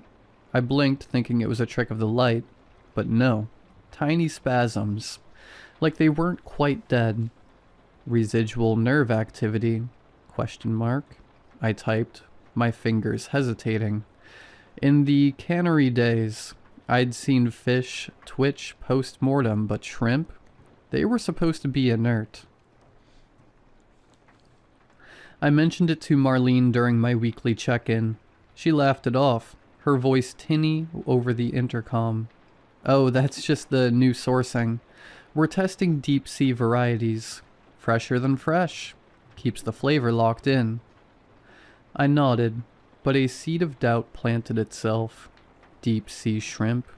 I'd never heard of such a thing being commercially viable. Port Haven's waters were shallow, battered by storms, not the abyssal depths. As weeks turned to months, the anomalies piled up. Some shrimp had an iridescent sheen, like oil on water, shifting colors under the lights, blue to green to purple. Others tasted metallic, a coppery tang that lingered on my tongue for hours. I started getting headaches after shifts, pounding migraines that blurred my vision. At home, I'd collapse on my couch, staring at the ceiling, feeling like something was crawling under my skin. One night, after a particularly odd batch, shrimp that popped like caviar when bitten, releasing a viscous fluid, I dreamed vividly. I was underwater, in a vast, dark ocean trench. Bioluminescent shapes started around me. Not fish, but elongated things with too many segments. Glowing eyes clustered in rows. They pulsed with light, beckoning. I reached out and one latched onto my hand, its mouth parts unfolding like petals. I woke up gasping, my palm itching where nothing was there. The next shift, the trays came faster, no breaks between them. I'd barely finished logging one batch before another slid out. The shrimp were larger now, almost prawn-sized, with veins that pulsed faintly under the translucent flesh. I bit into one, and it squirted, warm, not cold like it should be. The flavor was richer, almost creamy with an undercurrent of something earthy, like soil after rain mixed with blood. I flagged it. Unusual temperature. Sample warm upon arrival. Flavor profile altered. No response from the intercom. Usually, Marlene or someone would chime in with excuses. Silence. My body had started to change. I noticed it in the mirror one morning. My skin looked paler, veins more prominent, especially around my neck and wrists. Bluish lines threading under the surface. I itched constantly, scratching until I bled. The headaches evolved into something worse. Whispers, faint at first, like static in my ears, words I couldn't make out, bubbling up from somewhere deep. At work, the one-way mirror seemed to fog sometimes, as if breath was on the other side. I'd catch glimpses of movement in the reflection, shadows shifting when I wasn't looking directly. The shrimp, God, the shrimp, started looking different, not just in texture or taste, but shape. Some had extra ridges along the tail, tiny protrusions like nascent limbs. Others had what looked like eye spots, dark dots that followed me as I lifted them to my mouth. I tried to quit once, went to Marlene's office after a shift, my tablet clutched in shaking hands. "This isn't right," I said. "The samples, they're not normal shrimp." She smiled, that same glazed expression. "Nonsense, you're our best tester. Top scores every week. Here's a bonus." She slid an envelope across the desk. $500 cash. I took it. Bills don't pay themselves. That night, the itching intensified. In the shower, I scratched my forearm raw, and something moved beneath the skin. A ripple, like a worm burrowing. I stared, water cascading over me, convinced it was a hallucination. But no, it happened again. A small bulge traveling up my arm, then vanishing. The dreams grew more frequent. Always the trench, the glowing creatures. But now they spoke. Not with voices, but impressions. Hunger. Ancient patience. A promise of belonging. I'd wake with salt crust on my lips, even though I lived miles from the shore. The trays never stopped. I'd eat hundreds a day, my stomach distending painfully, but I never felt full. The shrimp were alive now, unmistakably. They'd curl when touched, antenna, actual antenna twitching. Some tried to escape the tray, scuttling toward the edge. I'd pin them with a fork, force them down. The taste was exquisite agony, sweet decay, electric vitality surging through me. My notes became erratic. Sample exhibits motility. Recommend halt. Flavor induces euphoria. Potential contaminant. Eyes present. Multiple. Still, silence from the intercom. I started sneaking samples home, wrapped in napkins, hidden in my lunch bag, under my kitchen light, magnified with a cheap lupe I'd bought online. The truth stared back. They weren't shrimp. Segmented bodies, jointed legs folded tight, mandibles tucked beneath. Larval forms, perhaps, of something much larger. Deep sea horrors, harvested from trenches no sub should reach.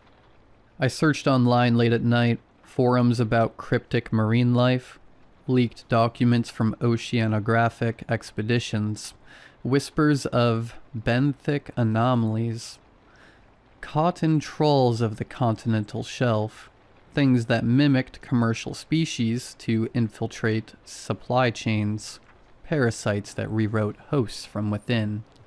The itching spread everywhere, my back, my scalp, between my toes. In the mirror, my eyes had changed, pupils slightly elongated, irises flecked with that same iridescence. One shift, the plot opened, but no tray came. Instead, a voice, finally, from the intercom. Not Marlene's. Deeper, resonant, like pressure waves in water. You've adapted well. Integration phase complete. The lights dimmed, the one-way mirror cleaned, revealing not a observation room, but darkness, an abyss, lit by faint bioluminescence. Shapes moved beyond, massive, segmented, familiar. I looked down at my hands, the skin split painlessly, peeling back like a shell. Beneath, something pale and jointed flexed. Legs.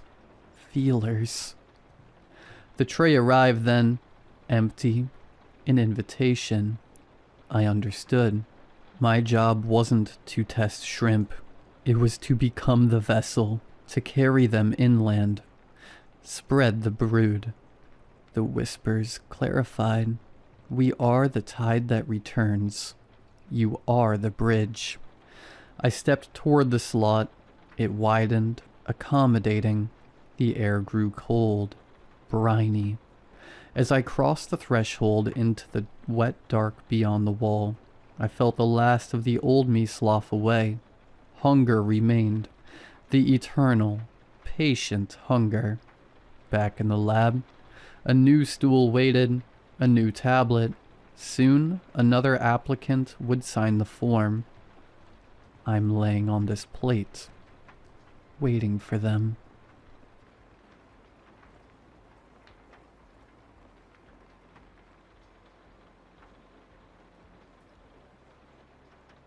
I know how this sounds, but I swear I had a reason.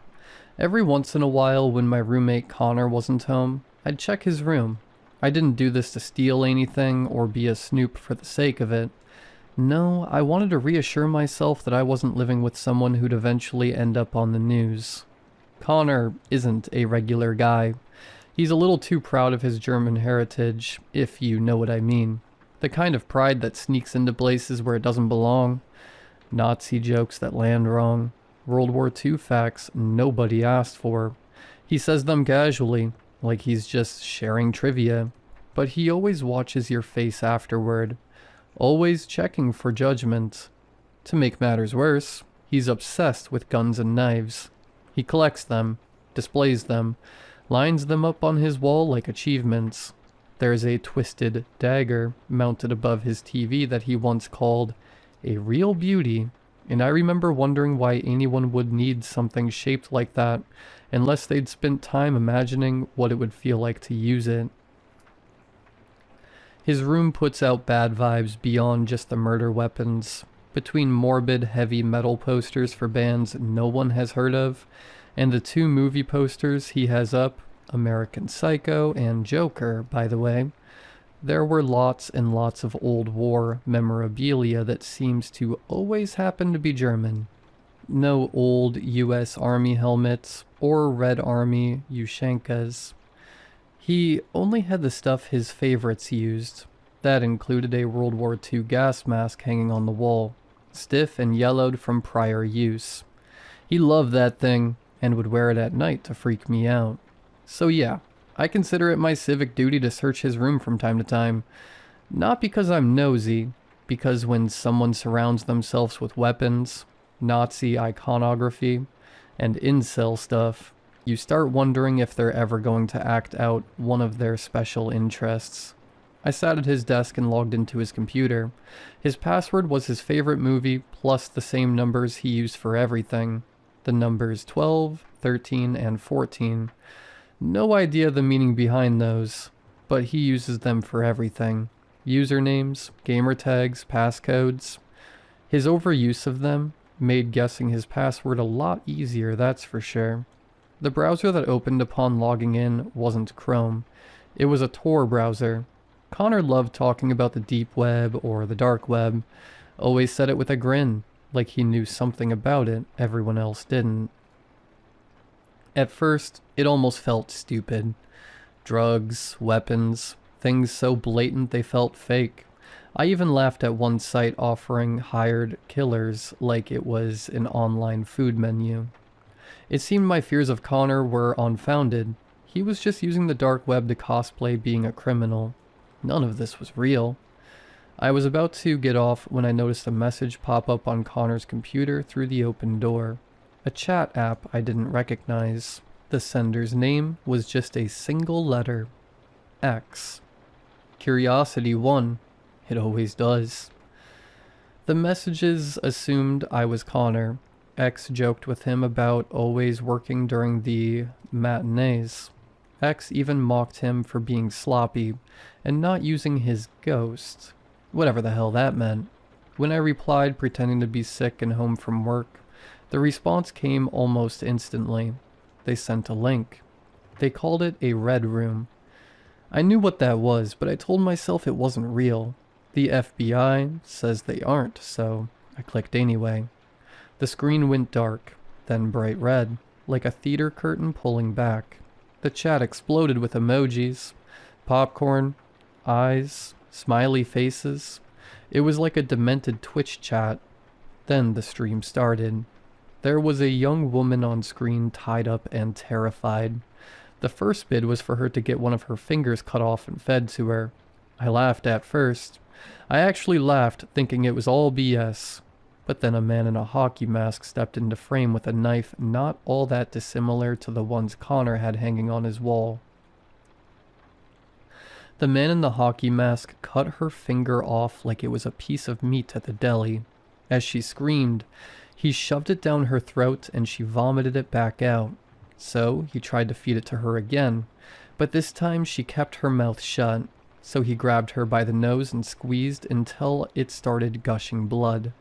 That got her to scream again, and after 3 of the worst minutes of my life, the man in the hockey mask got her to eat the finger. I won't repeat the other bids. I won't repeat what people were asking to be done to her, or how casually they typed it. I just remember realizing, in a cold, quiet moment, that Connor had more points saved up than I'd seen spent so far, and people were spending a lot. I muted the audio and nearly threw up. I ran to my laptop and considered calling the police, but I doubted that would be any good. They'd think I was making this up. So instead I tried reporting the site through the FBI's Cybercrimes Division. When I went back to Connor's room to grab the pertinent site information, a private message popped up.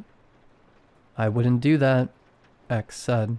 I tried to ignore it until X added, "Ed, that's my name." I considered what to do next.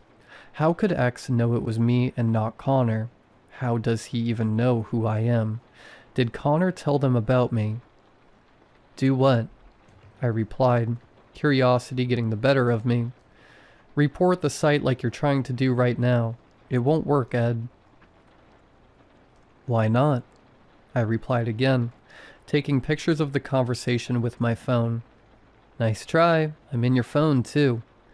X replied, not in the chat this time, but through my phone's messenger app.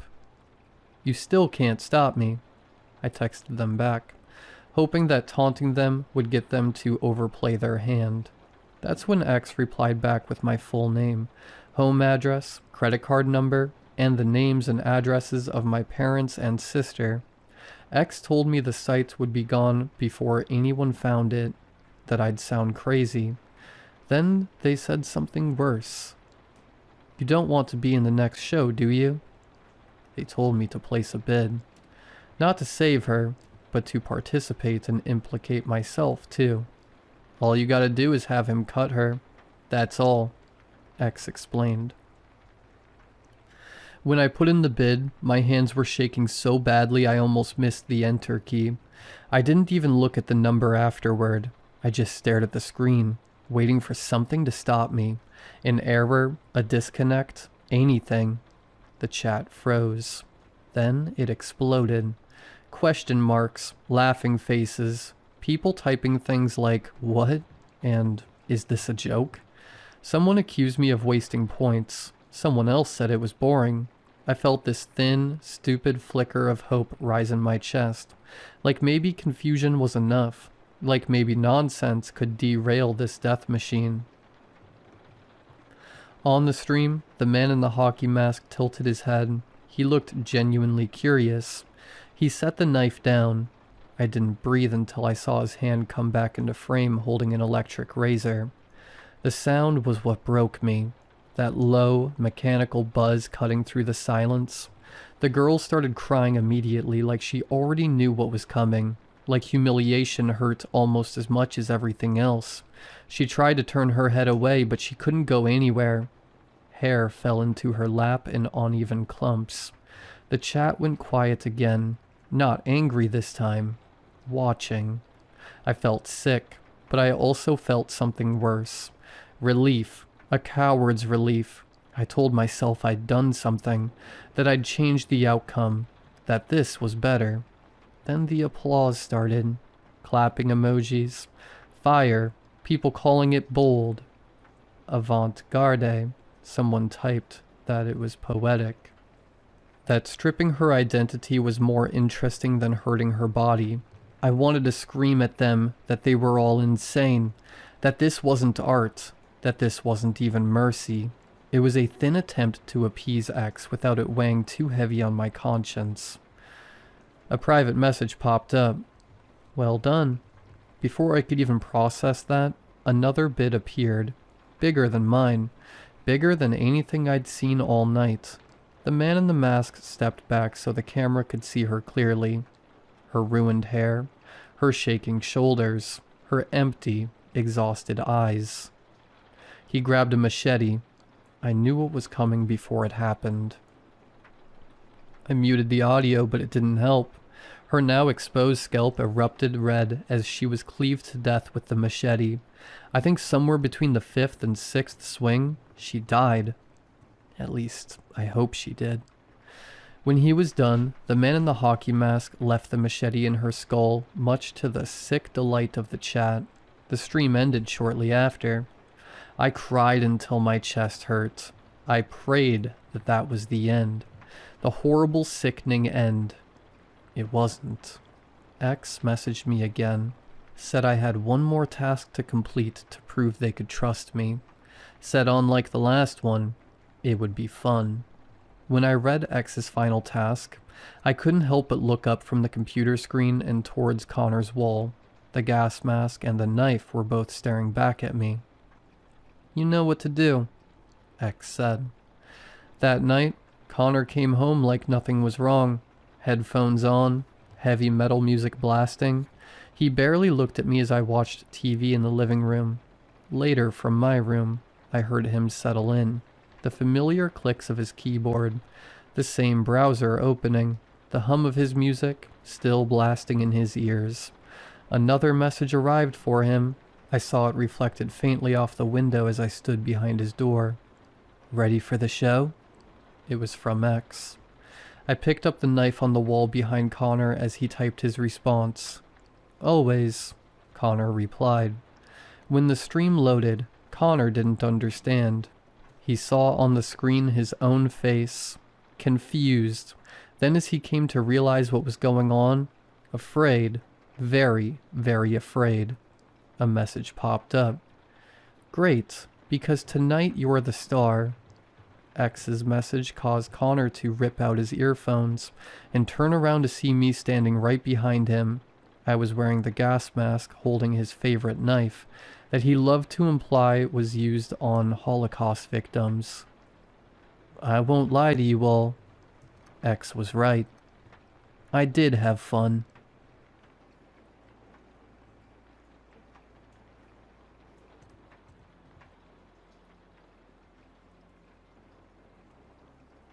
I had always dealt with sleep apnea ever since I was a child. My father had the same condition, so my parents didn't care that we were both choking in our sleep. When I started sleeping in the same bed with my wife, she did not find the way I sleep charming, and had me go to the doctor. That's when I started going on the CPAP machine. I always had disconcerting dreams as a kid. It was always a gamble of either eerily peaceful landscapes to horrifying torture scenes. From being in a forested meadow, watching a girl galloping through it as a half-deer centaur, to watching a man get slowly chewed and nipped by thousands of rats in a room made of hardened, scarred flesh. I was never the one experiencing it. Rather, I was watching someone else experience it. I never wanted to share my dreams, since the last time I did, I got a talking to with my school counselor and parents. When I went on the CPAP machine, my dreams changed. I was no longer suddenly appearing in a place, rather I was floating in space. Surrounding me were thousands of stars, each the size of a baseball, stretching infinitely. When I first saw it, I was in awe. I urged myself forward and swam through the sea of stars, and then I accidentally hit one of them. The star grew until it fully encompassed me. I landed on the ground and ended up in a field of sunflowers, tall enough where the heads reached my shoulders. As I wandered around, I found a clearing with a woman laying down on a soft futon. She looked up from the shadow I casted and had a genuine look of confusion. "Who are you?" she yelled. This was the first time anyone had ever noticed my presence, so I was scared. I ran back and broke through the fields of sunflowers until I ended up back into the ocean of stars. Then the alarm woke me up. I started exploring the space every time I slept, exploring at least 2 stars a night. It was the same as the dreams I always dreamt, a 50% chance of it being either a nightmare or a dream. I once saw a man on a treadmill running while having to peel his bloodied feet from the track, as it was constantly melding into it. Stuff like that. I always thought that I was ending up in the dreams and nightmares of others, that they would soon wake up like me. One night I ended up in a dream of a small girl, around 6. It was a birthday party in the backyard with balloons and a big plastic table with a huge 5-tiered chocolate cake, and a spread of food all around it: spaghetti, barbecue sticks, fried chicken, kids' party stuff. The one thing that creeped me out was that everybody else at the party had no face.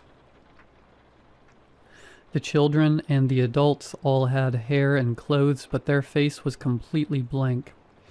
And they were only standing and staring at the girl. The girl had light brown hair and a heavy splash of freckles. She was stuffing her face with cake and chicken. She had bright green eyes. When she saw me, she babbled with excitement and grabbed my hand to join her. I didn't want to stay, but she got a handful of cake, as big as she could, and stuffed it in my hand. I stayed and ate with her. They didn't taste like anything, so she enjoyed it more than me. Then I woke up. At work, I saw the picture of the girl on the screen.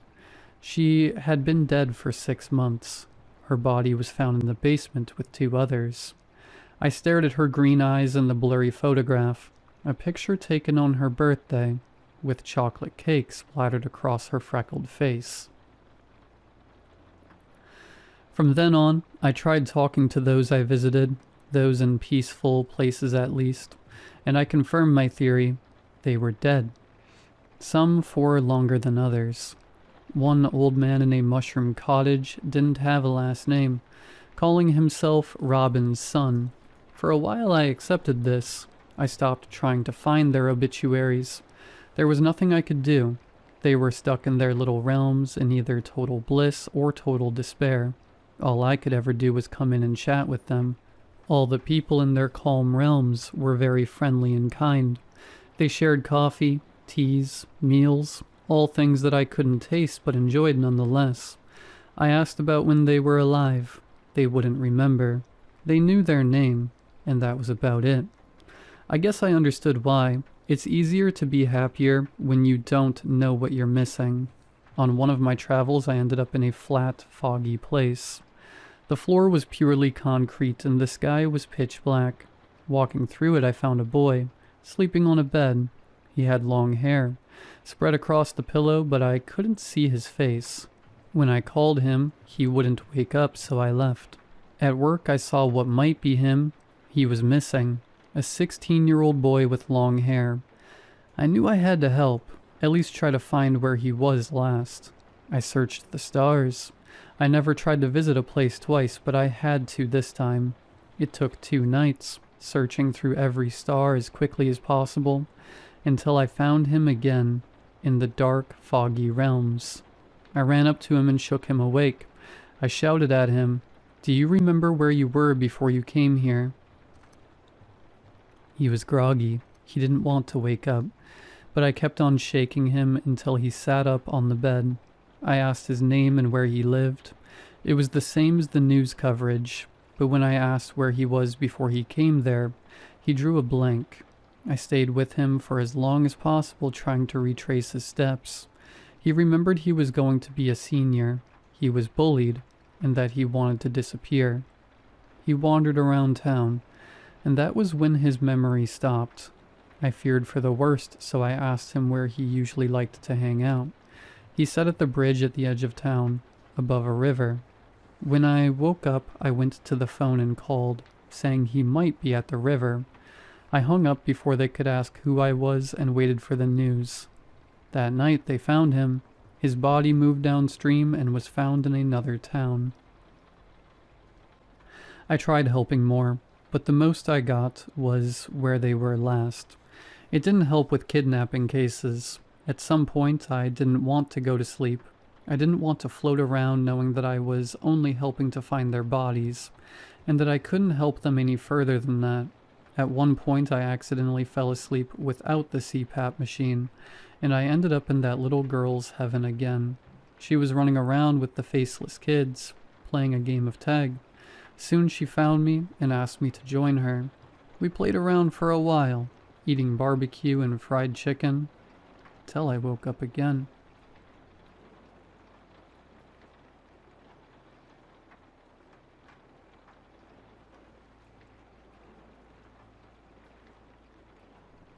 This was a rule as far back as I can remember. I always just assumed it was some sort of thing about keeping me safe, so I don't pinch my fingers or burn myself somehow.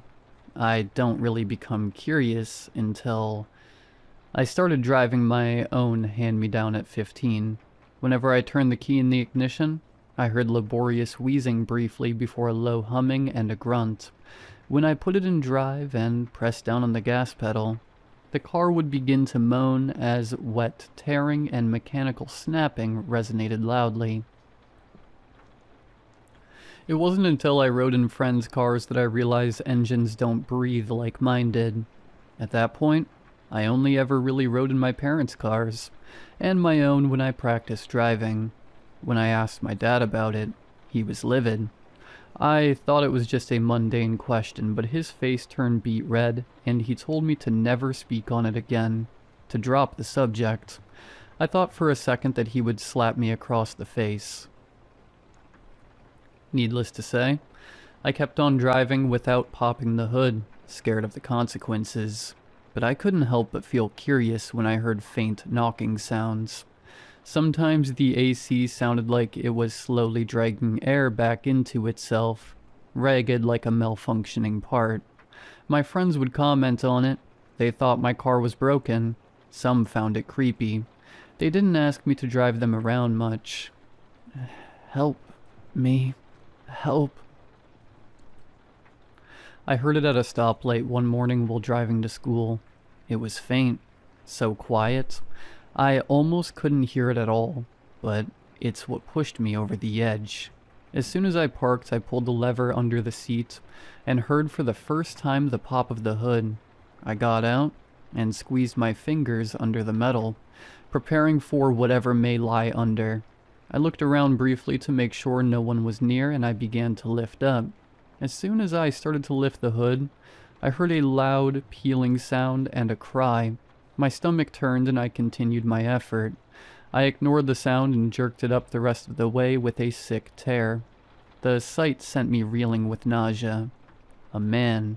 No, more like pieces of a man were scattered throughout a disgusting, bloody amalgamation of flesh and veins and unrecognizable bones. Long fingers jutted out randomly, moving spastically, blood under their worn nails. A single, fleshy pink exposed lung expanded and contracted with terrible, ragged breaths.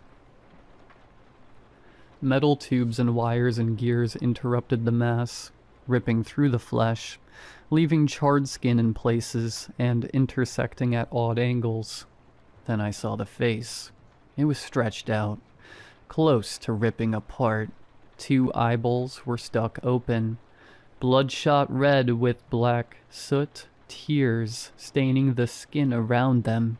The nose was more like two open cavities that mucus bubbled from. The mouth was stretched open like the eyes, and the inside was stained black along jagged and broken teeth. It began to scream something awful. My grip slipped as I fell to my knees. The hood slammed shut, and I couldn't stop myself from heaving up my breakfast onto the pavement. My world was spinning. I went about my day without really being able to focus on much. The sight of the car had me shaken to my core.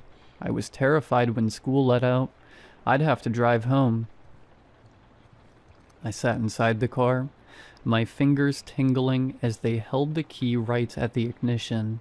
When I gathered the courage finally, I turned the key and I was met with the familiar grunt and wheeze followed by bones snapping and flesh rendering as I drove it home. Oil. I need oil. The death rattle beckoned from the AC vent. I tried to ignore it the best I could. Please, God, please. It was too much. I raced the rest of the way home, and my parents were both gone still. I searched the garage for oil, eventually grabbing the container and heading back to my car. I popped the hood, the sick squelching loudly entering my ears. Oil. The mouth opened as wide as it could, a putrid rotting odor emanating it. Its eyes were crying black tears. I unscrewed the lid and, with trembling hands, began to pour. The thick, yellow fluid began to flow into its mouth. I gagged as I watched the mouth guzzle it like a thirsty dog. It trickled out the sides of the mouth and coated the cracked teeth. I stopped pouring once the tears stopped flowing from its eyes. I shut the hood and carefully put the oil back in its place. This routine continued for the next week. All the while, I never confronted my dad, fearful for his response. The engine would speak to me occasionally, making requests like turning the AC down or slowing down my speed. I obliged. One night, I sat with my parents for dinner as they joked about memories from my childhood. My mom grabbed a photo album and started pointing out embarrassing kid pictures of me. My blood ran cold when I saw a familiar man in a photo holding me as a baby. "Who's that?" My fingers trembled under the table. "That's your Uncle Tommy. He was your father's brother," my mom responded. My dad smiled a half smile that seemed to hide some other emotion. "He passed away when you were real little." "Oh, I didn't know that." My fingers dug into my thigh. "How did he die?" "Colon cancer. Sad thing. Same thing that got your grandfather." He frowned a bit and stood up from the table. "I think I'll excuse myself. Those photos are great, hun." He squeezed my mom's hand and left the room without another word. "Don't mind him. Of course it's a touchy subject." She smiled at me and showed me more photos. I resolved that I needed to see what was inside my dad's car. I waited for the night to settle in, and for my parents to sleep. I grabbed my flashlight and the keys from the front room. Outside in the cold darkness, I quietly unlocked his car and pulled the lever, releasing a sick cracking noise as I did. I trained my flashlight on the hood, and I steeled myself before lifting it with a swift motion. The rotting stench of burning flesh and oil hit me hard. The flashlight made the blood and mucus shine back at me. The man-engine hybrid groaned at me, gray hairs and wrinkled, greenish skin wrapped around its face. I knew this man. This was my grandfather. I recoiled and dropped the hood back down. "What are you doing?" The voice echoed from behind me, scruffy and demanding. I saw the shadow of my father against the hood of his car. I turned to face him, my spine like jelly. I shuddered. I couldn't think. "You know I told you to never look there, right?" He grimaced. "Always the curious type, just like Tommy." I tried to back up, but I ran into the car. "Someday it'll be me in there, you know. Someday your mother. And eventually, it'll be you." He began to step away from me. "I tried to warn you, son. Don't go telling anyone about this, or your time will come sooner than mine." He turned his back and walked back inside. My chest felt tight, and I was left cold and confused. I went inside and laid in bed, unable to sleep. The image of my grandfather burned forever in my vision. I shouldn't have written this. I know what he said would happen if I did. But I can't keep this secret. The burden is too much. It's only a matter of time before I become one of them. And when it does, I need someone to know what they're driving. What's really under the hood.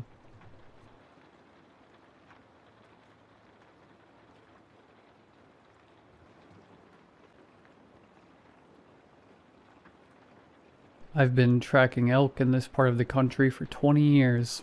I know the difference between a staggered gait caused by a lung shot and the frantic sprint of a gut-shot beast. I know how blood oxidizes on frozen moss. I know that when you put a 180-grain bullet through the boiler room of a bull elk, it dies. It might run 100 yards, adrenaline pumping the last of its oxygen, but it dies. That's the contract. You pull the trigger, physics take over, and the animal becomes meat. But the thing Hayes and I were trailing up that ridge broke the contract. We were 3 days deep into the timber, miles past the old fire breaks, where the weekend warriors stop to drink beer and pretend they're outdoorsmen. It was just Hayes and me, the gray sky, and the silence that hangs heavy in the deep woods. The kind of silence that feels less like absence of noise and more like a held breath. We spotted the bull at dawn. It was magnificent, a heavy 6x6 rack, dark mane, breath steaming in the frigid air. It was standing in a clearing of deadfall, chewing lazily on lichen. Hayes took the shot. He's a surgeon with a rifle. I watched through the scope as the impact rippled through the elk's shoulder. The animal bucked, legs kicking high, and scrambled into the dense hemlock. "Solid hit," Hayes whispered, cycling the bolt. Pink mist. Lungs. We waited the requisite 30 minutes to let it bed down and bleed out. When we walked to the impact site, the snow was painted with bright, frothy blood. Arterial spray. Textbook kill. We found the first anomaly 100 yards in. The blood trail didn't thin out. It remained a thick, crimson ribbon, far more fluid than a single animal could possess. But it was the tracks that stopped me. "Miller?" Hayes said, his voice tight. He was kneeling by a patch of mud near a creek crossing. "Look at the spread." I crouched beside him. The elk's hoof prints were there, deep in the mud, but the stride length was impossible. Between the last step and this one, the animal had cleared nearly 15 feet without jumping. There were no impact marks, no skid of dew claws digging in for traction. It was as if the animal had simply extended its legs to unnatural lengths to step over the gap. "Adrenaline," I said. Though I didn't believe it, it's running on pure fear. "Elk don't stretch like that, Miller. Nothing does." We kept moving. The sun began to dip, casting long, bruised shadows through the trees. The temperature dropped, freezing the mud into jagged ridges. The second anomaly appeared 2 miles later. Usually a wounded animal heads downhill, towards water and thick cover. It takes the path of least resistance. This thing was climbing.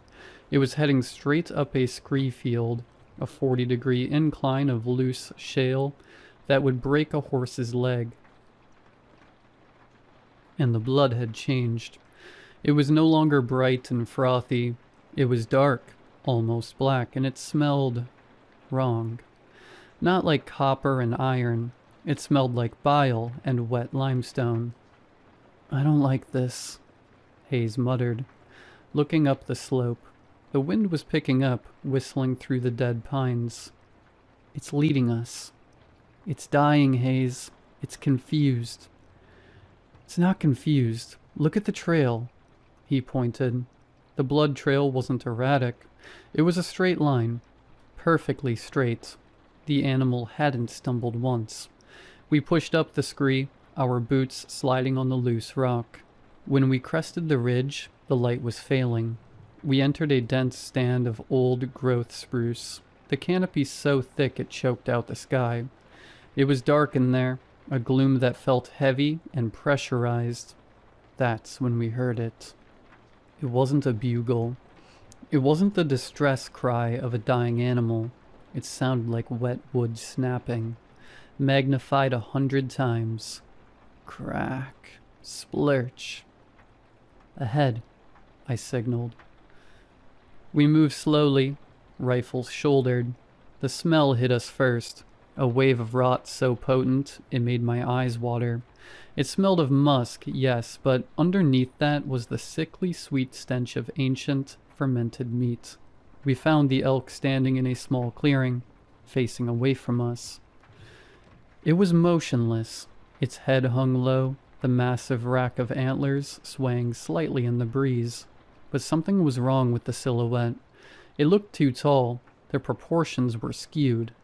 "Drop it," I whispered. "Finish it." Hayes raised his rifle. "Miller, look at the knees." I adjusted my scope.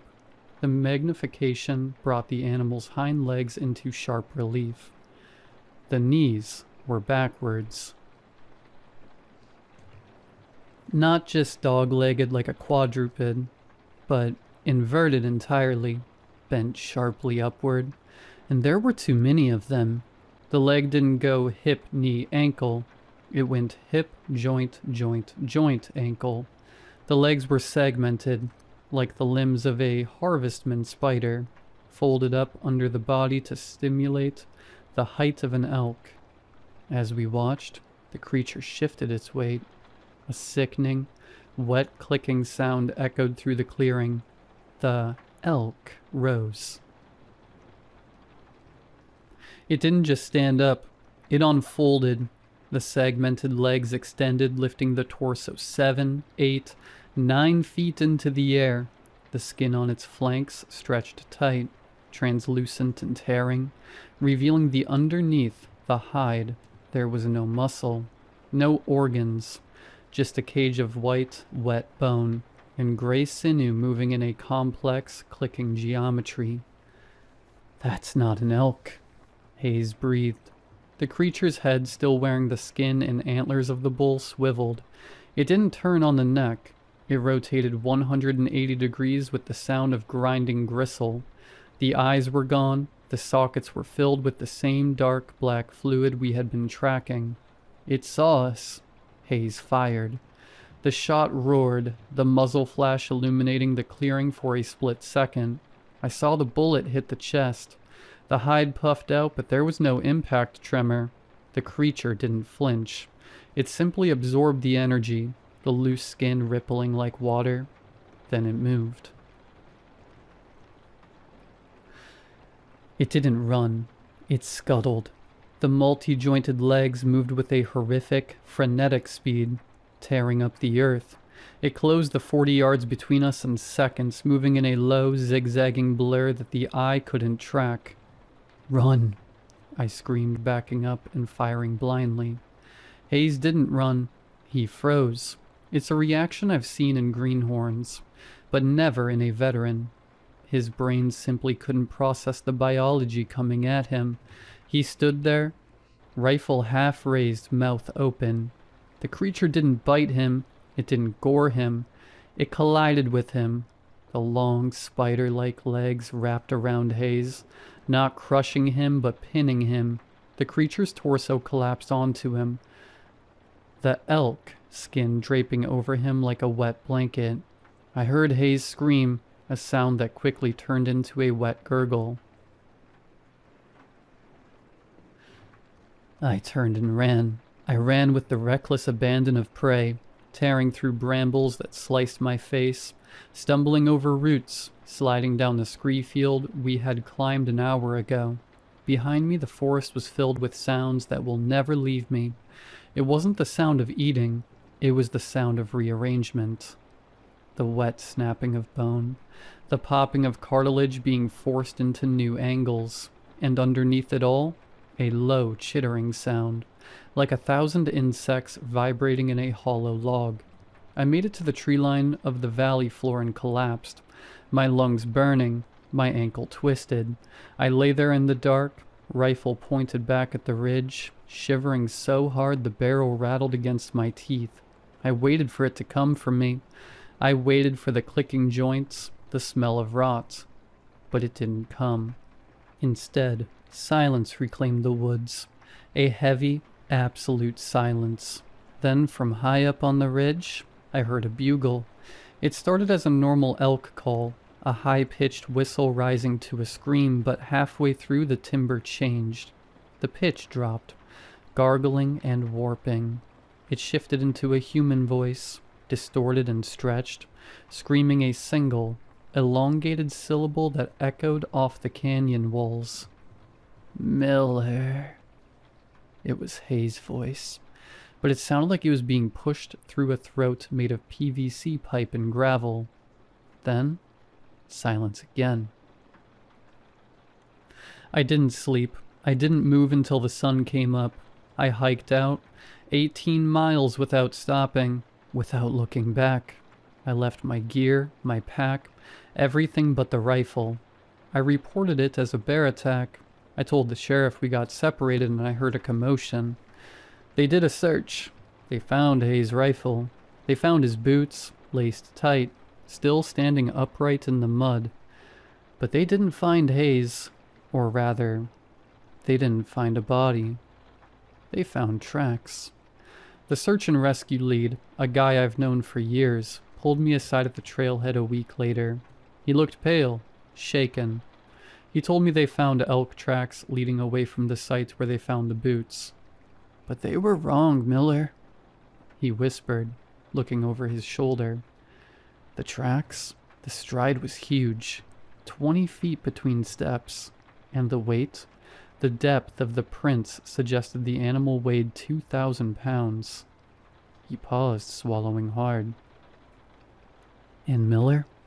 The tracks, only 2 of them were hooves. The other 2? The rear ones. He didn't have to say it. I knew. They looked like hands, he whispered. Big, splayed hands pressing into the mud. I stopped hunting. I sold my guns. I moved to the city where the only sounds are sirens and the traffic. But sometimes, when the wind blows right, coming off the mountains in the west, I can hear it. I can hear the clicking. And I know that somewhere up on that ridge, there is a stag with too many joints, walking through the timber on legs that shouldn't exist. And woven into that cage of bone and rot, there is a part of it that remembers my name.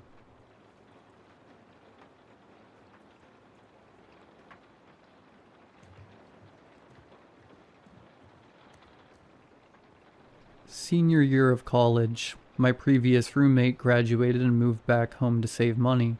I kept dwelling on the idea of a new roommate taking his place. Someone I don't know, sharing my space. The next afternoon, 3 sharp knocks echoed through the apartment. I swung the door open and was met by a young man with dark, greasy hair hanging over his eyes, clutching a single cardboard box to his chest. Hello? Can I help you? I asked. In a raspy voice, he replied, I'm your new roommate. Apartment 367, right? I nodded. Yeah, man. Come in. I'm Ben. Nice to meet you. He reached out his hand. It trembled as he spoke. Name's Jackson. I held the door open and ushered him inside. As he passed me, the sharp aroma of bleach flooded my nostrils. I nearly gagged. I showed him around the apartment. Not much here, but feel free to use my dishes if you need to. He didn't respond. Just nodded silently, his eyes scanning the room, like he was cataloging everything. I attempted to make conversation, but Jackson was like a brick wall. Out of sheer awkwardness, I decided to leave early for work. I said goodbye and told him I'd be home later that night. Jackson raised his hand in a stiff wave and let out the creepiest smile. When he smiled, it didn't reach his eyes, almost like the rest of his face had to catch up. I gathered my things and chalked it up to him being socially awkward. Later that evening, when I arrived home, all the lights were off in the apartment. I assumed Jackson wasn't home. I switched the lights on and swung the fridge door open. Inside were 10 packages of red meat, neatly stacked and tightly wrapped. As I stood there staring, I heard a faint croaking sound coming from Jackson's bedroom. I moved closer to his door. The croaking shifted into scratching. Then, suddenly, the noises intensified. My nerves shot through me. I banged on his door. Hey man, everything alright? Everything went silent. 10 seconds passed. Then, in a gargled tone, Jackson hissed. Yes. Just getting dressed. Okay, I said quickly. Just checking. I heard some noises. No response. I went back to my room and locked my door. For the first time since moving in, the next morning, Jackson was gone. His door was wide open. I tried to ignore it and went straight to the fridge to grab my eggs. Before I could, I noticed 5 of Jackson's meat packages were missing. I assumed he'd cooked sometime during the night. Still, curiosity gnawed at me. I slowly approached his bedroom. A tangy, metallic smell hit my nose as I peered inside. The room was practically empty, like no one had ever moved in. Except for the cardboard box. It sat unopened on his desk. As I stepped closer, a knock sounded at the front door. I recoiled. The knocking came again. I cracked the door open to see Jackson standing there, with a woman beside him. "Hey, Jackson," I muttered. He rushed inside, the woman following closely behind. "Forgot my keys," he mumbled. "Thank you." His eyes darted towards his bedroom as he shut the door quickly. "This is my sister Amber," Jackson said. Amber cocked her head to the side and raised her hand in a stiff, unnatural wave. She never spoke. "Nice to meet you," I said softly. "Are you helping Jackson move more stuff in?" Her eyes stayed glazed on me. Jackson hissed. "You didn't go in my room, Ben, right?" I would never intrude," I said quickly. He nodded and pulled Amber into his room. He stared at me the entire time. I left the apartment soon after. That night at work, I told my coworkers everything. Kelly was the most adamant. "Ben, this isn't a joke," she said, gripping my arm. "You're uncomfortable in your own home. This guy's a stranger. Who knows what he does?" I nodded. "Did you hear about the student who went missing?" she added. My stomach dropped. "Who?" "I don't remember his name," she said, "but I heard the FBI's involved. Just trust your gut." The next morning, I decided I'd request a roommate change. When I got home, I went straight to my room and locked the door. Jackson was inside his room, as usual. Knock, knock, knock. My heart sank. Jackson? "Can we talk, Ben?" he asked. I'm about to go to bed. Please, it won't take long." I opened the door. Jackson stood a few steps back, smiling. "What do you want?" I asked. He sat on the couch, stiff and deliberate. "What makes your life?" he asked. I stared at him. "My friends, my family." He stared at me, never breaking eye contact. Then Jackson said, "Is that normal for most humans?" I looked at him perplexed. "What the hell do you mean?" His smile grew wider. "To stay under the radar, you must have friends and family." I was taken aback. "All right, Jackson, I've got work in the morning. Good night." He stood up almost robotically and headed toward his room. Before shutting the door, Jackson stared at me. "We are friends, Ben, right?" I nodded. He shut the door. The next morning, something felt wrong. Jackson's bedroom door was wide open. I don't know what came over me. Curiosity, fear, instinct. But I walked toward it. A slick, squishing sound came from inside. I hesitated. Then I looked in. Something was standing there, hunched over, trying to pull Jackson's skin over itself like clothing. The box sat beneath its feet. It twisted its head toward me in an impossible motion. I screamed and ran. At the front office, I told the woman my roommate wasn't normal. She forced a polite smile. "What's your apartment number?" 367. She frowned at her computer. "Sir, you were never assigned a new roommate." The police came, then the FBI. They told me Jackson was reported missing days before I met him. Then they asked about a woman named Amber. I barely sleep anymore. I'm still stuck in the apartment. I can't break the lease. Last night I saw it on the news. They found Jackson's body. His skin was missing.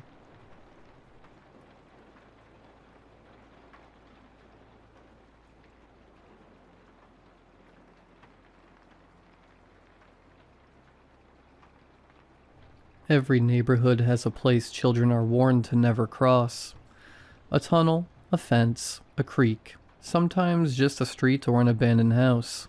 A line drawn in fear, and if you dare step past it, something bad will take you. In my town, the Forbidden Zone was a decommissioned storm drain at the edge of town. The story went that something lived inside it, something that might once have been a man. It would come out at night and prowl the nearby streets, searching for children. Once it found one, it would shove the child into a large burlap sack and drag it back into the bowels of the drain, where it would devour them whole, leaving barely anything behind. Sometimes a shoe, sometimes a tooth. Others, just a fingernail. As children, we believed every word of it. It became a common dare to see who was brave enough to approach the drain, or even step inside it. And truth be told, the kids who took that challenge too far tended to go missing. Everyone said they'd fallen victim to the bag man. Things got so bad that a curfew was issued, parents panicked, and eventually the drain was sealed off. After that, the disappearances stopped, and life returned to normal. Children were safe again. Of course, as adults, we told ourselves the truth was simpler and far less supernatural.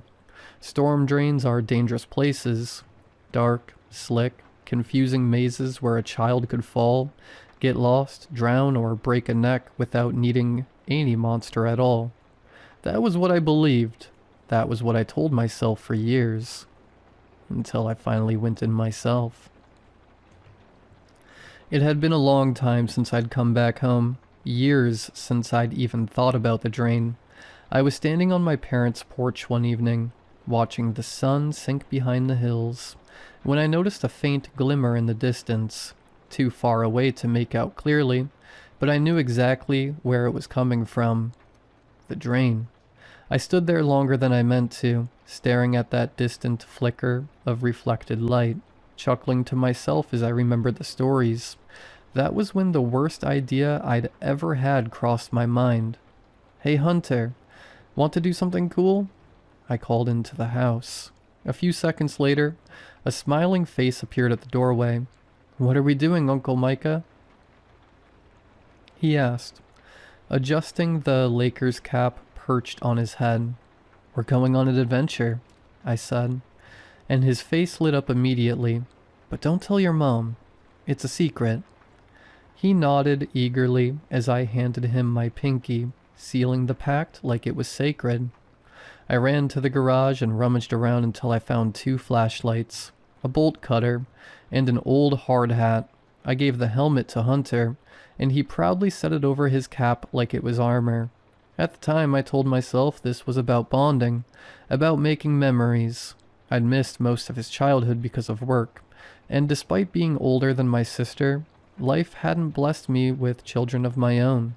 It was a stupid decision. I know that now. We headed down the street toward the drain as dusk bled into night. The last of the daylight vanished behind the hills, leaving the area bathed in the sickly yellow glow of aging street lamps. Hunter skipped beside me, already flicking his flashlight over every crack in the pavement, narrating his discoveries with excitement. I smiled, even as something tight coiled in my stomach. The drain was blocked by a large wooden fence, mostly rotted through with age. I told Hunter to step back while I pried away a panel wide enough for us to slip through. As soon as we did, the stench hit us. Stale water, rust, and something sour beneath it. "Pew!" Hunter exclaimed. And I laughed, though the smell clung to the back of my throat. Beyond that was a second barrier, a rusted metal fence bolted directly over the mouth of the drain. Attached to it was a warning sign that had once been bright yellow, though now only a corner of paint remained. The word "danger" was still embossed in the metal, visible when my flashlight passed over it. I should have listened. While Hunter played with his light, I used the bolt cutter to carve out an opening. The metal groaned and snapped louder than I liked. Each sound echoed down the darkness. Eventually, we squeezed through. The moment I stepped inside, the hairs on the back of my neck stood up. A strange buzzing filled my chest, like static just under my skin, and adrenaline flushed through me without reason. "What is this place?" Hunter asked, his voice smaller now as he moved deeper into the tunnel. "It's just an old drainage pipe," I said, trying to sound casual. "Pretty neat, right?" He didn't answer right away. Our footsteps echoed unnaturally, overlapping and stretching until it sounded like someone else was walking with us. "I don't know," he finally said, his voice wavering. "It's fine," I replied, resting a hand on his shoulder. He yelped in surprise, dropping his flashlight. It clattered on the ground and went dark. The sudden loss of light made the darkness feel thick, almost wet, as if it had weight to it, pressing against my eyes and skin. For a heartbeat, I couldn't move, my brain lagging behind the instinct to panic. I dropped to one knee, fumbling blindly, my fingers brushing cold concrete before closing around the flashlight. I smacked it once against my palm, then again, harder this time, the hollow sound echoing down the tunnel. Nothing. A third smack finally coaxed it back to life, the beam sputtering weakly before stabilizing. As the light returned, something deep within the tunnel shifted. It wasn't loud, it wasn't even clear, just a subtle displacement, like water disturbed far away, but it was enough to make my stomach clench. My mouth went dry, the taste of metal and ash coating my tongue, and I realized I'd stopped breathing. I forced air back into my lungs slowly, carefully, as if any sudden movement might draw attention. "Maybe that's enough adventure for today," I said, my voice higher than I meant it to be as I handed the flashlight back to Hunter. He didn't argue, he didn't joke. He just nodded, tight and quick, gripping the light with both hands like it was a lifeline. For a few seconds there was nothing but the drip of water and the echo of our breathing. I started to convince myself it had been nothing, that fear had filled in the gaps where reason should have been. Then I heard it. Footsteps. Not a scuffle, not a scrape. Measured, deliberate steps echoing from deep within the tunnel, each one landing with enough weight to carry through the concrete. They came slow at first, spaced far apart, like whatever was walking didn't need to hurry. Every nerve in my body screamed at once. "Run outside now," I shouted. Hunter didn't hesitate. His footsteps pounded away from me, frantic and uneven, shrinking rapidly as he fled toward the opening. I swung the flashlight back into the darkness, the beam jittering as my hands shook. "Who's there?" I called, my voice cracking despite my effort to steady it. The light swept across bare walls, pooled water, rust-stained concrete. Nothing moved. No shape, no sound beyond the distant drip and the fading echo of my nephew's escape. I let out a shaky laugh, forcing air through clenched teeth. "You're being stupid," I muttered. "It's just a rat, or pipes settling." I turned to call Hunter back, already rehearsing how I'd laugh this off later, when something landed beside me with a wet, meaty splash, like a heavy sack dropped into a shallow puddle. The sound was too close. I turned. The beam caught a face inches from mine, skin stretched gray and slick over bone, eyes sunken and bloodshot, reflecting the light like those of an animal caught in headlights. Its mouth split into a grin far too wide, teeth blackened and broken, the stink of rot rolling off of it in waves. I tried to scream, but a hand closed around my throat before sound could escape, fingers digging in with impossible strength. The world tilted as it shoved me back, my spine slamming into the damp wall hard enough to rattle my teeth. Air vanished from my lungs as the grip tightened. From the corner of my eye, I saw the burlap sack resting against the tunnel floor. The bottom of it was soaked dark, stiff with old stains that glistened wetly in the flashlight's glow. I thrashed uselessly, my hands clawing at its wrist, my boots scraping against the concrete for purchase. It leaned closer, close enough that I could see the cracks in its skin, the filth caked into every fold. The smell was overwhelming. Decay, stagnant water, something sweet and sickly beneath it all. It sniffed me once, then again, slow and deliberate, before dragging its tongue across my cheek. The touch was cold and slick. I gagged. Too ripe, it gurgled, its voice bubbling like water forced through mud. The pressure vanished as suddenly as it had come. I hit the ground hard, air crashing back into my lungs in a painful rush. I didn't look back. I didn't think. I ran. I burst through the fence, grabbed Hunter, and didn't stop until we were back at my parents' house. My clothes clung to me, soaked through with sweat, my chest burning with every breath. Hunter sobbed into my shoulder, his small body shaking. My sister came running out, snatching him from my arms, her face twisted with fear and fury. She never asked what happened. Hunter never understood what he'd almost been a part of, and I kept my mouth shut, clinging to the hope that silence might seal the nightmare away. It didn't. The next day, Hunter was gone. His cap was found near the old drain. After that, the disappearances started again.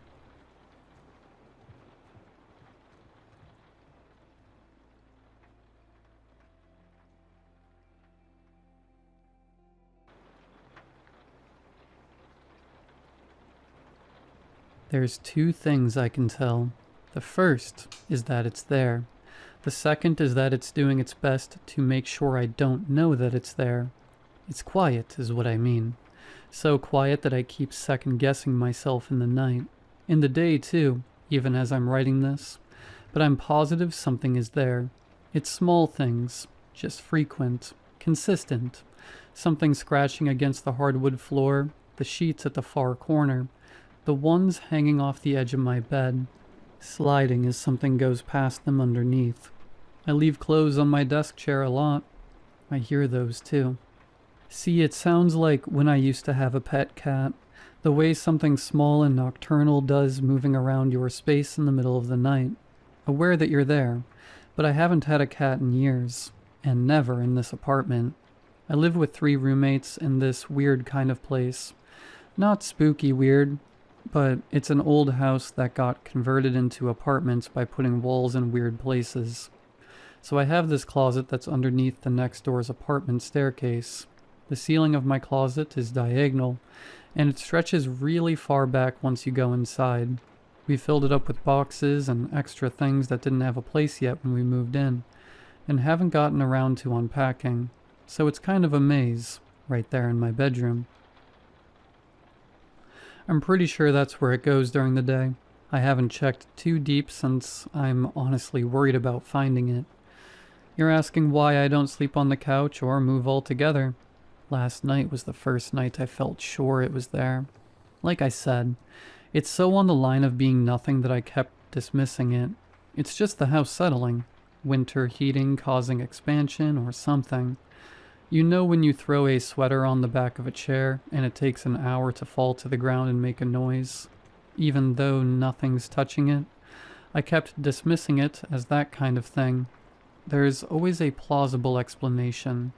Maybe that's how it gets by. The suspicion's been growing for a while. Last night made me sure. I've been having more trouble falling asleep. Usually fall asleep to a video playing, white noise, or something. Last night my phone died. My charger was across the room. I didn't feel like getting up since it was 1 a.m. or something. So I just lay there in the dark, eyes closed, trying to make myself fall asleep. I can't get to sleep, but I guess enough time went by that it seemed like I was sleeping. I start to hear it again, just barely. You know when you have to focus to hear something, otherwise you'll miss it? Tapping on the floor from my open closet door, softer padding when it gets to carpet. It brushed up against the blanket hanging off my bed. I could feel it there. I heard it breathing and that was it. It's low to the ground, which is why I was thinking of a pet or something earlier. Who knows? Maybe it's a rat or a rodent or something. That's a plausible explanation, but this sounded like human breathing, kind of high and wheezing. I could hear that its mouth was open. My eyes opened. I couldn't help it. Maybe my body tensed. I heard the breathing stop, like it could tell. For whatever reason, my instinct was to close my eyes and pretend I was asleep. You know how sometimes you'd be up late as a kid? You'd hear your parents and you'd know to pretend to be asleep a second before they walked in? I felt like that, except cold all over. I could hear it walking again, so softly and carefully. I could feel it get closer and closer to my face. I could feel the presence of it, even with my eyes closed. The sense that something was there. The body heat of it or something. I knew if I opened my eyes, I'd be face to face with it. Part of me wanted to just so that I could know, but I couldn't do it. The worst part was that it just stayed there, that close to me, unmoving, but breathing quietly. It didn't do anything, didn't touch me, didn't go anywhere else, but just stayed there for hours. And I mean hours. I didn't sleep the whole night. At some point, I felt it leave, and minutes later, I felt sunlight hitting my closed eyes. It was dawn, 7 in the morning. That was this morning. It's almost night again. I don't know what I'm going to do.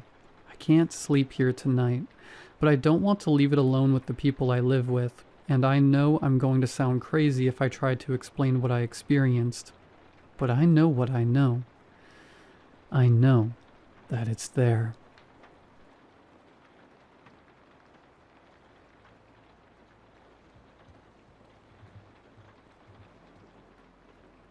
I've worked at Daryl's Pizza since I was 14. It's the only restaurant left open late into the night. It sits past the last streetlight on the edge of town. The building looks newer than it is, like it learned how to survive by pretending. Inside everything is clean but worn down in a way that feels intentional.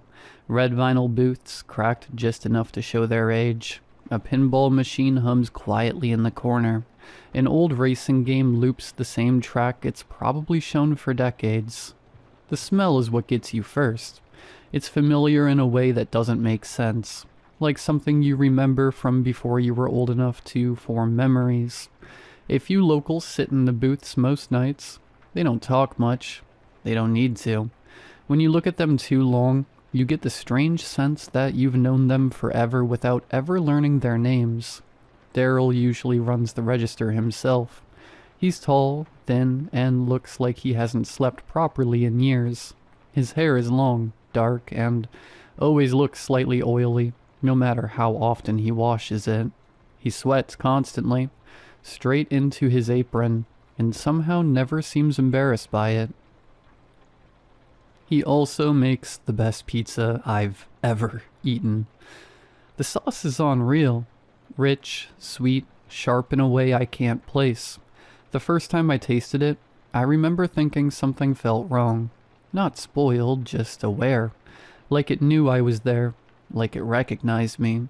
Or maybe that was just my imagination running ahead of itself. That thought disappears the second it hits my tongue. My dad is the chief of police, and he buys Daryl's Pizza for the department at least once a week.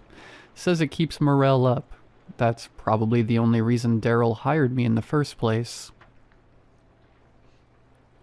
Most mornings, I'm there before sunrise, making dough beside him while he stirs the sauce. He keeps the radio on low, usually My Chemical Romance, and works with the focus of someone performing a ritual he's done too many times to count. I asked him once what his secret was. He slowed his stirring, turned the radio down, and told me it was an old family recipe passed down from his great-grandfather. He said it the same way someone recites something they don't fully believe anymore. When I pressed him, he rolled his eyes and hissed like I'd insulted him. Italians.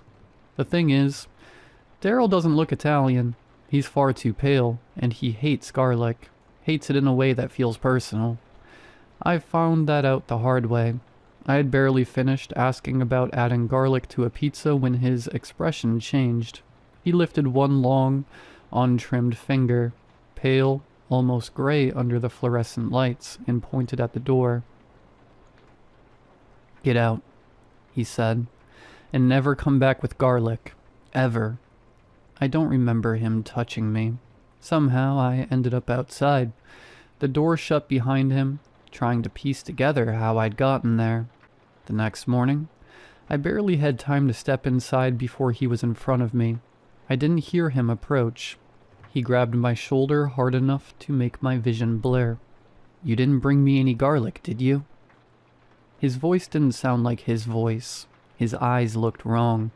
Too dark, too sharp, like he was focusing on something just past me. "No, sir," I said. The pressure vanished instantly. He laughed, light and familiar, like it had all been a joke. My shoulder burned for hours afterward. Nothing else strange happened for a while, except the freezer in the basement. It lets out a loud sound I can only describe as screaming. I've told him more than once that it needs to be fixed. He says the noise somehow makes the sauce taste better. No one but Daryl is allowed in the basement. He says it's where he keeps the spices, the recipe, and the grinder he uses for the tomatoes. He also says there's no light down there, but that's fine because he's used to working without them. Sometimes when the noise gets too loud, he goes down and kicks the freezer until it quiets. I can hear him talking to it while he's down there. Low, teasing like he's joking with a person. He tells it he'll make sauce out of it if it doesn't behave. Sometimes I hear a softer sound right before he kicks it, something that almost sounds like whimpering. When he comes back upstairs, he's always smiling, wiping his hands on his apron. Once, early in the morning, we ran out of sauce. Daryl told me to mind the counter while he went downstairs. I heard the grinder start. A second later, the sound began. Louder than I'd ever heard it. The shelves rattled. From the basement, Daryl cranked the radio. "This Is How I Disappear" blasted through the floorboards, the drums pounding hard enough to almost drown it out. I stayed where I was and stared at the front door. When he came back up, he carried 2 containers of fresh sauce. Thick, dark red. The smell hit me and made my mouth water before I could stop it. Sharp and metallic, like copper. "That's how you know it's fresh," he said, smiling at my reaction. For all his faults, Daryl calls me his friend. Daryl loves classic first-person shooters, older Call of Duty titles, Halo.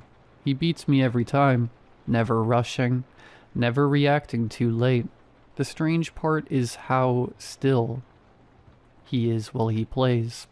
No blinking, no frustration, just a calm focus that makes me think he's spent far too long indoors, practicing while the rest of us were asleep. He lives in an apartment attached to the back of the shop. Inside, it's furnished like a tiny castle. Heavy wood furniture, thick curtains, everything built to last 100 years. He says it's an Italian thing. I don't argue. People with furniture like that usually know how to hide a potty. His wife and kids are polite to the point of being unsettling. They all look alike, pale, sickly, like they've never seen real sunlight. The kids are homeschooled and speak like adults who've had time to rehearse. Before I could drive, and when my dad was busy, my grandfather used to pick me up after my shifts. He hated Daryl. Every time his old Jeep pulled into the lot, Daryl would already be standing in the front window, framed perfectly by the headlights. They'd stare at each other without moving. No words, no blinking, just waiting. I asked my grandfather about it once, after we finally drove away. He only shrugged and muttered something about late payments, his voice low and final. An answer that wasn't meant to invite more questions. My grandfather was a farmer. Daryl came from one of those old Italian families that took pride in tradition, especially buying tomatoes and fresh vegetables locally, and Daryl bought his tomatoes from my grandfather. He always had. The thing was, my grandfather was one of the biggest garlic growers around. acres of it, pungent, overpowering, impossible to ignore, and Daryl hated garlic. I think it infuriated him that my grandfather grew the one thing he couldn't stand, and that people bought it anyway, that he depended on the very hands of despised, that my grandfather didn't need him. Every time the headlights swept across the front window and caught Daryl standing there, I felt it again, that silent hatred settling between them like a loaded gun. It was a contest of will, held steady and unspoken. I always had the sense that one night, one of them would finally blink. The blink finally came at my grandfather's funeral, held on the farm. A small wooden platform had been built near the fields, his casket resting just below it. One by one, people stood to speak. Before retiring, my grandfather had been the county sheriff. Our family had been rooted in that land for as long as anyone could remember. They talked about what the town used to be, dirty, overrun with gangs and predators who moved openly, fear treated like a fact of life. They spoke about my grandfather's actions, the choices he made, the lines he drew, how slowly but decisively the town changed. Crime withered, people slept easier, children grew up without learning which streets to avoid. What had once been lawless became quiet, safe, clean. The sun slipped beneath the horizon as the last speaker sat down. A few lights flickered on. A fire burned nearby, steady and low. I wasn't paying much attention until I looked up and saw the next man approaching the platform, moving slowly between the old wooden folding chairs. I froze. It was Daryl. He didn't so much walk as drift, as if the ground had loosened its hold on him. His feet barely seemed to touch the earth as he reached the steps and rose to the stand, carried upward by something unseen. When he arrived, Daryl blinked and brushed away a tear. The air shifted, then he spoke. He spoke of a great man and a great family. His voice calm, weighted with memories that no longer had a living owner. He told the story of his great-grandfather, who came to this country fleeing a place that despised him for his beliefs, and how my family had welcomed them with open arms, offering help when they needed it most. He chose his words carefully, letting each one settle before allowing the next. He spoke for a long time. No one interrupted him. No one looked away. It was as if everyone there had fallen under the same spell, breathing together, listening together, held in place by his voice. When he finally stepped down, the silence broke all at once. People stood and applauded. Daryl drifted back between the chairs. He stopped to embrace my grandmother. I didn't know what to make of it. Tears blurred my vision when I looked at my father. He stood rigid and unmoving, his expression unchanged. Not even grief crossed his face, not even when Daryl stopped in front of us. For a long moment, the two of them locked eyes. The air tightened. Everything else seemed to fall away. My father didn't blink. Daryl didn't look away. Finally, Daryl spoke. "I'm sorry for your loss." The words were gentle, almost kind, but something about them felt wrong, rehearsed, as if they had been spoken before, as if they would be spoken again. He extended his hand. My father took it. The shake was slow and deliberate. Neither of them looked down. When they released, my father's face remained unchanged, or perhaps too much had passed. Then Daryl turned to me and offered his hand. I took it. His skin was ice cold, sharp and unnatural, cutting through the warmth of the light. I felt it instantly, a shiver running through me, but I didn't pull away. Daryl nodded once, almost imperceptibly, and moved on. I walked away with my hand still cold, realizing I had just touched something I was never meant to feel. My father is different around Daryl. No jokes, no smiles. It's all business. He's still the chief of police. I've been helping run the farm, and I also work at Daryl's on Fridays and Saturdays, his busiest nights. I'm taking classes at the local community college. hoping to follow in my father's footsteps. A few days ago, I met Daryl's niece. She's my age, pale skin, dark hair, dark eyes that linger a second too long, like she knows exactly what she's doing. Her smile is sharp, dangerous. It feels aimed directly at me. Daryl has never liked her, even before she arrived. He complained about the trouble she'd gotten into. He warned me not to fall under her spell. He was right. I just didn't expect how impossible it would feel to resist. I keep wondering if this is how it starts, and whether surviving the next encounter is something I should even be hoping for. That night, Daryl left me and her to clean up when he delivered. The last couple of pizzas I was mopping, when she caught my eyes and tilted her head. That same sharp, knowing smile lingering. Uncle Daryl said it would be okay. She whispered, "I need help." Before I could think, she took my hand and led me toward the basement. I wanted to pull away, to stop, but my body wouldn't respond. It was like my hand wasn't mine. Step by step, she guided me down the stairs. The air grew colder with each step. The kitchen light faded, and shadows stretched around us, thick and suffocating. Then, from the darkness behind us, I heard the faint scrape of boots on the stairs. Daryl had entered. He was quiet, deliberate, and I felt his gaze before I even saw him.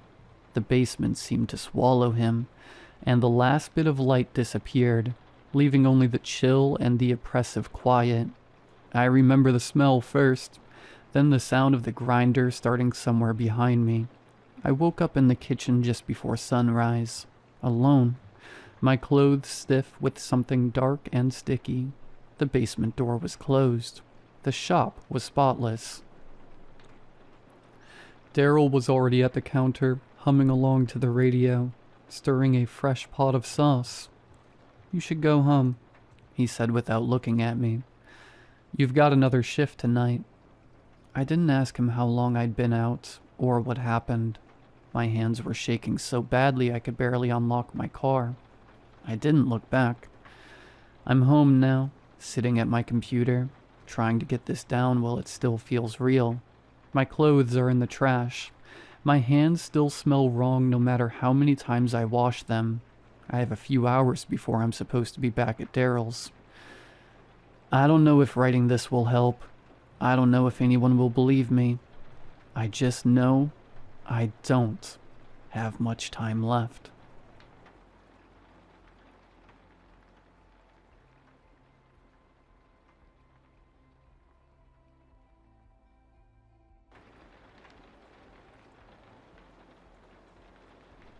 After 36 years of living in an apartment complex, I can confidently attest that a night owl is worst kind of neighbor. Being as lucky as I am, I had one of those moving into the apartment right above mine at the start of October. It was a lady who seemed to have an endless supply of worldly goods that all needed to be put into place the moment she moved in. Every single evening, at 9 p.m. exactly, she would start either hammering away, drilling the walls, or pushing furniture across her floor, always managing to reach the noise level of an angry bull in heat.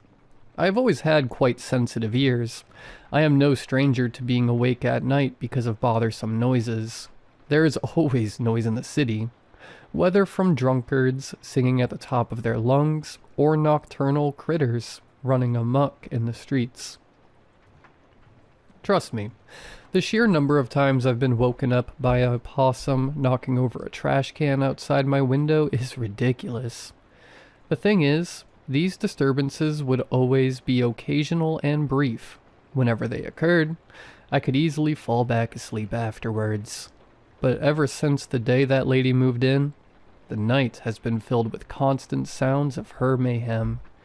The cacophony upstairs would go on every evening for about 3 to 4 days in a row. Then, at some point, I would hear a large thudding sound, indicating that she had brought out yet another box full of stuff that needed to be set up. This routine sent me into a hellish cycle of exhaustion. I would fall asleep late and wake up exhausted in the morning. I would then have to drown myself in coffee and go to work, hoping that I could get some sleep later in the evening. Don't tell me that I just should have confronted her. I didn't want her to think that I was just some cranky old man. Besides, I don't like confronting people. I have always felt awful whenever I've had to reprimand someone. I also didn't know her name, which I felt would have made the interaction even more unbearable. I just sat on my couch, waiting for the commotion to stop. Suddenly, 3 weeks had passed, and she showed no signs of being finished unpacking. The seeds of chaos were planted as the clock struck 9 p.m. on an unusually hot evening late into October. An evening so hot that I had to have my windows open to be comfortable. The lady upstairs started toiling away, following her usual schedule. It was just as loud as all the other days. I twisted and turned in my bed, trying to cover my ears with my pillow as I had done so many nights before. But this night was different. The heat mixed with my drowsiness and the sounds from upstairs all compiled into a thundering migraine. It felt as if my brain was swelling, trying to crack my head open and run away to escape the noise. I couldn't take it any longer.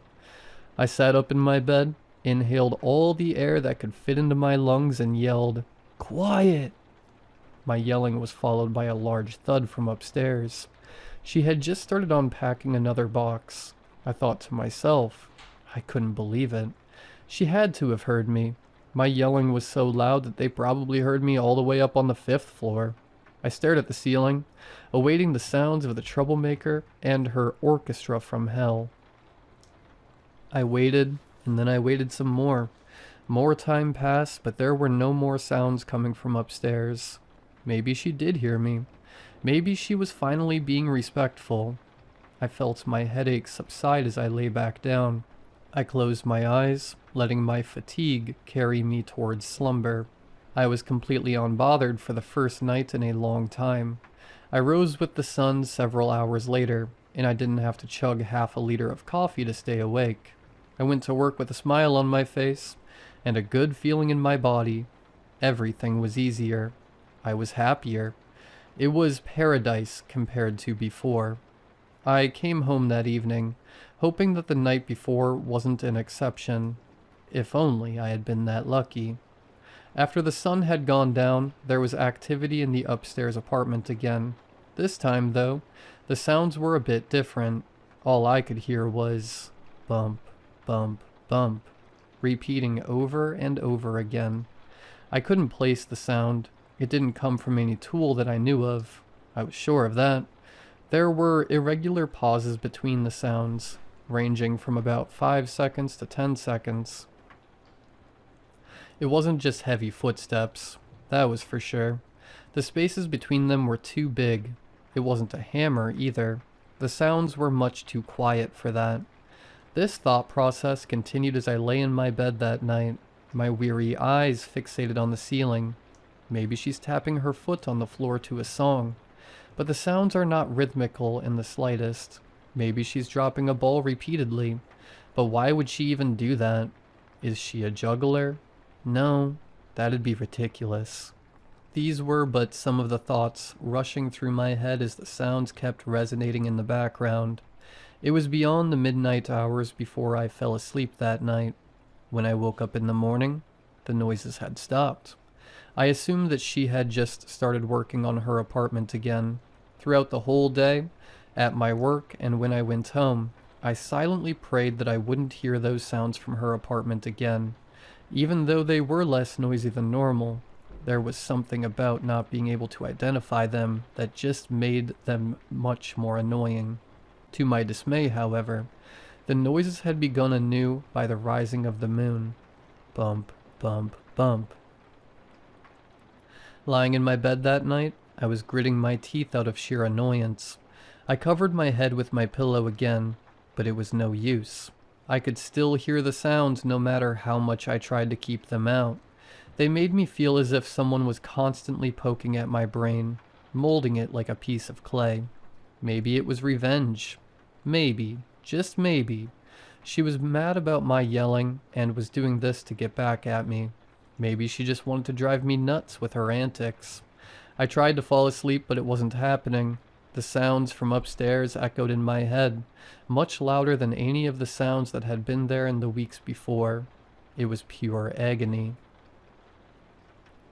My heart skipped a beat as my phone started ringing. I cautiously picked it up, wondering who was calling in the middle of the night. "Hello?"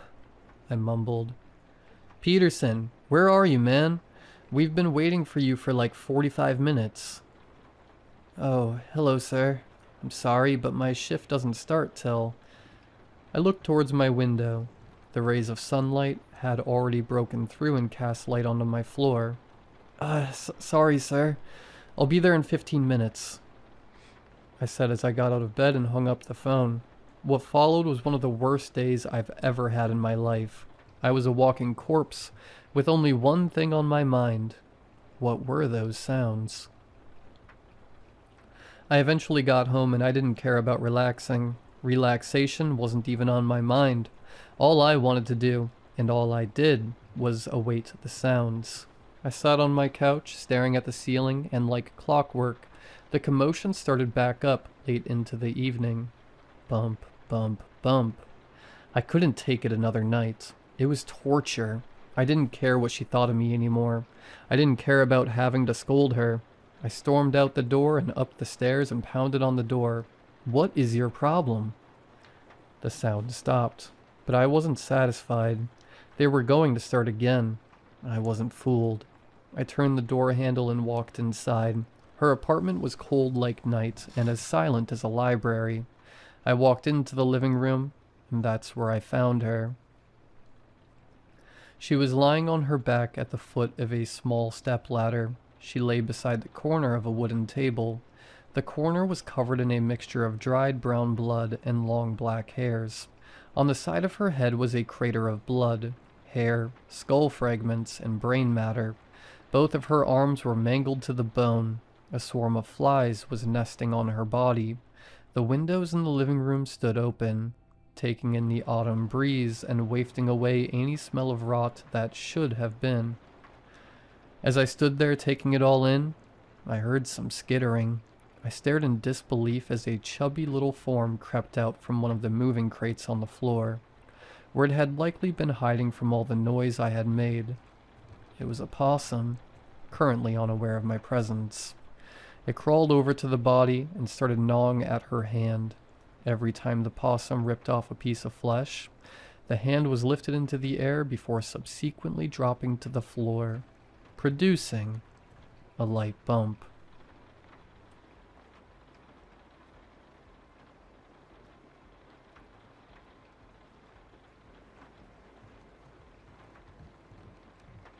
It's been 2 weeks since my van got totaled. I'm not gonna lie, that set me back. I'd been sleeping in the rear compartment. Don't feel sorry for me. I'm the idiot who crashed it. After the accident, I had nowhere to sleep. Motel rates were double what I could afford, so I bought a cheap tent from BFC and hitched back to the lot where I used to park. I ended up in a flat section of woods by the Tukey River, past the McDonald's on Ambridge Street. It felt private without being secluded.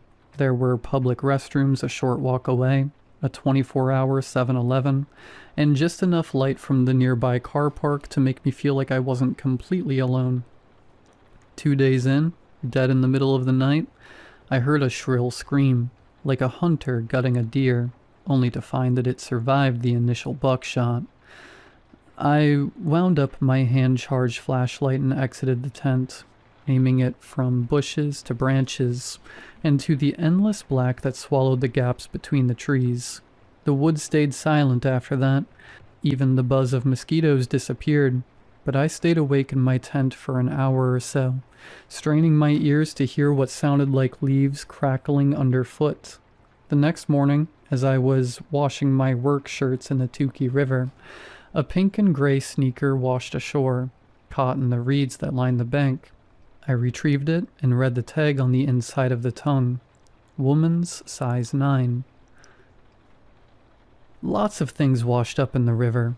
Shoes, clothes, cardboard boxes, and cartons of milk. I tossed the shoe back, thinking it was another piece of junk.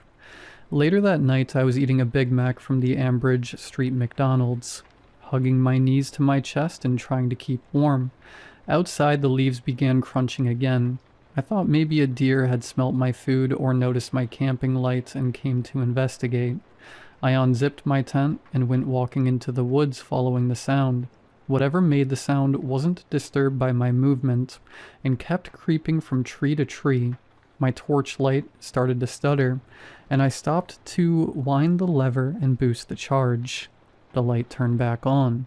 Ahead of me, something ducked behind a tree. I froze, aiming the flashlight where I'd seen the face.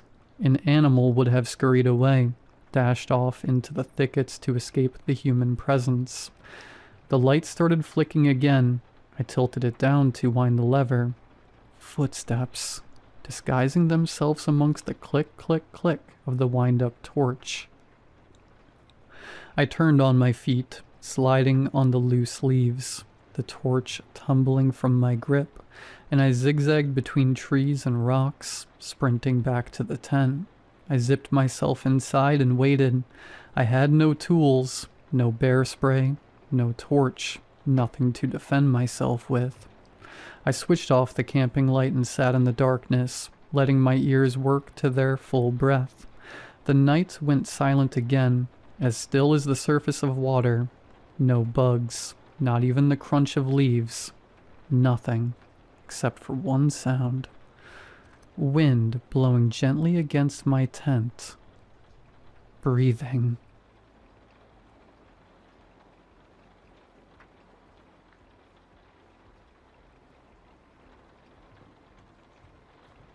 I worked for the county, not as a dispatcher, but as one of those people who cleaned up recordings afterward. Training material, legal review, that kind of thing. Most calls never made it past the first pass. They were boring or redundant or too chaotic to be useful. Others stayed with me longer than they should have. You learn to compartmentalize. You have to. This one slipped through. The call came in at 2:17 a.m. on a Wednesday. Residential. No address anomaly. No dropped signal. The dispatcher's voice was calm, professional, exactly how it should be. The caller was a woman, mid-30s, maybe older. Hard to tell. Her voice was steady in a way that didn't match what she was saying. "There's someone in my house," she said. The dispatcher followed protocol, asked for her address, confirmed it, asked if she was in immediate danger. "I don't think so," the woman said. "He's just standing there." "Standing where?" "In the hallway, outside my bedroom." The dispatcher asked if she could leave the room. "No." "Why not?" "Because he told me not to." There it was. The first thing that made me pause the audio. The dispatcher handled it well. Asked for a description. Male, average height, dark clothes, no visible weapon. Not moving, just standing. Police were dispatched. ETA was 7 minutes. The dispatcher told the woman to stay on the line, lock the door if possible. "I already did," the woman said. "He unlocked it." That earned a note in the margin. Possible hallucination, possible domestic situation, stress response. The dispatcher asked if the woman knew the man. "I don't think so," she said.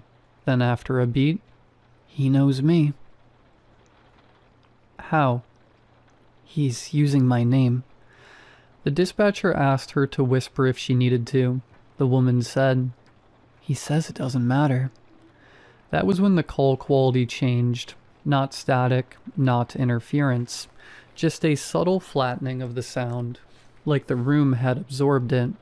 I remember leaning back in my chair when I first heard that part, rolling my shoulders, telling myself not to anthropomorphize audio. The dispatcher asked the woman to describe what the man was doing now. "He tilted his head," she said, "like he's listening to you." The dispatcher paused. You could hear it, half a second too long. Ma'am, is he speaking right now? No, the woman said, but he's smiling. The dispatcher told her to keep her eyes on the door. I don't have to, the woman said. I can see his shadow under it.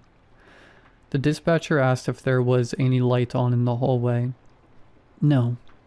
Then how could she see the shadow? Another pause.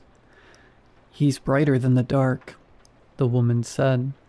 That was where the training value dropped off.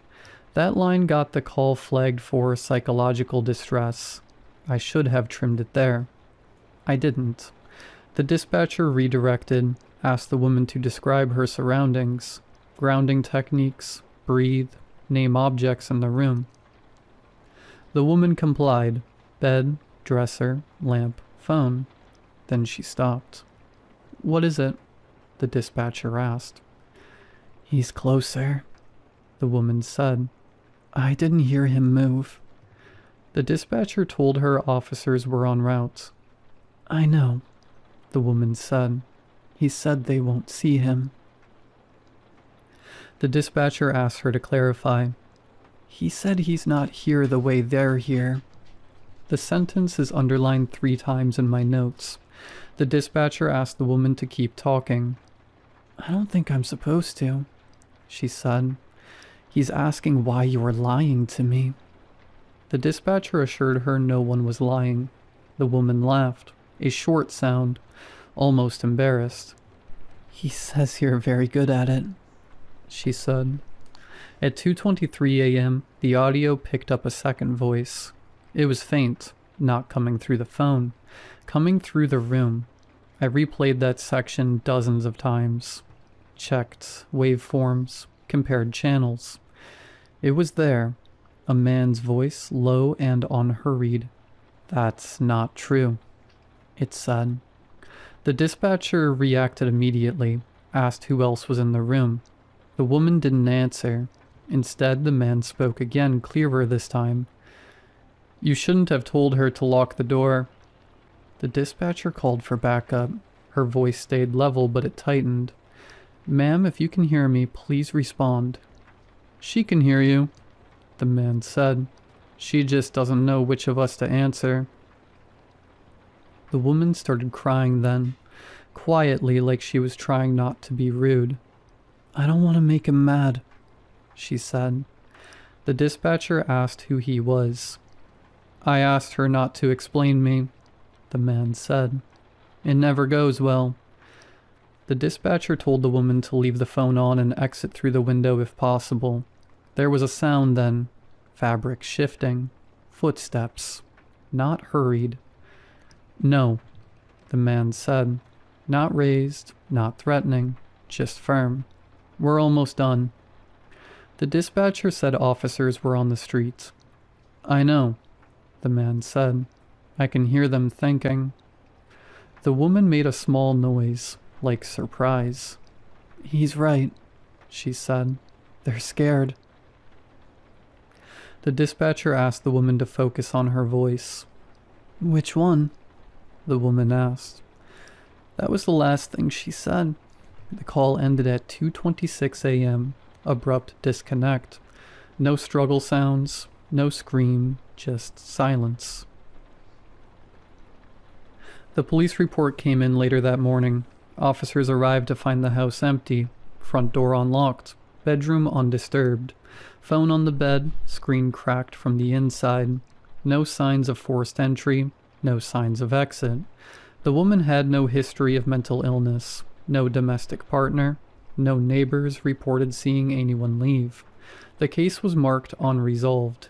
I edited the call down to 6 minutes, removed the second voice, cut the stranger references, left it as a textbook example of a perceived intruder with dissociative features.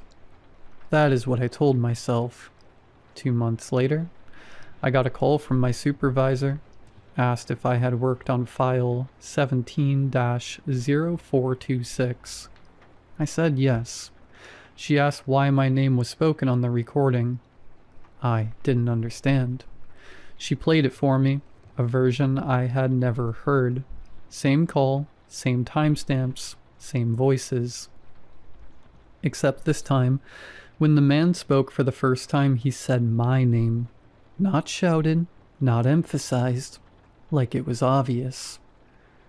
"That's not true, Esha," he said. I told my supervisor it must have been contamination, audio bleed, suggestibility. She nodded. She looked tired. She asked me to listen to one more thing. A new call taken that morning. Different dispatcher, different address. A man on the line this time. "There's someone in my house," he said. The dispatcher asked for his name. He gave it. Then he said, "He's telling me you already know this part."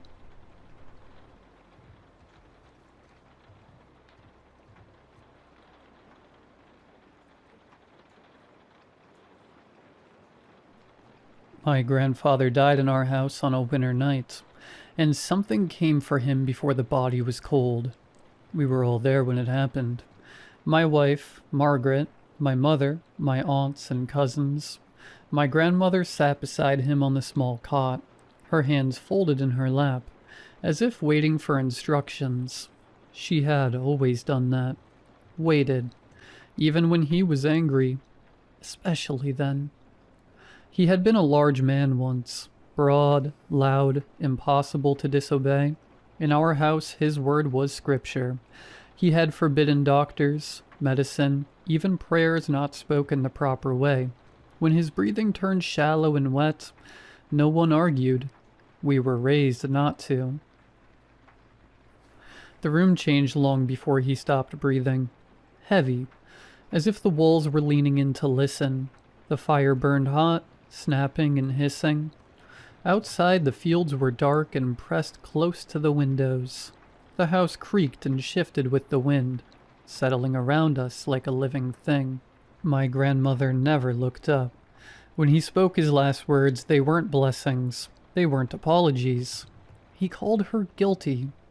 The clock struck once after that, though no hour was due. I remember it because it made my skin crawl. The sound lingered too long, like it didn't want to fade.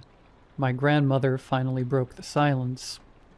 "He drove me to it," she said, her voice low and cracked. "Would he have spared an old woman? You know he wouldn't have. You've all seen what he did when anger took him. I stood between him and you, every time." No one answered her. We didn't need to. We knew what she meant. We had known for years. He had fallen down the stairs earlier that evening. Hard. The sound of bone on wood still rang in my ears, and my grandmother stood at the top of the stairs, her hand over her mouth, staring down at him with a look of horror I will never forget. Margaret gripped my arm. "Edward," she whispered, barely moving her lips. "Is something wrong with the clock?" I looked at it and felt a chill crawl up my spine. The glass reflected my face, pale, like I wasn't fully there. "I think we should step outside," I told her. "Just for air." My grandmother shook her head when I asked her to come with us. "Not yet," she said. "Let me sit with him a little longer." Margaret and I stepped out onto the porch. The cold slapped at us. Our breath came out in white clouds, and she clung to me as if she might float away. "Promise me something," she said. "Promise you won't become like him." "I won't," I told her, and I meant it. I swear. When we went back inside, the fire surged as if fed fresh wood, though no one had touched it. The room had gone quiet. Even the sobbing stopped. That was when I heard the sound. At first, it was distant, like an animal crying across the fields. Then it sharpened, stretched, became something else entirely, a scream that didn't belong to the living. It passed through the walls, through the fire, through us. My grandmother gasped and collapsed against the cot.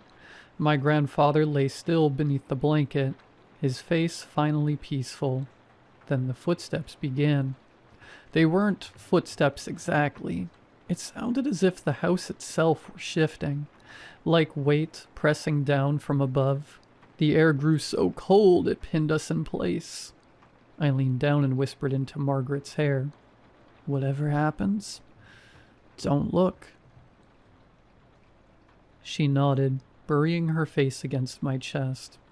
The fire dimmed and something entered the room. I didn't see it. I swear I didn't. But I heard it breathe, a deep, hollow sound. Air dragged through broken reeds. Pain flared behind my eyes. My teeth ached. My bones felt too tight inside my skin. Then it spoke. The voice came from everywhere at once. "Who among you has been named?" No one answered. "Who has stolen from me?" My grandmother wailed. "I did," she cried. "Please, I stole from you." There was a long pause. The pressure in the room became unbearable. "You are the accused?" "Yes," she sobbed. The wind roared through the house, and the world dropped away beneath my feet. I held Margaret as tightly as I could, pressing her face into me so she couldn't lift her head. "Then look upon me," the voice said. We didn't look. When the fire flared back to life, the room erupted in screams. My grandfather lay exactly as before, but my grandmother was gone. Not dead. Gone.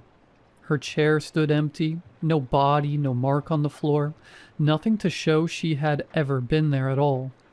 Later, when the house was quiet again, I opened Margaret's hand. Inside her palm lay the small black stone my grandfather had given me years ago. He used to say it protected him once, long ago, though he never explained how. I don't know if it saved us. I only know that my grandmother answered when something asked a question, and we didn't. And sometimes, late at night, when the house is very still, I close my eyes and remember that emptiness, the feeling of being nowhere at all, and I wonder if it remembers where I live.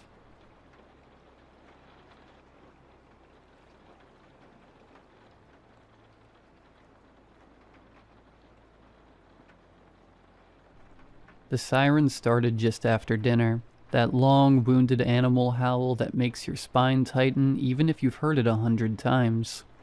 I was washing the dishes at the sink. My wife, Karen, was wiping the table. The kids were arguing about who'd taken the last roll. "Cellar, now," I said. Not loud, just firm. We practice this. We live on the edge of town. South side, where the fields open up and the sky feels bigger than it should. Missouri's like that. The weather runs thick here. So does faith. I'd preached on storms before. How God sends rain on the just and unjust. How he's a refuge. I believed it. I still do. The cellar door groaned like it always did. The steps were damp. I flicked on the light and the bulb buzzed. We filed down, the kids first. Eli, 7, Ruth, 11, Caleb, 14, then Karen, then me, pulling the door closed. I latched it. I could feel the pressure change in my ears already. The radio crackled, tornado warning, rotation confirmed, take shelter immediately. Karen reached for my hand. I could feel her shaking. She leaned close so the kids wouldn't hear it in her voice. "Daryl, what do we do now?" I didn't hesitate. "We rest in God," I said with conviction. "Same as we always have." The wind started to thump against the house, low and heavy. Dust sifted from the joists. I glanced at the kids huddled on the bench, eyes wide. "Come here, guys." They huddled in, knees touching. "Let's pray." We bowed our heads. I asked God to cover our home, to put his hand between us and the storm. I said we trusted him. I meant it. The wind began to scream overhead. A freight train sound like the old folks say, only louder than any train I've ever heard. Something hit the house. The walls shuddered. Dirt sifted from the ceiling and dusted our shoulders. Ruth started to cry. I kept praying. I prayed louder. Then, as sudden as it came, the sound pulled away. The pressure eased. The radio said the cell had lifted, jogged east, spared the town center. By morning, we climbed out to broken branches and a torn-up fence. No roof gone, no walls down. Praise God. At church that Sunday, the sanctuary was packed. Folks cried and hugged. We sang louder than usual. The pastor said we'd been spared for a reason. I nodded. I thought of the prayer in the cellar and felt sure I'd been heard. It started with a rash on Eli's arm. Red, angry, like poison ivy but wetter. We tried calamine, then antibiotics from the urgent care. The skin broke open anyway.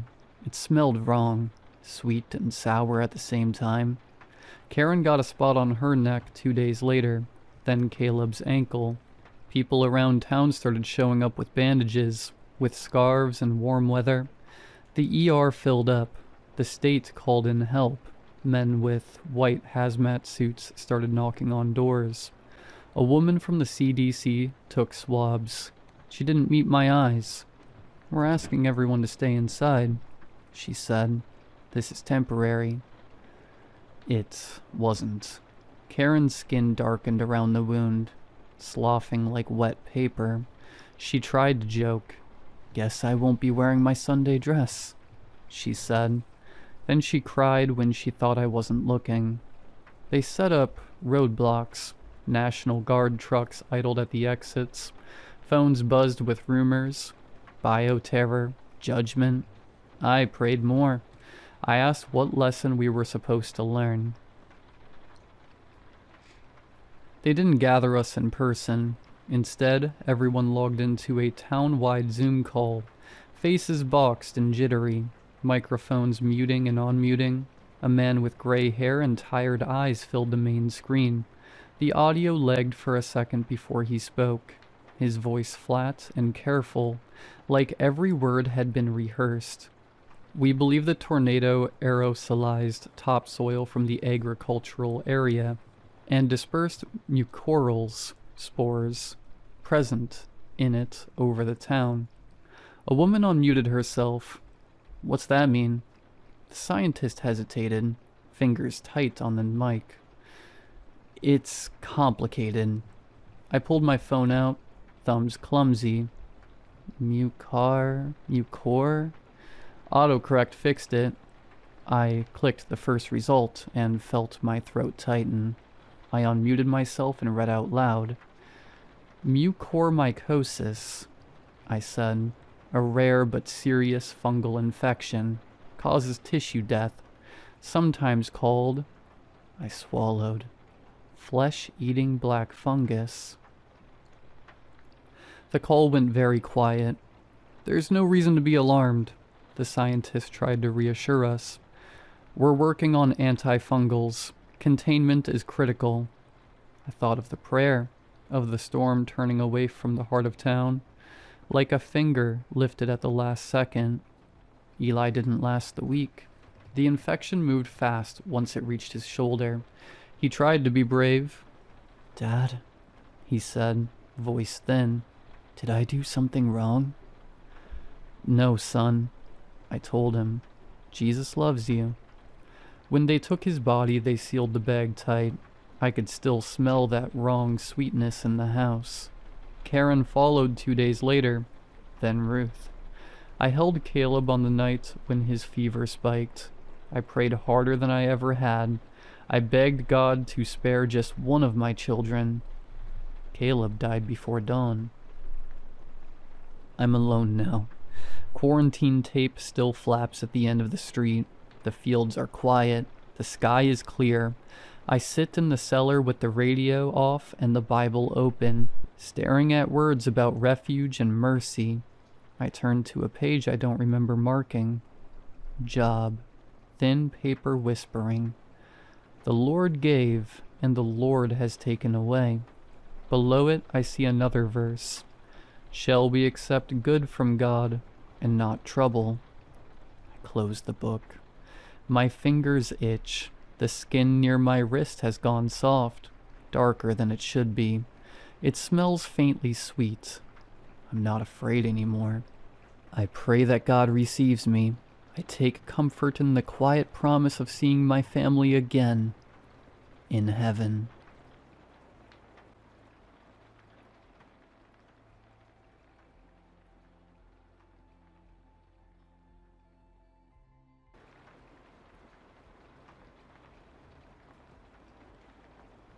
I don't really tell people this because it sounds insane, but this is something my family has lived with for years. My aunt lives alone in my grandparents' old wooden house. The house is quiet in the day, but at night it feels wrong, like the air is heavier. Family members visit her sometimes, but nobody ever stays long. You just don't feel safe there, even if nothing is happening. When I was a kid, I had sleep there whenever there's family gatherings. At night, I would hear her talking from the hallway. At first, I thought she was just praying, but then I realized she was having full conversations, whispering, arguing, sometimes laughing softly, when she would go suddenly quiet, like she was listening to someone answer. Then she would reply again, using words I didn't understand. Not Malay, not English, nothing I recognized. It didn't sound panicked either. It sounded familiar, like this wasn't new to her. I remember hiding under the blanket, sweating, just waiting for morning. I asked my dad once what was wrong with her. He didn't look at me. He just said, a jinn. Before all this, my aunt was normal. Actually, more than normal. She was really smart, top student, talented at drawing. Like, scary good. Everyone thought she would have a great future. She failed her college entrance exam. She took it really hard, rode her bicycle for hours every day to go to cram school. Rain, heat, didn't matter. She tried again. She failed again. After that, she changed completely. She would suddenly get angry and destroy things. Throw plates, smash glass, scream. One time she gathered every photo of herself as a young girl and burned them outside, slowly, calmly, like she was erasing proof she ever existed. The family brought Eustace to do Rugya many times. Some left early. One of them said the thing inside her had already settled in her heart, that it wasn't just attached anymore. Then one night she spoke in a voice that was not hers, lower, slower, very confident. She said there was a keris hidden in the house, and told them exactly where it was, a place nobody remembered. When they checked, it was there, exactly there. The Eustace said it was Shirik. My grandfather took the keris to a river at night and threw it away while praying. He thought that would end everything. It didn't. Later, my great-grandmother admitted something terrible. My great-grandfather had been feeding a jinn for years. Offerings, rituals. He wanted to pass it down to his sons. My grandfather refused, so it went to my aunt instead. They sent her to a mental hospital. Doctors checked her and said she was sane. She told them calmly, "I'm not crazy. The minister wants me. He wants to marry me." Even now, at night, you can hear her whispering prayers, crying, then stopping suddenly like she's listening, then answering back. Old people say during British rule some people made pacts with jinn for protection and power. They didn't understand you can't control something like that. You don't borrow power. You invite something to stay. My grandfather tried to break it by trusting only Allah. But that house is still not quiet at night, and whatever is there sounds like it's been there for a very long time. Edit. Right now, whatever it is seems tied to my aunt. She's old and very sick, and honestly, That's what scares the family. We don't know what happens after. No one knows who it would go to, or if it even follows normal rules. In our belief, these things exist around us all the time. You can't see them with human eyes. But that doesn't mean they aren't there.